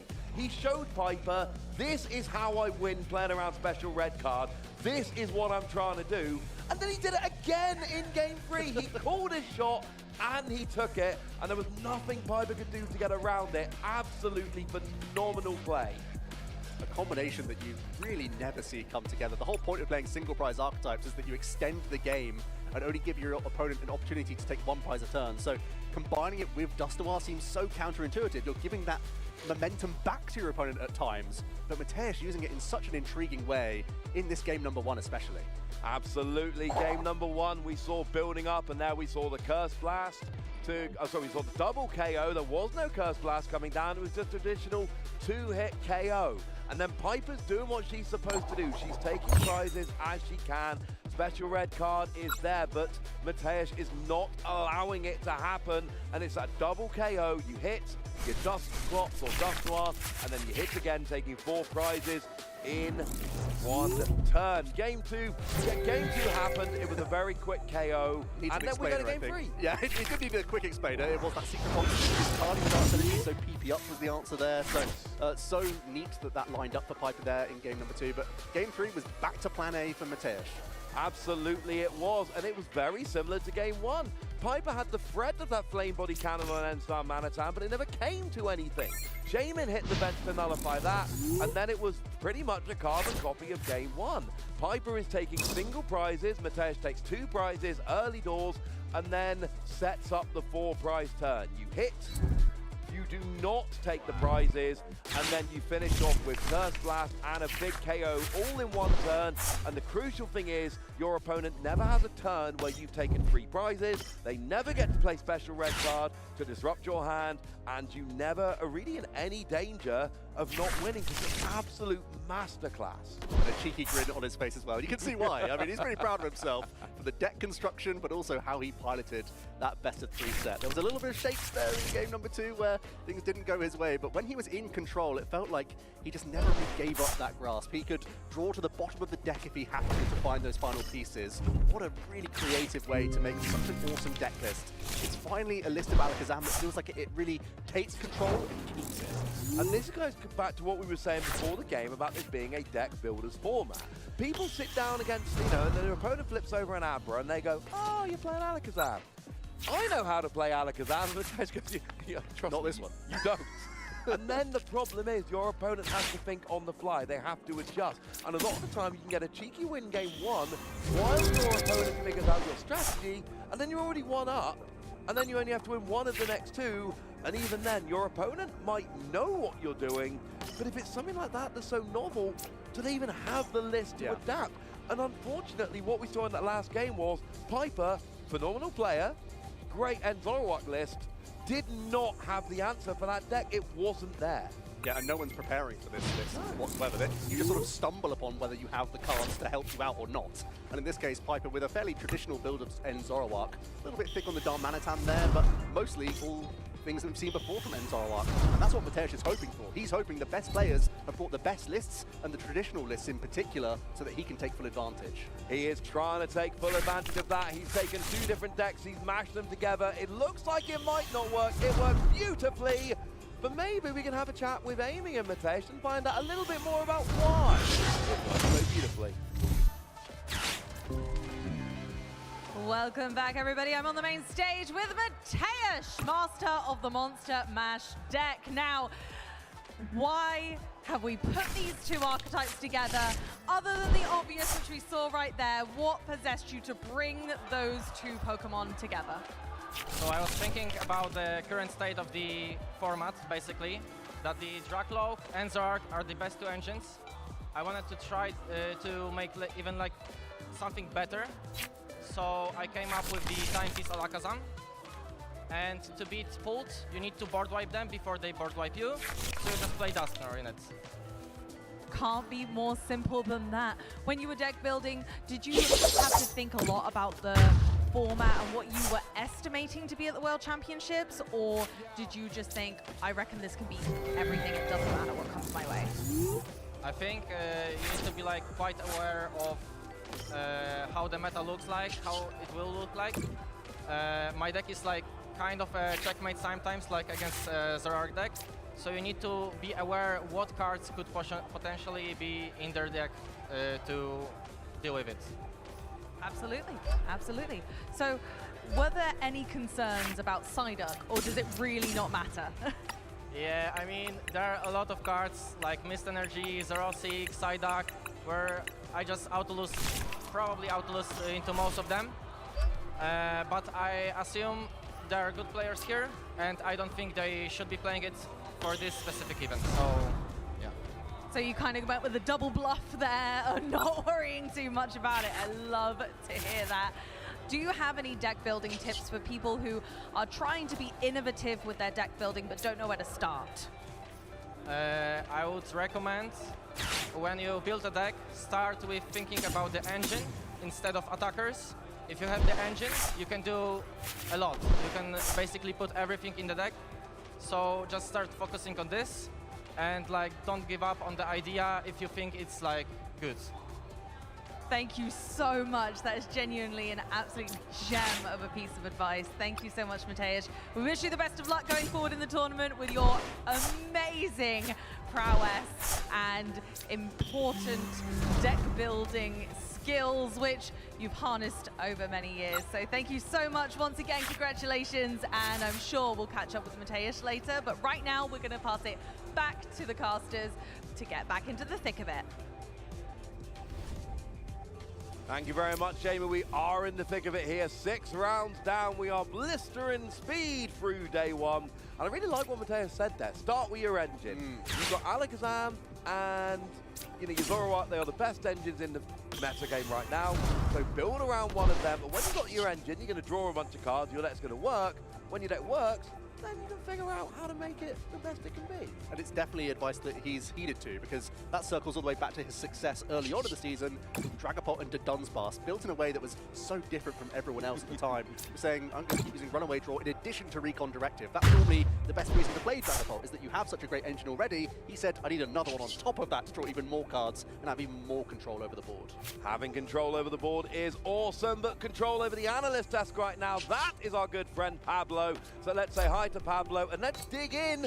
Pablo, what did you see in that last match?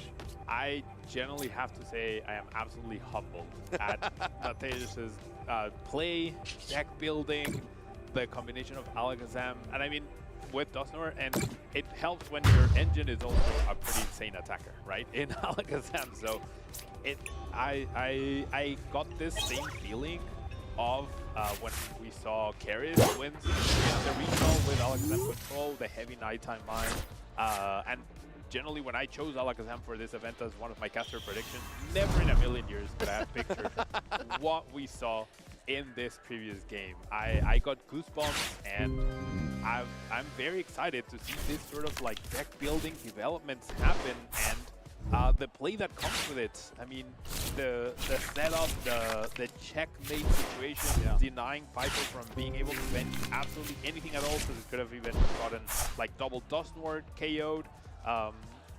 Purposely not drawing with Alakazam, purposely playing cards to not take the KO, to play around the Serendipity draw, the special red card, the on first stamp, which at the point he knew was not an option, but just generally perfect play. And I think Shaman was a big carry. I think having that available overall is definitely a good meta call for this event, right? He was, Matej was talking about really trying to envision what's going to be played and respecting the threat of Slowking, respecting the potential of Wellspring in the big basic decks really showed here. And yeah, I mean, major props. We just saw these setups are definitely something that is very exciting to see. Just the checkmate scenario, purposely not taking a knockout. I cannot emphasize how that probably feels counterintuitive to many of our viewers who are getting in to play the game. Of course, in order to win, you have to take prizes, right? But the order in which you take them is probably more important than how many you take. So just incredible. I could go on for the next 10 minutes giving props to Matej on the deck list and the plays. I was just like, I was drooling back here. I gotta be honest, I was drooling back here. I mean, you're our resident analyst, Pablo, so I'm just going to ask you straight up. This Alakazam with Dusknoir, compared to your traditional Alakazam with the Dunsparce, do you think it has a better potential matchup spread in this particular World Championships this weekend? I don't know if it's going to be a better matchup spread. I've always been of the idea that when approaching the World Championship, your edge as a player in terms of skill is at the lowest it will ever be, because you're up against the absolute best, right? Therefore, you have to give yourself an edge in deck building, and that's where the surprise factor comes in. So this new approach by Matej, by having the strange timepieces, he's making himself less weak to Rocket's Watchtower, right? Which is another adaptation we saw, for example, from Liam Halliburton with a heavy Watchtower play. But he also has Judge in there, so that, I think, is something Matej could struggle with as these top players start clashing at the very top. I don't know, overall, the deck building, there's just so much to talk about here. It's hard to answer exactly your question, Ross, but I don't know. I don't know if the matchup spread is affected, but the surprise factor and the unpreparedness is what's really going to give this Alakazam deck the edge, because it's the first event we're seeing it in action. Yeah, we've used that term checkmate in Pokemon before a few times. It reminds me of like just regular Zoroark GX back in the day when the Ganondorf GX was used, that Stinger GX attack, stuff like that, where you're setting up damage and whatnot. But even with these tech Pokemon, like Patrat meant that you're never going to have your board affected. Shaman means your board is never going to be affected. We even saw teleportation being used by Abra to free up a board space, when normally it's the more the merrier, the more draw you can have with Alakazam, the better. I really love how you picked up on that strange timepiece as a way to play around the Watchtower, though. I think that's a way to cheat space whilst having the same amount of draw. How have we not figured this one out before? Right, and I generally saw a little bit of talk about it before the event, but I completely disregarded it. Like, nah, there's no way that's real, right? And I think at this point, we were are all Piper, generally. Like, the boss's orders is like, what do I even do? Because at this point, I think she knew about the Prime Catcher as well, so even trapping a Shaman, which is usually a good strategy to poison your Evil Doll, knock out the Shaman on your turn, and then be able to use the Armanitan, like, there was just no option at all for Piper. And I was feeling Piper at that moment. Like, it was generally a rough situation to be in, just knowing there's no possible way, no out, that 100% guaranteed loss is just a tough pill to swallow at that moment. Yeah, and she's such a competitor. She will look at any way to do it. And she's normally such a lightning fast player. She knows exactly the out she needs to look for, or the lines of play she needs to find some sort of way to get there. But in that case, she really was just and that's a rare situation for Piper. I felt a little bit bad. I could talk endlessly about what Ptcgl could do, but I really, as it got to Piper's turn, I felt like I didn't have anything to say. Yeah, Shaman really closed out options, really shut down anything other than just attack, slam into the active, and hope for the best. And even special red card wasn't available. I mean, and both of these players made top 8 at last year's Worlds. And the fact that they're both at this stage doing so well, the level of play we saw from both, of course, as well. I mean, it really showcases how skilled both of these trainers are. And it's got to feel good. Like, you're up against a player of that caliber. Everyone knows how great Piper is. And to be able to stomp your opponent to that degree and put them in that, like you say, Joe, checkmate scenario where there really is nothing they can do, you come into this tournament hoping this unusual Alakazam build is going to be good, but to see it working to that degree and stumping that level of player, that's got to really fire you up for the rest of the year. I am so fired up. The World Championships just brings all of this stuff out. Pablo, thanks so much for joining us and having a chat with us about that, because you put it so well. It's one of those things that we see twice, 3 times in our entire careers as Pokemon players and enjoyers, that every now and then there's something that was unearthed where you can have complete control against the opponent. Even really high skill level players, even no outs, that is so rare. You just don't see it very often. Normally, you know, we see these high level players and they can find something. They can, and even if it doesn't work, they've got a roundabout, they've got a plan, they've got like this 5% chance, you never know, it might work. We're gonna try it anyway because you never know. And we saw in that last game, it was not working. But we do have our friend Amy here this weekend, Joe, and we've got her working. We've got her over in the village having a chat with Kenji and Dylan. Hello everybody, I'm out here on the lawn with Pokemon XP, and I've got 2 very special guests. Would you be able to introduce yourselves? Of course, my name is Kenji, and then I really enjoy playing Pokemon. That's what we love to hear. And my name is Dylan, and I like to play Pokemon with all my friends. Amazing, and you guys are here with a lot of friends. Can you tell me a little bit more about your after-school program? Like at tabletop? Yeah, so it's basically where like there's like a camp where like a bunch of kids get together and they just practice for like the next tournament, whether that's locals or whether that's like a big regional for some of them. And it's where like basically a bunch of kids just have a bunch of fun. That sounds incredible. I wish I could come. What's your favorite part about being able to take part in something like this? Like there's like a lot of prizes included in this, so like if you win, like they have like small tournaments. If you like win the tournament, then like you get like some prizes and stuff. That's awesome. What is the most fun deck you've ever played to one of your tournaments? Honestly, my favorite is Ptcgl Control, because I just really like taking control of the board state. Just like, I play cards that are annoying, like Misfortune Sisters, Eerie, Zero6, and I just really like just seeing like my opponent's reaction to the deck. I really just enjoy the deck overall. Oh, you're the worst. Oh, no. Well, you know what? Control still can be fun. I like to treat it like a puzzle when I'm playing against Control, so at least that's fun. How about yourself? What's the best deck you've ever played to one of the tournaments? I'd say it's Goldango, because like it just does like a lot of damage and like you get like a lot of energies in your hand. You can draw a lot of cards. Amazing. I've got one more question for you. Can you describe your journey to get here at the World Championships? What did you have to do and how did you do it? So basically, we were like into Pokemon, just like in the TV show. We collected cards, but we didn't really know what they did. We collected plushies. So then when we went into tabletop, we were trying to get a plushie, and then we had this one friend, Jack. Then he taught us how to play, and then we really enjoyed the game. So we just kept playing over and over again, and we had a bunch of fun. And then he taught us about regionals, and then our journey, we just kept going, like playing to them, and then we just really enjoyed them. Wow, so it all started walking into the store. Yeah, and I really like that, like if you can always get like a bunch of practice at tabletop too. That's amazing. What was your journey like to the World Championships? How did you end up here?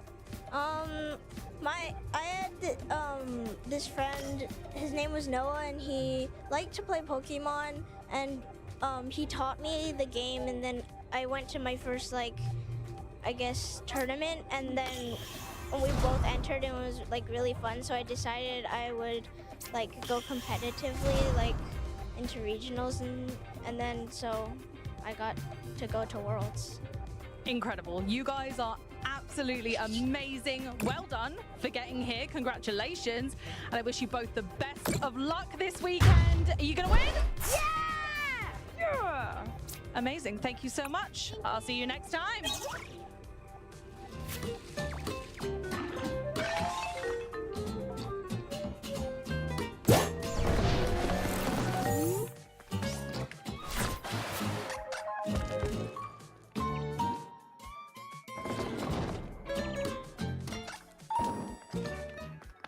Pokemon trainers, welcome to Pokemon Championships History, a series where we showcase important matches throughout the history of competitive Pokemon.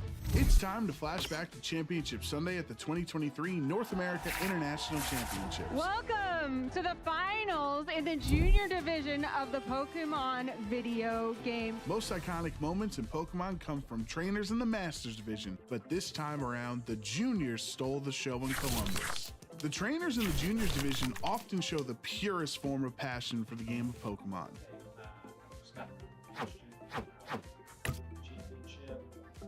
I've been to a championship. I've been to the national. Avery's energy made him an immediate fan favorite. Got Avery from the United States and Takumi from Australia. I am enchanted with these trainers. Avery made it to the finals with the help of his hard Trick Room team. Trick Room can be a difficult strategy to implement, especially when relying on an unconventional Pokemon like Oranguru. Oranguru is my favorite of all time. I mean, he supports other Pokemon. Oranguru is carrying a very interesting move called Instruct. So if you're able to get the Torkoal into position or something that's just going to be a little bit slower, you can start firing off some big damage that way. Trick Room teams flip the game on its head by having the slowest Pokemon on the field move first. Tell us about your team that you're about to play. It is hard Trick Room. Hard Trick Room game plans can even be difficult for Masters Division trainers to pilot, but Avery was ready to show the world that juniors are wise well beyond their years. For his strategy to work, Avery's Oranguru would need to twist the dimensions. We're going all in with a terrestrialization on the Oranguru. Well, the game plan is being executed for Avery very, very quickly here. With Iron Hands going down, Avery brings Torkoal onto the field for free. Under Trick Room, Torkoal is one of the strongest Pokemon in the game, with the Sun boosting all fire attacks by 50%, and Oranguru's Instruct allowing it to attack twice in one turn. This Torkoal was ready to erupt. Of this Torkoal across the way as we see the eruption come through, and that's going to help a little bit, but Tinglu still takes a ton of damage on the switch in. With the momentum in Avery's favor, Takumi's savvy defense turns the tides of Game 1 and punishes Torkoal, putting the Australian youngster in a winning position. Despite properly setting up Trick Room, Game 1 got away from Avery. But even if Oranguru didn't work the first time, it was important for Avery to trust the process and rely on the strategy that got him to the finals. This one is going into Game 2 with Takumi up 1-0. After the exact same turn 1 play in Game 2, Avery's Torkoal was ready to take over, which meant it was time for Oranguru to do it again. Avery once again has the opportunity to bring in the Torkoal. Let's do it again. Yep, there's the instruct. Learning from his mistakes against Tinglu in Game 1, Avery made an adjustment to keep momentum on his side. This is where last game got a little bit different because he went for the overheat into the protect. Let's see if Avery goes for it again. It is an Earth Power! See you later, Chi-Yu. Although it didn't have a single attacking move, Terrifier Oranguru was the star of the show. The ability to instruct your teammate to attack again would lead to more offense than Takumi could handle. Does it hit this time around? It's gonna be another overheat from the Torkoal. Avery's confidence was back, taking down Takumi's team 1 by 1. This championship would be decided in Game 3. The crowd became enchanted with Avery and Oranguru. It was incredibly amusing to watch such a simple yet repeatably effective strategy from a junior. With the first 2 games playing out the exact same way on turn 1, there would be no surprise what these 2 trainers would do in Game 3. This is 3 games, 3 identical turn 1s. If it ain't broke, don't fix it. With Trick Room set up, the crowd was chanting, "Do it again," knowing another instruct was on the way. Avery's bravery, relying on a 90% accurate overheat to connect twice into Chi-Yu, would put him into a commanding position. With Takumi's back against the wall, he would put all his hopes into Terra Water Fluttermane. But Avery's Oranguru had one final instruction: become champion. We know what's coming, and even with that defensive terror, Avery is getting another bite of the cherry. Avery will be a well-deserved champion, showing a crazy strategy. I think people had forgotten about it too. Avery is immortalized in Pokemon history as a champion, captivating the audience's heart with his charming personality. As for the Oranguru that clicked instruct 13 times in the finals, Avery summed up its role on the team perfectly. So, tell us about your Oranguru. How do you use it? It doesn't do any damage. Who knows what the future holds for Avery, and who knows what Iron Hands was going for in all 3 games. But we can be sure that Avery's future will be bright in Pokemon as long as he remembers to do it again. Thank you for watching, and let us know some of your favorite competitive Pokemon moments by using the hashtag #PlayPokemon. Things are heating up here in San Francisco. The weather may be beautiful, and I can assure you those battles are as well. The TCG side of things is exploding. We are going into our 7th Swiss round. 2 more rounds today before we get into phase number 2.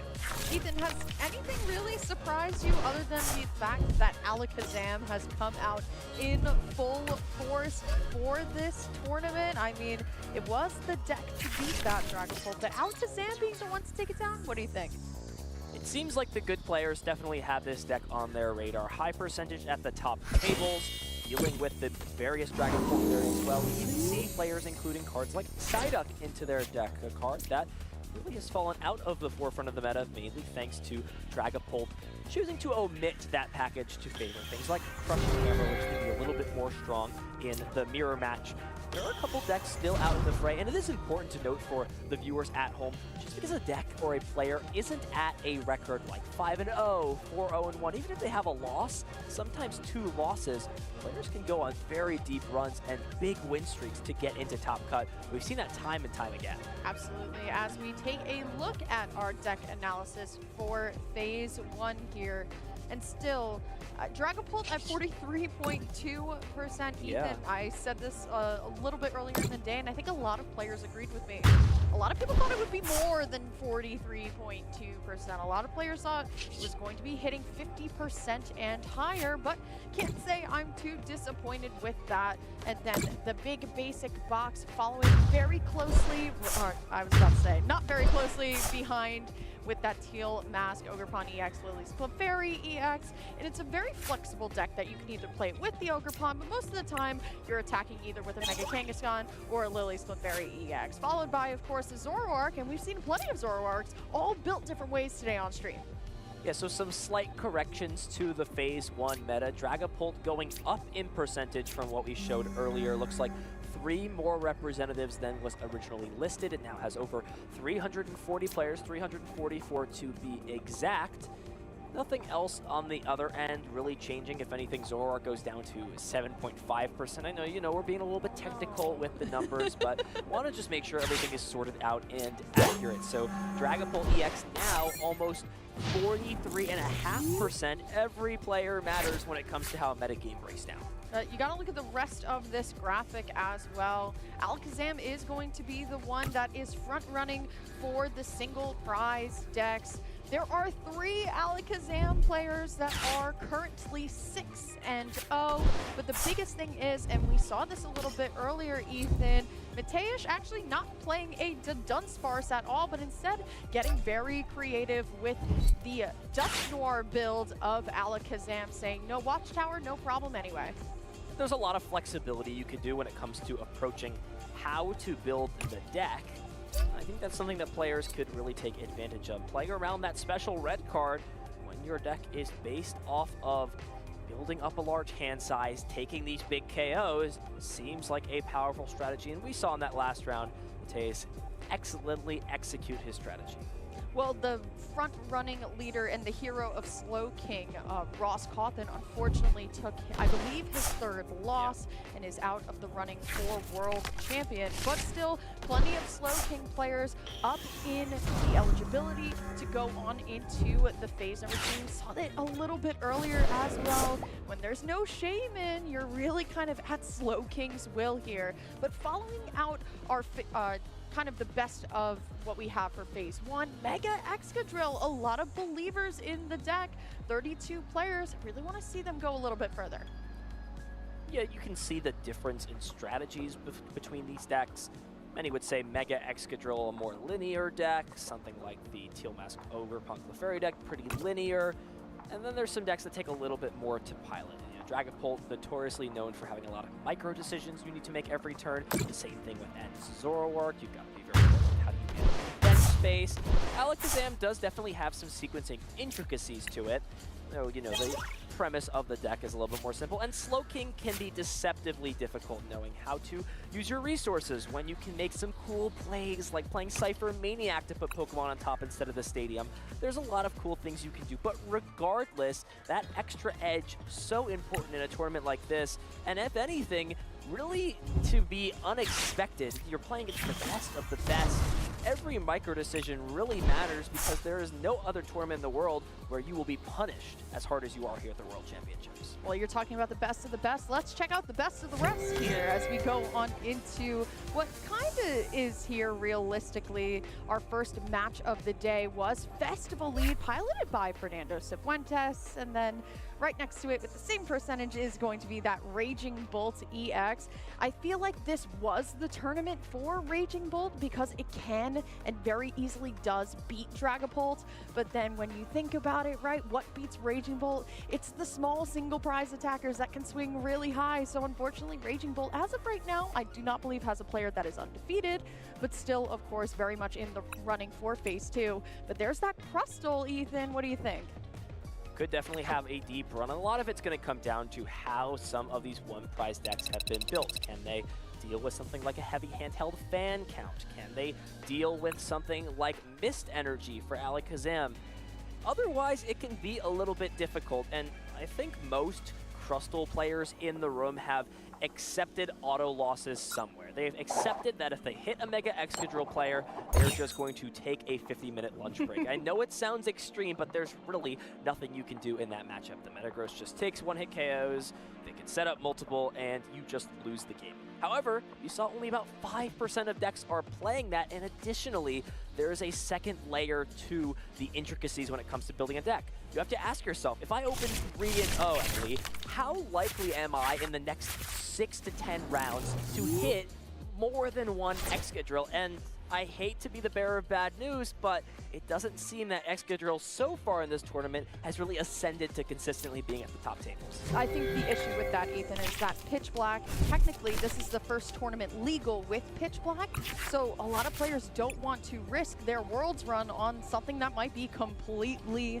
new. So we'll see how Mega Excadrill begins to kind of warp with the meta, but rounding out our decks all the way at the bottom, I find it very interesting that 7 players have decided to bring the Marnie's Grimmsnarl here. It always seems to do really well when players aren't paying attention to it for some reason, being able to use Munkidori and the Frostlass to send over all of the damage counters, but it just feels sometimes it's weirdly enough going undercover to find its wins, but other times there's way too many grass decks to really kind of take advantage of it. Yeah, it's a super interesting deck, similar to the Zoroark approach, where, you know, as the deck is currently being built, it has a favorable matchup, many would say, into Dragapult EX. However, it is a Dark-type EX Pokemon and struggles with the same issues that Zoroark does. However, it also can struggle into some of the big basic decks because it is unable to take that one-hit KO like Zoroark can. Maybe the reason that only 7 players have shown up with this deck. To note, of course, for the viewers at home, there are other decks outside of these 7. You know, once we get below a percentage point, it's a little bit too resource heavy for us to list every single deck out, but there are always some fun rogue decks that make their way into a deep run for day 2. We'll have to stay tuned and see which those decks are, if any. Well, speaking of the best decks, Ethan, why not talk about the best player in Oceania? That is going to be Brent Tonneson here, who I believe is still very much undefeated at the tournament, is running that Dragapult here, but what don't we have to say about Brent, right? This is a friend of North America, always seems to be around North America, and he really gets on these planes from Australia, comes all the way out to hang out, and usually does pretty well. I mean, look at the accomplishments. 4-time regional champion, did well at Worlds in Yokohama. Let's see if we'll be able to do it here in San Fran. Yeah, still looking for that big World Championship finish. I would say that's definitely the tournament that has eluded him the most. Hasn't had a more solid finish than top 16. And he was very close to making top cut. Got just outside of that top cut at the event. Played a really strong deck. Gardevoir went out to play that deck for multiple events, create what is known as the Brixty, the huge 60-card list that many players ended up playing. You know, got in the mix a little bit as a Gardevoir connoisseur myself. Shout out to Brent, you know, always there. And like you said, he's a friend of the community, always traveling to different events, always being very open about how his performance is every year, bringing down travel costs. He really is a proponent of globalizing the game on every level. He's definitely somebody to watch if you're playing Pokemon. And always, like you said, creating lists that are very, very consistent. And with the Hammerpult, the Crushing Hammer Dragapult, being the deck that he has decided to pilot, and just from looking at his list, consistency is all right there for him. So I'm excited to see how Brent is going to finish out. Like you had said, just missing that big, big finish for him, but still ever consistent. I believe this is multiple years in a row that he's been #1 in Oceania.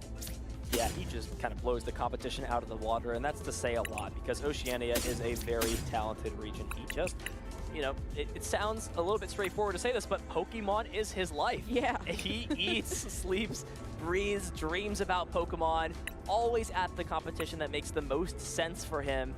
And he has shown how devotion to the game really can pay off over time. I'm interested to see also, I mean, going into next season as well, Ethan, how many times do we see Brent? And like you had mentioned, I mean, he lives and breathes Pokemon, right? So spending more than enough time on a plane. I believe I've seen Brent over in EU as well. Sometimes you just gotta chain those trips together, get the most out of your time in the sun. But still, I mean, it's really fun to see Brent, Natalie, Tim, always hanging around, just, you know, traveling together as well. I mean, you look at that Australian group right there. That is a really, really strong testing group.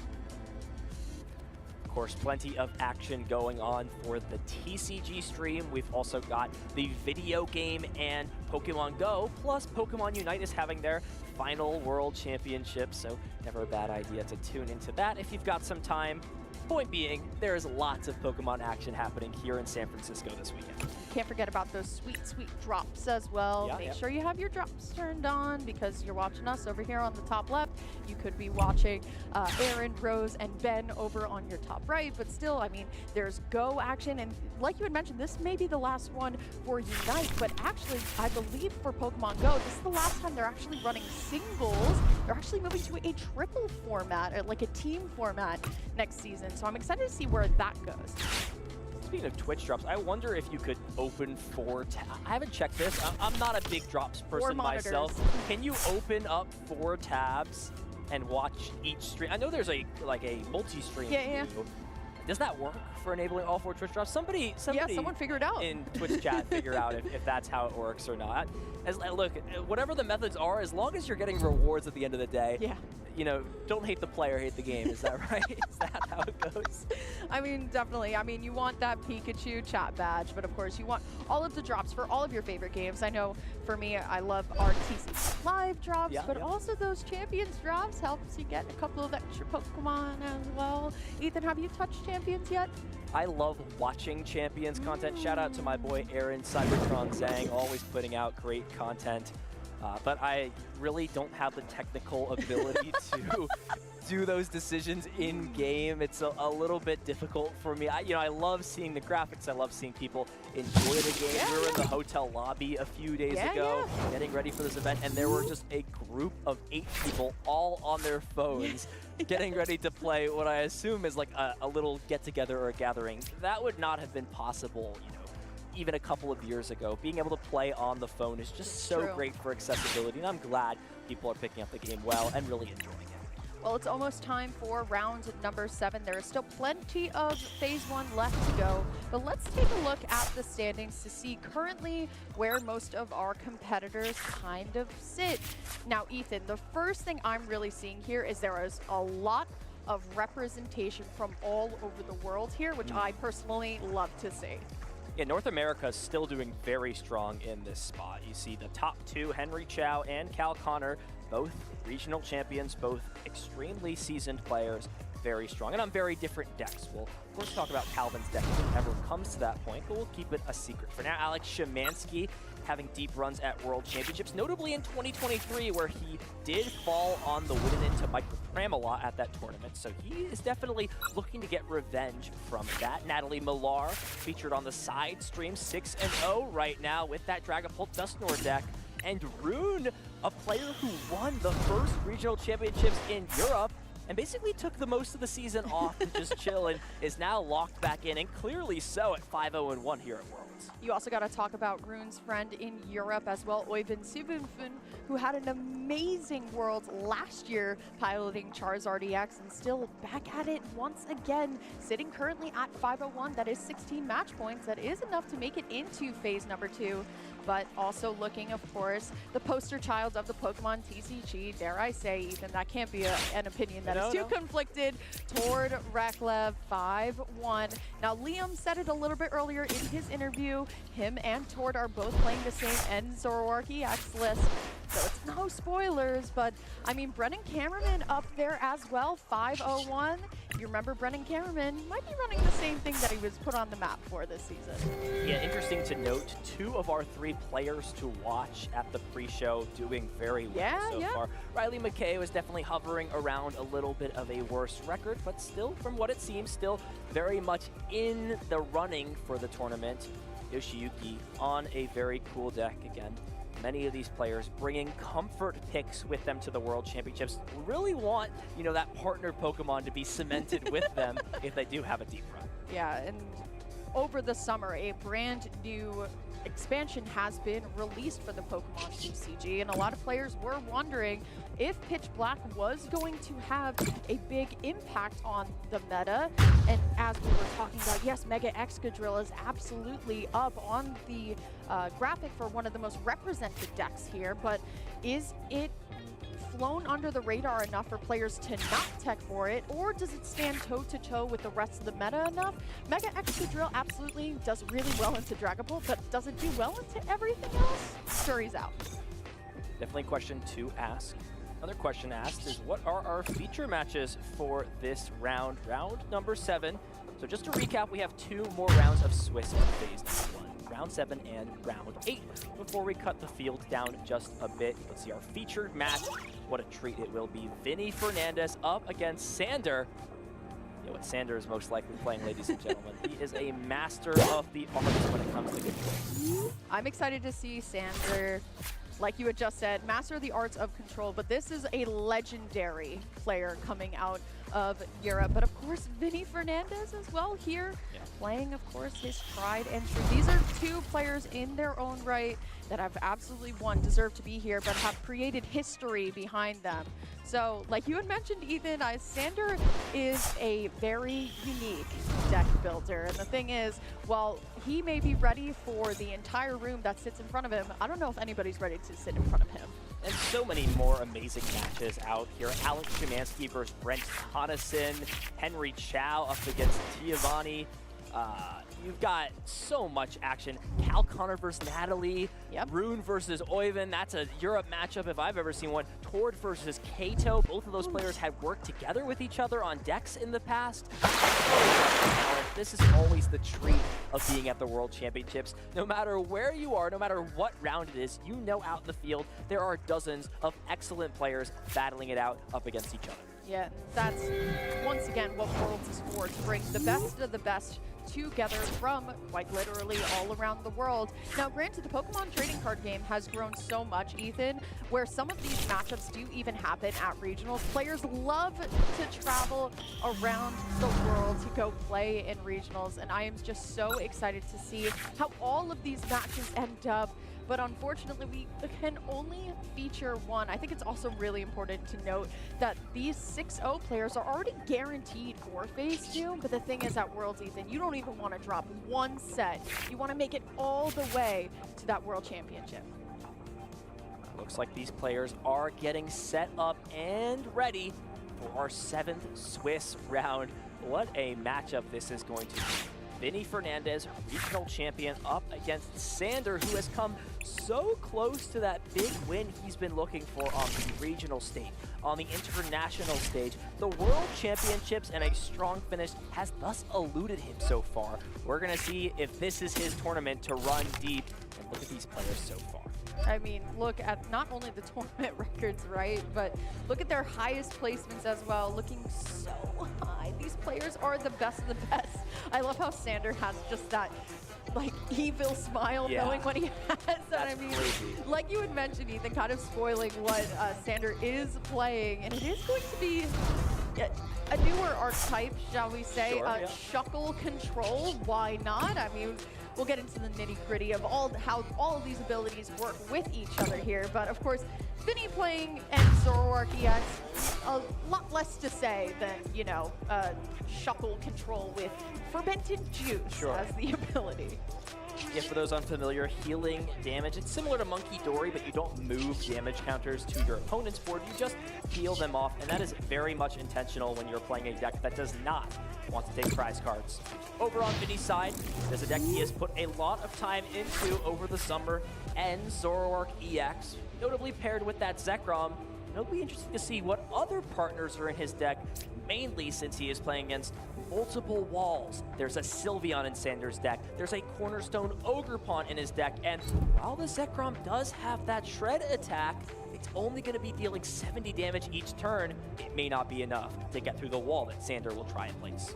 And unfortunately, for the amount of modifiers that Vinny plays, it's not exactly for the Zekrom to be the one attacking. One fun thing, though, there is a couple of Punk helmets in the list for Vinny as well. So the problem is Punk helmet only hits back if the helmet is actually attached to a Dark-type Pokemon. So yes, while and Zekrom might be the choice attacker here to use Shred, unfortunately those damage counters that Punk helmet provides isn't going to go back. Yeah, we'll still most likely see that Zoroark attack and copy the Ends Zekrom. It is still a bit of a difficult spot. You're still only applying at max 9 damage counters on your opponent's board each turn. There's nothing like Pecharunt and Binding Mochi. We see that be an extremely valuable card in this matchup because it does essentially just add 40 damage each turn. You tick up damage on your board so you can use Monkey Dory. None of those things, however, being the case. So, opening coin flip coming out for these players.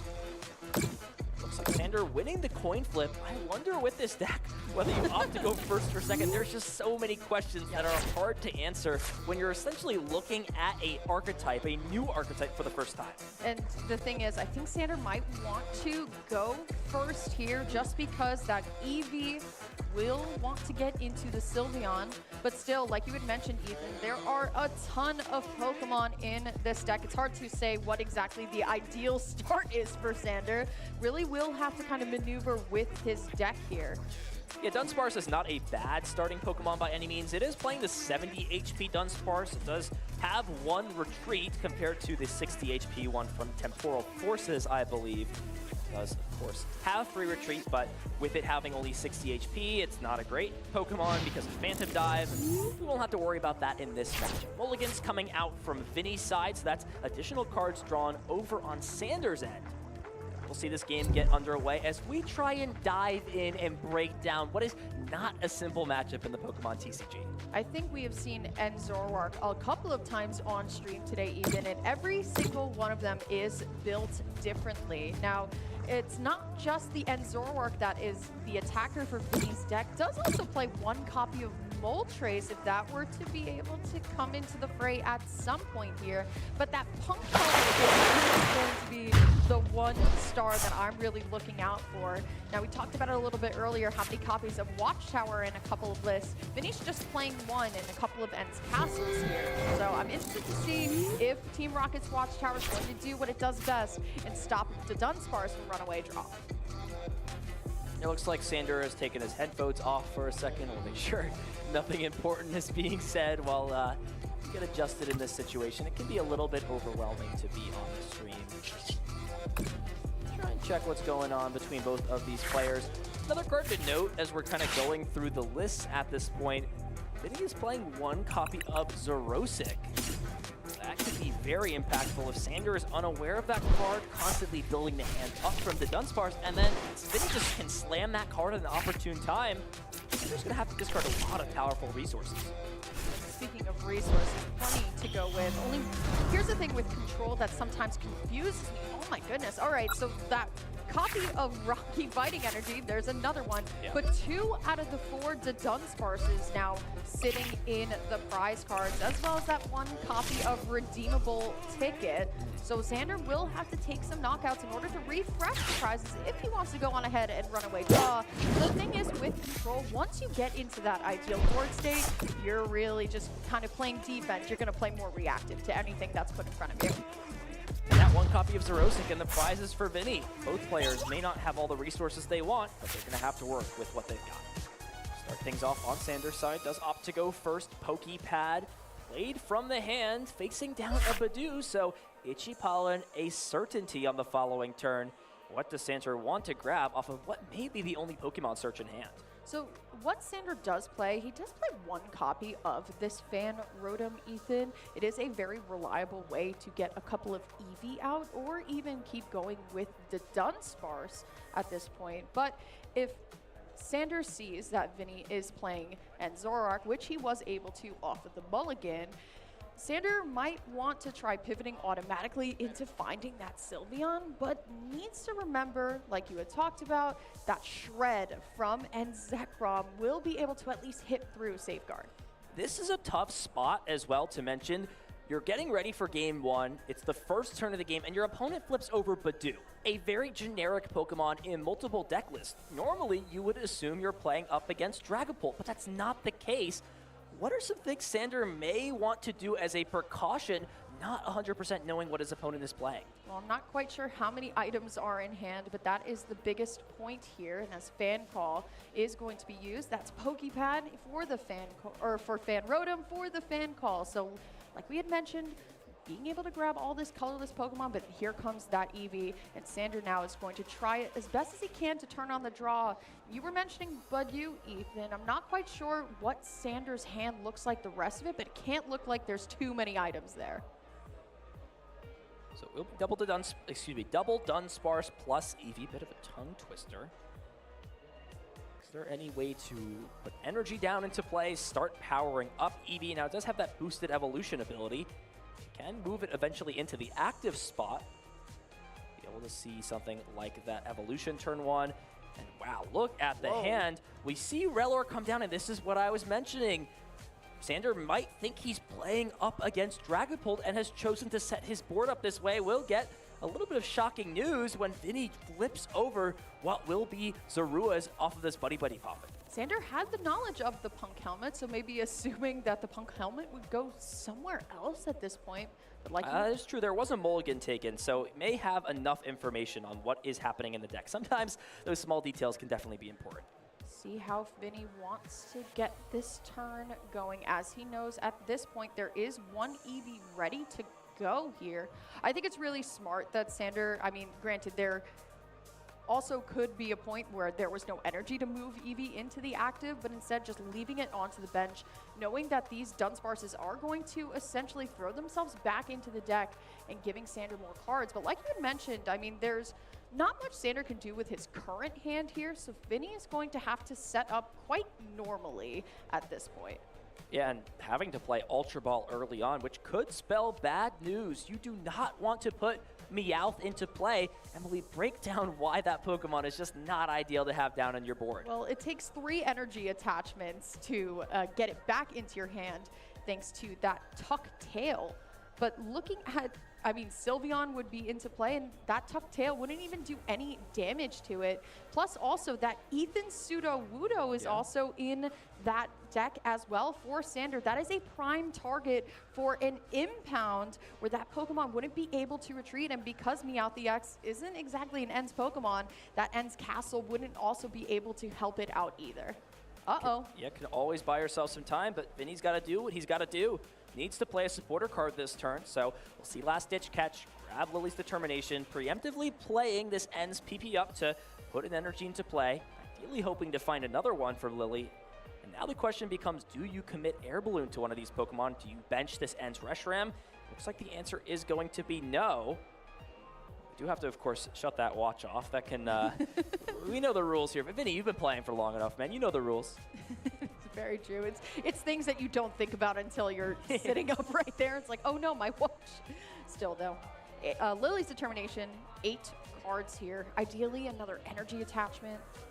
Wanting to get those energies into the discard, a reliable way to find Zoroark, but also another way to find the Zekrom, as it is going to be the only attacker that Vinny is going to be able to have 8 cards here. And not under too much pressure the following turn. Vinny has basically hit his, block he needs to this turn.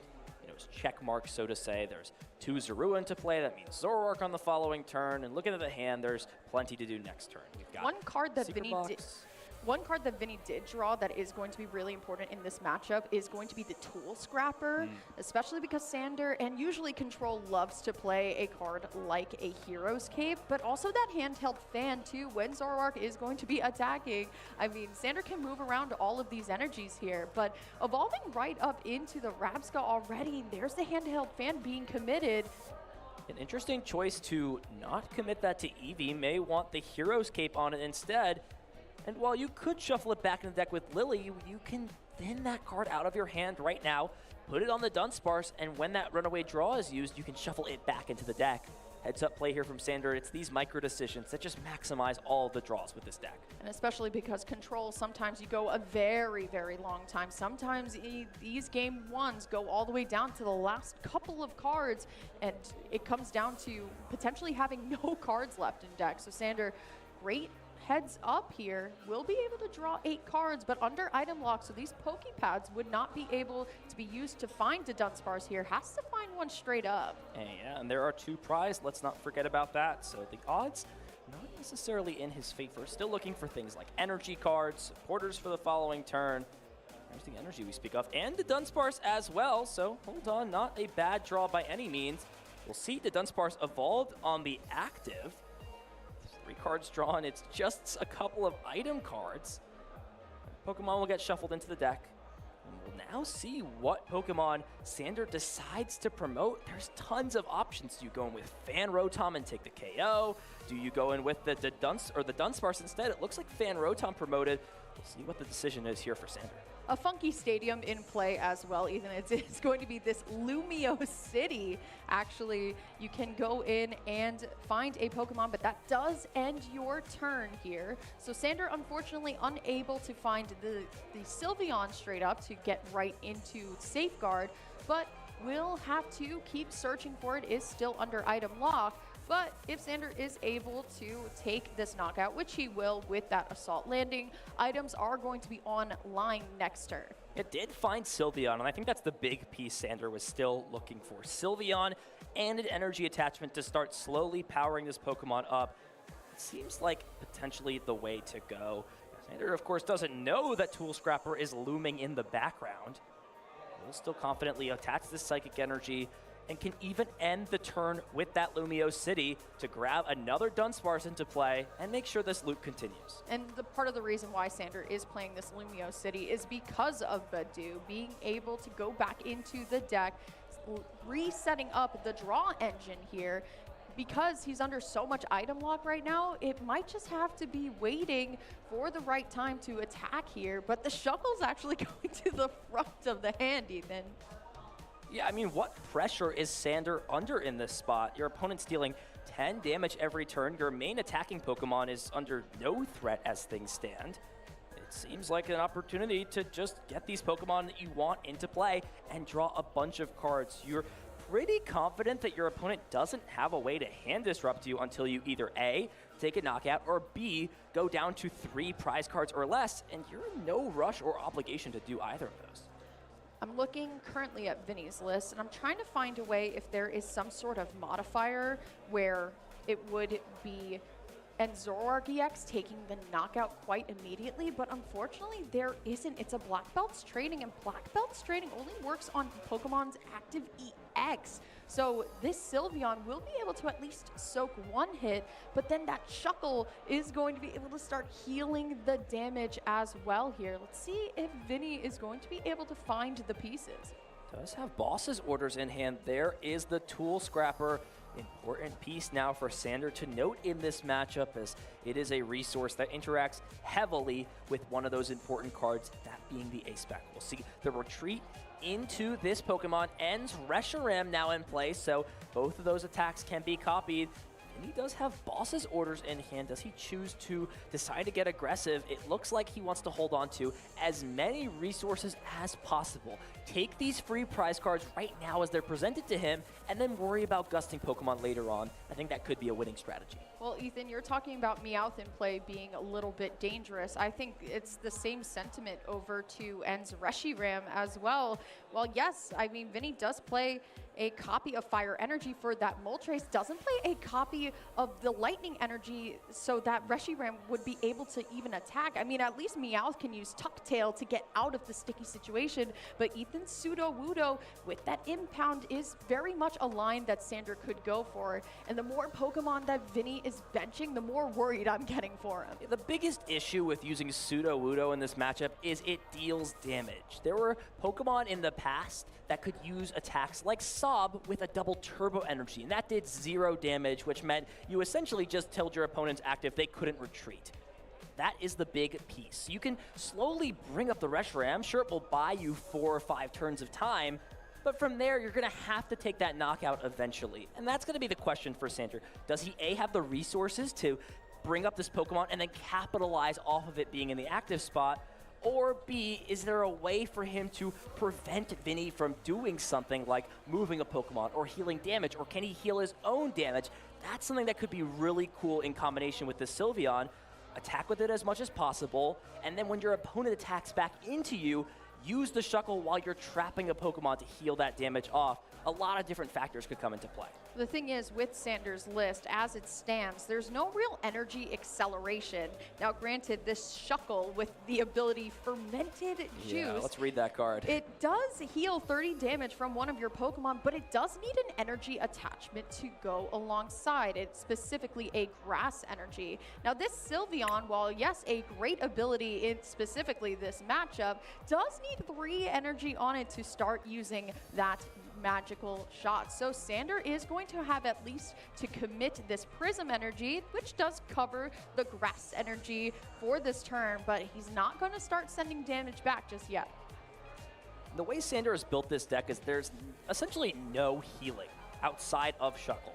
Basically, without the Hero's Cape, Sylveon is in a lot of danger. It's very frail, 120 HP on a Stage 1 Pokemon. Will be pretty easily 2-hit KO, even from 2 Shred attacks if Shuckle can be dealt with. And that's why I wonder if Vinny has been holding these bosses orders to just try and target Shuckle as much as possible, and then once that Pokemon is taken out, Sylveon will be an easy target later on in the game. Will not have too much energy or too much health to really heal at that point here, but Sander still going on in and using the runaway draw to keep drawing these cards. But as you mentioned a little bit before, I mean, Vinny was ready for something like this with 06 Machinations, but it is prized. So we'll have to start taking some prize cards in order to find that win condition. I'm wondering if Sander's just going to use the Lumio City one more time just to get the Dunsparce going. I mean, Sylveon's not attacking, so you might as well guarantee that draw engine is going to be up and running for next turn. Another factor to always note in this matchup is the bench space management. There's no transformation tome on Vinny's side, so that means this last bench space, assuming Sander does not take a KO, must be for N Zekrom. Otherwise, Sylveon can sit in the active spot and go for a deck out strategy where Vinny has no more cards left to go. See, heading on over back into Vinny's turn. The Sylveon is ready to go, and as you mentioned, Ethan, the correct line, boss's orders here to bring up this Shuckle here. Now, I do believe, if I saw correctly in Vinny's list, there are 3 here, so he is going to be able to maneuver around at this point, hopefully try and get rid of Sander's resources here. But I'm wondering if Vinny is going to keep benching Pokemon. We talked about it a little bit earlier, Ethan, how Vinny is going to need Shred at some point, but that's another Pokemon that is going to be left on the bench here. It's so interesting to see how top-level players play against Sander, and more specifically his concoctions, his decks, if you want to call it that. We see Zorua itself not evolving purposefully into Zoroark just in case you need a one-prize Pokemon to attack. That is intentional, ladies and gentlemen. I'm sure that Vinny understood he could evolve that Pokemon, the Pokemon Tcg, just because you can do something doesn't necessarily mean that you should. It's so unfortunate because Sylveon being a psychic type, most of the times in the trading card game, the psychic types are weak to dark, but this one is actually weak to metal, so won't have a damage modifier here. But Xander showing another great card from Pitch Black, this Gwyn card, and especially in a deck like Control, where you're kind of teching for every single thing in the field. If you have 2 or up to 2 non-rule box Pokemon, you discard them, you draw 3 per non-rule box Pokemon. So for Sander, I do believe he just drew 6 cards. For 2 Pokemon, he's not going to need this entire matchup. Can now play item cards as well this turn, did on the previous turn. We'll see, of course, just the pass of the turn. So making sure Dunsparce can be used on previous, or excuse me, in future turns as action starts back over to Vinny. See trade, get rid of Ultra Ball, 2 cards drawn from the top of the deck. Let's find another Dark Energy, there's Festivity. There is a world where it could get in and attack. It does seem a resource intensive, and we're seeing this continual strategy. No Shuckle in my house. Vinny constantly playing boss's orders and trying to deal with this Pokemon. Well, that's another turn essentially wasted for Sander as well. I mean, Sander is really trying to keep this Shuckle in play so that Sylveon will be able to heal through and through. But unfortunately, because the attachments are not going to this Sylveon, still Vinny isn't taking any damage technically. But I do like what Vinny is doing. He is essentially setting up the Meowth to be ready to use Tuck Tail. And even if it weren't for any damage, at least it would get out of play. And I like that Vinny kind of has the foresight in order to see that Sander is going to get a little bit more aggressive now that I feel like he's starting to get backed into a weird corner. We gotta do some math at this point. So 2 boss's orders have been played. There's 1 left for Vinny. So let's hypothetically say that that boss is played on another Pokemon. Actually, that 1 boss is prized. So as it stands, there's no more way to get around Sylveon. So how does the math work? Sander has now 2 Shuckle in the discard pile. There's a total of a Prism Energy and a Grass Energy in the discard pile as well. We can take a closer look. This is going to get back 2 of the Shuckle and a Grass Energy. And now, Emily, all of a sudden, there may be that Shuckle wall coming up to protect Sylveon. And from there, Vinny just may not be able to find a way to take these last 2 prize cards, these last 3 rather. Yeah, with the final boss's orders being prized, that's really throwing kind of a wrench in the plan. Vinny had such a good idea of utilizing boss's orders, getting all of these shuckles out, essentially wasting Sander's turn and time, but time is all that Sander really wants to have at this point. He can take his time one by one, just attaching these energies to Sylveon at this point. Now that Shuckle is reestablished, and Vinny has done an amazing job of leaving this bench space open, but the problem is, once you put that Zekrom down and you start attacking, you know that Shuckle's just going to be healing half that damage anyway. Now it may be time for Zekrom to finally come into play. That Shred attack can get through the Sylveon Safeguard ability, but it will be taking a 3-hit KO as things stand. Once the Shuckle gets into play, then it's taking a, I don't even want to do the math. You do 10 residual damage each turn, and then once it gets to 110, if it gets to that point, it's probably just GG.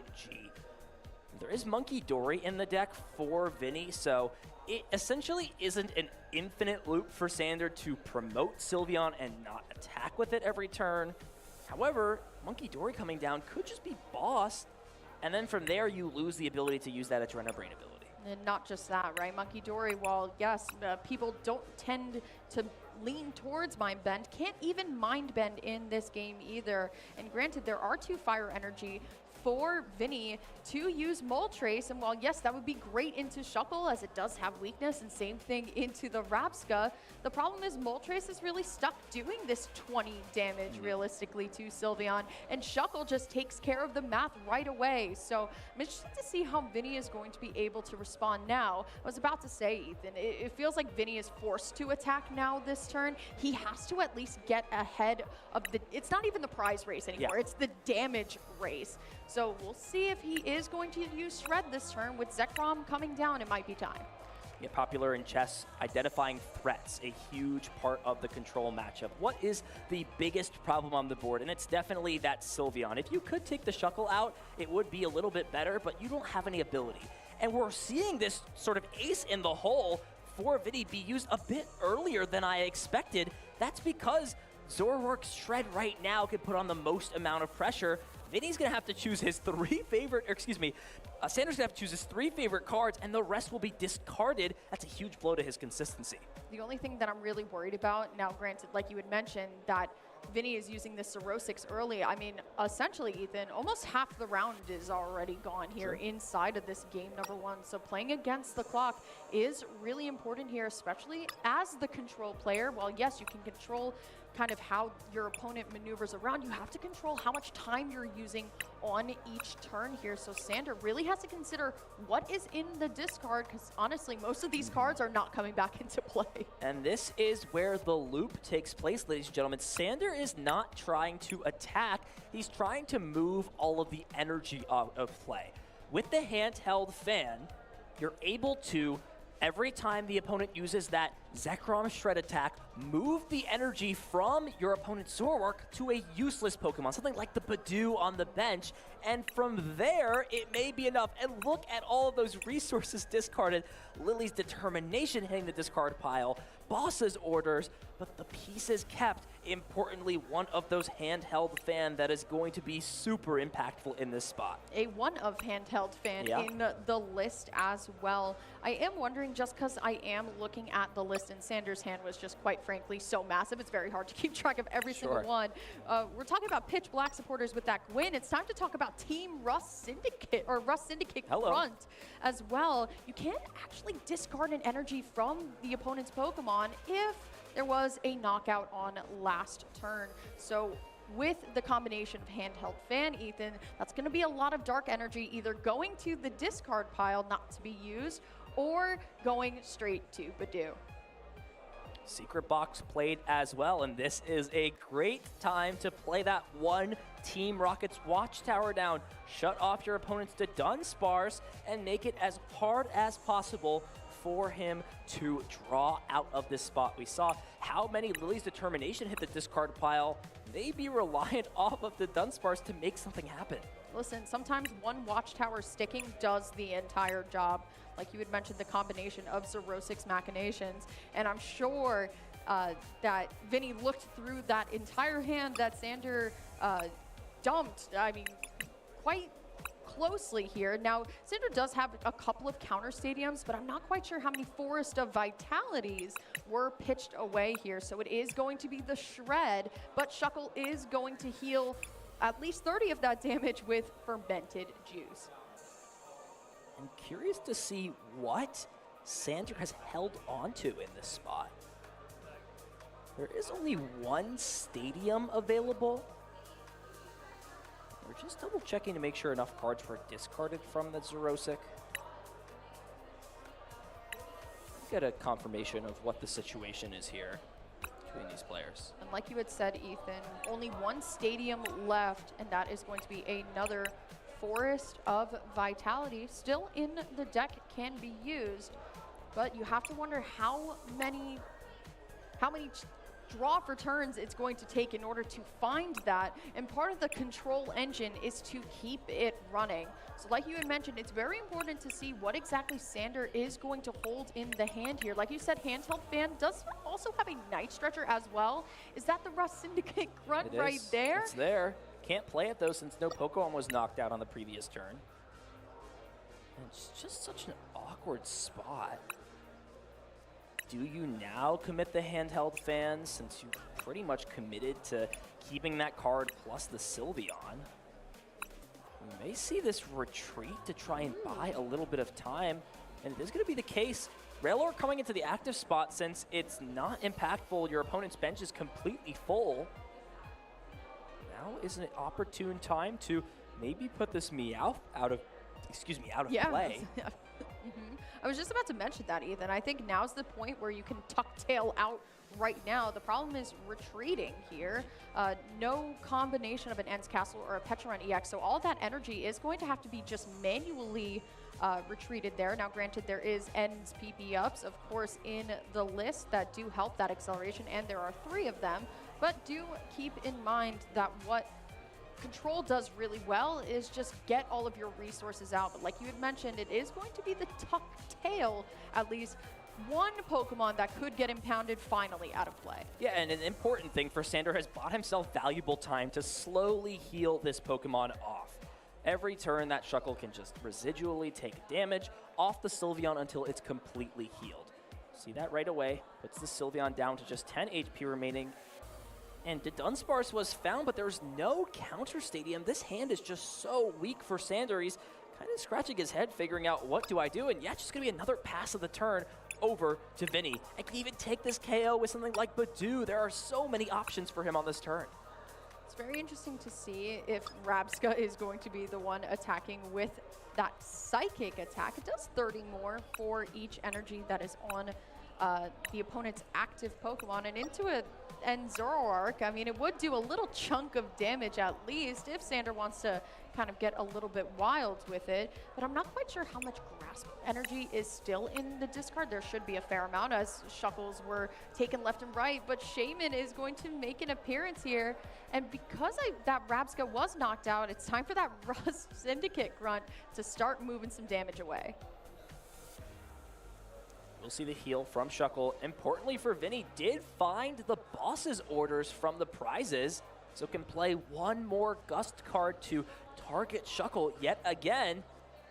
And Sander's got to be asking himself, I'm sure in his head, were those the correct 3 cards to keep in my hand? It looks like it took him by surprise. Definitely not, and this Sylveon is still just not going to have any energy on it, and still at least wants to start attacking at some certain point here, but we saw this earlier in the day, Ethan. The Team Rocket's Watchtower is getting so much mileage here because Sander really just has to believe in the top of the deck that it'll give him that Forest of Vitality, but as you so easily predicted, that Shuckle is just going to get targeted and targeted and targeted. 3 boss's orders, 3 Shuckle going down.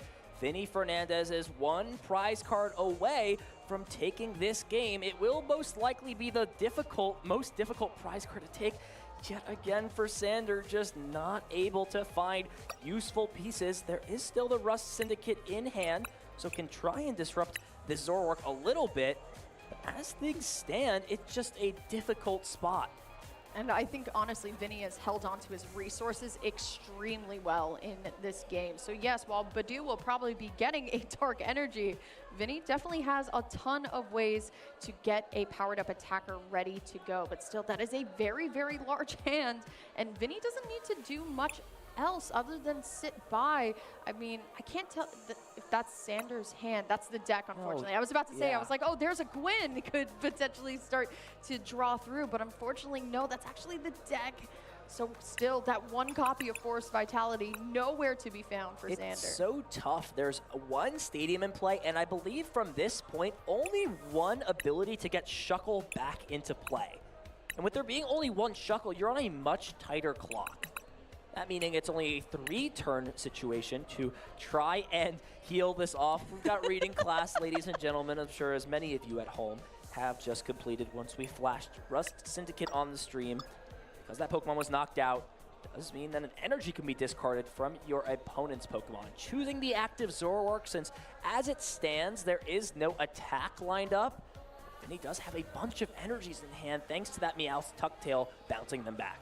The only unfortunate part about targeting down the Shuckle so much is now you can't just boss's orders a Dunsparce and win from this position. Now you have to go and use the shred motions here and still maneuver your way around the handheld fan. I'm sure Vinny would much rather see a handheld fan rather than the hero's cape that Sanders showed just a little bit earlier. But let's see what's going to get. This is a huge top deck. If he doesn't find a stadium card, this game is over. The game just ends on the spot, and that's exactly what happens. No stadium for Sander, and Dunsparce being shut off shuts the doors on Sander. Vinny Fernandez excellently piloted and takes game number 1. And a very long game 1 in that fact. As we've always talked about, time is another battle that you are consistently fighting in the Pokemon trading card game. Because you're fighting it, especially versus Control, being up 1-0 is actually really good for you. So if Vinny just were to take his time and do what he did before and really just figure out, you know what, it's Shuckle that has to go down. It's so unfortunate for Sander with 3 Dunsparces on the bench ready to jump back into the deck. And unfortunately, that one copy of Team Rocket's Watchtower had to have been the MVP. Yeah, we'll look back on this game and see how things played out. I would say the Team Rocket's Watchtower pulled its weight for sure, but it was that Zerosic out of from the top ropes almost that was able to just surprise Sander. You saw he felt in a super confident spot. If he had even played down that handheld fan a turn earlier, then he doesn't have to keep that card. He can keep Lily's Determination instead. He can keep a Stadium. Those one-card differences really made or broke this game, and it was just no follow-up for Sander. His turns after were lackluster. He wasn't doing anything, and that led to him just being in this stale spot where Sylveon was there, sure, but there was no way to support it, and Zoroark was able to claw through and take this KO.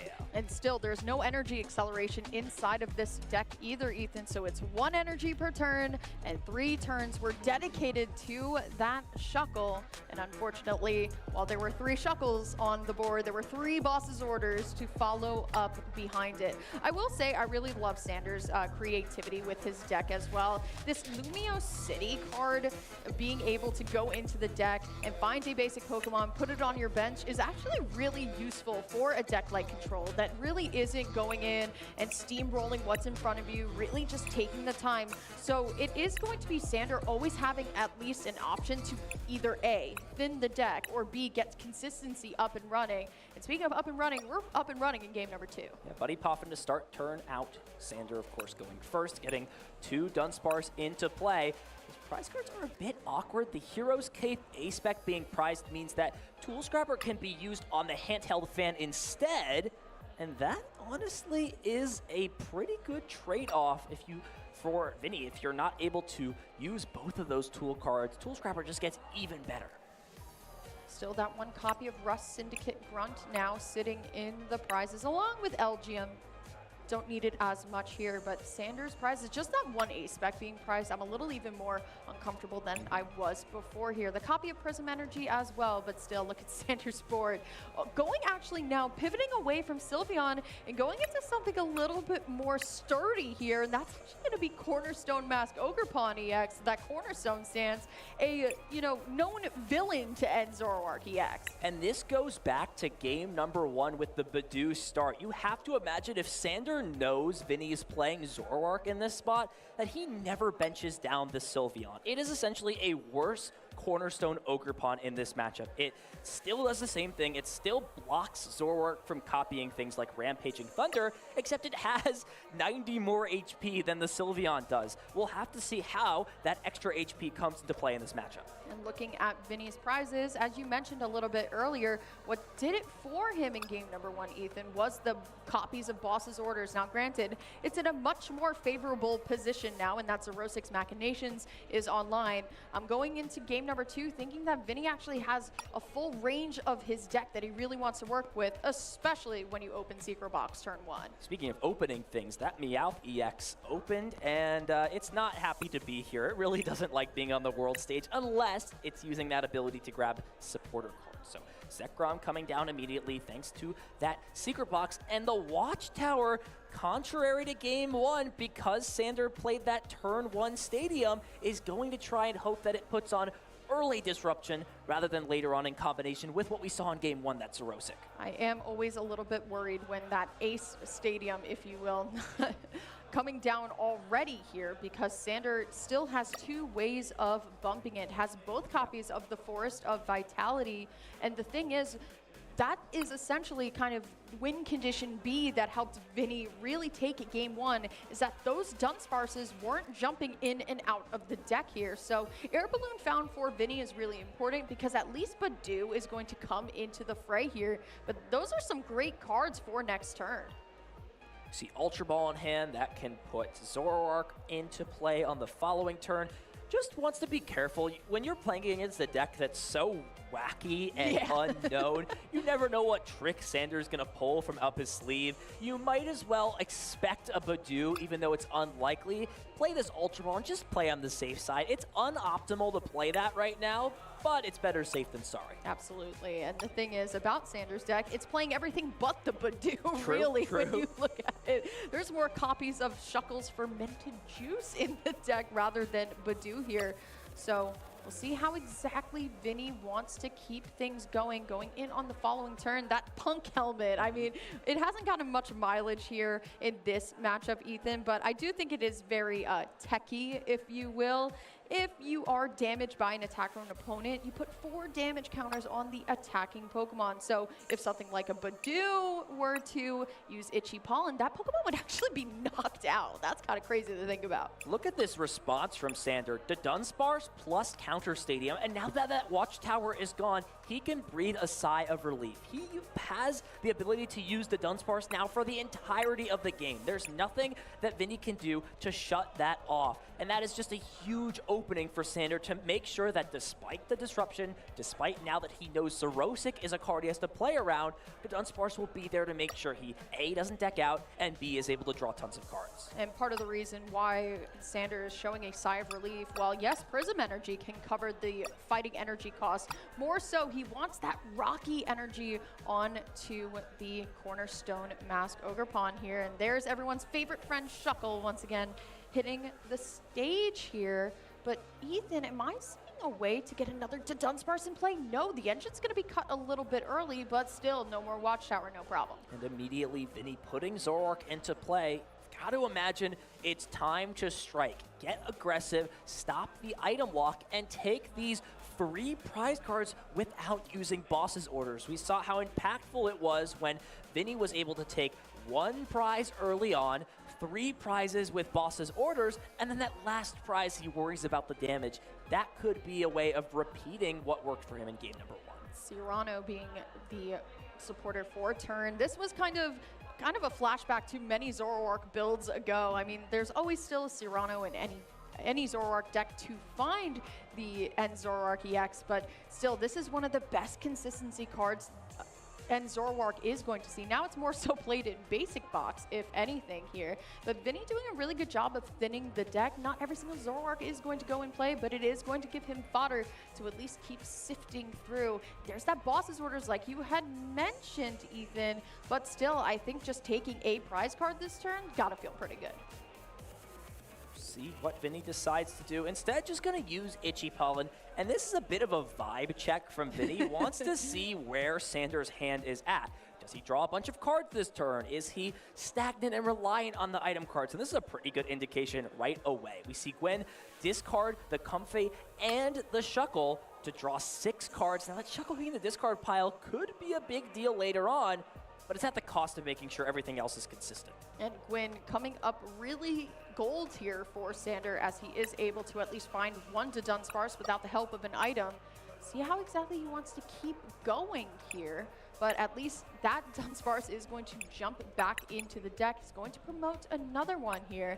As the only thing I think Sander is really missing this turn now is another energy attachment onto the Cornerstone Mask Ogerpon.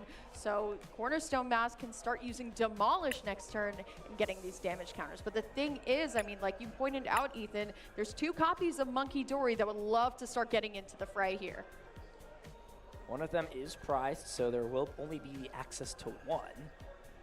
Now Sander's debating whether or not it's worth it to use this second runaway draw ability. There is a Buddy Buddy Poffin in the hand, so you can essentially get back both of these Dunsparce, but wants to just play a little bit safe. Yeah, also under item lock as well, so not going to be able to do it this turn here. But still, I mean, Vinny has tons of cards in the hand to maneuver with, and it is going to be another trade.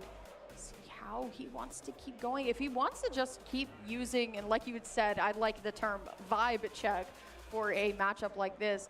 I always am a big kind of advocate for looking at the time, and Sander really needs to. If he wants to be at 6-1 in a guaranteed phase 2, he actually needs to bring this to a tie here.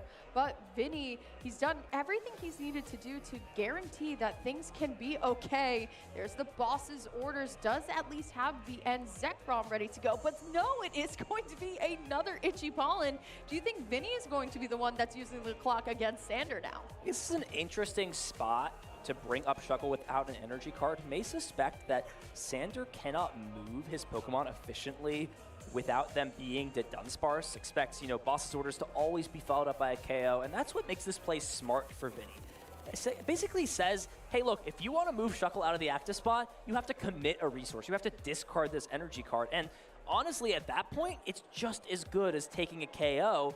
If anything, though, you allow your opponent to not have as strong of a follow-up since they aren't able to play item cards. So a bit of an interesting route for Vinny. We'll see what he's cooking in the kitchen. Still, though, I mean, 1 attachment of the grass energy at least heals the damage, but that doesn't do much for Sander other than getting rid of the damage. Still very much under this item lock here, as it is Cornerstone Mask Ogerpon that is getting ready to use that Demolish very, very soon. But does Sander have a way to get to Dunsparce without items? I don't think so. It's just a pass back. Not at the moment, but has plenty of cards in hand. Lana's Aid can be used the following turn to grab back that Shuckle that was discarded early from Gwen, plus the energy card that was just discarded via retreating. So Sander, while he is under item lock, I think is okay to take his time in this spot. Problem is, how much time do you take when you are down a game and there's 12 minutes essentially remaining here? That could be the reason why Vinny is opting to use Badu a little bit more. It does slow the game down, and Vinny might understand that he is never winning, or rather, he is never playing 3 games of this matchup, so he might as well make every action count. Still, though, just bullying this Shuckle, and that's all that Vinny has been doing. That's all that Vinny's been doing this set, is really just either Shuckle is his favorite or his least favorite Pokemon here. And we did get to see Sander really utilize it as well as possible, you know, decreasing the amount of damage counters here, but with no energy acceleration like Crispin, there's no way to get the attacker online and to get the fermented juice online in the same turn, and that is really hurting Sander here. Yeah, this is super interesting from Vinny. One thing that has just stuck out is how much he's been using trade after basically hitting his benchmark each turn. Cards in deck, always an important thing to think about. Gotta hope that Vinny is just careful with these resources to not play around certain things. Comfey is in the deck here for Sander. Can use that aggressively to force each player to draw 3 cards with that Flower Shower attack. Not exactly the comfy that I know most players love to see. Sure. But it is going to be Lana's aid used to get back now 2 Shuckles. What's better than 1 Shuckle, Ethan? 2. Yeah, this is Comfey at home, essentially. You know, the Comfey you don't want to have to worry about versus this one that draws a couple of cards. Notably for your opponent, gotta always be careful of decking out. Just gonna read the Cornerstone Ogre Pawn, make sure that that shred does work. There is another energy on Meowth EX, so yet again in game number 2, Vinny going out of his way to potentially buy time with Badu to just pick Meowth up and not have to worry about it later on. I really don't see any issue with doing it either. I mean, you're up a game anyway. You understand that Sander loves to just keep Pokemon that are in the, that don't really attack in the active. And what's really important here is the fact that that handheld fan hasn't been used quite yet. So if it were to go to Meowth, could use Tucktail, and if you are able to find a way to go into Zekrom, could still use Shred. But the Monkey Dory coming down, Vinny is probably signifying, you know what, when you attack next turn, I might be ready for it. There's another resource committed to the Shuckle on the bench. Prism Energy, every resource matters in this matchup. We still haven't seen Sorosic be played over on Vinny's side. And as it stands, even lining up for a KO on the following turn, the 10 damage from Itchy Pollen combined with something like the Meowth would of course be played around thanks to that Shuckle can slowly heal off the Itchy Pollen damage every turn. And that brings up the question for Vinny. Does he want to win this game by taking prizes, or does he just want to kind of do everything he can to slow things down and then worry about that prize trade later on? We are on the same wavelength, Ethan, because I just looked at the prizes and none have been taken for this entire game. So while yes, Sander was able to get to Shuckle up and running, Vinny slowly starting to close the door. Just going to be a evolution onto the bench to Dunsparce now, and just a pass back over. I'm wondering if Vinny is just totally okay with just using Badu for the rest of the match and then just committing energy as the board state kind of continues going, or could very well still use Meowth's Tail. Wouldn't take a prize card on any of these Pokemon, but at least it's out of play. Now the consideration becomes, what do you do? And it's just going to be Itchy Pollen yet again. Riveting gameplay, ladies and gentlemen. I know, you don't have to tell me. I understand it. This is just the way things are. See Shuckle continue to slowly heal, and here we go. Passing back and forth, just under 9 minutes remaining in the round.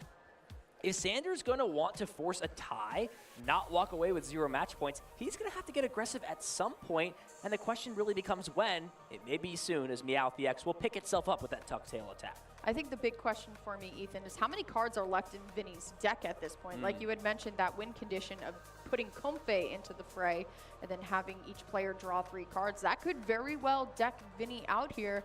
That might actually be what Sander could be going for. But the question is, how do you refresh the hand into the deck if you are Vinny at this point? There's nothing like Iono anymore to be played.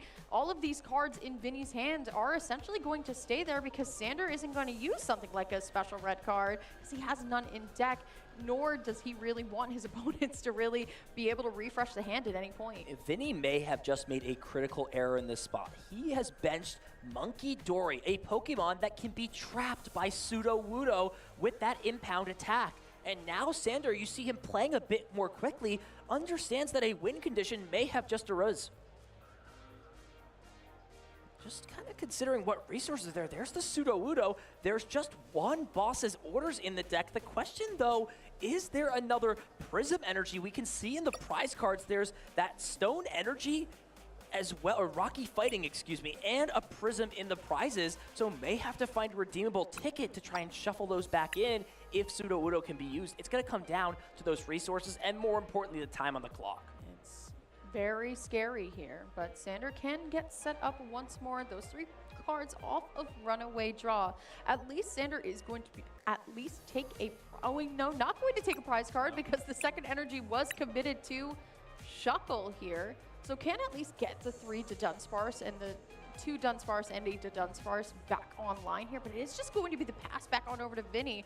I mean, like you had mentioned, Ethan, a grave mistake from Vinny at this point to bench the Monkey Dory, but also there's kind of 2 attacks going on 2 different fronts here. There can't be too many cards left in the deck. Yeah, we'll play Lily's Determination to shuffle the hand back in. And it feels like Sander may think it's a trap to go after Monkey Dory, because you usually ask yourself, why is my opponent doing the thing that they're doing? He knows that Vinny is an experienced player and may feel that Monkey Dory coming down means there's some sort of way to pivot out of the active spot, and committing those resources could lead to easy prize cards. I totally forgot about Lily's Determination, the best supporter that we have in game. So, considering no, would not bench this Moltres. I mean, granted, the damage does actually go up because Cornerstone Mask Ogerpon is an EX Pokemon, so it would do 110 damage. Still, though, double Shuckle, that's going to be healing a ton of damage here. Still trying to decide what is being promoted at this point. And just another Itchy Pollen. No more items here, but at least double the 10 damage because, I mean, at least Cornerstone's weak. Yeah, this play is still lining up pretty well. We see the handheld fan finally played onto the Cornerstone and trying to attack with that Demolish down the line. We're going to see action start for Vinny yet again. Does have the Moltres with a Fire Energy. First Monkey Dory, Dark Energy on the bench. Means that that Adrenabrain ability will come back online. And there is the Shred for 70 damage. Now the handheld fan can start to move energy cards around, and it will most likely go into the Badoo or that Monkey Dory. And the thing is, it's Sander not really leaving damage counters on the other side either to be thrown back here. And as we talked about in the beginning of this match, this Monkey Dory is not going to be attacking either with a Mind Bend. Not the right energy to go along with here. So with 4.5 minutes remaining here, I mean, Vinny did at least refresh the deck at this point to get some cards back in, but now it's a matter of, can this Cornerstone Mask Ogerpon run Vinny out of resources to get to a tie? We'd love to see how many bosses orders Vinny has played so far in this game. We know one is in the prize cards, and one was used earlier on. Actually, both have been used, and this is trouble for Vinny because he can only do a maximum of 10 damage every turn, and I think Sander understands that as long as there's no more bosses orders, he has checkmate on board. No items, no problem, or under item lock, no problem here, and now Sander can just play the waiting game. But the thing is, I mean, Vinny is still up a whole game, so if Vinny were to just continue doing what he's doing, it could very well be, and Sander just saying, you know what, go right ahead. I'm going to have to deck you out at some point. No more Lily left because there are 2 in the prize cards for Vinny. There's the Scrapper on the handheld fan. Moltres gets involved, uses that attack to deal some solid damage. 110 with Fighting Wings. But that damage can be healed off. Now all Sander needs to do is find an energy card to attack with Demolish, take a KO onto this Moltres, and limit the damage that Vinny can do each turn. Big 6 cards here coming out from the Gwyn. Will he find one? And he will. This is massive. Finds it, can grab that card, take a KO onto this Moltres, and from there, there's only going to be 10 residual damage each turn from Zoroark. While you can't move the energy cards, you're still going to be buying enough time to win this game because there are no more Lily left for Vinny. At this point, Vinny, while yes, can reestablish this Moltres, like you said, Ethan, definitely does have the checkmate at this point, at least to bring us to a tie here. But does Vinny want to keep playing and running down the clock? Like you had mentioned, Lily's Determination no more inside of this deck. You have to wonder if at least one of those Lily's Determinations were left, this could be a very different result. Every second counts at this point. Vinny is yet to promote a Pokemon, needs to do so quickly. And the question now becomes, can Sander pass enough times to win this game? There's only a few cards left in deck. It's going to really come down to the wire here. We've got just 2 minutes remaining. So unfortunate to see that Black Belt's training as well coming into the hand. And here we go. Turn as fast as possible. heal 2 energies off, pass. And that's essentially all that's going to happen in this spot. Don't want to give extra damage to Monkey Dory. We'll see another evolution for good measure, but Sander, you've got to keep the pace going. Boss's orders being eyed up as well. Doesn't do anything in this spot. Every Pokemon in play can retreat. I guess it's just going to target Monkey Dory to take the KO with Demolish. Does get through the resistance, not like it would matter. But Sander, there's just 90 seconds left, and this is going to have to be a win via deck out. Sander cannot take enough prize cards in this amount of time. But you have to wonder how many cards are technically left in Vinny's deck to do so. No trades have been used and can't be used. But Vinny just, honestly, what do you say, Ethan? About 10 cards left? I mean, that discard pile is massive at this point. I don't think there's enough time. I hate to be the bearer of bad news, but assuming Vinny takes at least 30 seconds on each turn, there's just no way he decks out. He's got more than 5 cards or so remaining in the deck. He can constantly force Sander to do actions each turn by healing with the Shuckle, and it looks like this is going to be good news for Vinny. There's the draw for turn. We're seeing the Dunsparce come into play. Is there a way to deck Vinny out? There is the Comfey. Let's not forget about that. Buddy Poffin, are there 3 cards left in deck for Vinny? I'm unsure. It's just double checking, make sure that that Pokemon is in play. So let's not count Sander out just yet, but needs to finish this turn. That is a huge piece in these next 30 seconds so we can get that extra crucial turn. Is Sander going to be able to find the line that you had mentioned, Ethan? I mean, one of those Psychic Energy is committed to the Cornerstone Mask Ogerpon, and that's actually the Psychic Energy that he needs. So he needs to actually find a Prism Energy to follow suit here, but he's working really, really quickly. Triple Shuckle, Ethan. But there's just 5 seconds remaining, and I'm not sure Sander is going to be able to play quick enough to win this game. We are officially in turns of time. So now the question becomes, how does Sander close things out with just 2 turns remaining, including this one? You're not essentially taking... Sorry to interrupt go you. ahead. There was a 2-minute time extension potentially added to this game, so we'll confirm exactly what's happening. But I did read that there was a time extension at some point. We'll have to check and see if the clock has been updated and if these players are turn 0 and turn 1. That is really important going into the final 3 turns as well, because like you had mentioned, Ethan, it's about the deck out at this point here to bring Sander to 5-1-1 and guaranteeing himself into phase number 2 here. I think the players might be trying to figure out the... Okay, looks like board. time has been called now at this point, confirmed. So we're just going to see a pass. How many cards does Vinny have left in his deck? If it's more than 3 or 3 or more... It's definitely more than 3. Yeah, it looks like it's more than 3 cards. Sander can do all he can to heal off slowly, but there's not going to be a way for him to deck out, it seems, his opponent. We'll see Sander go through the motions, do everything he can, but it seems that it's almost inevitable. He'll be unable to take all 4 prize cards and, more importantly, be unable to run Vinny out of cards. It was these last 5 minutes, Emily, it seems that really made or break this game. Well, finding 3 Shuckle with 3 energy on it to consistently use Fermented Juice, just not enough. There's the Comfey. Yeah, you have to imagine that if Sander decided to use Comfey on the previous turn to mill his opponent of 3 cards and had some sort of way of bringing it back plus a Psychic Energy, that it would be a completely different game. Is there a Prism in hand? I don't see it, No. Ethan. But it's not like it matters. You know, Sander here is turn 2. This is his last turn to play the game. There's a Prism in the deck. And we saw a Prism come down onto Shuckle, I believe, the previous turn. So you've got to wonder, was that line available for Sander in this game? Coulda, shoulda, woulda, but it's not what ended up happening. Let's see what happens with the Lily's determination. Is it 3 cards? It doesn't look like 3 cards from my view. It has to be. If it was less than 3 cards, we would have seen something surely at this point. He's still we may still see Comfey come in and style, but why not? Styling does not win tournaments, unfortunately.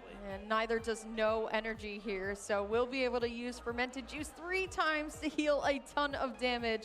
But I think Vinny has been able to get through using his End Zoroark deck to continue on in this tournament. 6-1 into phase number 2, thanks to End Zoroark and a Punk Helmet, because why not? Little wink from Vinny. I see your style, my friend. Picks up the win, 6-1, taking down Control. Deck that a lot of players definitely would feel a bit in tough water. Vinny is an experienced player. He knows how to handle these situations and does so with style. Honestly, I mean, it's the Watchtower game 1 that really kind of put Vinny so far ahead. And you have to wonder, Ethan, I mean, it did so much work in game number 1, and then in game number 2, it was played so quickly, and unfortunately bumped so quickly, but that's the thing with Control, Ethan. As long as you're ahead and you keep that pace of play going, you figure out every single one of your lines, you're unstoppable versus this archetype.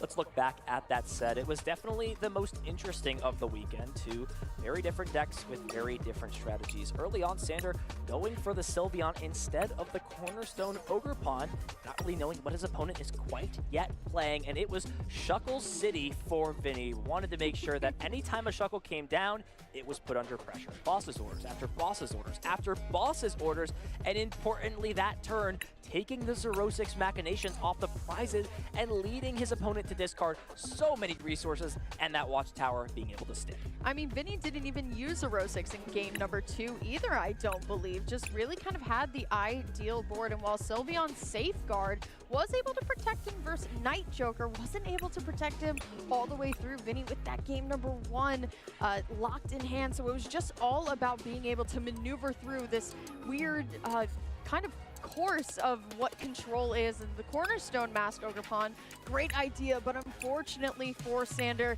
just the wheels weren't moving far enough to take him to at least a tie. Not much that could have been done. Sander fell to Vinny. He is now advancing to 6-1.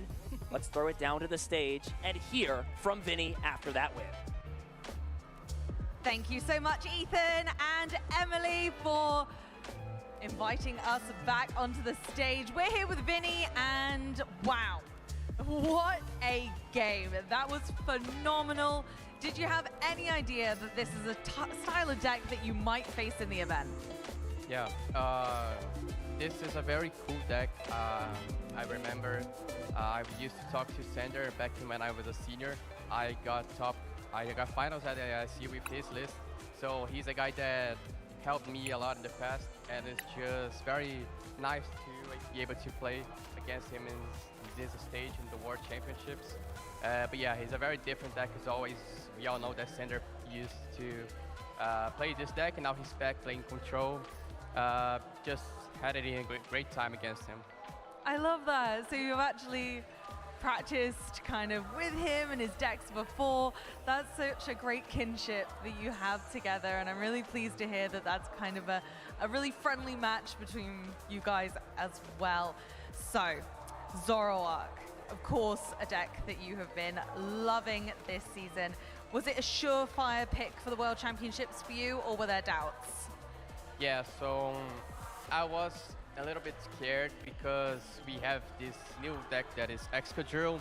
We also have these Clefairy Ogerpon decks that had a lot of success in Japan. So I had to make some changes to my Zoroark deck. As you can see, I added the Moltres, and it's been very helpful for me.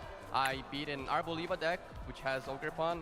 I also beat Ptcgl last round, thanks to Moltres. So yeah, I've been playing Zoroark for almost a year now. I think maybe more than a year. But I really love this deck because I never played the same 60. It's a deck that I always make changes. It can adapt well to the meta. And yeah, that's what I did for this tournament. I added Moltres, and so far it has been a great tournament for me. You're certainly high-flying with that Moltres, and weakness is coming in so clutch for you. Love to hear that. Have you got any shout-outs before we let you go and get ready for the next match? Yeah, so I have a lot of friends in Brazil, family, but I want to thank one special person, which is my brother. I really wish he was here with me. I always love to play in tournaments, but with him is special. Hopefully he will be back soon. But yeah, special shout-out to my brother at home. That's really sweet. Thank you so much for joining us. We wish you the best of luck in the remaining rounds and, of course, tomorrow. So glad you've got that in the bag, and thank you so much. We're going to toss it back to the casters now so we can get one more round in before the end of the day. Thanks as always, Amy. What a round that was. We really saw two distinct, different archetypes battle it out and clash. Would love to, as always, bring Pablo in to really cover how that matchup played down. There was a lot of different things going on, a lot of moving pieces, but one thing was definitely for sure, that Zerosic came from out of nowhere 100% from that top row.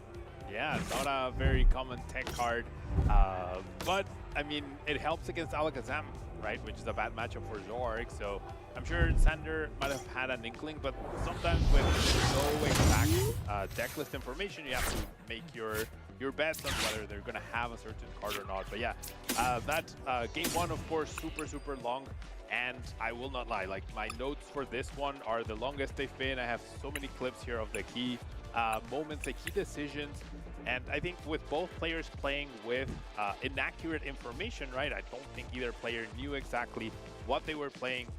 You guys mentioned how that body start could lead to Dragon Ball, right? We are also in round 7, which I have an inkling Xander did have an idea that Vini was playing Zoroark at this point in time, but I think the biggest issue and the reason why we didn't really see that cornerstone is he simply didn't have access to it easily. The only way to search for the cornerstone is through that Lumio Stadium card, whereas the Eevee obviously can be found through Fan Rotom, and the Sylveon can be accessed through Pokepad, which we do have multiple copies. So maybe leading with Sylveon into Cornerstone could have been a game plan. I don't know if Xander ever saw the Cornerstone or had an opportunity to really put it down, and he's fully committed to Sylveon, which I think to an extent it could have worked, but the Stadium really locked him down towards the end. Another key card in Vini's deck, aside from that Zerosic that you mentioned, then was this Tool Scrapper, right? Another tech card. The metagame, I think, leading into Worlds was really showing a big increase in use of Heroescape and how that extra 100 HP can really turn the tables for many decks. Dragapult with the extra HP, even Excadrill with the extra HP being out of range of Blaziken EX. So having that Tool Scrapper to get rid of those, get rid of Hand Fence as well, any Balloons, all of those very, very useful. And Tool Scrapper being such a versatile card really made Sylveon so much less of a threat. And that's exactly what we saw towards the end of the game. Now, afterwards, the key turn. Yeah, Zerosic out of nowhere, humongous hand for Xander. I think this led to the time extension, right? Because, I mean, when you have a 20-card hand, you really have to think things through and really make plans. So Xander took his time, was able to get down to 3 cards, but we did see a very crucial discard at this stage, which was one of the stages. Yeah, of course, so Vitality was chosen to be discarded, not one of the cards kept in hand, and that led to that end game situation with the Stadium being discarded.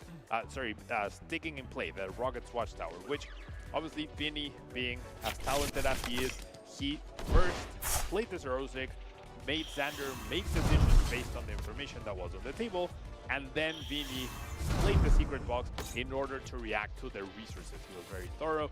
He checked Xander's discard pile, really analyzed and made predictions, I'm guessing, on which cards and which resources were likely available to Xander, and he made the call that that was the moment to play the Team Rocket's Watchtower with 2 stadiums down, potentially 3, I don't remember exactly, to shut down all of these Dunsparces for the rest of the game, and of course shut down the engine, and making it so that replacing the Shockles over and over was going to be very, very difficult. And now, afterwards, what happened? I think in game 2, of course, Time is playing against Xander, right? With the time rules, the only completed games count, and Xander's deck isn't really an attacking one. But he was able to get 2 energy onto a Cornerstone. Vini was actually knew that the time rules were in his favor, so he was bossing up things like Shockle, which of course cannot easily retreat or cannot go back to the deck, such as the Dunsparce, in order to buy himself time, right? And I don't know if this is one of those situations where you have to either stick with your plan or adapt to the situation. And I want to point out how we saw this double Shockle with energy, taking the time before fully committing to applying pressure with the Cornerstone, right? You have that defensive plan. You know Cornerstone can only be hit by 70 damage from the Shred, maybe a little bit more if you start damaging and Monkey Dory gets in on the action, but overall, I would have loved to see Sander be a little more aggressive, which he did, but it came down to the very last moments, and maybe it was a little too late. Of course, he had the Comfey idea in his mind, but with a little bit more pressure from the Cornerstone onto anything that was active, perhaps I would have forced Vinny to react, to trade more aggressively, and allowed him to deck Vinny out with the aggression, combined with the aggression of the Cornerstone. So many things at play. I love watching these control decks because they really push you to come up with new lines and really push you to the edge of your seat, literally maximizing every single resource that you have and making sure that you make everything count, as well as not leaving any liabilities in play that could get trapped and could leave you out of the game. So major props to both. I think they both played excellently, and Vinny really took advantage of the slow but steady aggression that he was able to pile on that first game. Yeah, totally a different game depending on if you know your opponent's card counts and not knowing your opponent's card counts. And we even saw that with the Pseudo Udo, right? I feel like if you know your opponent's not playing pivoting outs, Sander plays that last one completely different. For sure. Yeah. So deck knowledge, in Top COD, players get to see each other's deck list before the match. We are not at that stage yet. So all of that with both players being extremely good, they can make educated predictions or educated guesses on their opponent's resources available, but really trying to guess the exact 60 cards with both players playing very unique decks as well. Vinny's take on Zorark is also very unique with Inspired Energies and the Moltres. So yeah, really interesting to watch this play out from a viewer perspective for sure. Appreciate your insight, Pablo. Thanks as always. Get back into the Pokemon TCG action. We've got our 8th Swiss round coming up. Gonna have to take a quick break before we get to that, but you at home, don't you worry. While we wait, we've got a special interview with the Tabletop Village, plus an exclusive look at this year's Pokemon Center in San Francisco. Stay tuned. Hello everyone, I'm back again and we've got some amazing guests. Can everybody tell me, who are you? My name's Marco, and my favorite deck's Charizard. Charizard, good choice. Yeah. Yeah, happy with that choice? Yeah. You gonna stick with it? Yeah, because I used to play it a lot, so. Amazing, and yourself? My name is Edison and my favorite deck's Goldengo. Good choice, and one more. My name's Gotham, and my favorite deck is also Goldengo. Oh wow, okay. 1 Charizard, 2 Goldengo. How do you feel? You've got them beat in weakness, right? Yeah. So, yeah. That's a lot of fun. So, you guys are part of Tabletop Village, is that right? Yeah. What exactly is it? Tabletop Village is like good for like testing, and it sells a bunch of cards, like if you need cards. So yeah. Amazing. What does it mean to be part of an amazing group like this? It helps with testing for tournaments and finding cards you might need. Incredible. So it's almost like a resource for you guys as well to help you get to the World Championships. Is that right? Yeah, for sure. We can test as much as we want. Tournaments are great for practice, and they have all the cards that we need. That's incredible news. If you guys had to pick one person out of the whole group to win the World Championship, who do you think's got it? Me. Yeah, that's what I'm talking about. Dance break. Okay, who do you think is going to win the World Championship out of you and your friends? Me. Oh my gosh, are we going to have confidence all around? Who do you think's going to win? Oh, him. Hey! Well, I'm sure you've all practiced a bunch. Good luck this weekend. I'm going to be rooting for all of you, but at the end of the day, only one of you's got this. So, for one last time, let's have a big cheer. We all got here. Let's give everyone a huge congratulations in 3, 2, 1. Oh, come on, guys. Can we do that one more time? Can we do a bit of energy? Yeah. Big. Let's give a big congratulations to everyone who qualified. Congratulations. Thank you so much. Thanks, everybody. Bye-bye.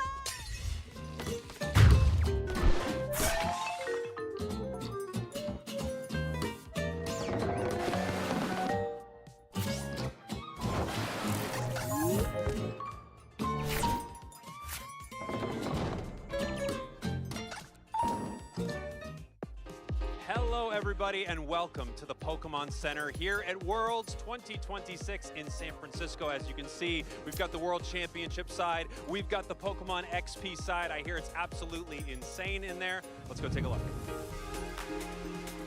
We got to get me popping out behind everything that we can. Let's take a shot of it. Oh!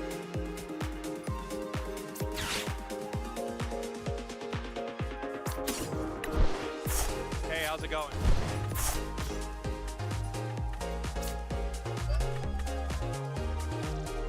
Beautiful pieces. Bring it in close here. I want you to take a look at this for everyone at home. This is a fantastic piece. This is the beautiful Sableye we have right here. Without question, one of the finest we have. Beautiful, sparkly. We have the Eevee right next to it. And finally, the Jigglypuff. Very nice collection. The official mat, limit 1 per customer. But I count as 2 customers, so I will take 2. No? King Pikachu.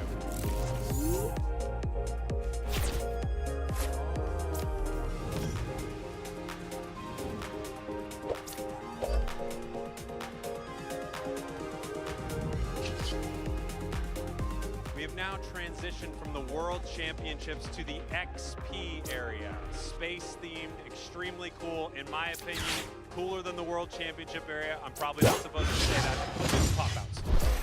Boom, pop-out. Okay, get a picture of me with the Umbreon. Here you get it. The World Championship playmat and bag, also limit 1. These are different though, so I can take them. Yes? Yes, I got a yes. Place is poppin'. Beautiful, special, elegant. One of them's going on a trip, one of them's blasting off, another one would be in a spaceship. I think I like Kirlia the best. I have been excited to see this the entire time. This is the item I've had my eye on more than anything else. This jacket right here. It's beautiful, it's special. I'm not exactly sure where I can wear it except everywhere, and I want it very badly. I will be back for it, because technically I'm not allowed to shop for this right now.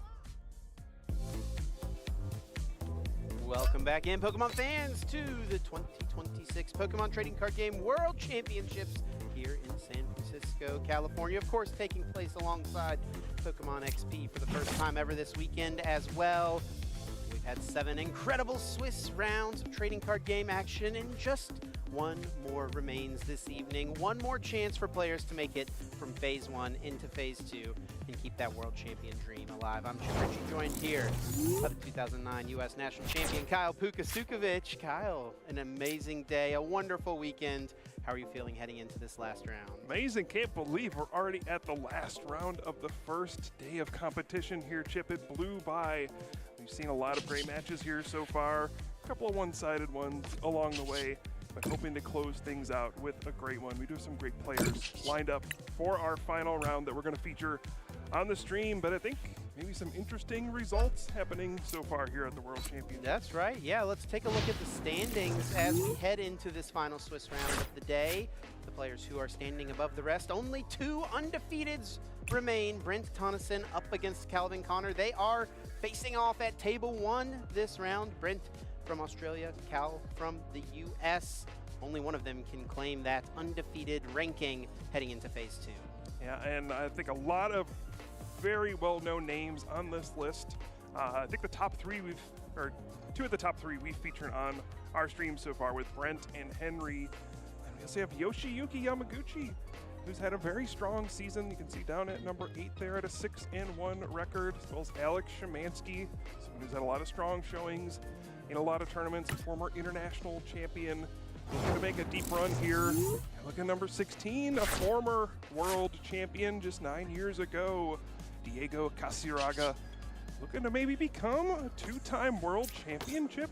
Yeah, no one else has ever done it besides Jason Klaczynski with his 3 world champion titles. Diego is keeping himself in that running to try to chase after those trophies that Jason holds so dearly. Diego, of course, won in 2017 in Anaheim, California with Gardevoir GX, a newly released card heading into that weekend. And he proved that time that it was the strongest deck in the room, but he's had tons of other successes at the World Championships as well. I know he had a top 8 finish back in, I believe, 2009, is that correct? Or 2007, actually, with a Vaporeon deck? Yeah, like Beta EX. Yes. Sounds about right. Yeah, Diego's been playing at the World Championships for many, many years. I competed against him in 2005 at the World Championships. I think he might be wearing the same hat that he wore almost more than 20 years ago. I'll have to check with him on that. But just a lovely guy, and he's still at it. You know, we talk about how Ross Coffin is the only player to qualify for every World Championships for the TCG, but Diego's got to be pretty close. He's been going at it for a long time. And he's been competing at a high level, it feels like, every year at the World Championships. We talk about him at this point in the event having a deep run. I remember at Hawaii Worlds a couple years ago, he had a decent little run with an ancient toolbox deck. Fell off in the last couple of rounds of Swiss, couldn't quite make it into cut, but had a really strong run at that event, and he's looking to go even farther here, 6-1, very much still in the running to make that happen. Yeah, but I think always the fascinating part about the World Championships, yes, we have all these players who have a long, storied history, great results throughout their career. There's probably going to be someone from this list here that may not be a well-known name right now, but could make a deep run into the top 8 of the World Championships. We might even be looking at a world champion here and not even know it yet. Certainly entirely possible. Diego's opponent this round up on the feature stage will be Keito Arai, coming from Japan, a player that we see very frequently in the western part of the world, competing in TPCI region events. We've seen him have success at regionals and international championships alike. Still able to earn himself the invite here. He's also got, you know, plenty of top finishes at Champions Leagues over in Japan, someone who has had tons of success in the game. No surprise to see him continue. Yeah, and we do have the Battle of the Undefeateds there between Brent and Cal Connor. 2-7-0 players. We saw Brent earlier with that Dragapult deck. Continued his hot streak here through the first day of competition. And, you know, a lot of names we recognize here as well. Henry Chow, saw him earlier. And again, so many great players. Liam Halliburton, I think we also featured earlier in the day. So that's what you come to expect at the World Championships. But still, I would say, a surprising mix of decks here at the top so far. Yeah, and Liam's opponent there, Tianyi Rong from mainland China, 6-0-1. Defeated Tord Reklev in Swiss round 6. Tied Henry Chow in Swiss round 7. Now finds himself up against Liam. That's quite the gauntlet to go through your last 3 rounds of a tournament. Yeah, those are some of the top players in the Pokemon TCG. Of course, Liam was the #1 rated player in the North America region this season. I think #2 globally, only behind Tord Reklev. I mean, the competition is as intense as it's ever been in the Pokemon TCG. You know, it's always a great time to jump into the Pokemon TCG. You know, if you're watching, maybe haven't tried playing before, it's always a great time to jump into the game. I'd say at the top of the competitions here, we're seeing a lot of players who've just put in so much time and effort to hone their craft and get to where they are right now. And many of those players putting in that time through the Pokemon trading card game live. Just such a useful tool to have access to. I see players all the time posting online their current rankings on that ranked leaderboard, that race to 2,000 it seems, which is such a high number to get to. The amount of games it has to take to get to 2,000 is absolutely incredible, but many of the players on this list have done just that in preparation for this and many other events. Yeah, and it's not just playing a lot of games, you have to win a lot of games. Oh, yeah. And every time you get up that high and you lose a game, you lose a lot of rating points. And then you got to grind your way back up. Yeah, it takes a lot of dedication, willpower, and skill as well to get yourself up that high on the Pokemon TCG Live ranked ladder. Easy way to get started is through the Pokemon Trading Card Game Live, able to be downloaded on computers, most mobile phones, tablets as well. Really easy to just jump right in. They load you up with tons of cards as well in order to get your journey started. Absolutely. And, you know, as we kind of look through, you know, don't want to really talk about exactly what each player is using, but I think one big trend we've seen so far the first 7 rounds of Swiss here at the World Championships, I think is a surprising amount of Shazam rising to the top. I think we have several at the top tables here so far. I think everybody expected Dragapult EX to be here, and of course it is. It's still well represented. I think so far the standout deck has to be that Alakazam. It's had a really strong showing so far this event, and still many more rounds for it to compete in. Those of you tuning in, let's not forget the ways you can earn rewards for watching the stream this weekend.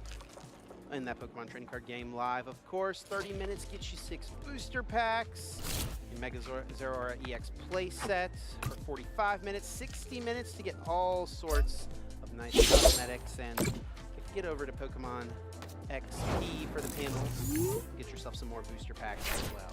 Yeah, make sure you get those Twitch drops. You can redeem those in your Pokemon TCG Live account. You get all this cool stuff here if you watch for a good amount of time here. We're not asking for that much of your time, Chip, but you get some cool stuff. 30 minutes, 45 minutes, 60 minutes. Got to get that exclusive 2026 Worlds crate in there. Look at all that cool stuff. Another exciting event we've got as well is happening over in London. EDM concert, Marshmallow and Alice in Wonderland, Pokemon Night Out. EDM concert tickets available at the O2 November 10th, 2026. It's going to be an exciting time without a doubt. Yeah, the one in LA sold out. But the one in London, tickets still available. Love the O2, great arena there in London. That's going to be happening in November. We've had a lot of day out events so far for Pokemon this year. Of course, part of that 30th celebration, celebrating 30 years of Pokemon, and these EDM concerts are a celebration of the night out side of things. So if you're a fan of some music, hitting up a concert, Marshmallow, very well known. Oh yeah, go check it out. Dialing it back in here to the World Championships. Puka, I do believe our players are getting set down on the stage. It's going to be Keito Arai up against Diego Casiraga. Both players, excellent records throughout the year. Excellent records thus far in this event as well, with really strong tournament finishes. Yeah, speaking of Alakazam, Diego is one of the players bringing that to the World Championships. Diego's not one to shy away from playing basically anything. Whatever he thinks is going to give him the best chance to win, he'll go with it. Usually going with off-meta things a lot of the times as well. Alakazam might fit here, but going up against, you consider one of these big basic toolbox decks headlined by that Mega Kangaskhan EX and the Lily's Clefairy EX.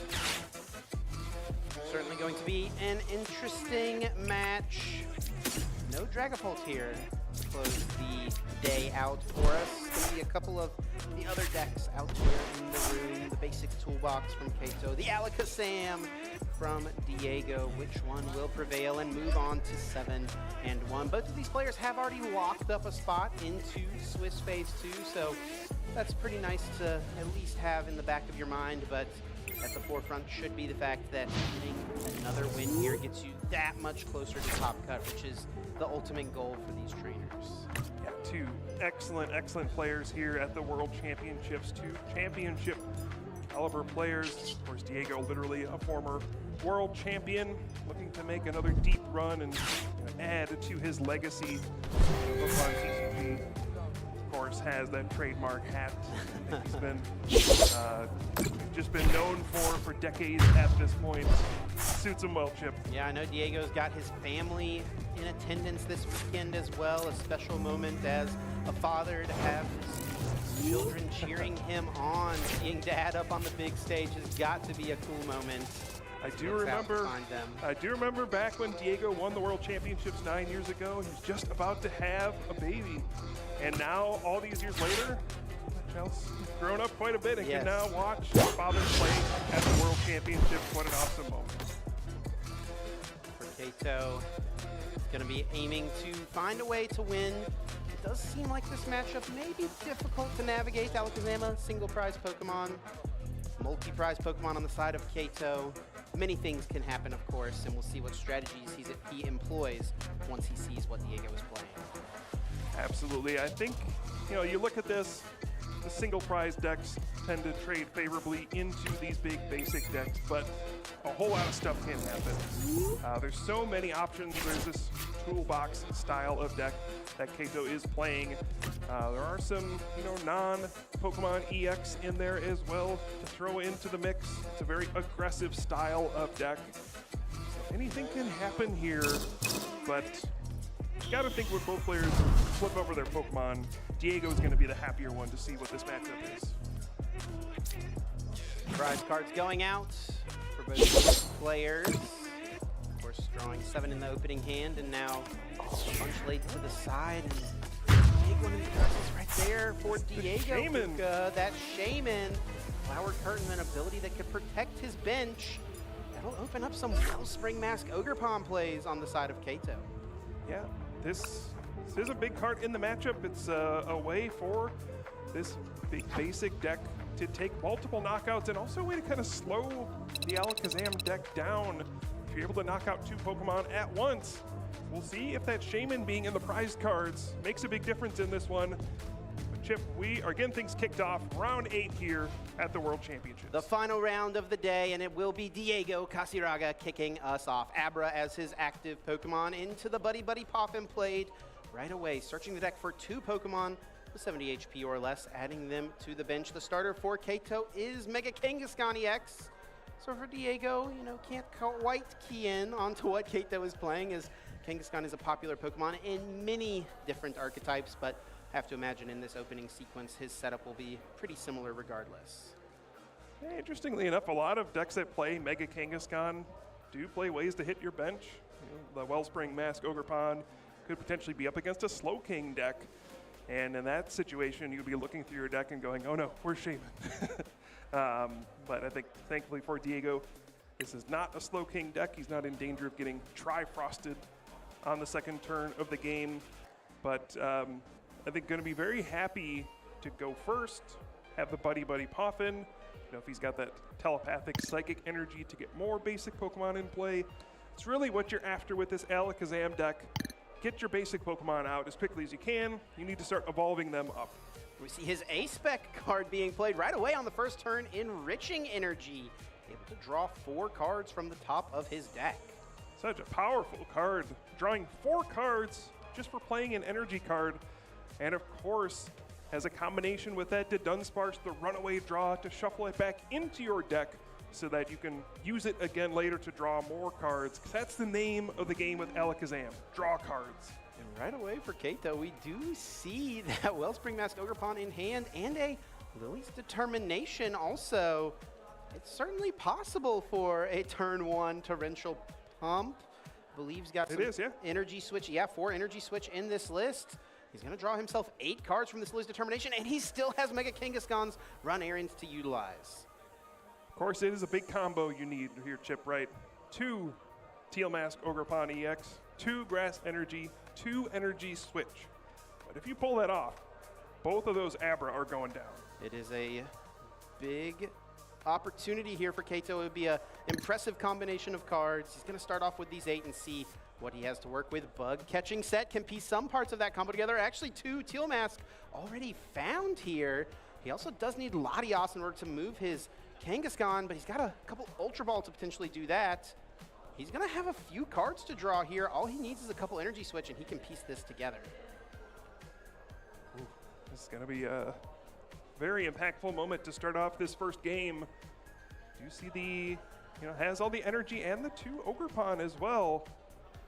And an Ultra Ball to find the Latias EX. Unfortunately, has no Energy Switch currently, but 2 cards from the run errand, 2 more cards from those Teal Dances. It can still happen. It's certainly in the realm of possibility, as Bug Catching Set yields Iron Leaves EX and a basic Grass Energy off of the top 7 cards from the deck. Diego giving it a good shuffle before the run errand of Kato, and do not see any Energy Switch there, so I think the possibility is dwindling quite a bit here, and now I don't think we're going to see that quite happen with that Area 0 Underdepths being drawn, but we'll still see Kato continue to fire through the deck here. A couple more Teal Dances, a couple of Area 0 Underdepths.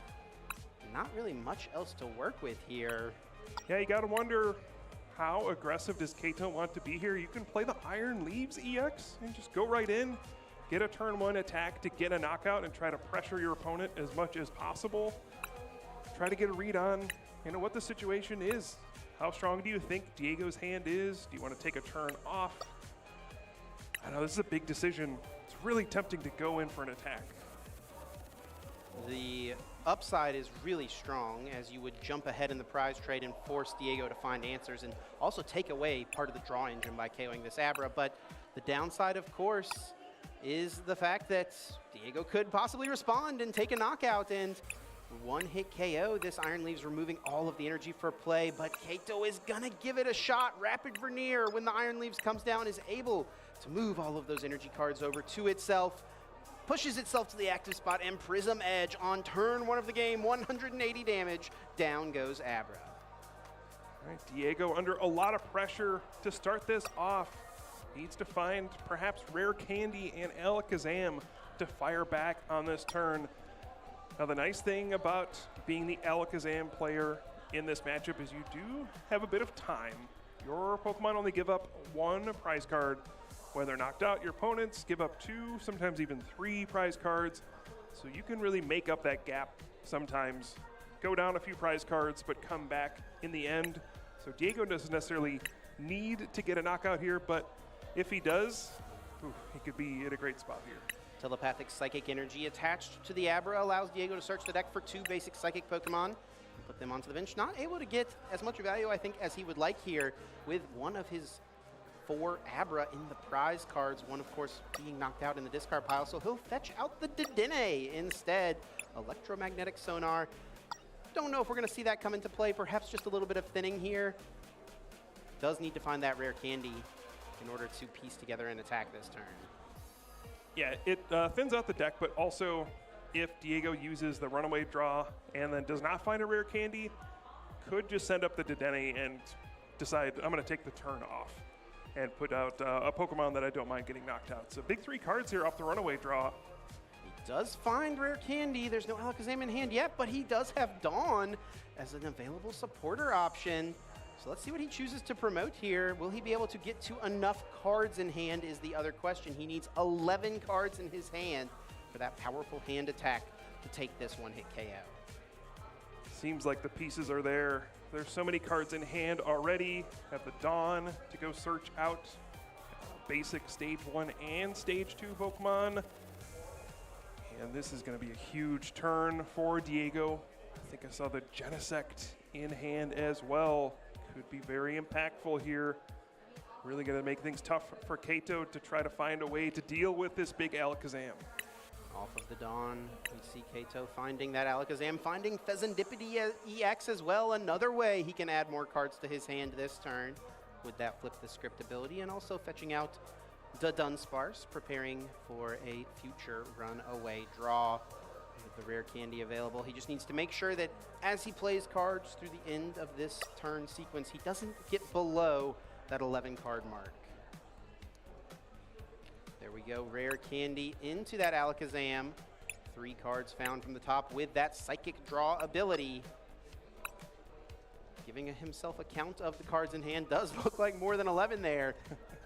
How much can he afford to play down is the question. Yeah, the big thing Diego wants to do here as well is play down the Genesect and put a Pokemon tool onto it. And that will nullify Kato's biggest weapon against this Alakazam deck, the Unfair Stamp, that A-Spec card that reduces your opponent's hand size to 2. Of course, Alakazam's attack is all about how many cards you've been able to draw and put into your hand. 2 damage counters for each card in your hand. Chip, which of the hands do you think is the powerful one? I really feel like they're both powerful. Whichever one is being utilized in the given moment. And this is the tricky game here with Alakazam, just figuring out how much you can play while maintaining enough cards available in the hand. I think he does not want to put down this Pheasantipede if he doesn't have to, and that's perhaps what he's thinking through here. Pheasantipede, of course, being worth 2 prizes is a bit of a liability, and there is that tool card attached to Genesect, Ace Nullifier active. Kaito will not be able to play his Unfair Stamp and Puka. It's actually in his hand right now. Yikes. You know, we had been seeing a lot more decks start to add Tool Scrapper, you know, not necessarily for situations like this, but it would come up in spots like this where you could discard the tool from Genesect and unlock your Unfair Stamp. I think we really didn't end up seeing a lot of players bring that to the World Championships. It was talked about a lot. There's a lot of talk about Hero's Cape, how important that card might be, but I haven't seen many players actually bring Tool Scrapper to this event, and these are the situations where it may have been big. What a response from Diego. Kato takes that turn 1 KO, but it is no problem. Rare Candy into Alakazam. Powerful Hands takes the KO and leaves Kato with no board established, no energy cards into play. Now, of course, he can juice plenty of them out with the Teal Dance of Teal Mask Ogrepon EX. But he's going to need a lot of help here to even piece together any attacker at this point. And unfortunately for Kato, only hand disruption in his entire deck is the Unfair Stamp. There's no way to get rid of Diego's massive hand at this point. There's no way to stop the next Alakazam from potentially coming out as long as Diego just keeps churning through the deck, drawing more cards. He'll probably find another Rare Candy, another Alakazam, get things going. Like, the only silver lining so far is that there's only one other Abra in play for Diego. So there's still maybe a slimmer of hope if you can knock out this Alakazam. Maybe Diego doesn't get another Abra down the next turn. You knock out that one. Maybe that's where you can find an opening. Yeah, there's also still no Shaman for Diego as it is in the prize card, so if Kato can piece together some way to utilize that Wellspring Mask Ogrepon, he could find a way to piece together a multi-prize turn, perhaps KOing the Genesect as a part of that sequence. We're going to see Bug Catching Set utilized. Looking at the top 7, finds himself a pair of Grass Energy, and that'll allow him to continue to draw through the deck here. He has already used one of those Teal Dance. He has used Flip the Script, so tons of cards in the hand. Run Errand and one more Teal Dance still available on the board at the moment. But this is a situation as Alakazam you love to find yourself in. If your opponent's only way to disrupt your hand is Unfair Stamp, and you shut that off and take it away, I mean, what else can your opponent do? You're just gonna draw so many cards every single turn and be free to do whatever you'd like. Yeah, the one thing I think could be tricky still for Kato is the Petrarunt in his deck. The regular non-EX Petrarunt is actually a pretty annoying attack. Just 10 damage, but then your opponent's Pokemon is poisoned and then can't retreat. And of course, with that Toxic Subjugation ability, you end up putting 6 damage counters on a Pokemon during Pokemon Checkup. And that means you can do something like Boss's Orders out the Genesect, hit it with the Poison Chain, and it potentially gets knocked out coming back into your turn. Can't retreat. And then, you know, you can kind of steal a turn there. Your opponent won't be able to attack. If they don't play any switching cards, they won't be able to move out of the active spot. So that's, you know, kind of a cheeky way you can steal a turn against these kinds of decks. Yeah, effectively taking a multi-prize turn, right? Since your opponent won't be able to do anything, that's a pretty safe assumption based on the way most Alakazam decks are built. No real way to get out of a retreat lock option such as that. Kato playing that Terra Orb, searching out a Terra Pokemon and adding it to the hand will be that third copy of Teal Mask Ogrepon EX. You might be thinking the bench is looking a little full. That's where the Area 0 under depths will come into play and expand that bench to a size of 8.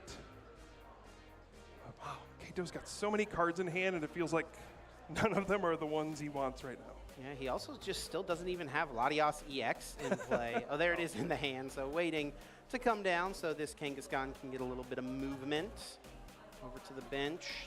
Does look like he has Ultra Ball. I don't think that Petrarunt is prized, so he's got Boss's Orders as well in hand, so he could go for that play you called out, Puka. Does need an energy switch and then a way to use the attack, so like a Prism Energy. Oh, I think that must be what he's missing is the Prism Energy. I do see the energy and switch in hand, but I don't know if there is a Prism. I don't know, what is the play here gonna be then? Maybe just a attachment to this Wellspring and Sob for a turn? I guess you can Boss's Orders, the Dene, the Genesect, either one. Sob for a turn. It doesn't feel great to sob the Genesect, though, as it's got that Lucky Helmet as the tool card. It's just going to fuel Diego's future powerful hand attacks. Sob kind of feels like what Kato's doing right now. Fitting attack name, as it will be Genesect targeted, bringing it into the active position. And with that Lucky Helmet attached, as Kato attacks into it, Diego will draw 2 cards and then still gets to draw a card to start his turn. Lucky Helmet is one of those funny cards you do need to be a little careful with. You know, it is mandatory to draw those cards. We're nowhere near this situation, but if you ever find yourself in a spot where you only have 2 cards left in your deck, your opponent can use that Lucky Helmet against you, go after that Pokemon, make you draw the last 2 cards, and effectively make you deck out. But yeah, I don't think that's happening. I've seen it happen as a Festival lead because they attack you know, twice into it, right? So you have to draw 4 cards. But yeah, I think we are quite a ways away as Diego still has a nice grip of cards available in the deck, and he's going into that deck now through the use of Dawn. Really just the card that it feels like gels this Alakazam deck all together, fetching out 3 Pokemon, 1 basic, 1 stage 1, and a stage 2. He'll be free to try to draw even more cards here. If there is a weakness of Diego's deck, it's that he does not play a way to switch his Pokemon out of the active spot. There's no switch or any of those kinds of cards. So when this Genesect gets sobbed, it's stuck. There is no way, you cannot retreat normally. All he can do is kind of build up the rest of his board. This will give Kato time to kind of set up whatever plays he wants to do. I don't know if Diego's necessarily worried, though, because the longer this goes, eventually that Genesect's going to have to get knocked out. And when that happens, he'll just send up an Alakazam and do 500 damage or whatever. And the other piece of that puzzle as well, Puka, Diego actually plays 2 Genesect. So when this Genesect goes down, he's got the 2nd copy in his hand and another tool card. So Kato can buy a bunch of turns, eventually knock this Pokemon out. Diego will just simply be able to respond with the bench of another one and an attachment of a tool. And the Prism Energy drawn for turn, that could be huge. It opens up a couple different plays. Could still go for that Pecharunt play, but there's still no Shaman in play. I don't think the Torrential Pump is particularly powerful here. You can get 2 prize cards, but you're not getting rid of any really valuable Pokemon. So I think this might be where we see the Pecharunt. Does look very appealing to go for this play.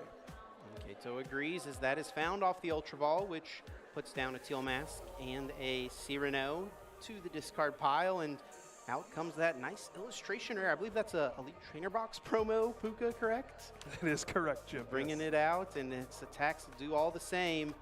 10 damage. Your opponent's active cannot retreat, and it will be poisoned, and that ability boosting that poison damage. Remember back to the EUIC with Ryuki Okada. This card was a menace for a bit in the standard format. With a turn 1, you could potentially knock out your opponent's Pokemon through various ways to poison and enhance that poison. Saw that win a tournament, but then this card kind of fell out of favor for a while and has really come back in recently as a way to disrupt in these kinds of situations again against these decks.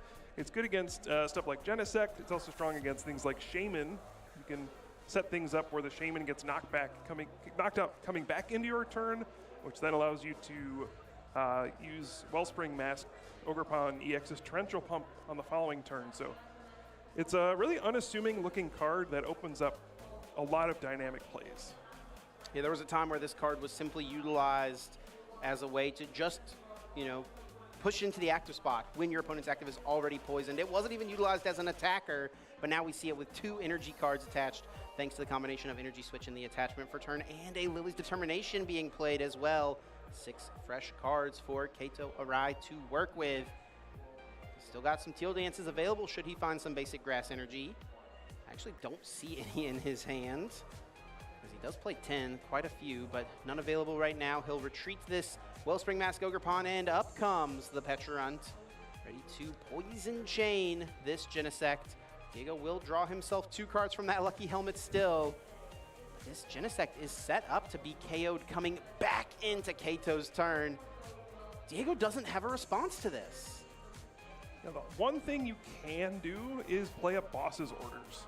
Bring up a Pokemon that does not have that toxic subjugation ability, then you'll only take the one poison damage counter, and Genesect would survive with 10 HP in that situation. So if Diego thinks that this is a real threat, he could expend a boss's orders simply to not let this Genesect get knocked out going back into Kato's turn, and it would put him in a pretty awkward situation. He does have a couple boss in his hand. He also has an enhanced hammer, a way he could get an energy out of play.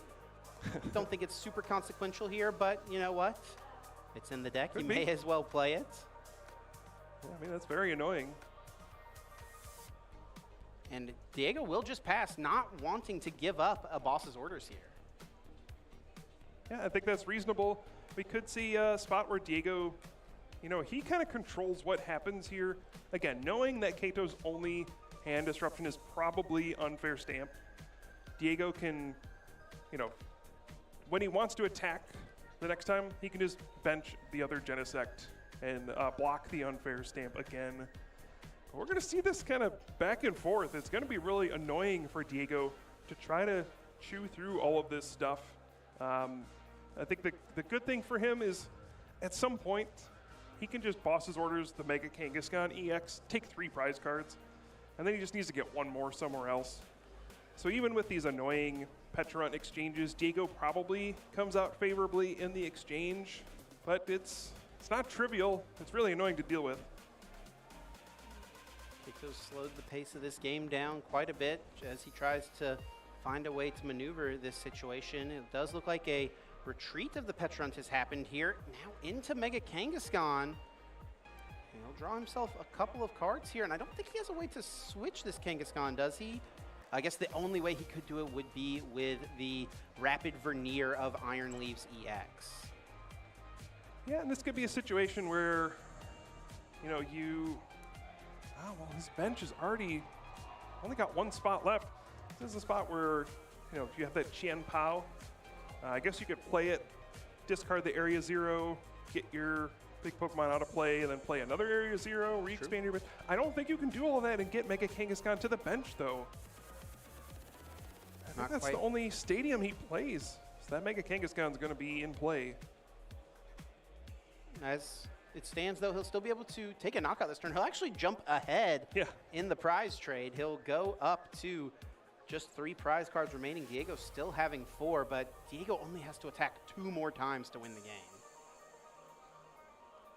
That's right, yeah. Unless it's, you know, having to go through that Petrarunt, but I don't think that'll be the case. Even then, Kangaskhan, right? Unless it comes out of play through that Qian Pao. There is the Prism Edge, though. Takes down that Dunsparce. Kato jumps ahead here. 3 prize cards remaining for him. But Diego has an absolute book of cards in his hand to work with right now. That second Genesect in the hand, should he want to use it. He's got Lana's Aid as his draw for turn as well to bring any Pokemon back that have been KO'd. Abras or the Genesect, anything to just add more cards to his hand. Diego, I have to imagine, is still feeling really good, but he's got to make sure he sequences everything correctly and puts himself in a position to close the game out on the next turn. He doesn't know for certain that Kato does not have any other hand disruption. The second Genesect comes down, this time with the air balloon on it. Diego saying not 1 Genesect, but 2. I'm really making sure my opponents never play unfair stamp against me. It does look like we see Kato. Yeah, oh, yep, sure enough. 2 Genesects. Sure. Interesting. Interesting indeed. It works out very nicely for Diego in this position as his Lana's Aid can be committed to getting other options back available to him. Doesn't have to worry about grabbing out the Genesect. He gets down a couple Dunsparce this turn and does take the KO with a powerful hand. Yeah, and at this point, if you're Kato, I mean, you're kind of back to square one, right? You're back to where you were a couple turns ago. Your main play is probably going to be go after Genesect. I mean, what else can you do? You can't disrupt Diego's hand. You can't knock out both Alakazam at the same time. Diego's probably got like 25 cards in his hand. What's the game plan here? It's going to start off with an Ultra Ball to check through the deck and see if he can find something to work with. Yeah, there's no Judge here, no special red card, no way to reset what Diego has available.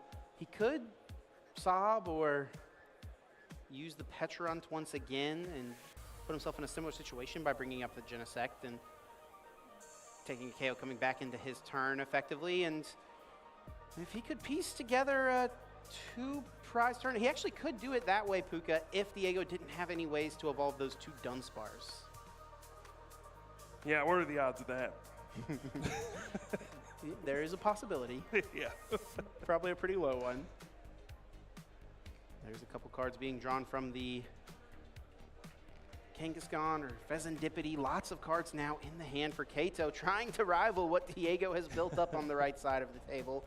Don't think he'll quite get to that point, but still so many cards to work with. And here is that Chien-Pao you called out earlier. We'll remove some potential liabilities from the field in that Meowth, but I think all of these Pokemon will pretty easily be KO'd by an Alakazam. Just maybe resetting his bench a bit here. Perhaps another Area 0 will come into play.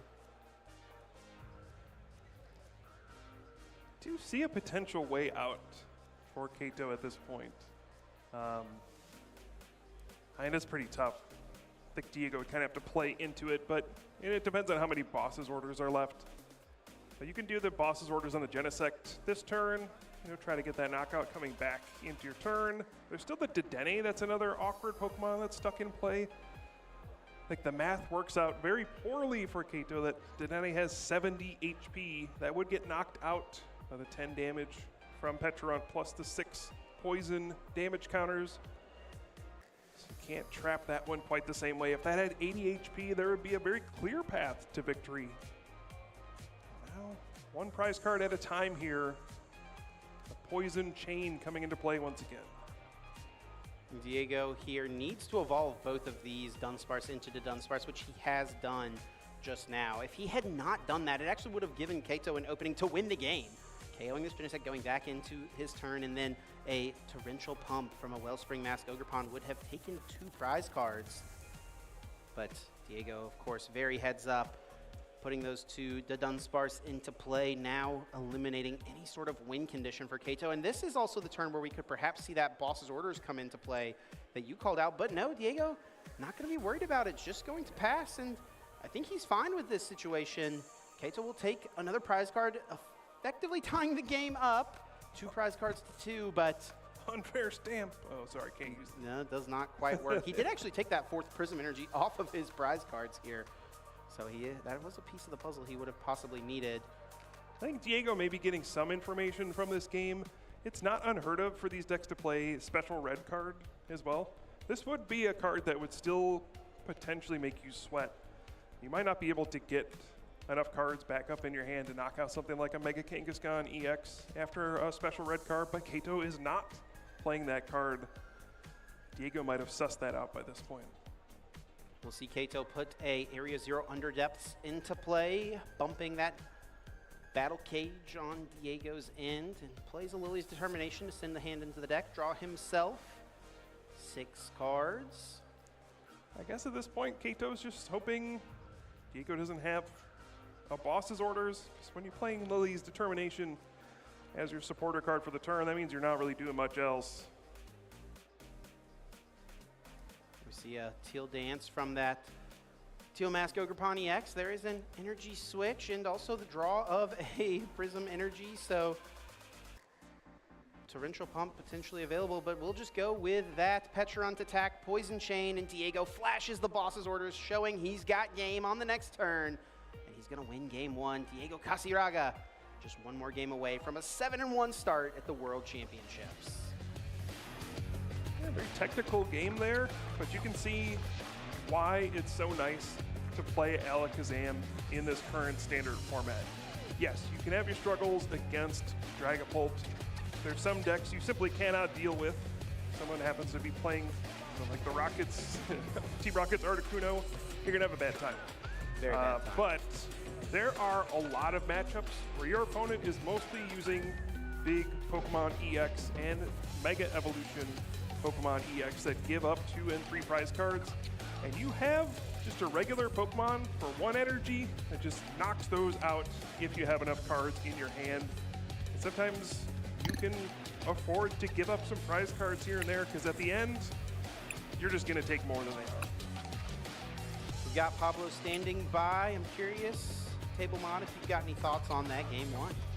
I was a little worried when I saw that Shaman being prized. The Wellspring Ogre Pond could have wrecked Havoc, but the slower nature, this is like, it's not a big focus on Wellspring Ogre Pond for Kato, so I think the prize trade is just too powerful, and that double Genesect from Diego, I love seeing that. What's your biggest weakness? On first stand. Don't even risk the Genesect being prized. I really, really love seeing that. So as long as Diego can set up, I think he has a major, major advantage in this matchup. Certainly seems that way, Pablo. Appreciate those thoughts. As always, we close out this game number 1 and get ready for our game number 2. Players are currently setting up and getting those opening hands drawn, and we'll see if Kato's choosing to go first. Has he chosen to go second? What will he think is best as we see the fist bump, and it will be Diego going first. Kato wants to go second and wants to perhaps pull off a turn on attack again. Absolutely, not just pull off a turn on attack, but maybe cross your fingers that your opponent has a weak opening turn. They can just find a buddy Poffin, stuff like that. Speaking of which, with the Pokepad being played first before a Poffin, the likelihood that Poffin is not available, and also a Dedenne in the active spot. Not a super useful card in this matchup. We saw it hit the board last game, more so than anything as a potential pivot on a turn where Diego thought he would have nothing better to send up should he have whiffed Rare Candy. But now he's forced to start with it in the active position, and we'll see if there is a Buddy Poffin. It doesn't look like it, but another Pokepad is available. Check out those prize cards, Chip. The A-Spec card, the Enriching Energy is in there, plus 2 to Dunsparce and 2 Dawn as well.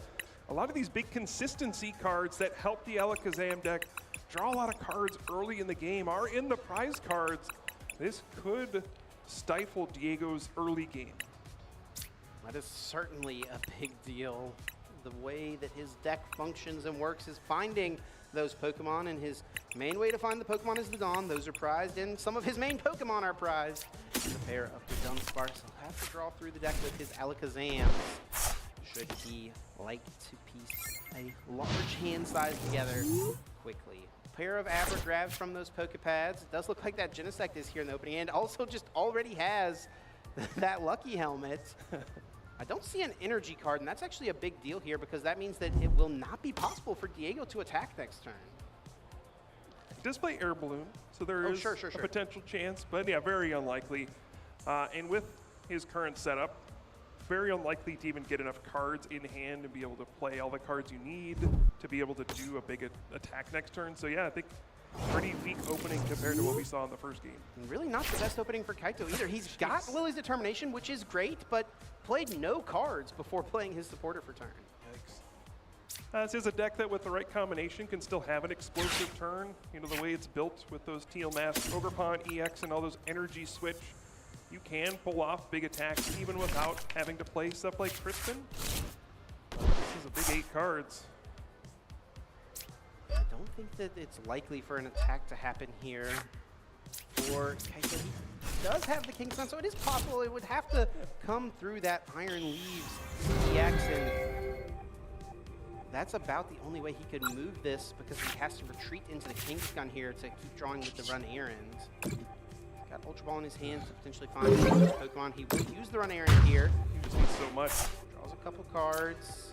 The Grass Energy does provide some draw power, but it's a little unlikely, so I almost wonder if he'll slow it down and just attach to, well, I guess there's nothing great to attach to. Kangaskhan? You don't really want to attack with this Pokemon when it can be KO'd by Alakazam so easily. And I imagine Kaito still has to Ultra Ball for a Teal Mask, Ogre Pond, EX. Try to Teal Dance and see what card he draws, see if it opens up any other plays for this turn. And that's your engine to get energy into place. You can switch it onto your other Pokemon. So, you know, it's a costly Ultra Ball here potentially. I think you gotta at least get this train moving get some energy going. He will use the Ultra Ball, discarding both Lily's Determination and Lily's Clefairy EX, searching out any Pokemon from his deck that he would like. And as we look at the prize cards here, Puka, we actually see that it was not even possible that Iron Leaves EX is in the prize cards. Yikes. That's a lot of Pokemon in the prize cards. I think it's still technically possible to do maybe an attack, maybe not with the cards he currently has in hand. A bug catching set maybe could have launched into a very lucky string of things here, but this Couple is going to be switch into attached to the active. yeah. But no, I don't think we're going to see much here, and that's got to be disappointing. I really feel like you're under a lot of pressure to do something quickly against Alakazam. It's such a tough matchup already. We're going to even see that Paldean Tauros hit the field with an energy attached to it. This card included in this deck as a tech for Crustle. Yep. Its Spirited Tackle attack deals 90 damage, and then if your opponent's active is a stage 1, it deals 90 more. A fire type, one-hit KOs Crustle, even with some HP boosting tools or growing grass energy available. But interesting to see it hit the field in this game, Kyle. I can't say I expected that. Yeah, I don't know how much that's going to attack. I guess 90 damage knocks out a Dedenne, and then it really knocks out a Kadabra. The Dunsparce. Yeah, that too. But beyond that... Genesect, weak to fire. Oh, also true. Okay, hold on. Perhaps more than anything, just having an energy in play to work with future energy switch. Maybe there's just nothing better for him to have attached to. There is a way where the Paldean Tauros gets weaved in. It is an odd prize card, right? So, yeah. Plus, your bench isn't always that precious like it is in some decks because of the Area 0 under depths expanding your bench to 8 Qianpao to reset, re-expand. You do have a lot of wiggle room with what Pokemon you can play down with this deck. Diego, fortunate to find himself a Dawn with 2 being prized. He's able to find himself a Pokemon, a couple Kadabra being utilized, Psychic Draw, and a couple of more cards. Does find a Buddy Poffin as one of those. Looks like he'll hold on to it though, as he's got a Dunsparce in the hand as well as another Abra. Able to put those down, but has he missed out on an energy attachment yet again, Puka? Yeah, looks like it. And Diego also opting not to go for Shaman in this matchup. So that Wellspring Mask, Ogerpon EX, still an option. If Diego decides that Shaman is not worth putting down here, it is scary to put down against the Pecharunt. It's a very easy target to, you know, kind of lose ground in the prize race at some point. Might be saying, you know what, if my opponent manages to power up a Wellspring Mask Ogerpon EX in the next turn, so be it. They're only going to get 2 prize cards. That's still doable for me, and it, based on what Kato did in the last turn, doesn't seem very likely. Buddy Poffin will be played to bring out another Dunsparce, and Diego simply passes now over to Kato. See what he could piece together here. Starts off his sequence with a Teal Dance, attaching a basic grass energy to that Teal Mask Ogerpon EX, drawing himself a card. Not a great hand here, once again, Puka. Yeah, and I think trying to figure out, should I try to run Errand and see if I draw 2 miraculous cards here, or just accept that I'm going to have to play this Lily's Determination. He's going for the run Errand.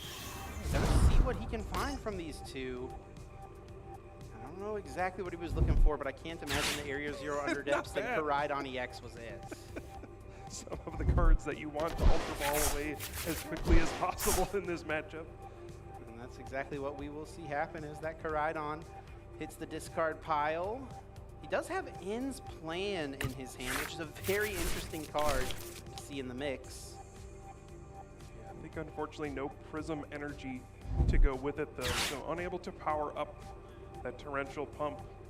May need to be relying on finding a couple energy switch off of these 8 cards plus a Prism energy. He's gonna go with that Lily's Determination, shuffle his hand into the deck. He'll get himself 8 cards still, just on turn 2, no prize cards taken quite yet. And if he could find a pair of energy switch and a Prism Energy, he would be able to take 2 prize cards here with that Torrential Pump. Honestly though, even if he just gets an energy onto Wellspring Mask, he could sob the Dedenne for a turn, right? Yeah, I think Diego would be pretty happy with that though. No threat of anything happening. Diego's just gonna get more time to set things up. He's got a Prism Energy. He found another Teal Mask, but I don't see any energy switch in those 8 cards. No, not at all. Could put down another Teal Mask, Overpawn, EX, Teal Dance, and draw into 1 energy switch. Go in with the Paldean Tauros. Hey, that's why that energy got on it on turn 1. We'll go with that Teal Dance, see what he draws. It looks like it is a Boss's Orders, though. It's not going to help. Supporter card already been used for the turn. Just a really awkward situation. He could attack with the Teal Mask Ogerpon and try to initiate the prize trade, but he's just gonna attach to this Paldean Tauros yet again. These are things I did not expect to see at the World Championships, Chip. 2 manual attachments to a Paldean Tauros. And that the energies would be a grass and psychic energy as well. Alakazam used on Diego's end, able to draw quite a few cards with that psychic draw ability. 3 cards from the top, and what else he can piece together. If he finds Air Balloon, he would be able to attack this turn. He does play 2 copies of the Air Balloon. He's going to play a Pokepad here to look for any non-rule box Pokemon added to the hand. The Dunsparce or Alakazam, both viable choices here.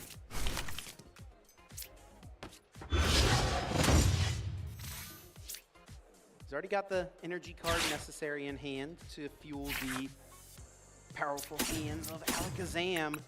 That Air Balloon at the front of the deck here, wishing he could draw into it now.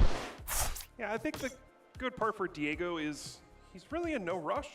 Again, you win this prize exchange. You can go down a prize card, no problem. You don't care that much if you miss an attack this turn even. Now you have multiple Alakazam set up. You could just slowly draw through your deck, set up the later stages of this game, and try to just make it so that, you know, eventually you're going to be trading 2 for 1 or 3 for 1 on prize cards.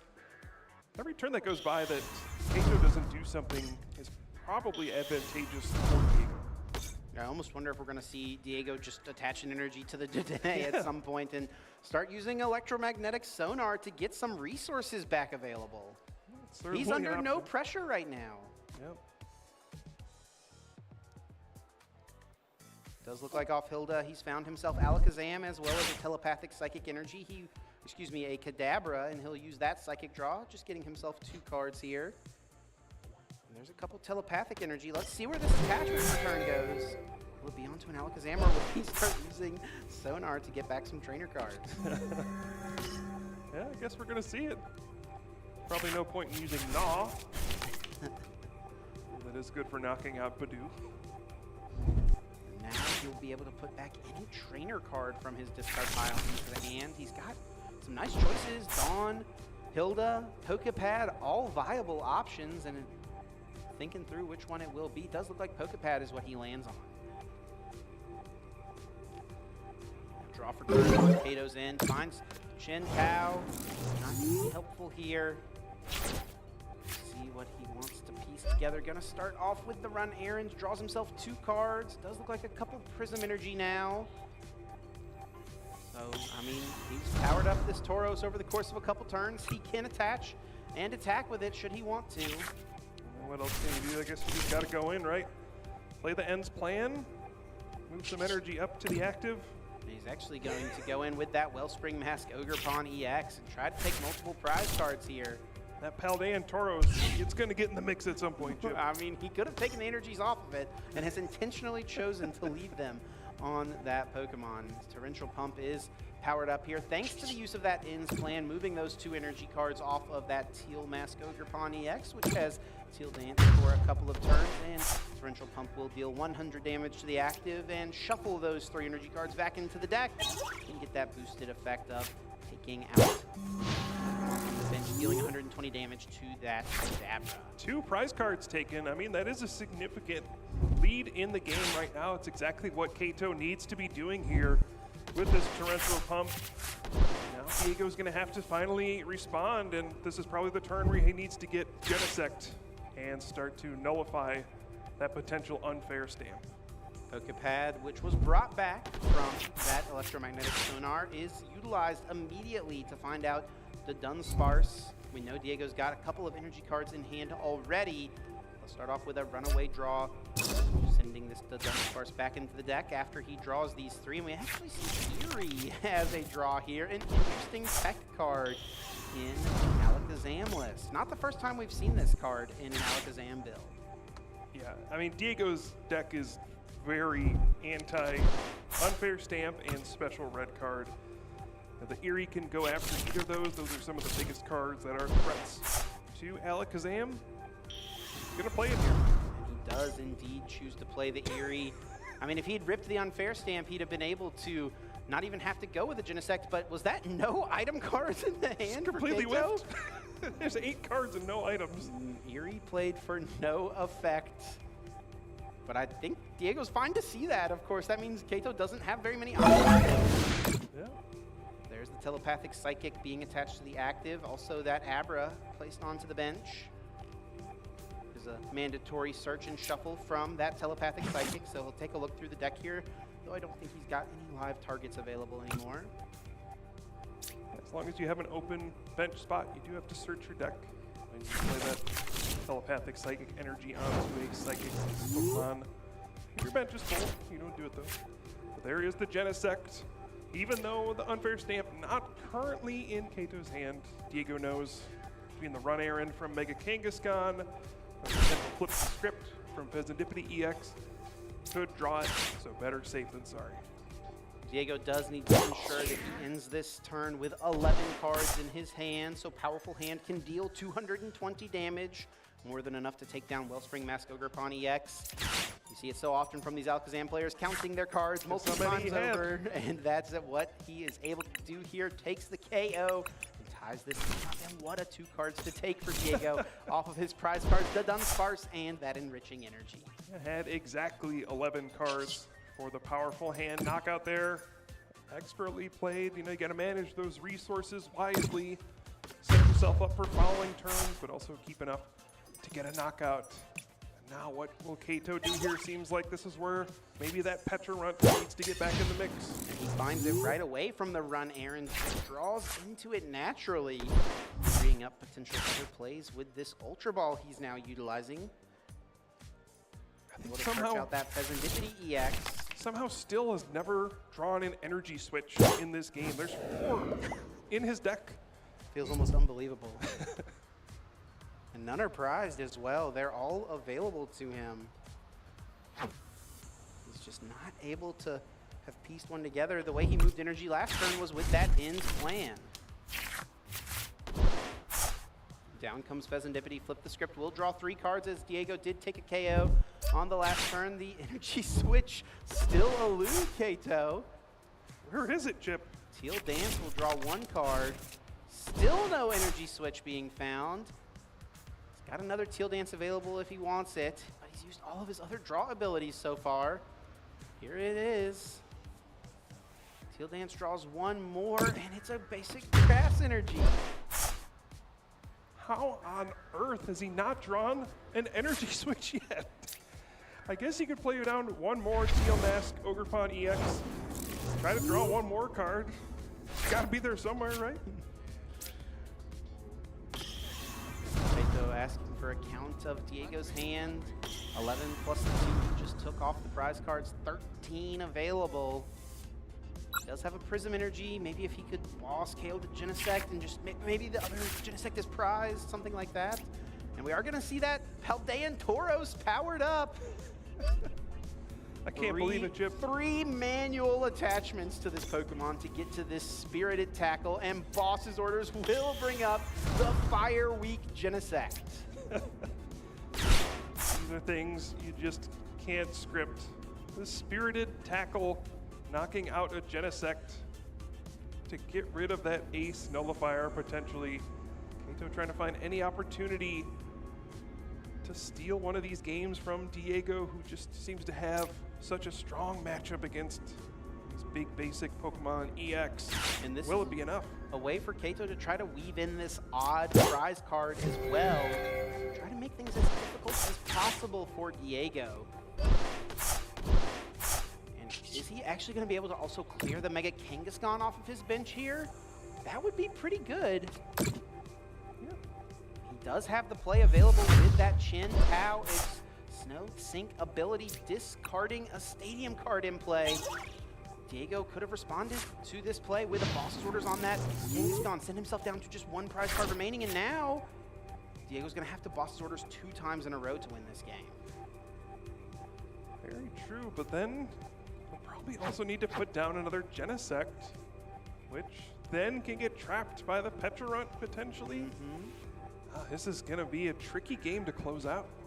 Yeah, I actually wonder here if Diego could try to just establish his board in a way that he could withstand Unfair Stamp as opposed to putting Genesect out. That's certainly a possibility. Let's see what he can pull off. Looks like another Alakazam coming into play as well.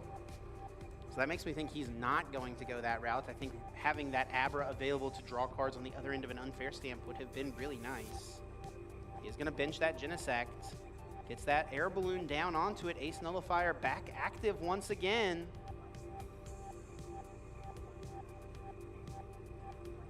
There's that the Dunsparce being evolved. Another one as well. So yeah, this is huge for Diego. I think one of the ways Kato could have potentially was by trapping the Genesect, having it get knocked out, coming back into his turn, and then setting up some sort of, Wellspring Mask, Ogre Pond double knockout, something like that. But I mean, Diego has now evolved up. All these Pokemon, they're all out of range of that. Doing whatever he can to limit his opponent's options. It feels like Kato's win condition now is like multiple bosses orders being in the last couple of prize cards here for Diego, which of course is a possibility. He doesn't know what Diego does or does not have available. Big, powerful hand likely. again. Yeah, big, powerful hand here. Taking that one-hit KO down now to just 2 prize cards is Diego Casiraga. Just one more KO away from moving to 7-1 at the World Championships. And there's also just under 2 minutes remaining on the clock.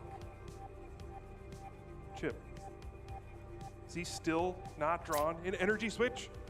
There's yet another Teal Dance, and still no draw of the Energy Switch. Actually looks like he did draw into one to start off this turn, but it is still just the one. He's got a boss's orders. He's going to go after the Dunsparce here. And it does take a KO with the Spirited Tackle. And Diego flashes that boss's orders, signifying that he's got the game-winning play, more than enough cards in hand to take his final KO and punch his ticket into Phase 2 with a 7-1 record. Yeah, the powerful hand of Alakazam is gonna press Diego forward into Phase 2 of the World Championships here with a very strong record. We talk about it a lot. We don't have a lot of former world champions still actively competing at the level of the World Championships. Diego is one of the few remaining who could make history this weekend, become a potential 2-time world champion. Still a long way to go. 4 Swiss rounds of Phase 2 tomorrow before Top Cut is finalized. That's not too many rounds, Yeah. Effectively playing a league challenge to get into Top Cut of the World Championships. As we do see that opening sequence in game number 1, Kato was the one to strike first in this set. Diego had the perfect response. Rare Candy, Alakazam, powerful hand for the KO. Yeah, the game slowed down a little bit after roaring start from Kato. First turn knockout, we did a couple knockouts here and there. Then had to slow things down with sobbing, some Pecharunt attacks here and there, but the prize lead was too much to overcome in that first game. Then in game number 2, we saw some interesting lines. With that Paldean Tauros getting powered up, Kato did get off an early torrential pump to take 2 prize cards. Diego had already established his board very nicely at that point, was able to withstand the pump. Kaito, even though he was able to weave in this Paldean Tauros, was not quite enough. Ringo had back-to-back boss's orders to close out the game. Did not think we'd see not one, but two spirited tackles in that game. Diego with a wink out to the crowd. Love to see it. What a character. Absolutely. 7-1 here, an excellent start. Kaito, of course, still very much in it. 6-2 record, still can make it into top cut, though he will likely need to win every single one of his remaining Swiss rounds to do it. Yeah, very possibly. Always hard to predict what record is going to make it into the top cut at these events, especially because, you know, the field isn't as large at the World Championships compared to even like a regional or international championships, right? People have to qualify for this event. So, you know, kind of what we're used to, the records qualifying at these events might be a little bit different. We'll have to get an eye on that as we get closer in phase 2 tomorrow. But what an incredible day it has been thus far. 8 amazing Swiss rounds. The stream's going to kick back up tomorrow morning at 9 a.m. Central Time. You're going to want to make sure to tune in, because we've got a lot of more exciting Pokemon action. We will be whittling down to our 2 finalists on the broadcast tomorrow. Seems like we just started, Chip. Where do we go? Already 8 Swiss rounds down. You know, we've already whittled down the field so much, but tomorrow is where the pressure is really going to ramp up. You know, some of the biggest matches these players have ever played in their life will happen tomorrow. There's just so much on the line. An opportunity to be etched into Pokemon trading card game history. Of course, if you're tuning into the streams this weekend, to any of our various streams happening for the World Championships and Pokemon XP, you're going to want to make sure you're taking advantage of the available drops. Lots of incredible rewards available across many different Pokemon titles, many different types of games, even Pokemon Trading Card Game Pocket getting into the mix. Get yourself some of those pack hour glasses for just 30 minutes of watch time. Pokemon, twitch.tv/PokemonTCG or twitch.tv/PokemonXP during that TCG Pocket panel. Yeah, great reminder that, you know, we do have the World Championships going on, but also Pokemon XP happening here in the Convention Center as well. And, you know, all of the area here in San Francisco taken over by Pokemon World and Pokemon XP. So much fun stuff going on this weekend. It's been a great start to the event, Kyle, and we are just getting underway. Still 2 full days of Pokemon action to come. That'll be it for us tonight, but tune in tomorrow. You're not going to want to miss it.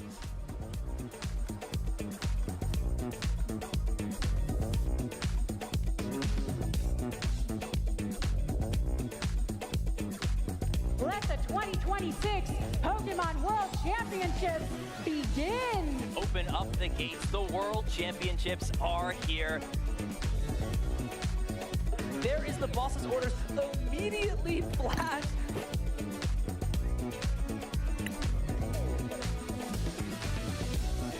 That Annihilate on top of the deck, and down goes Mega Excadrill. A 2-0 win.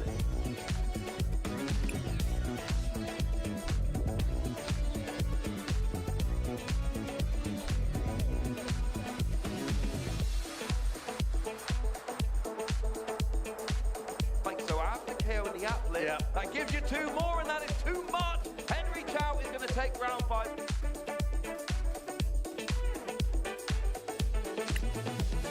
We'll finish it off. We got 4, 8, 12, 13, 14. That's 280 damage. That's a KO on Zoroark.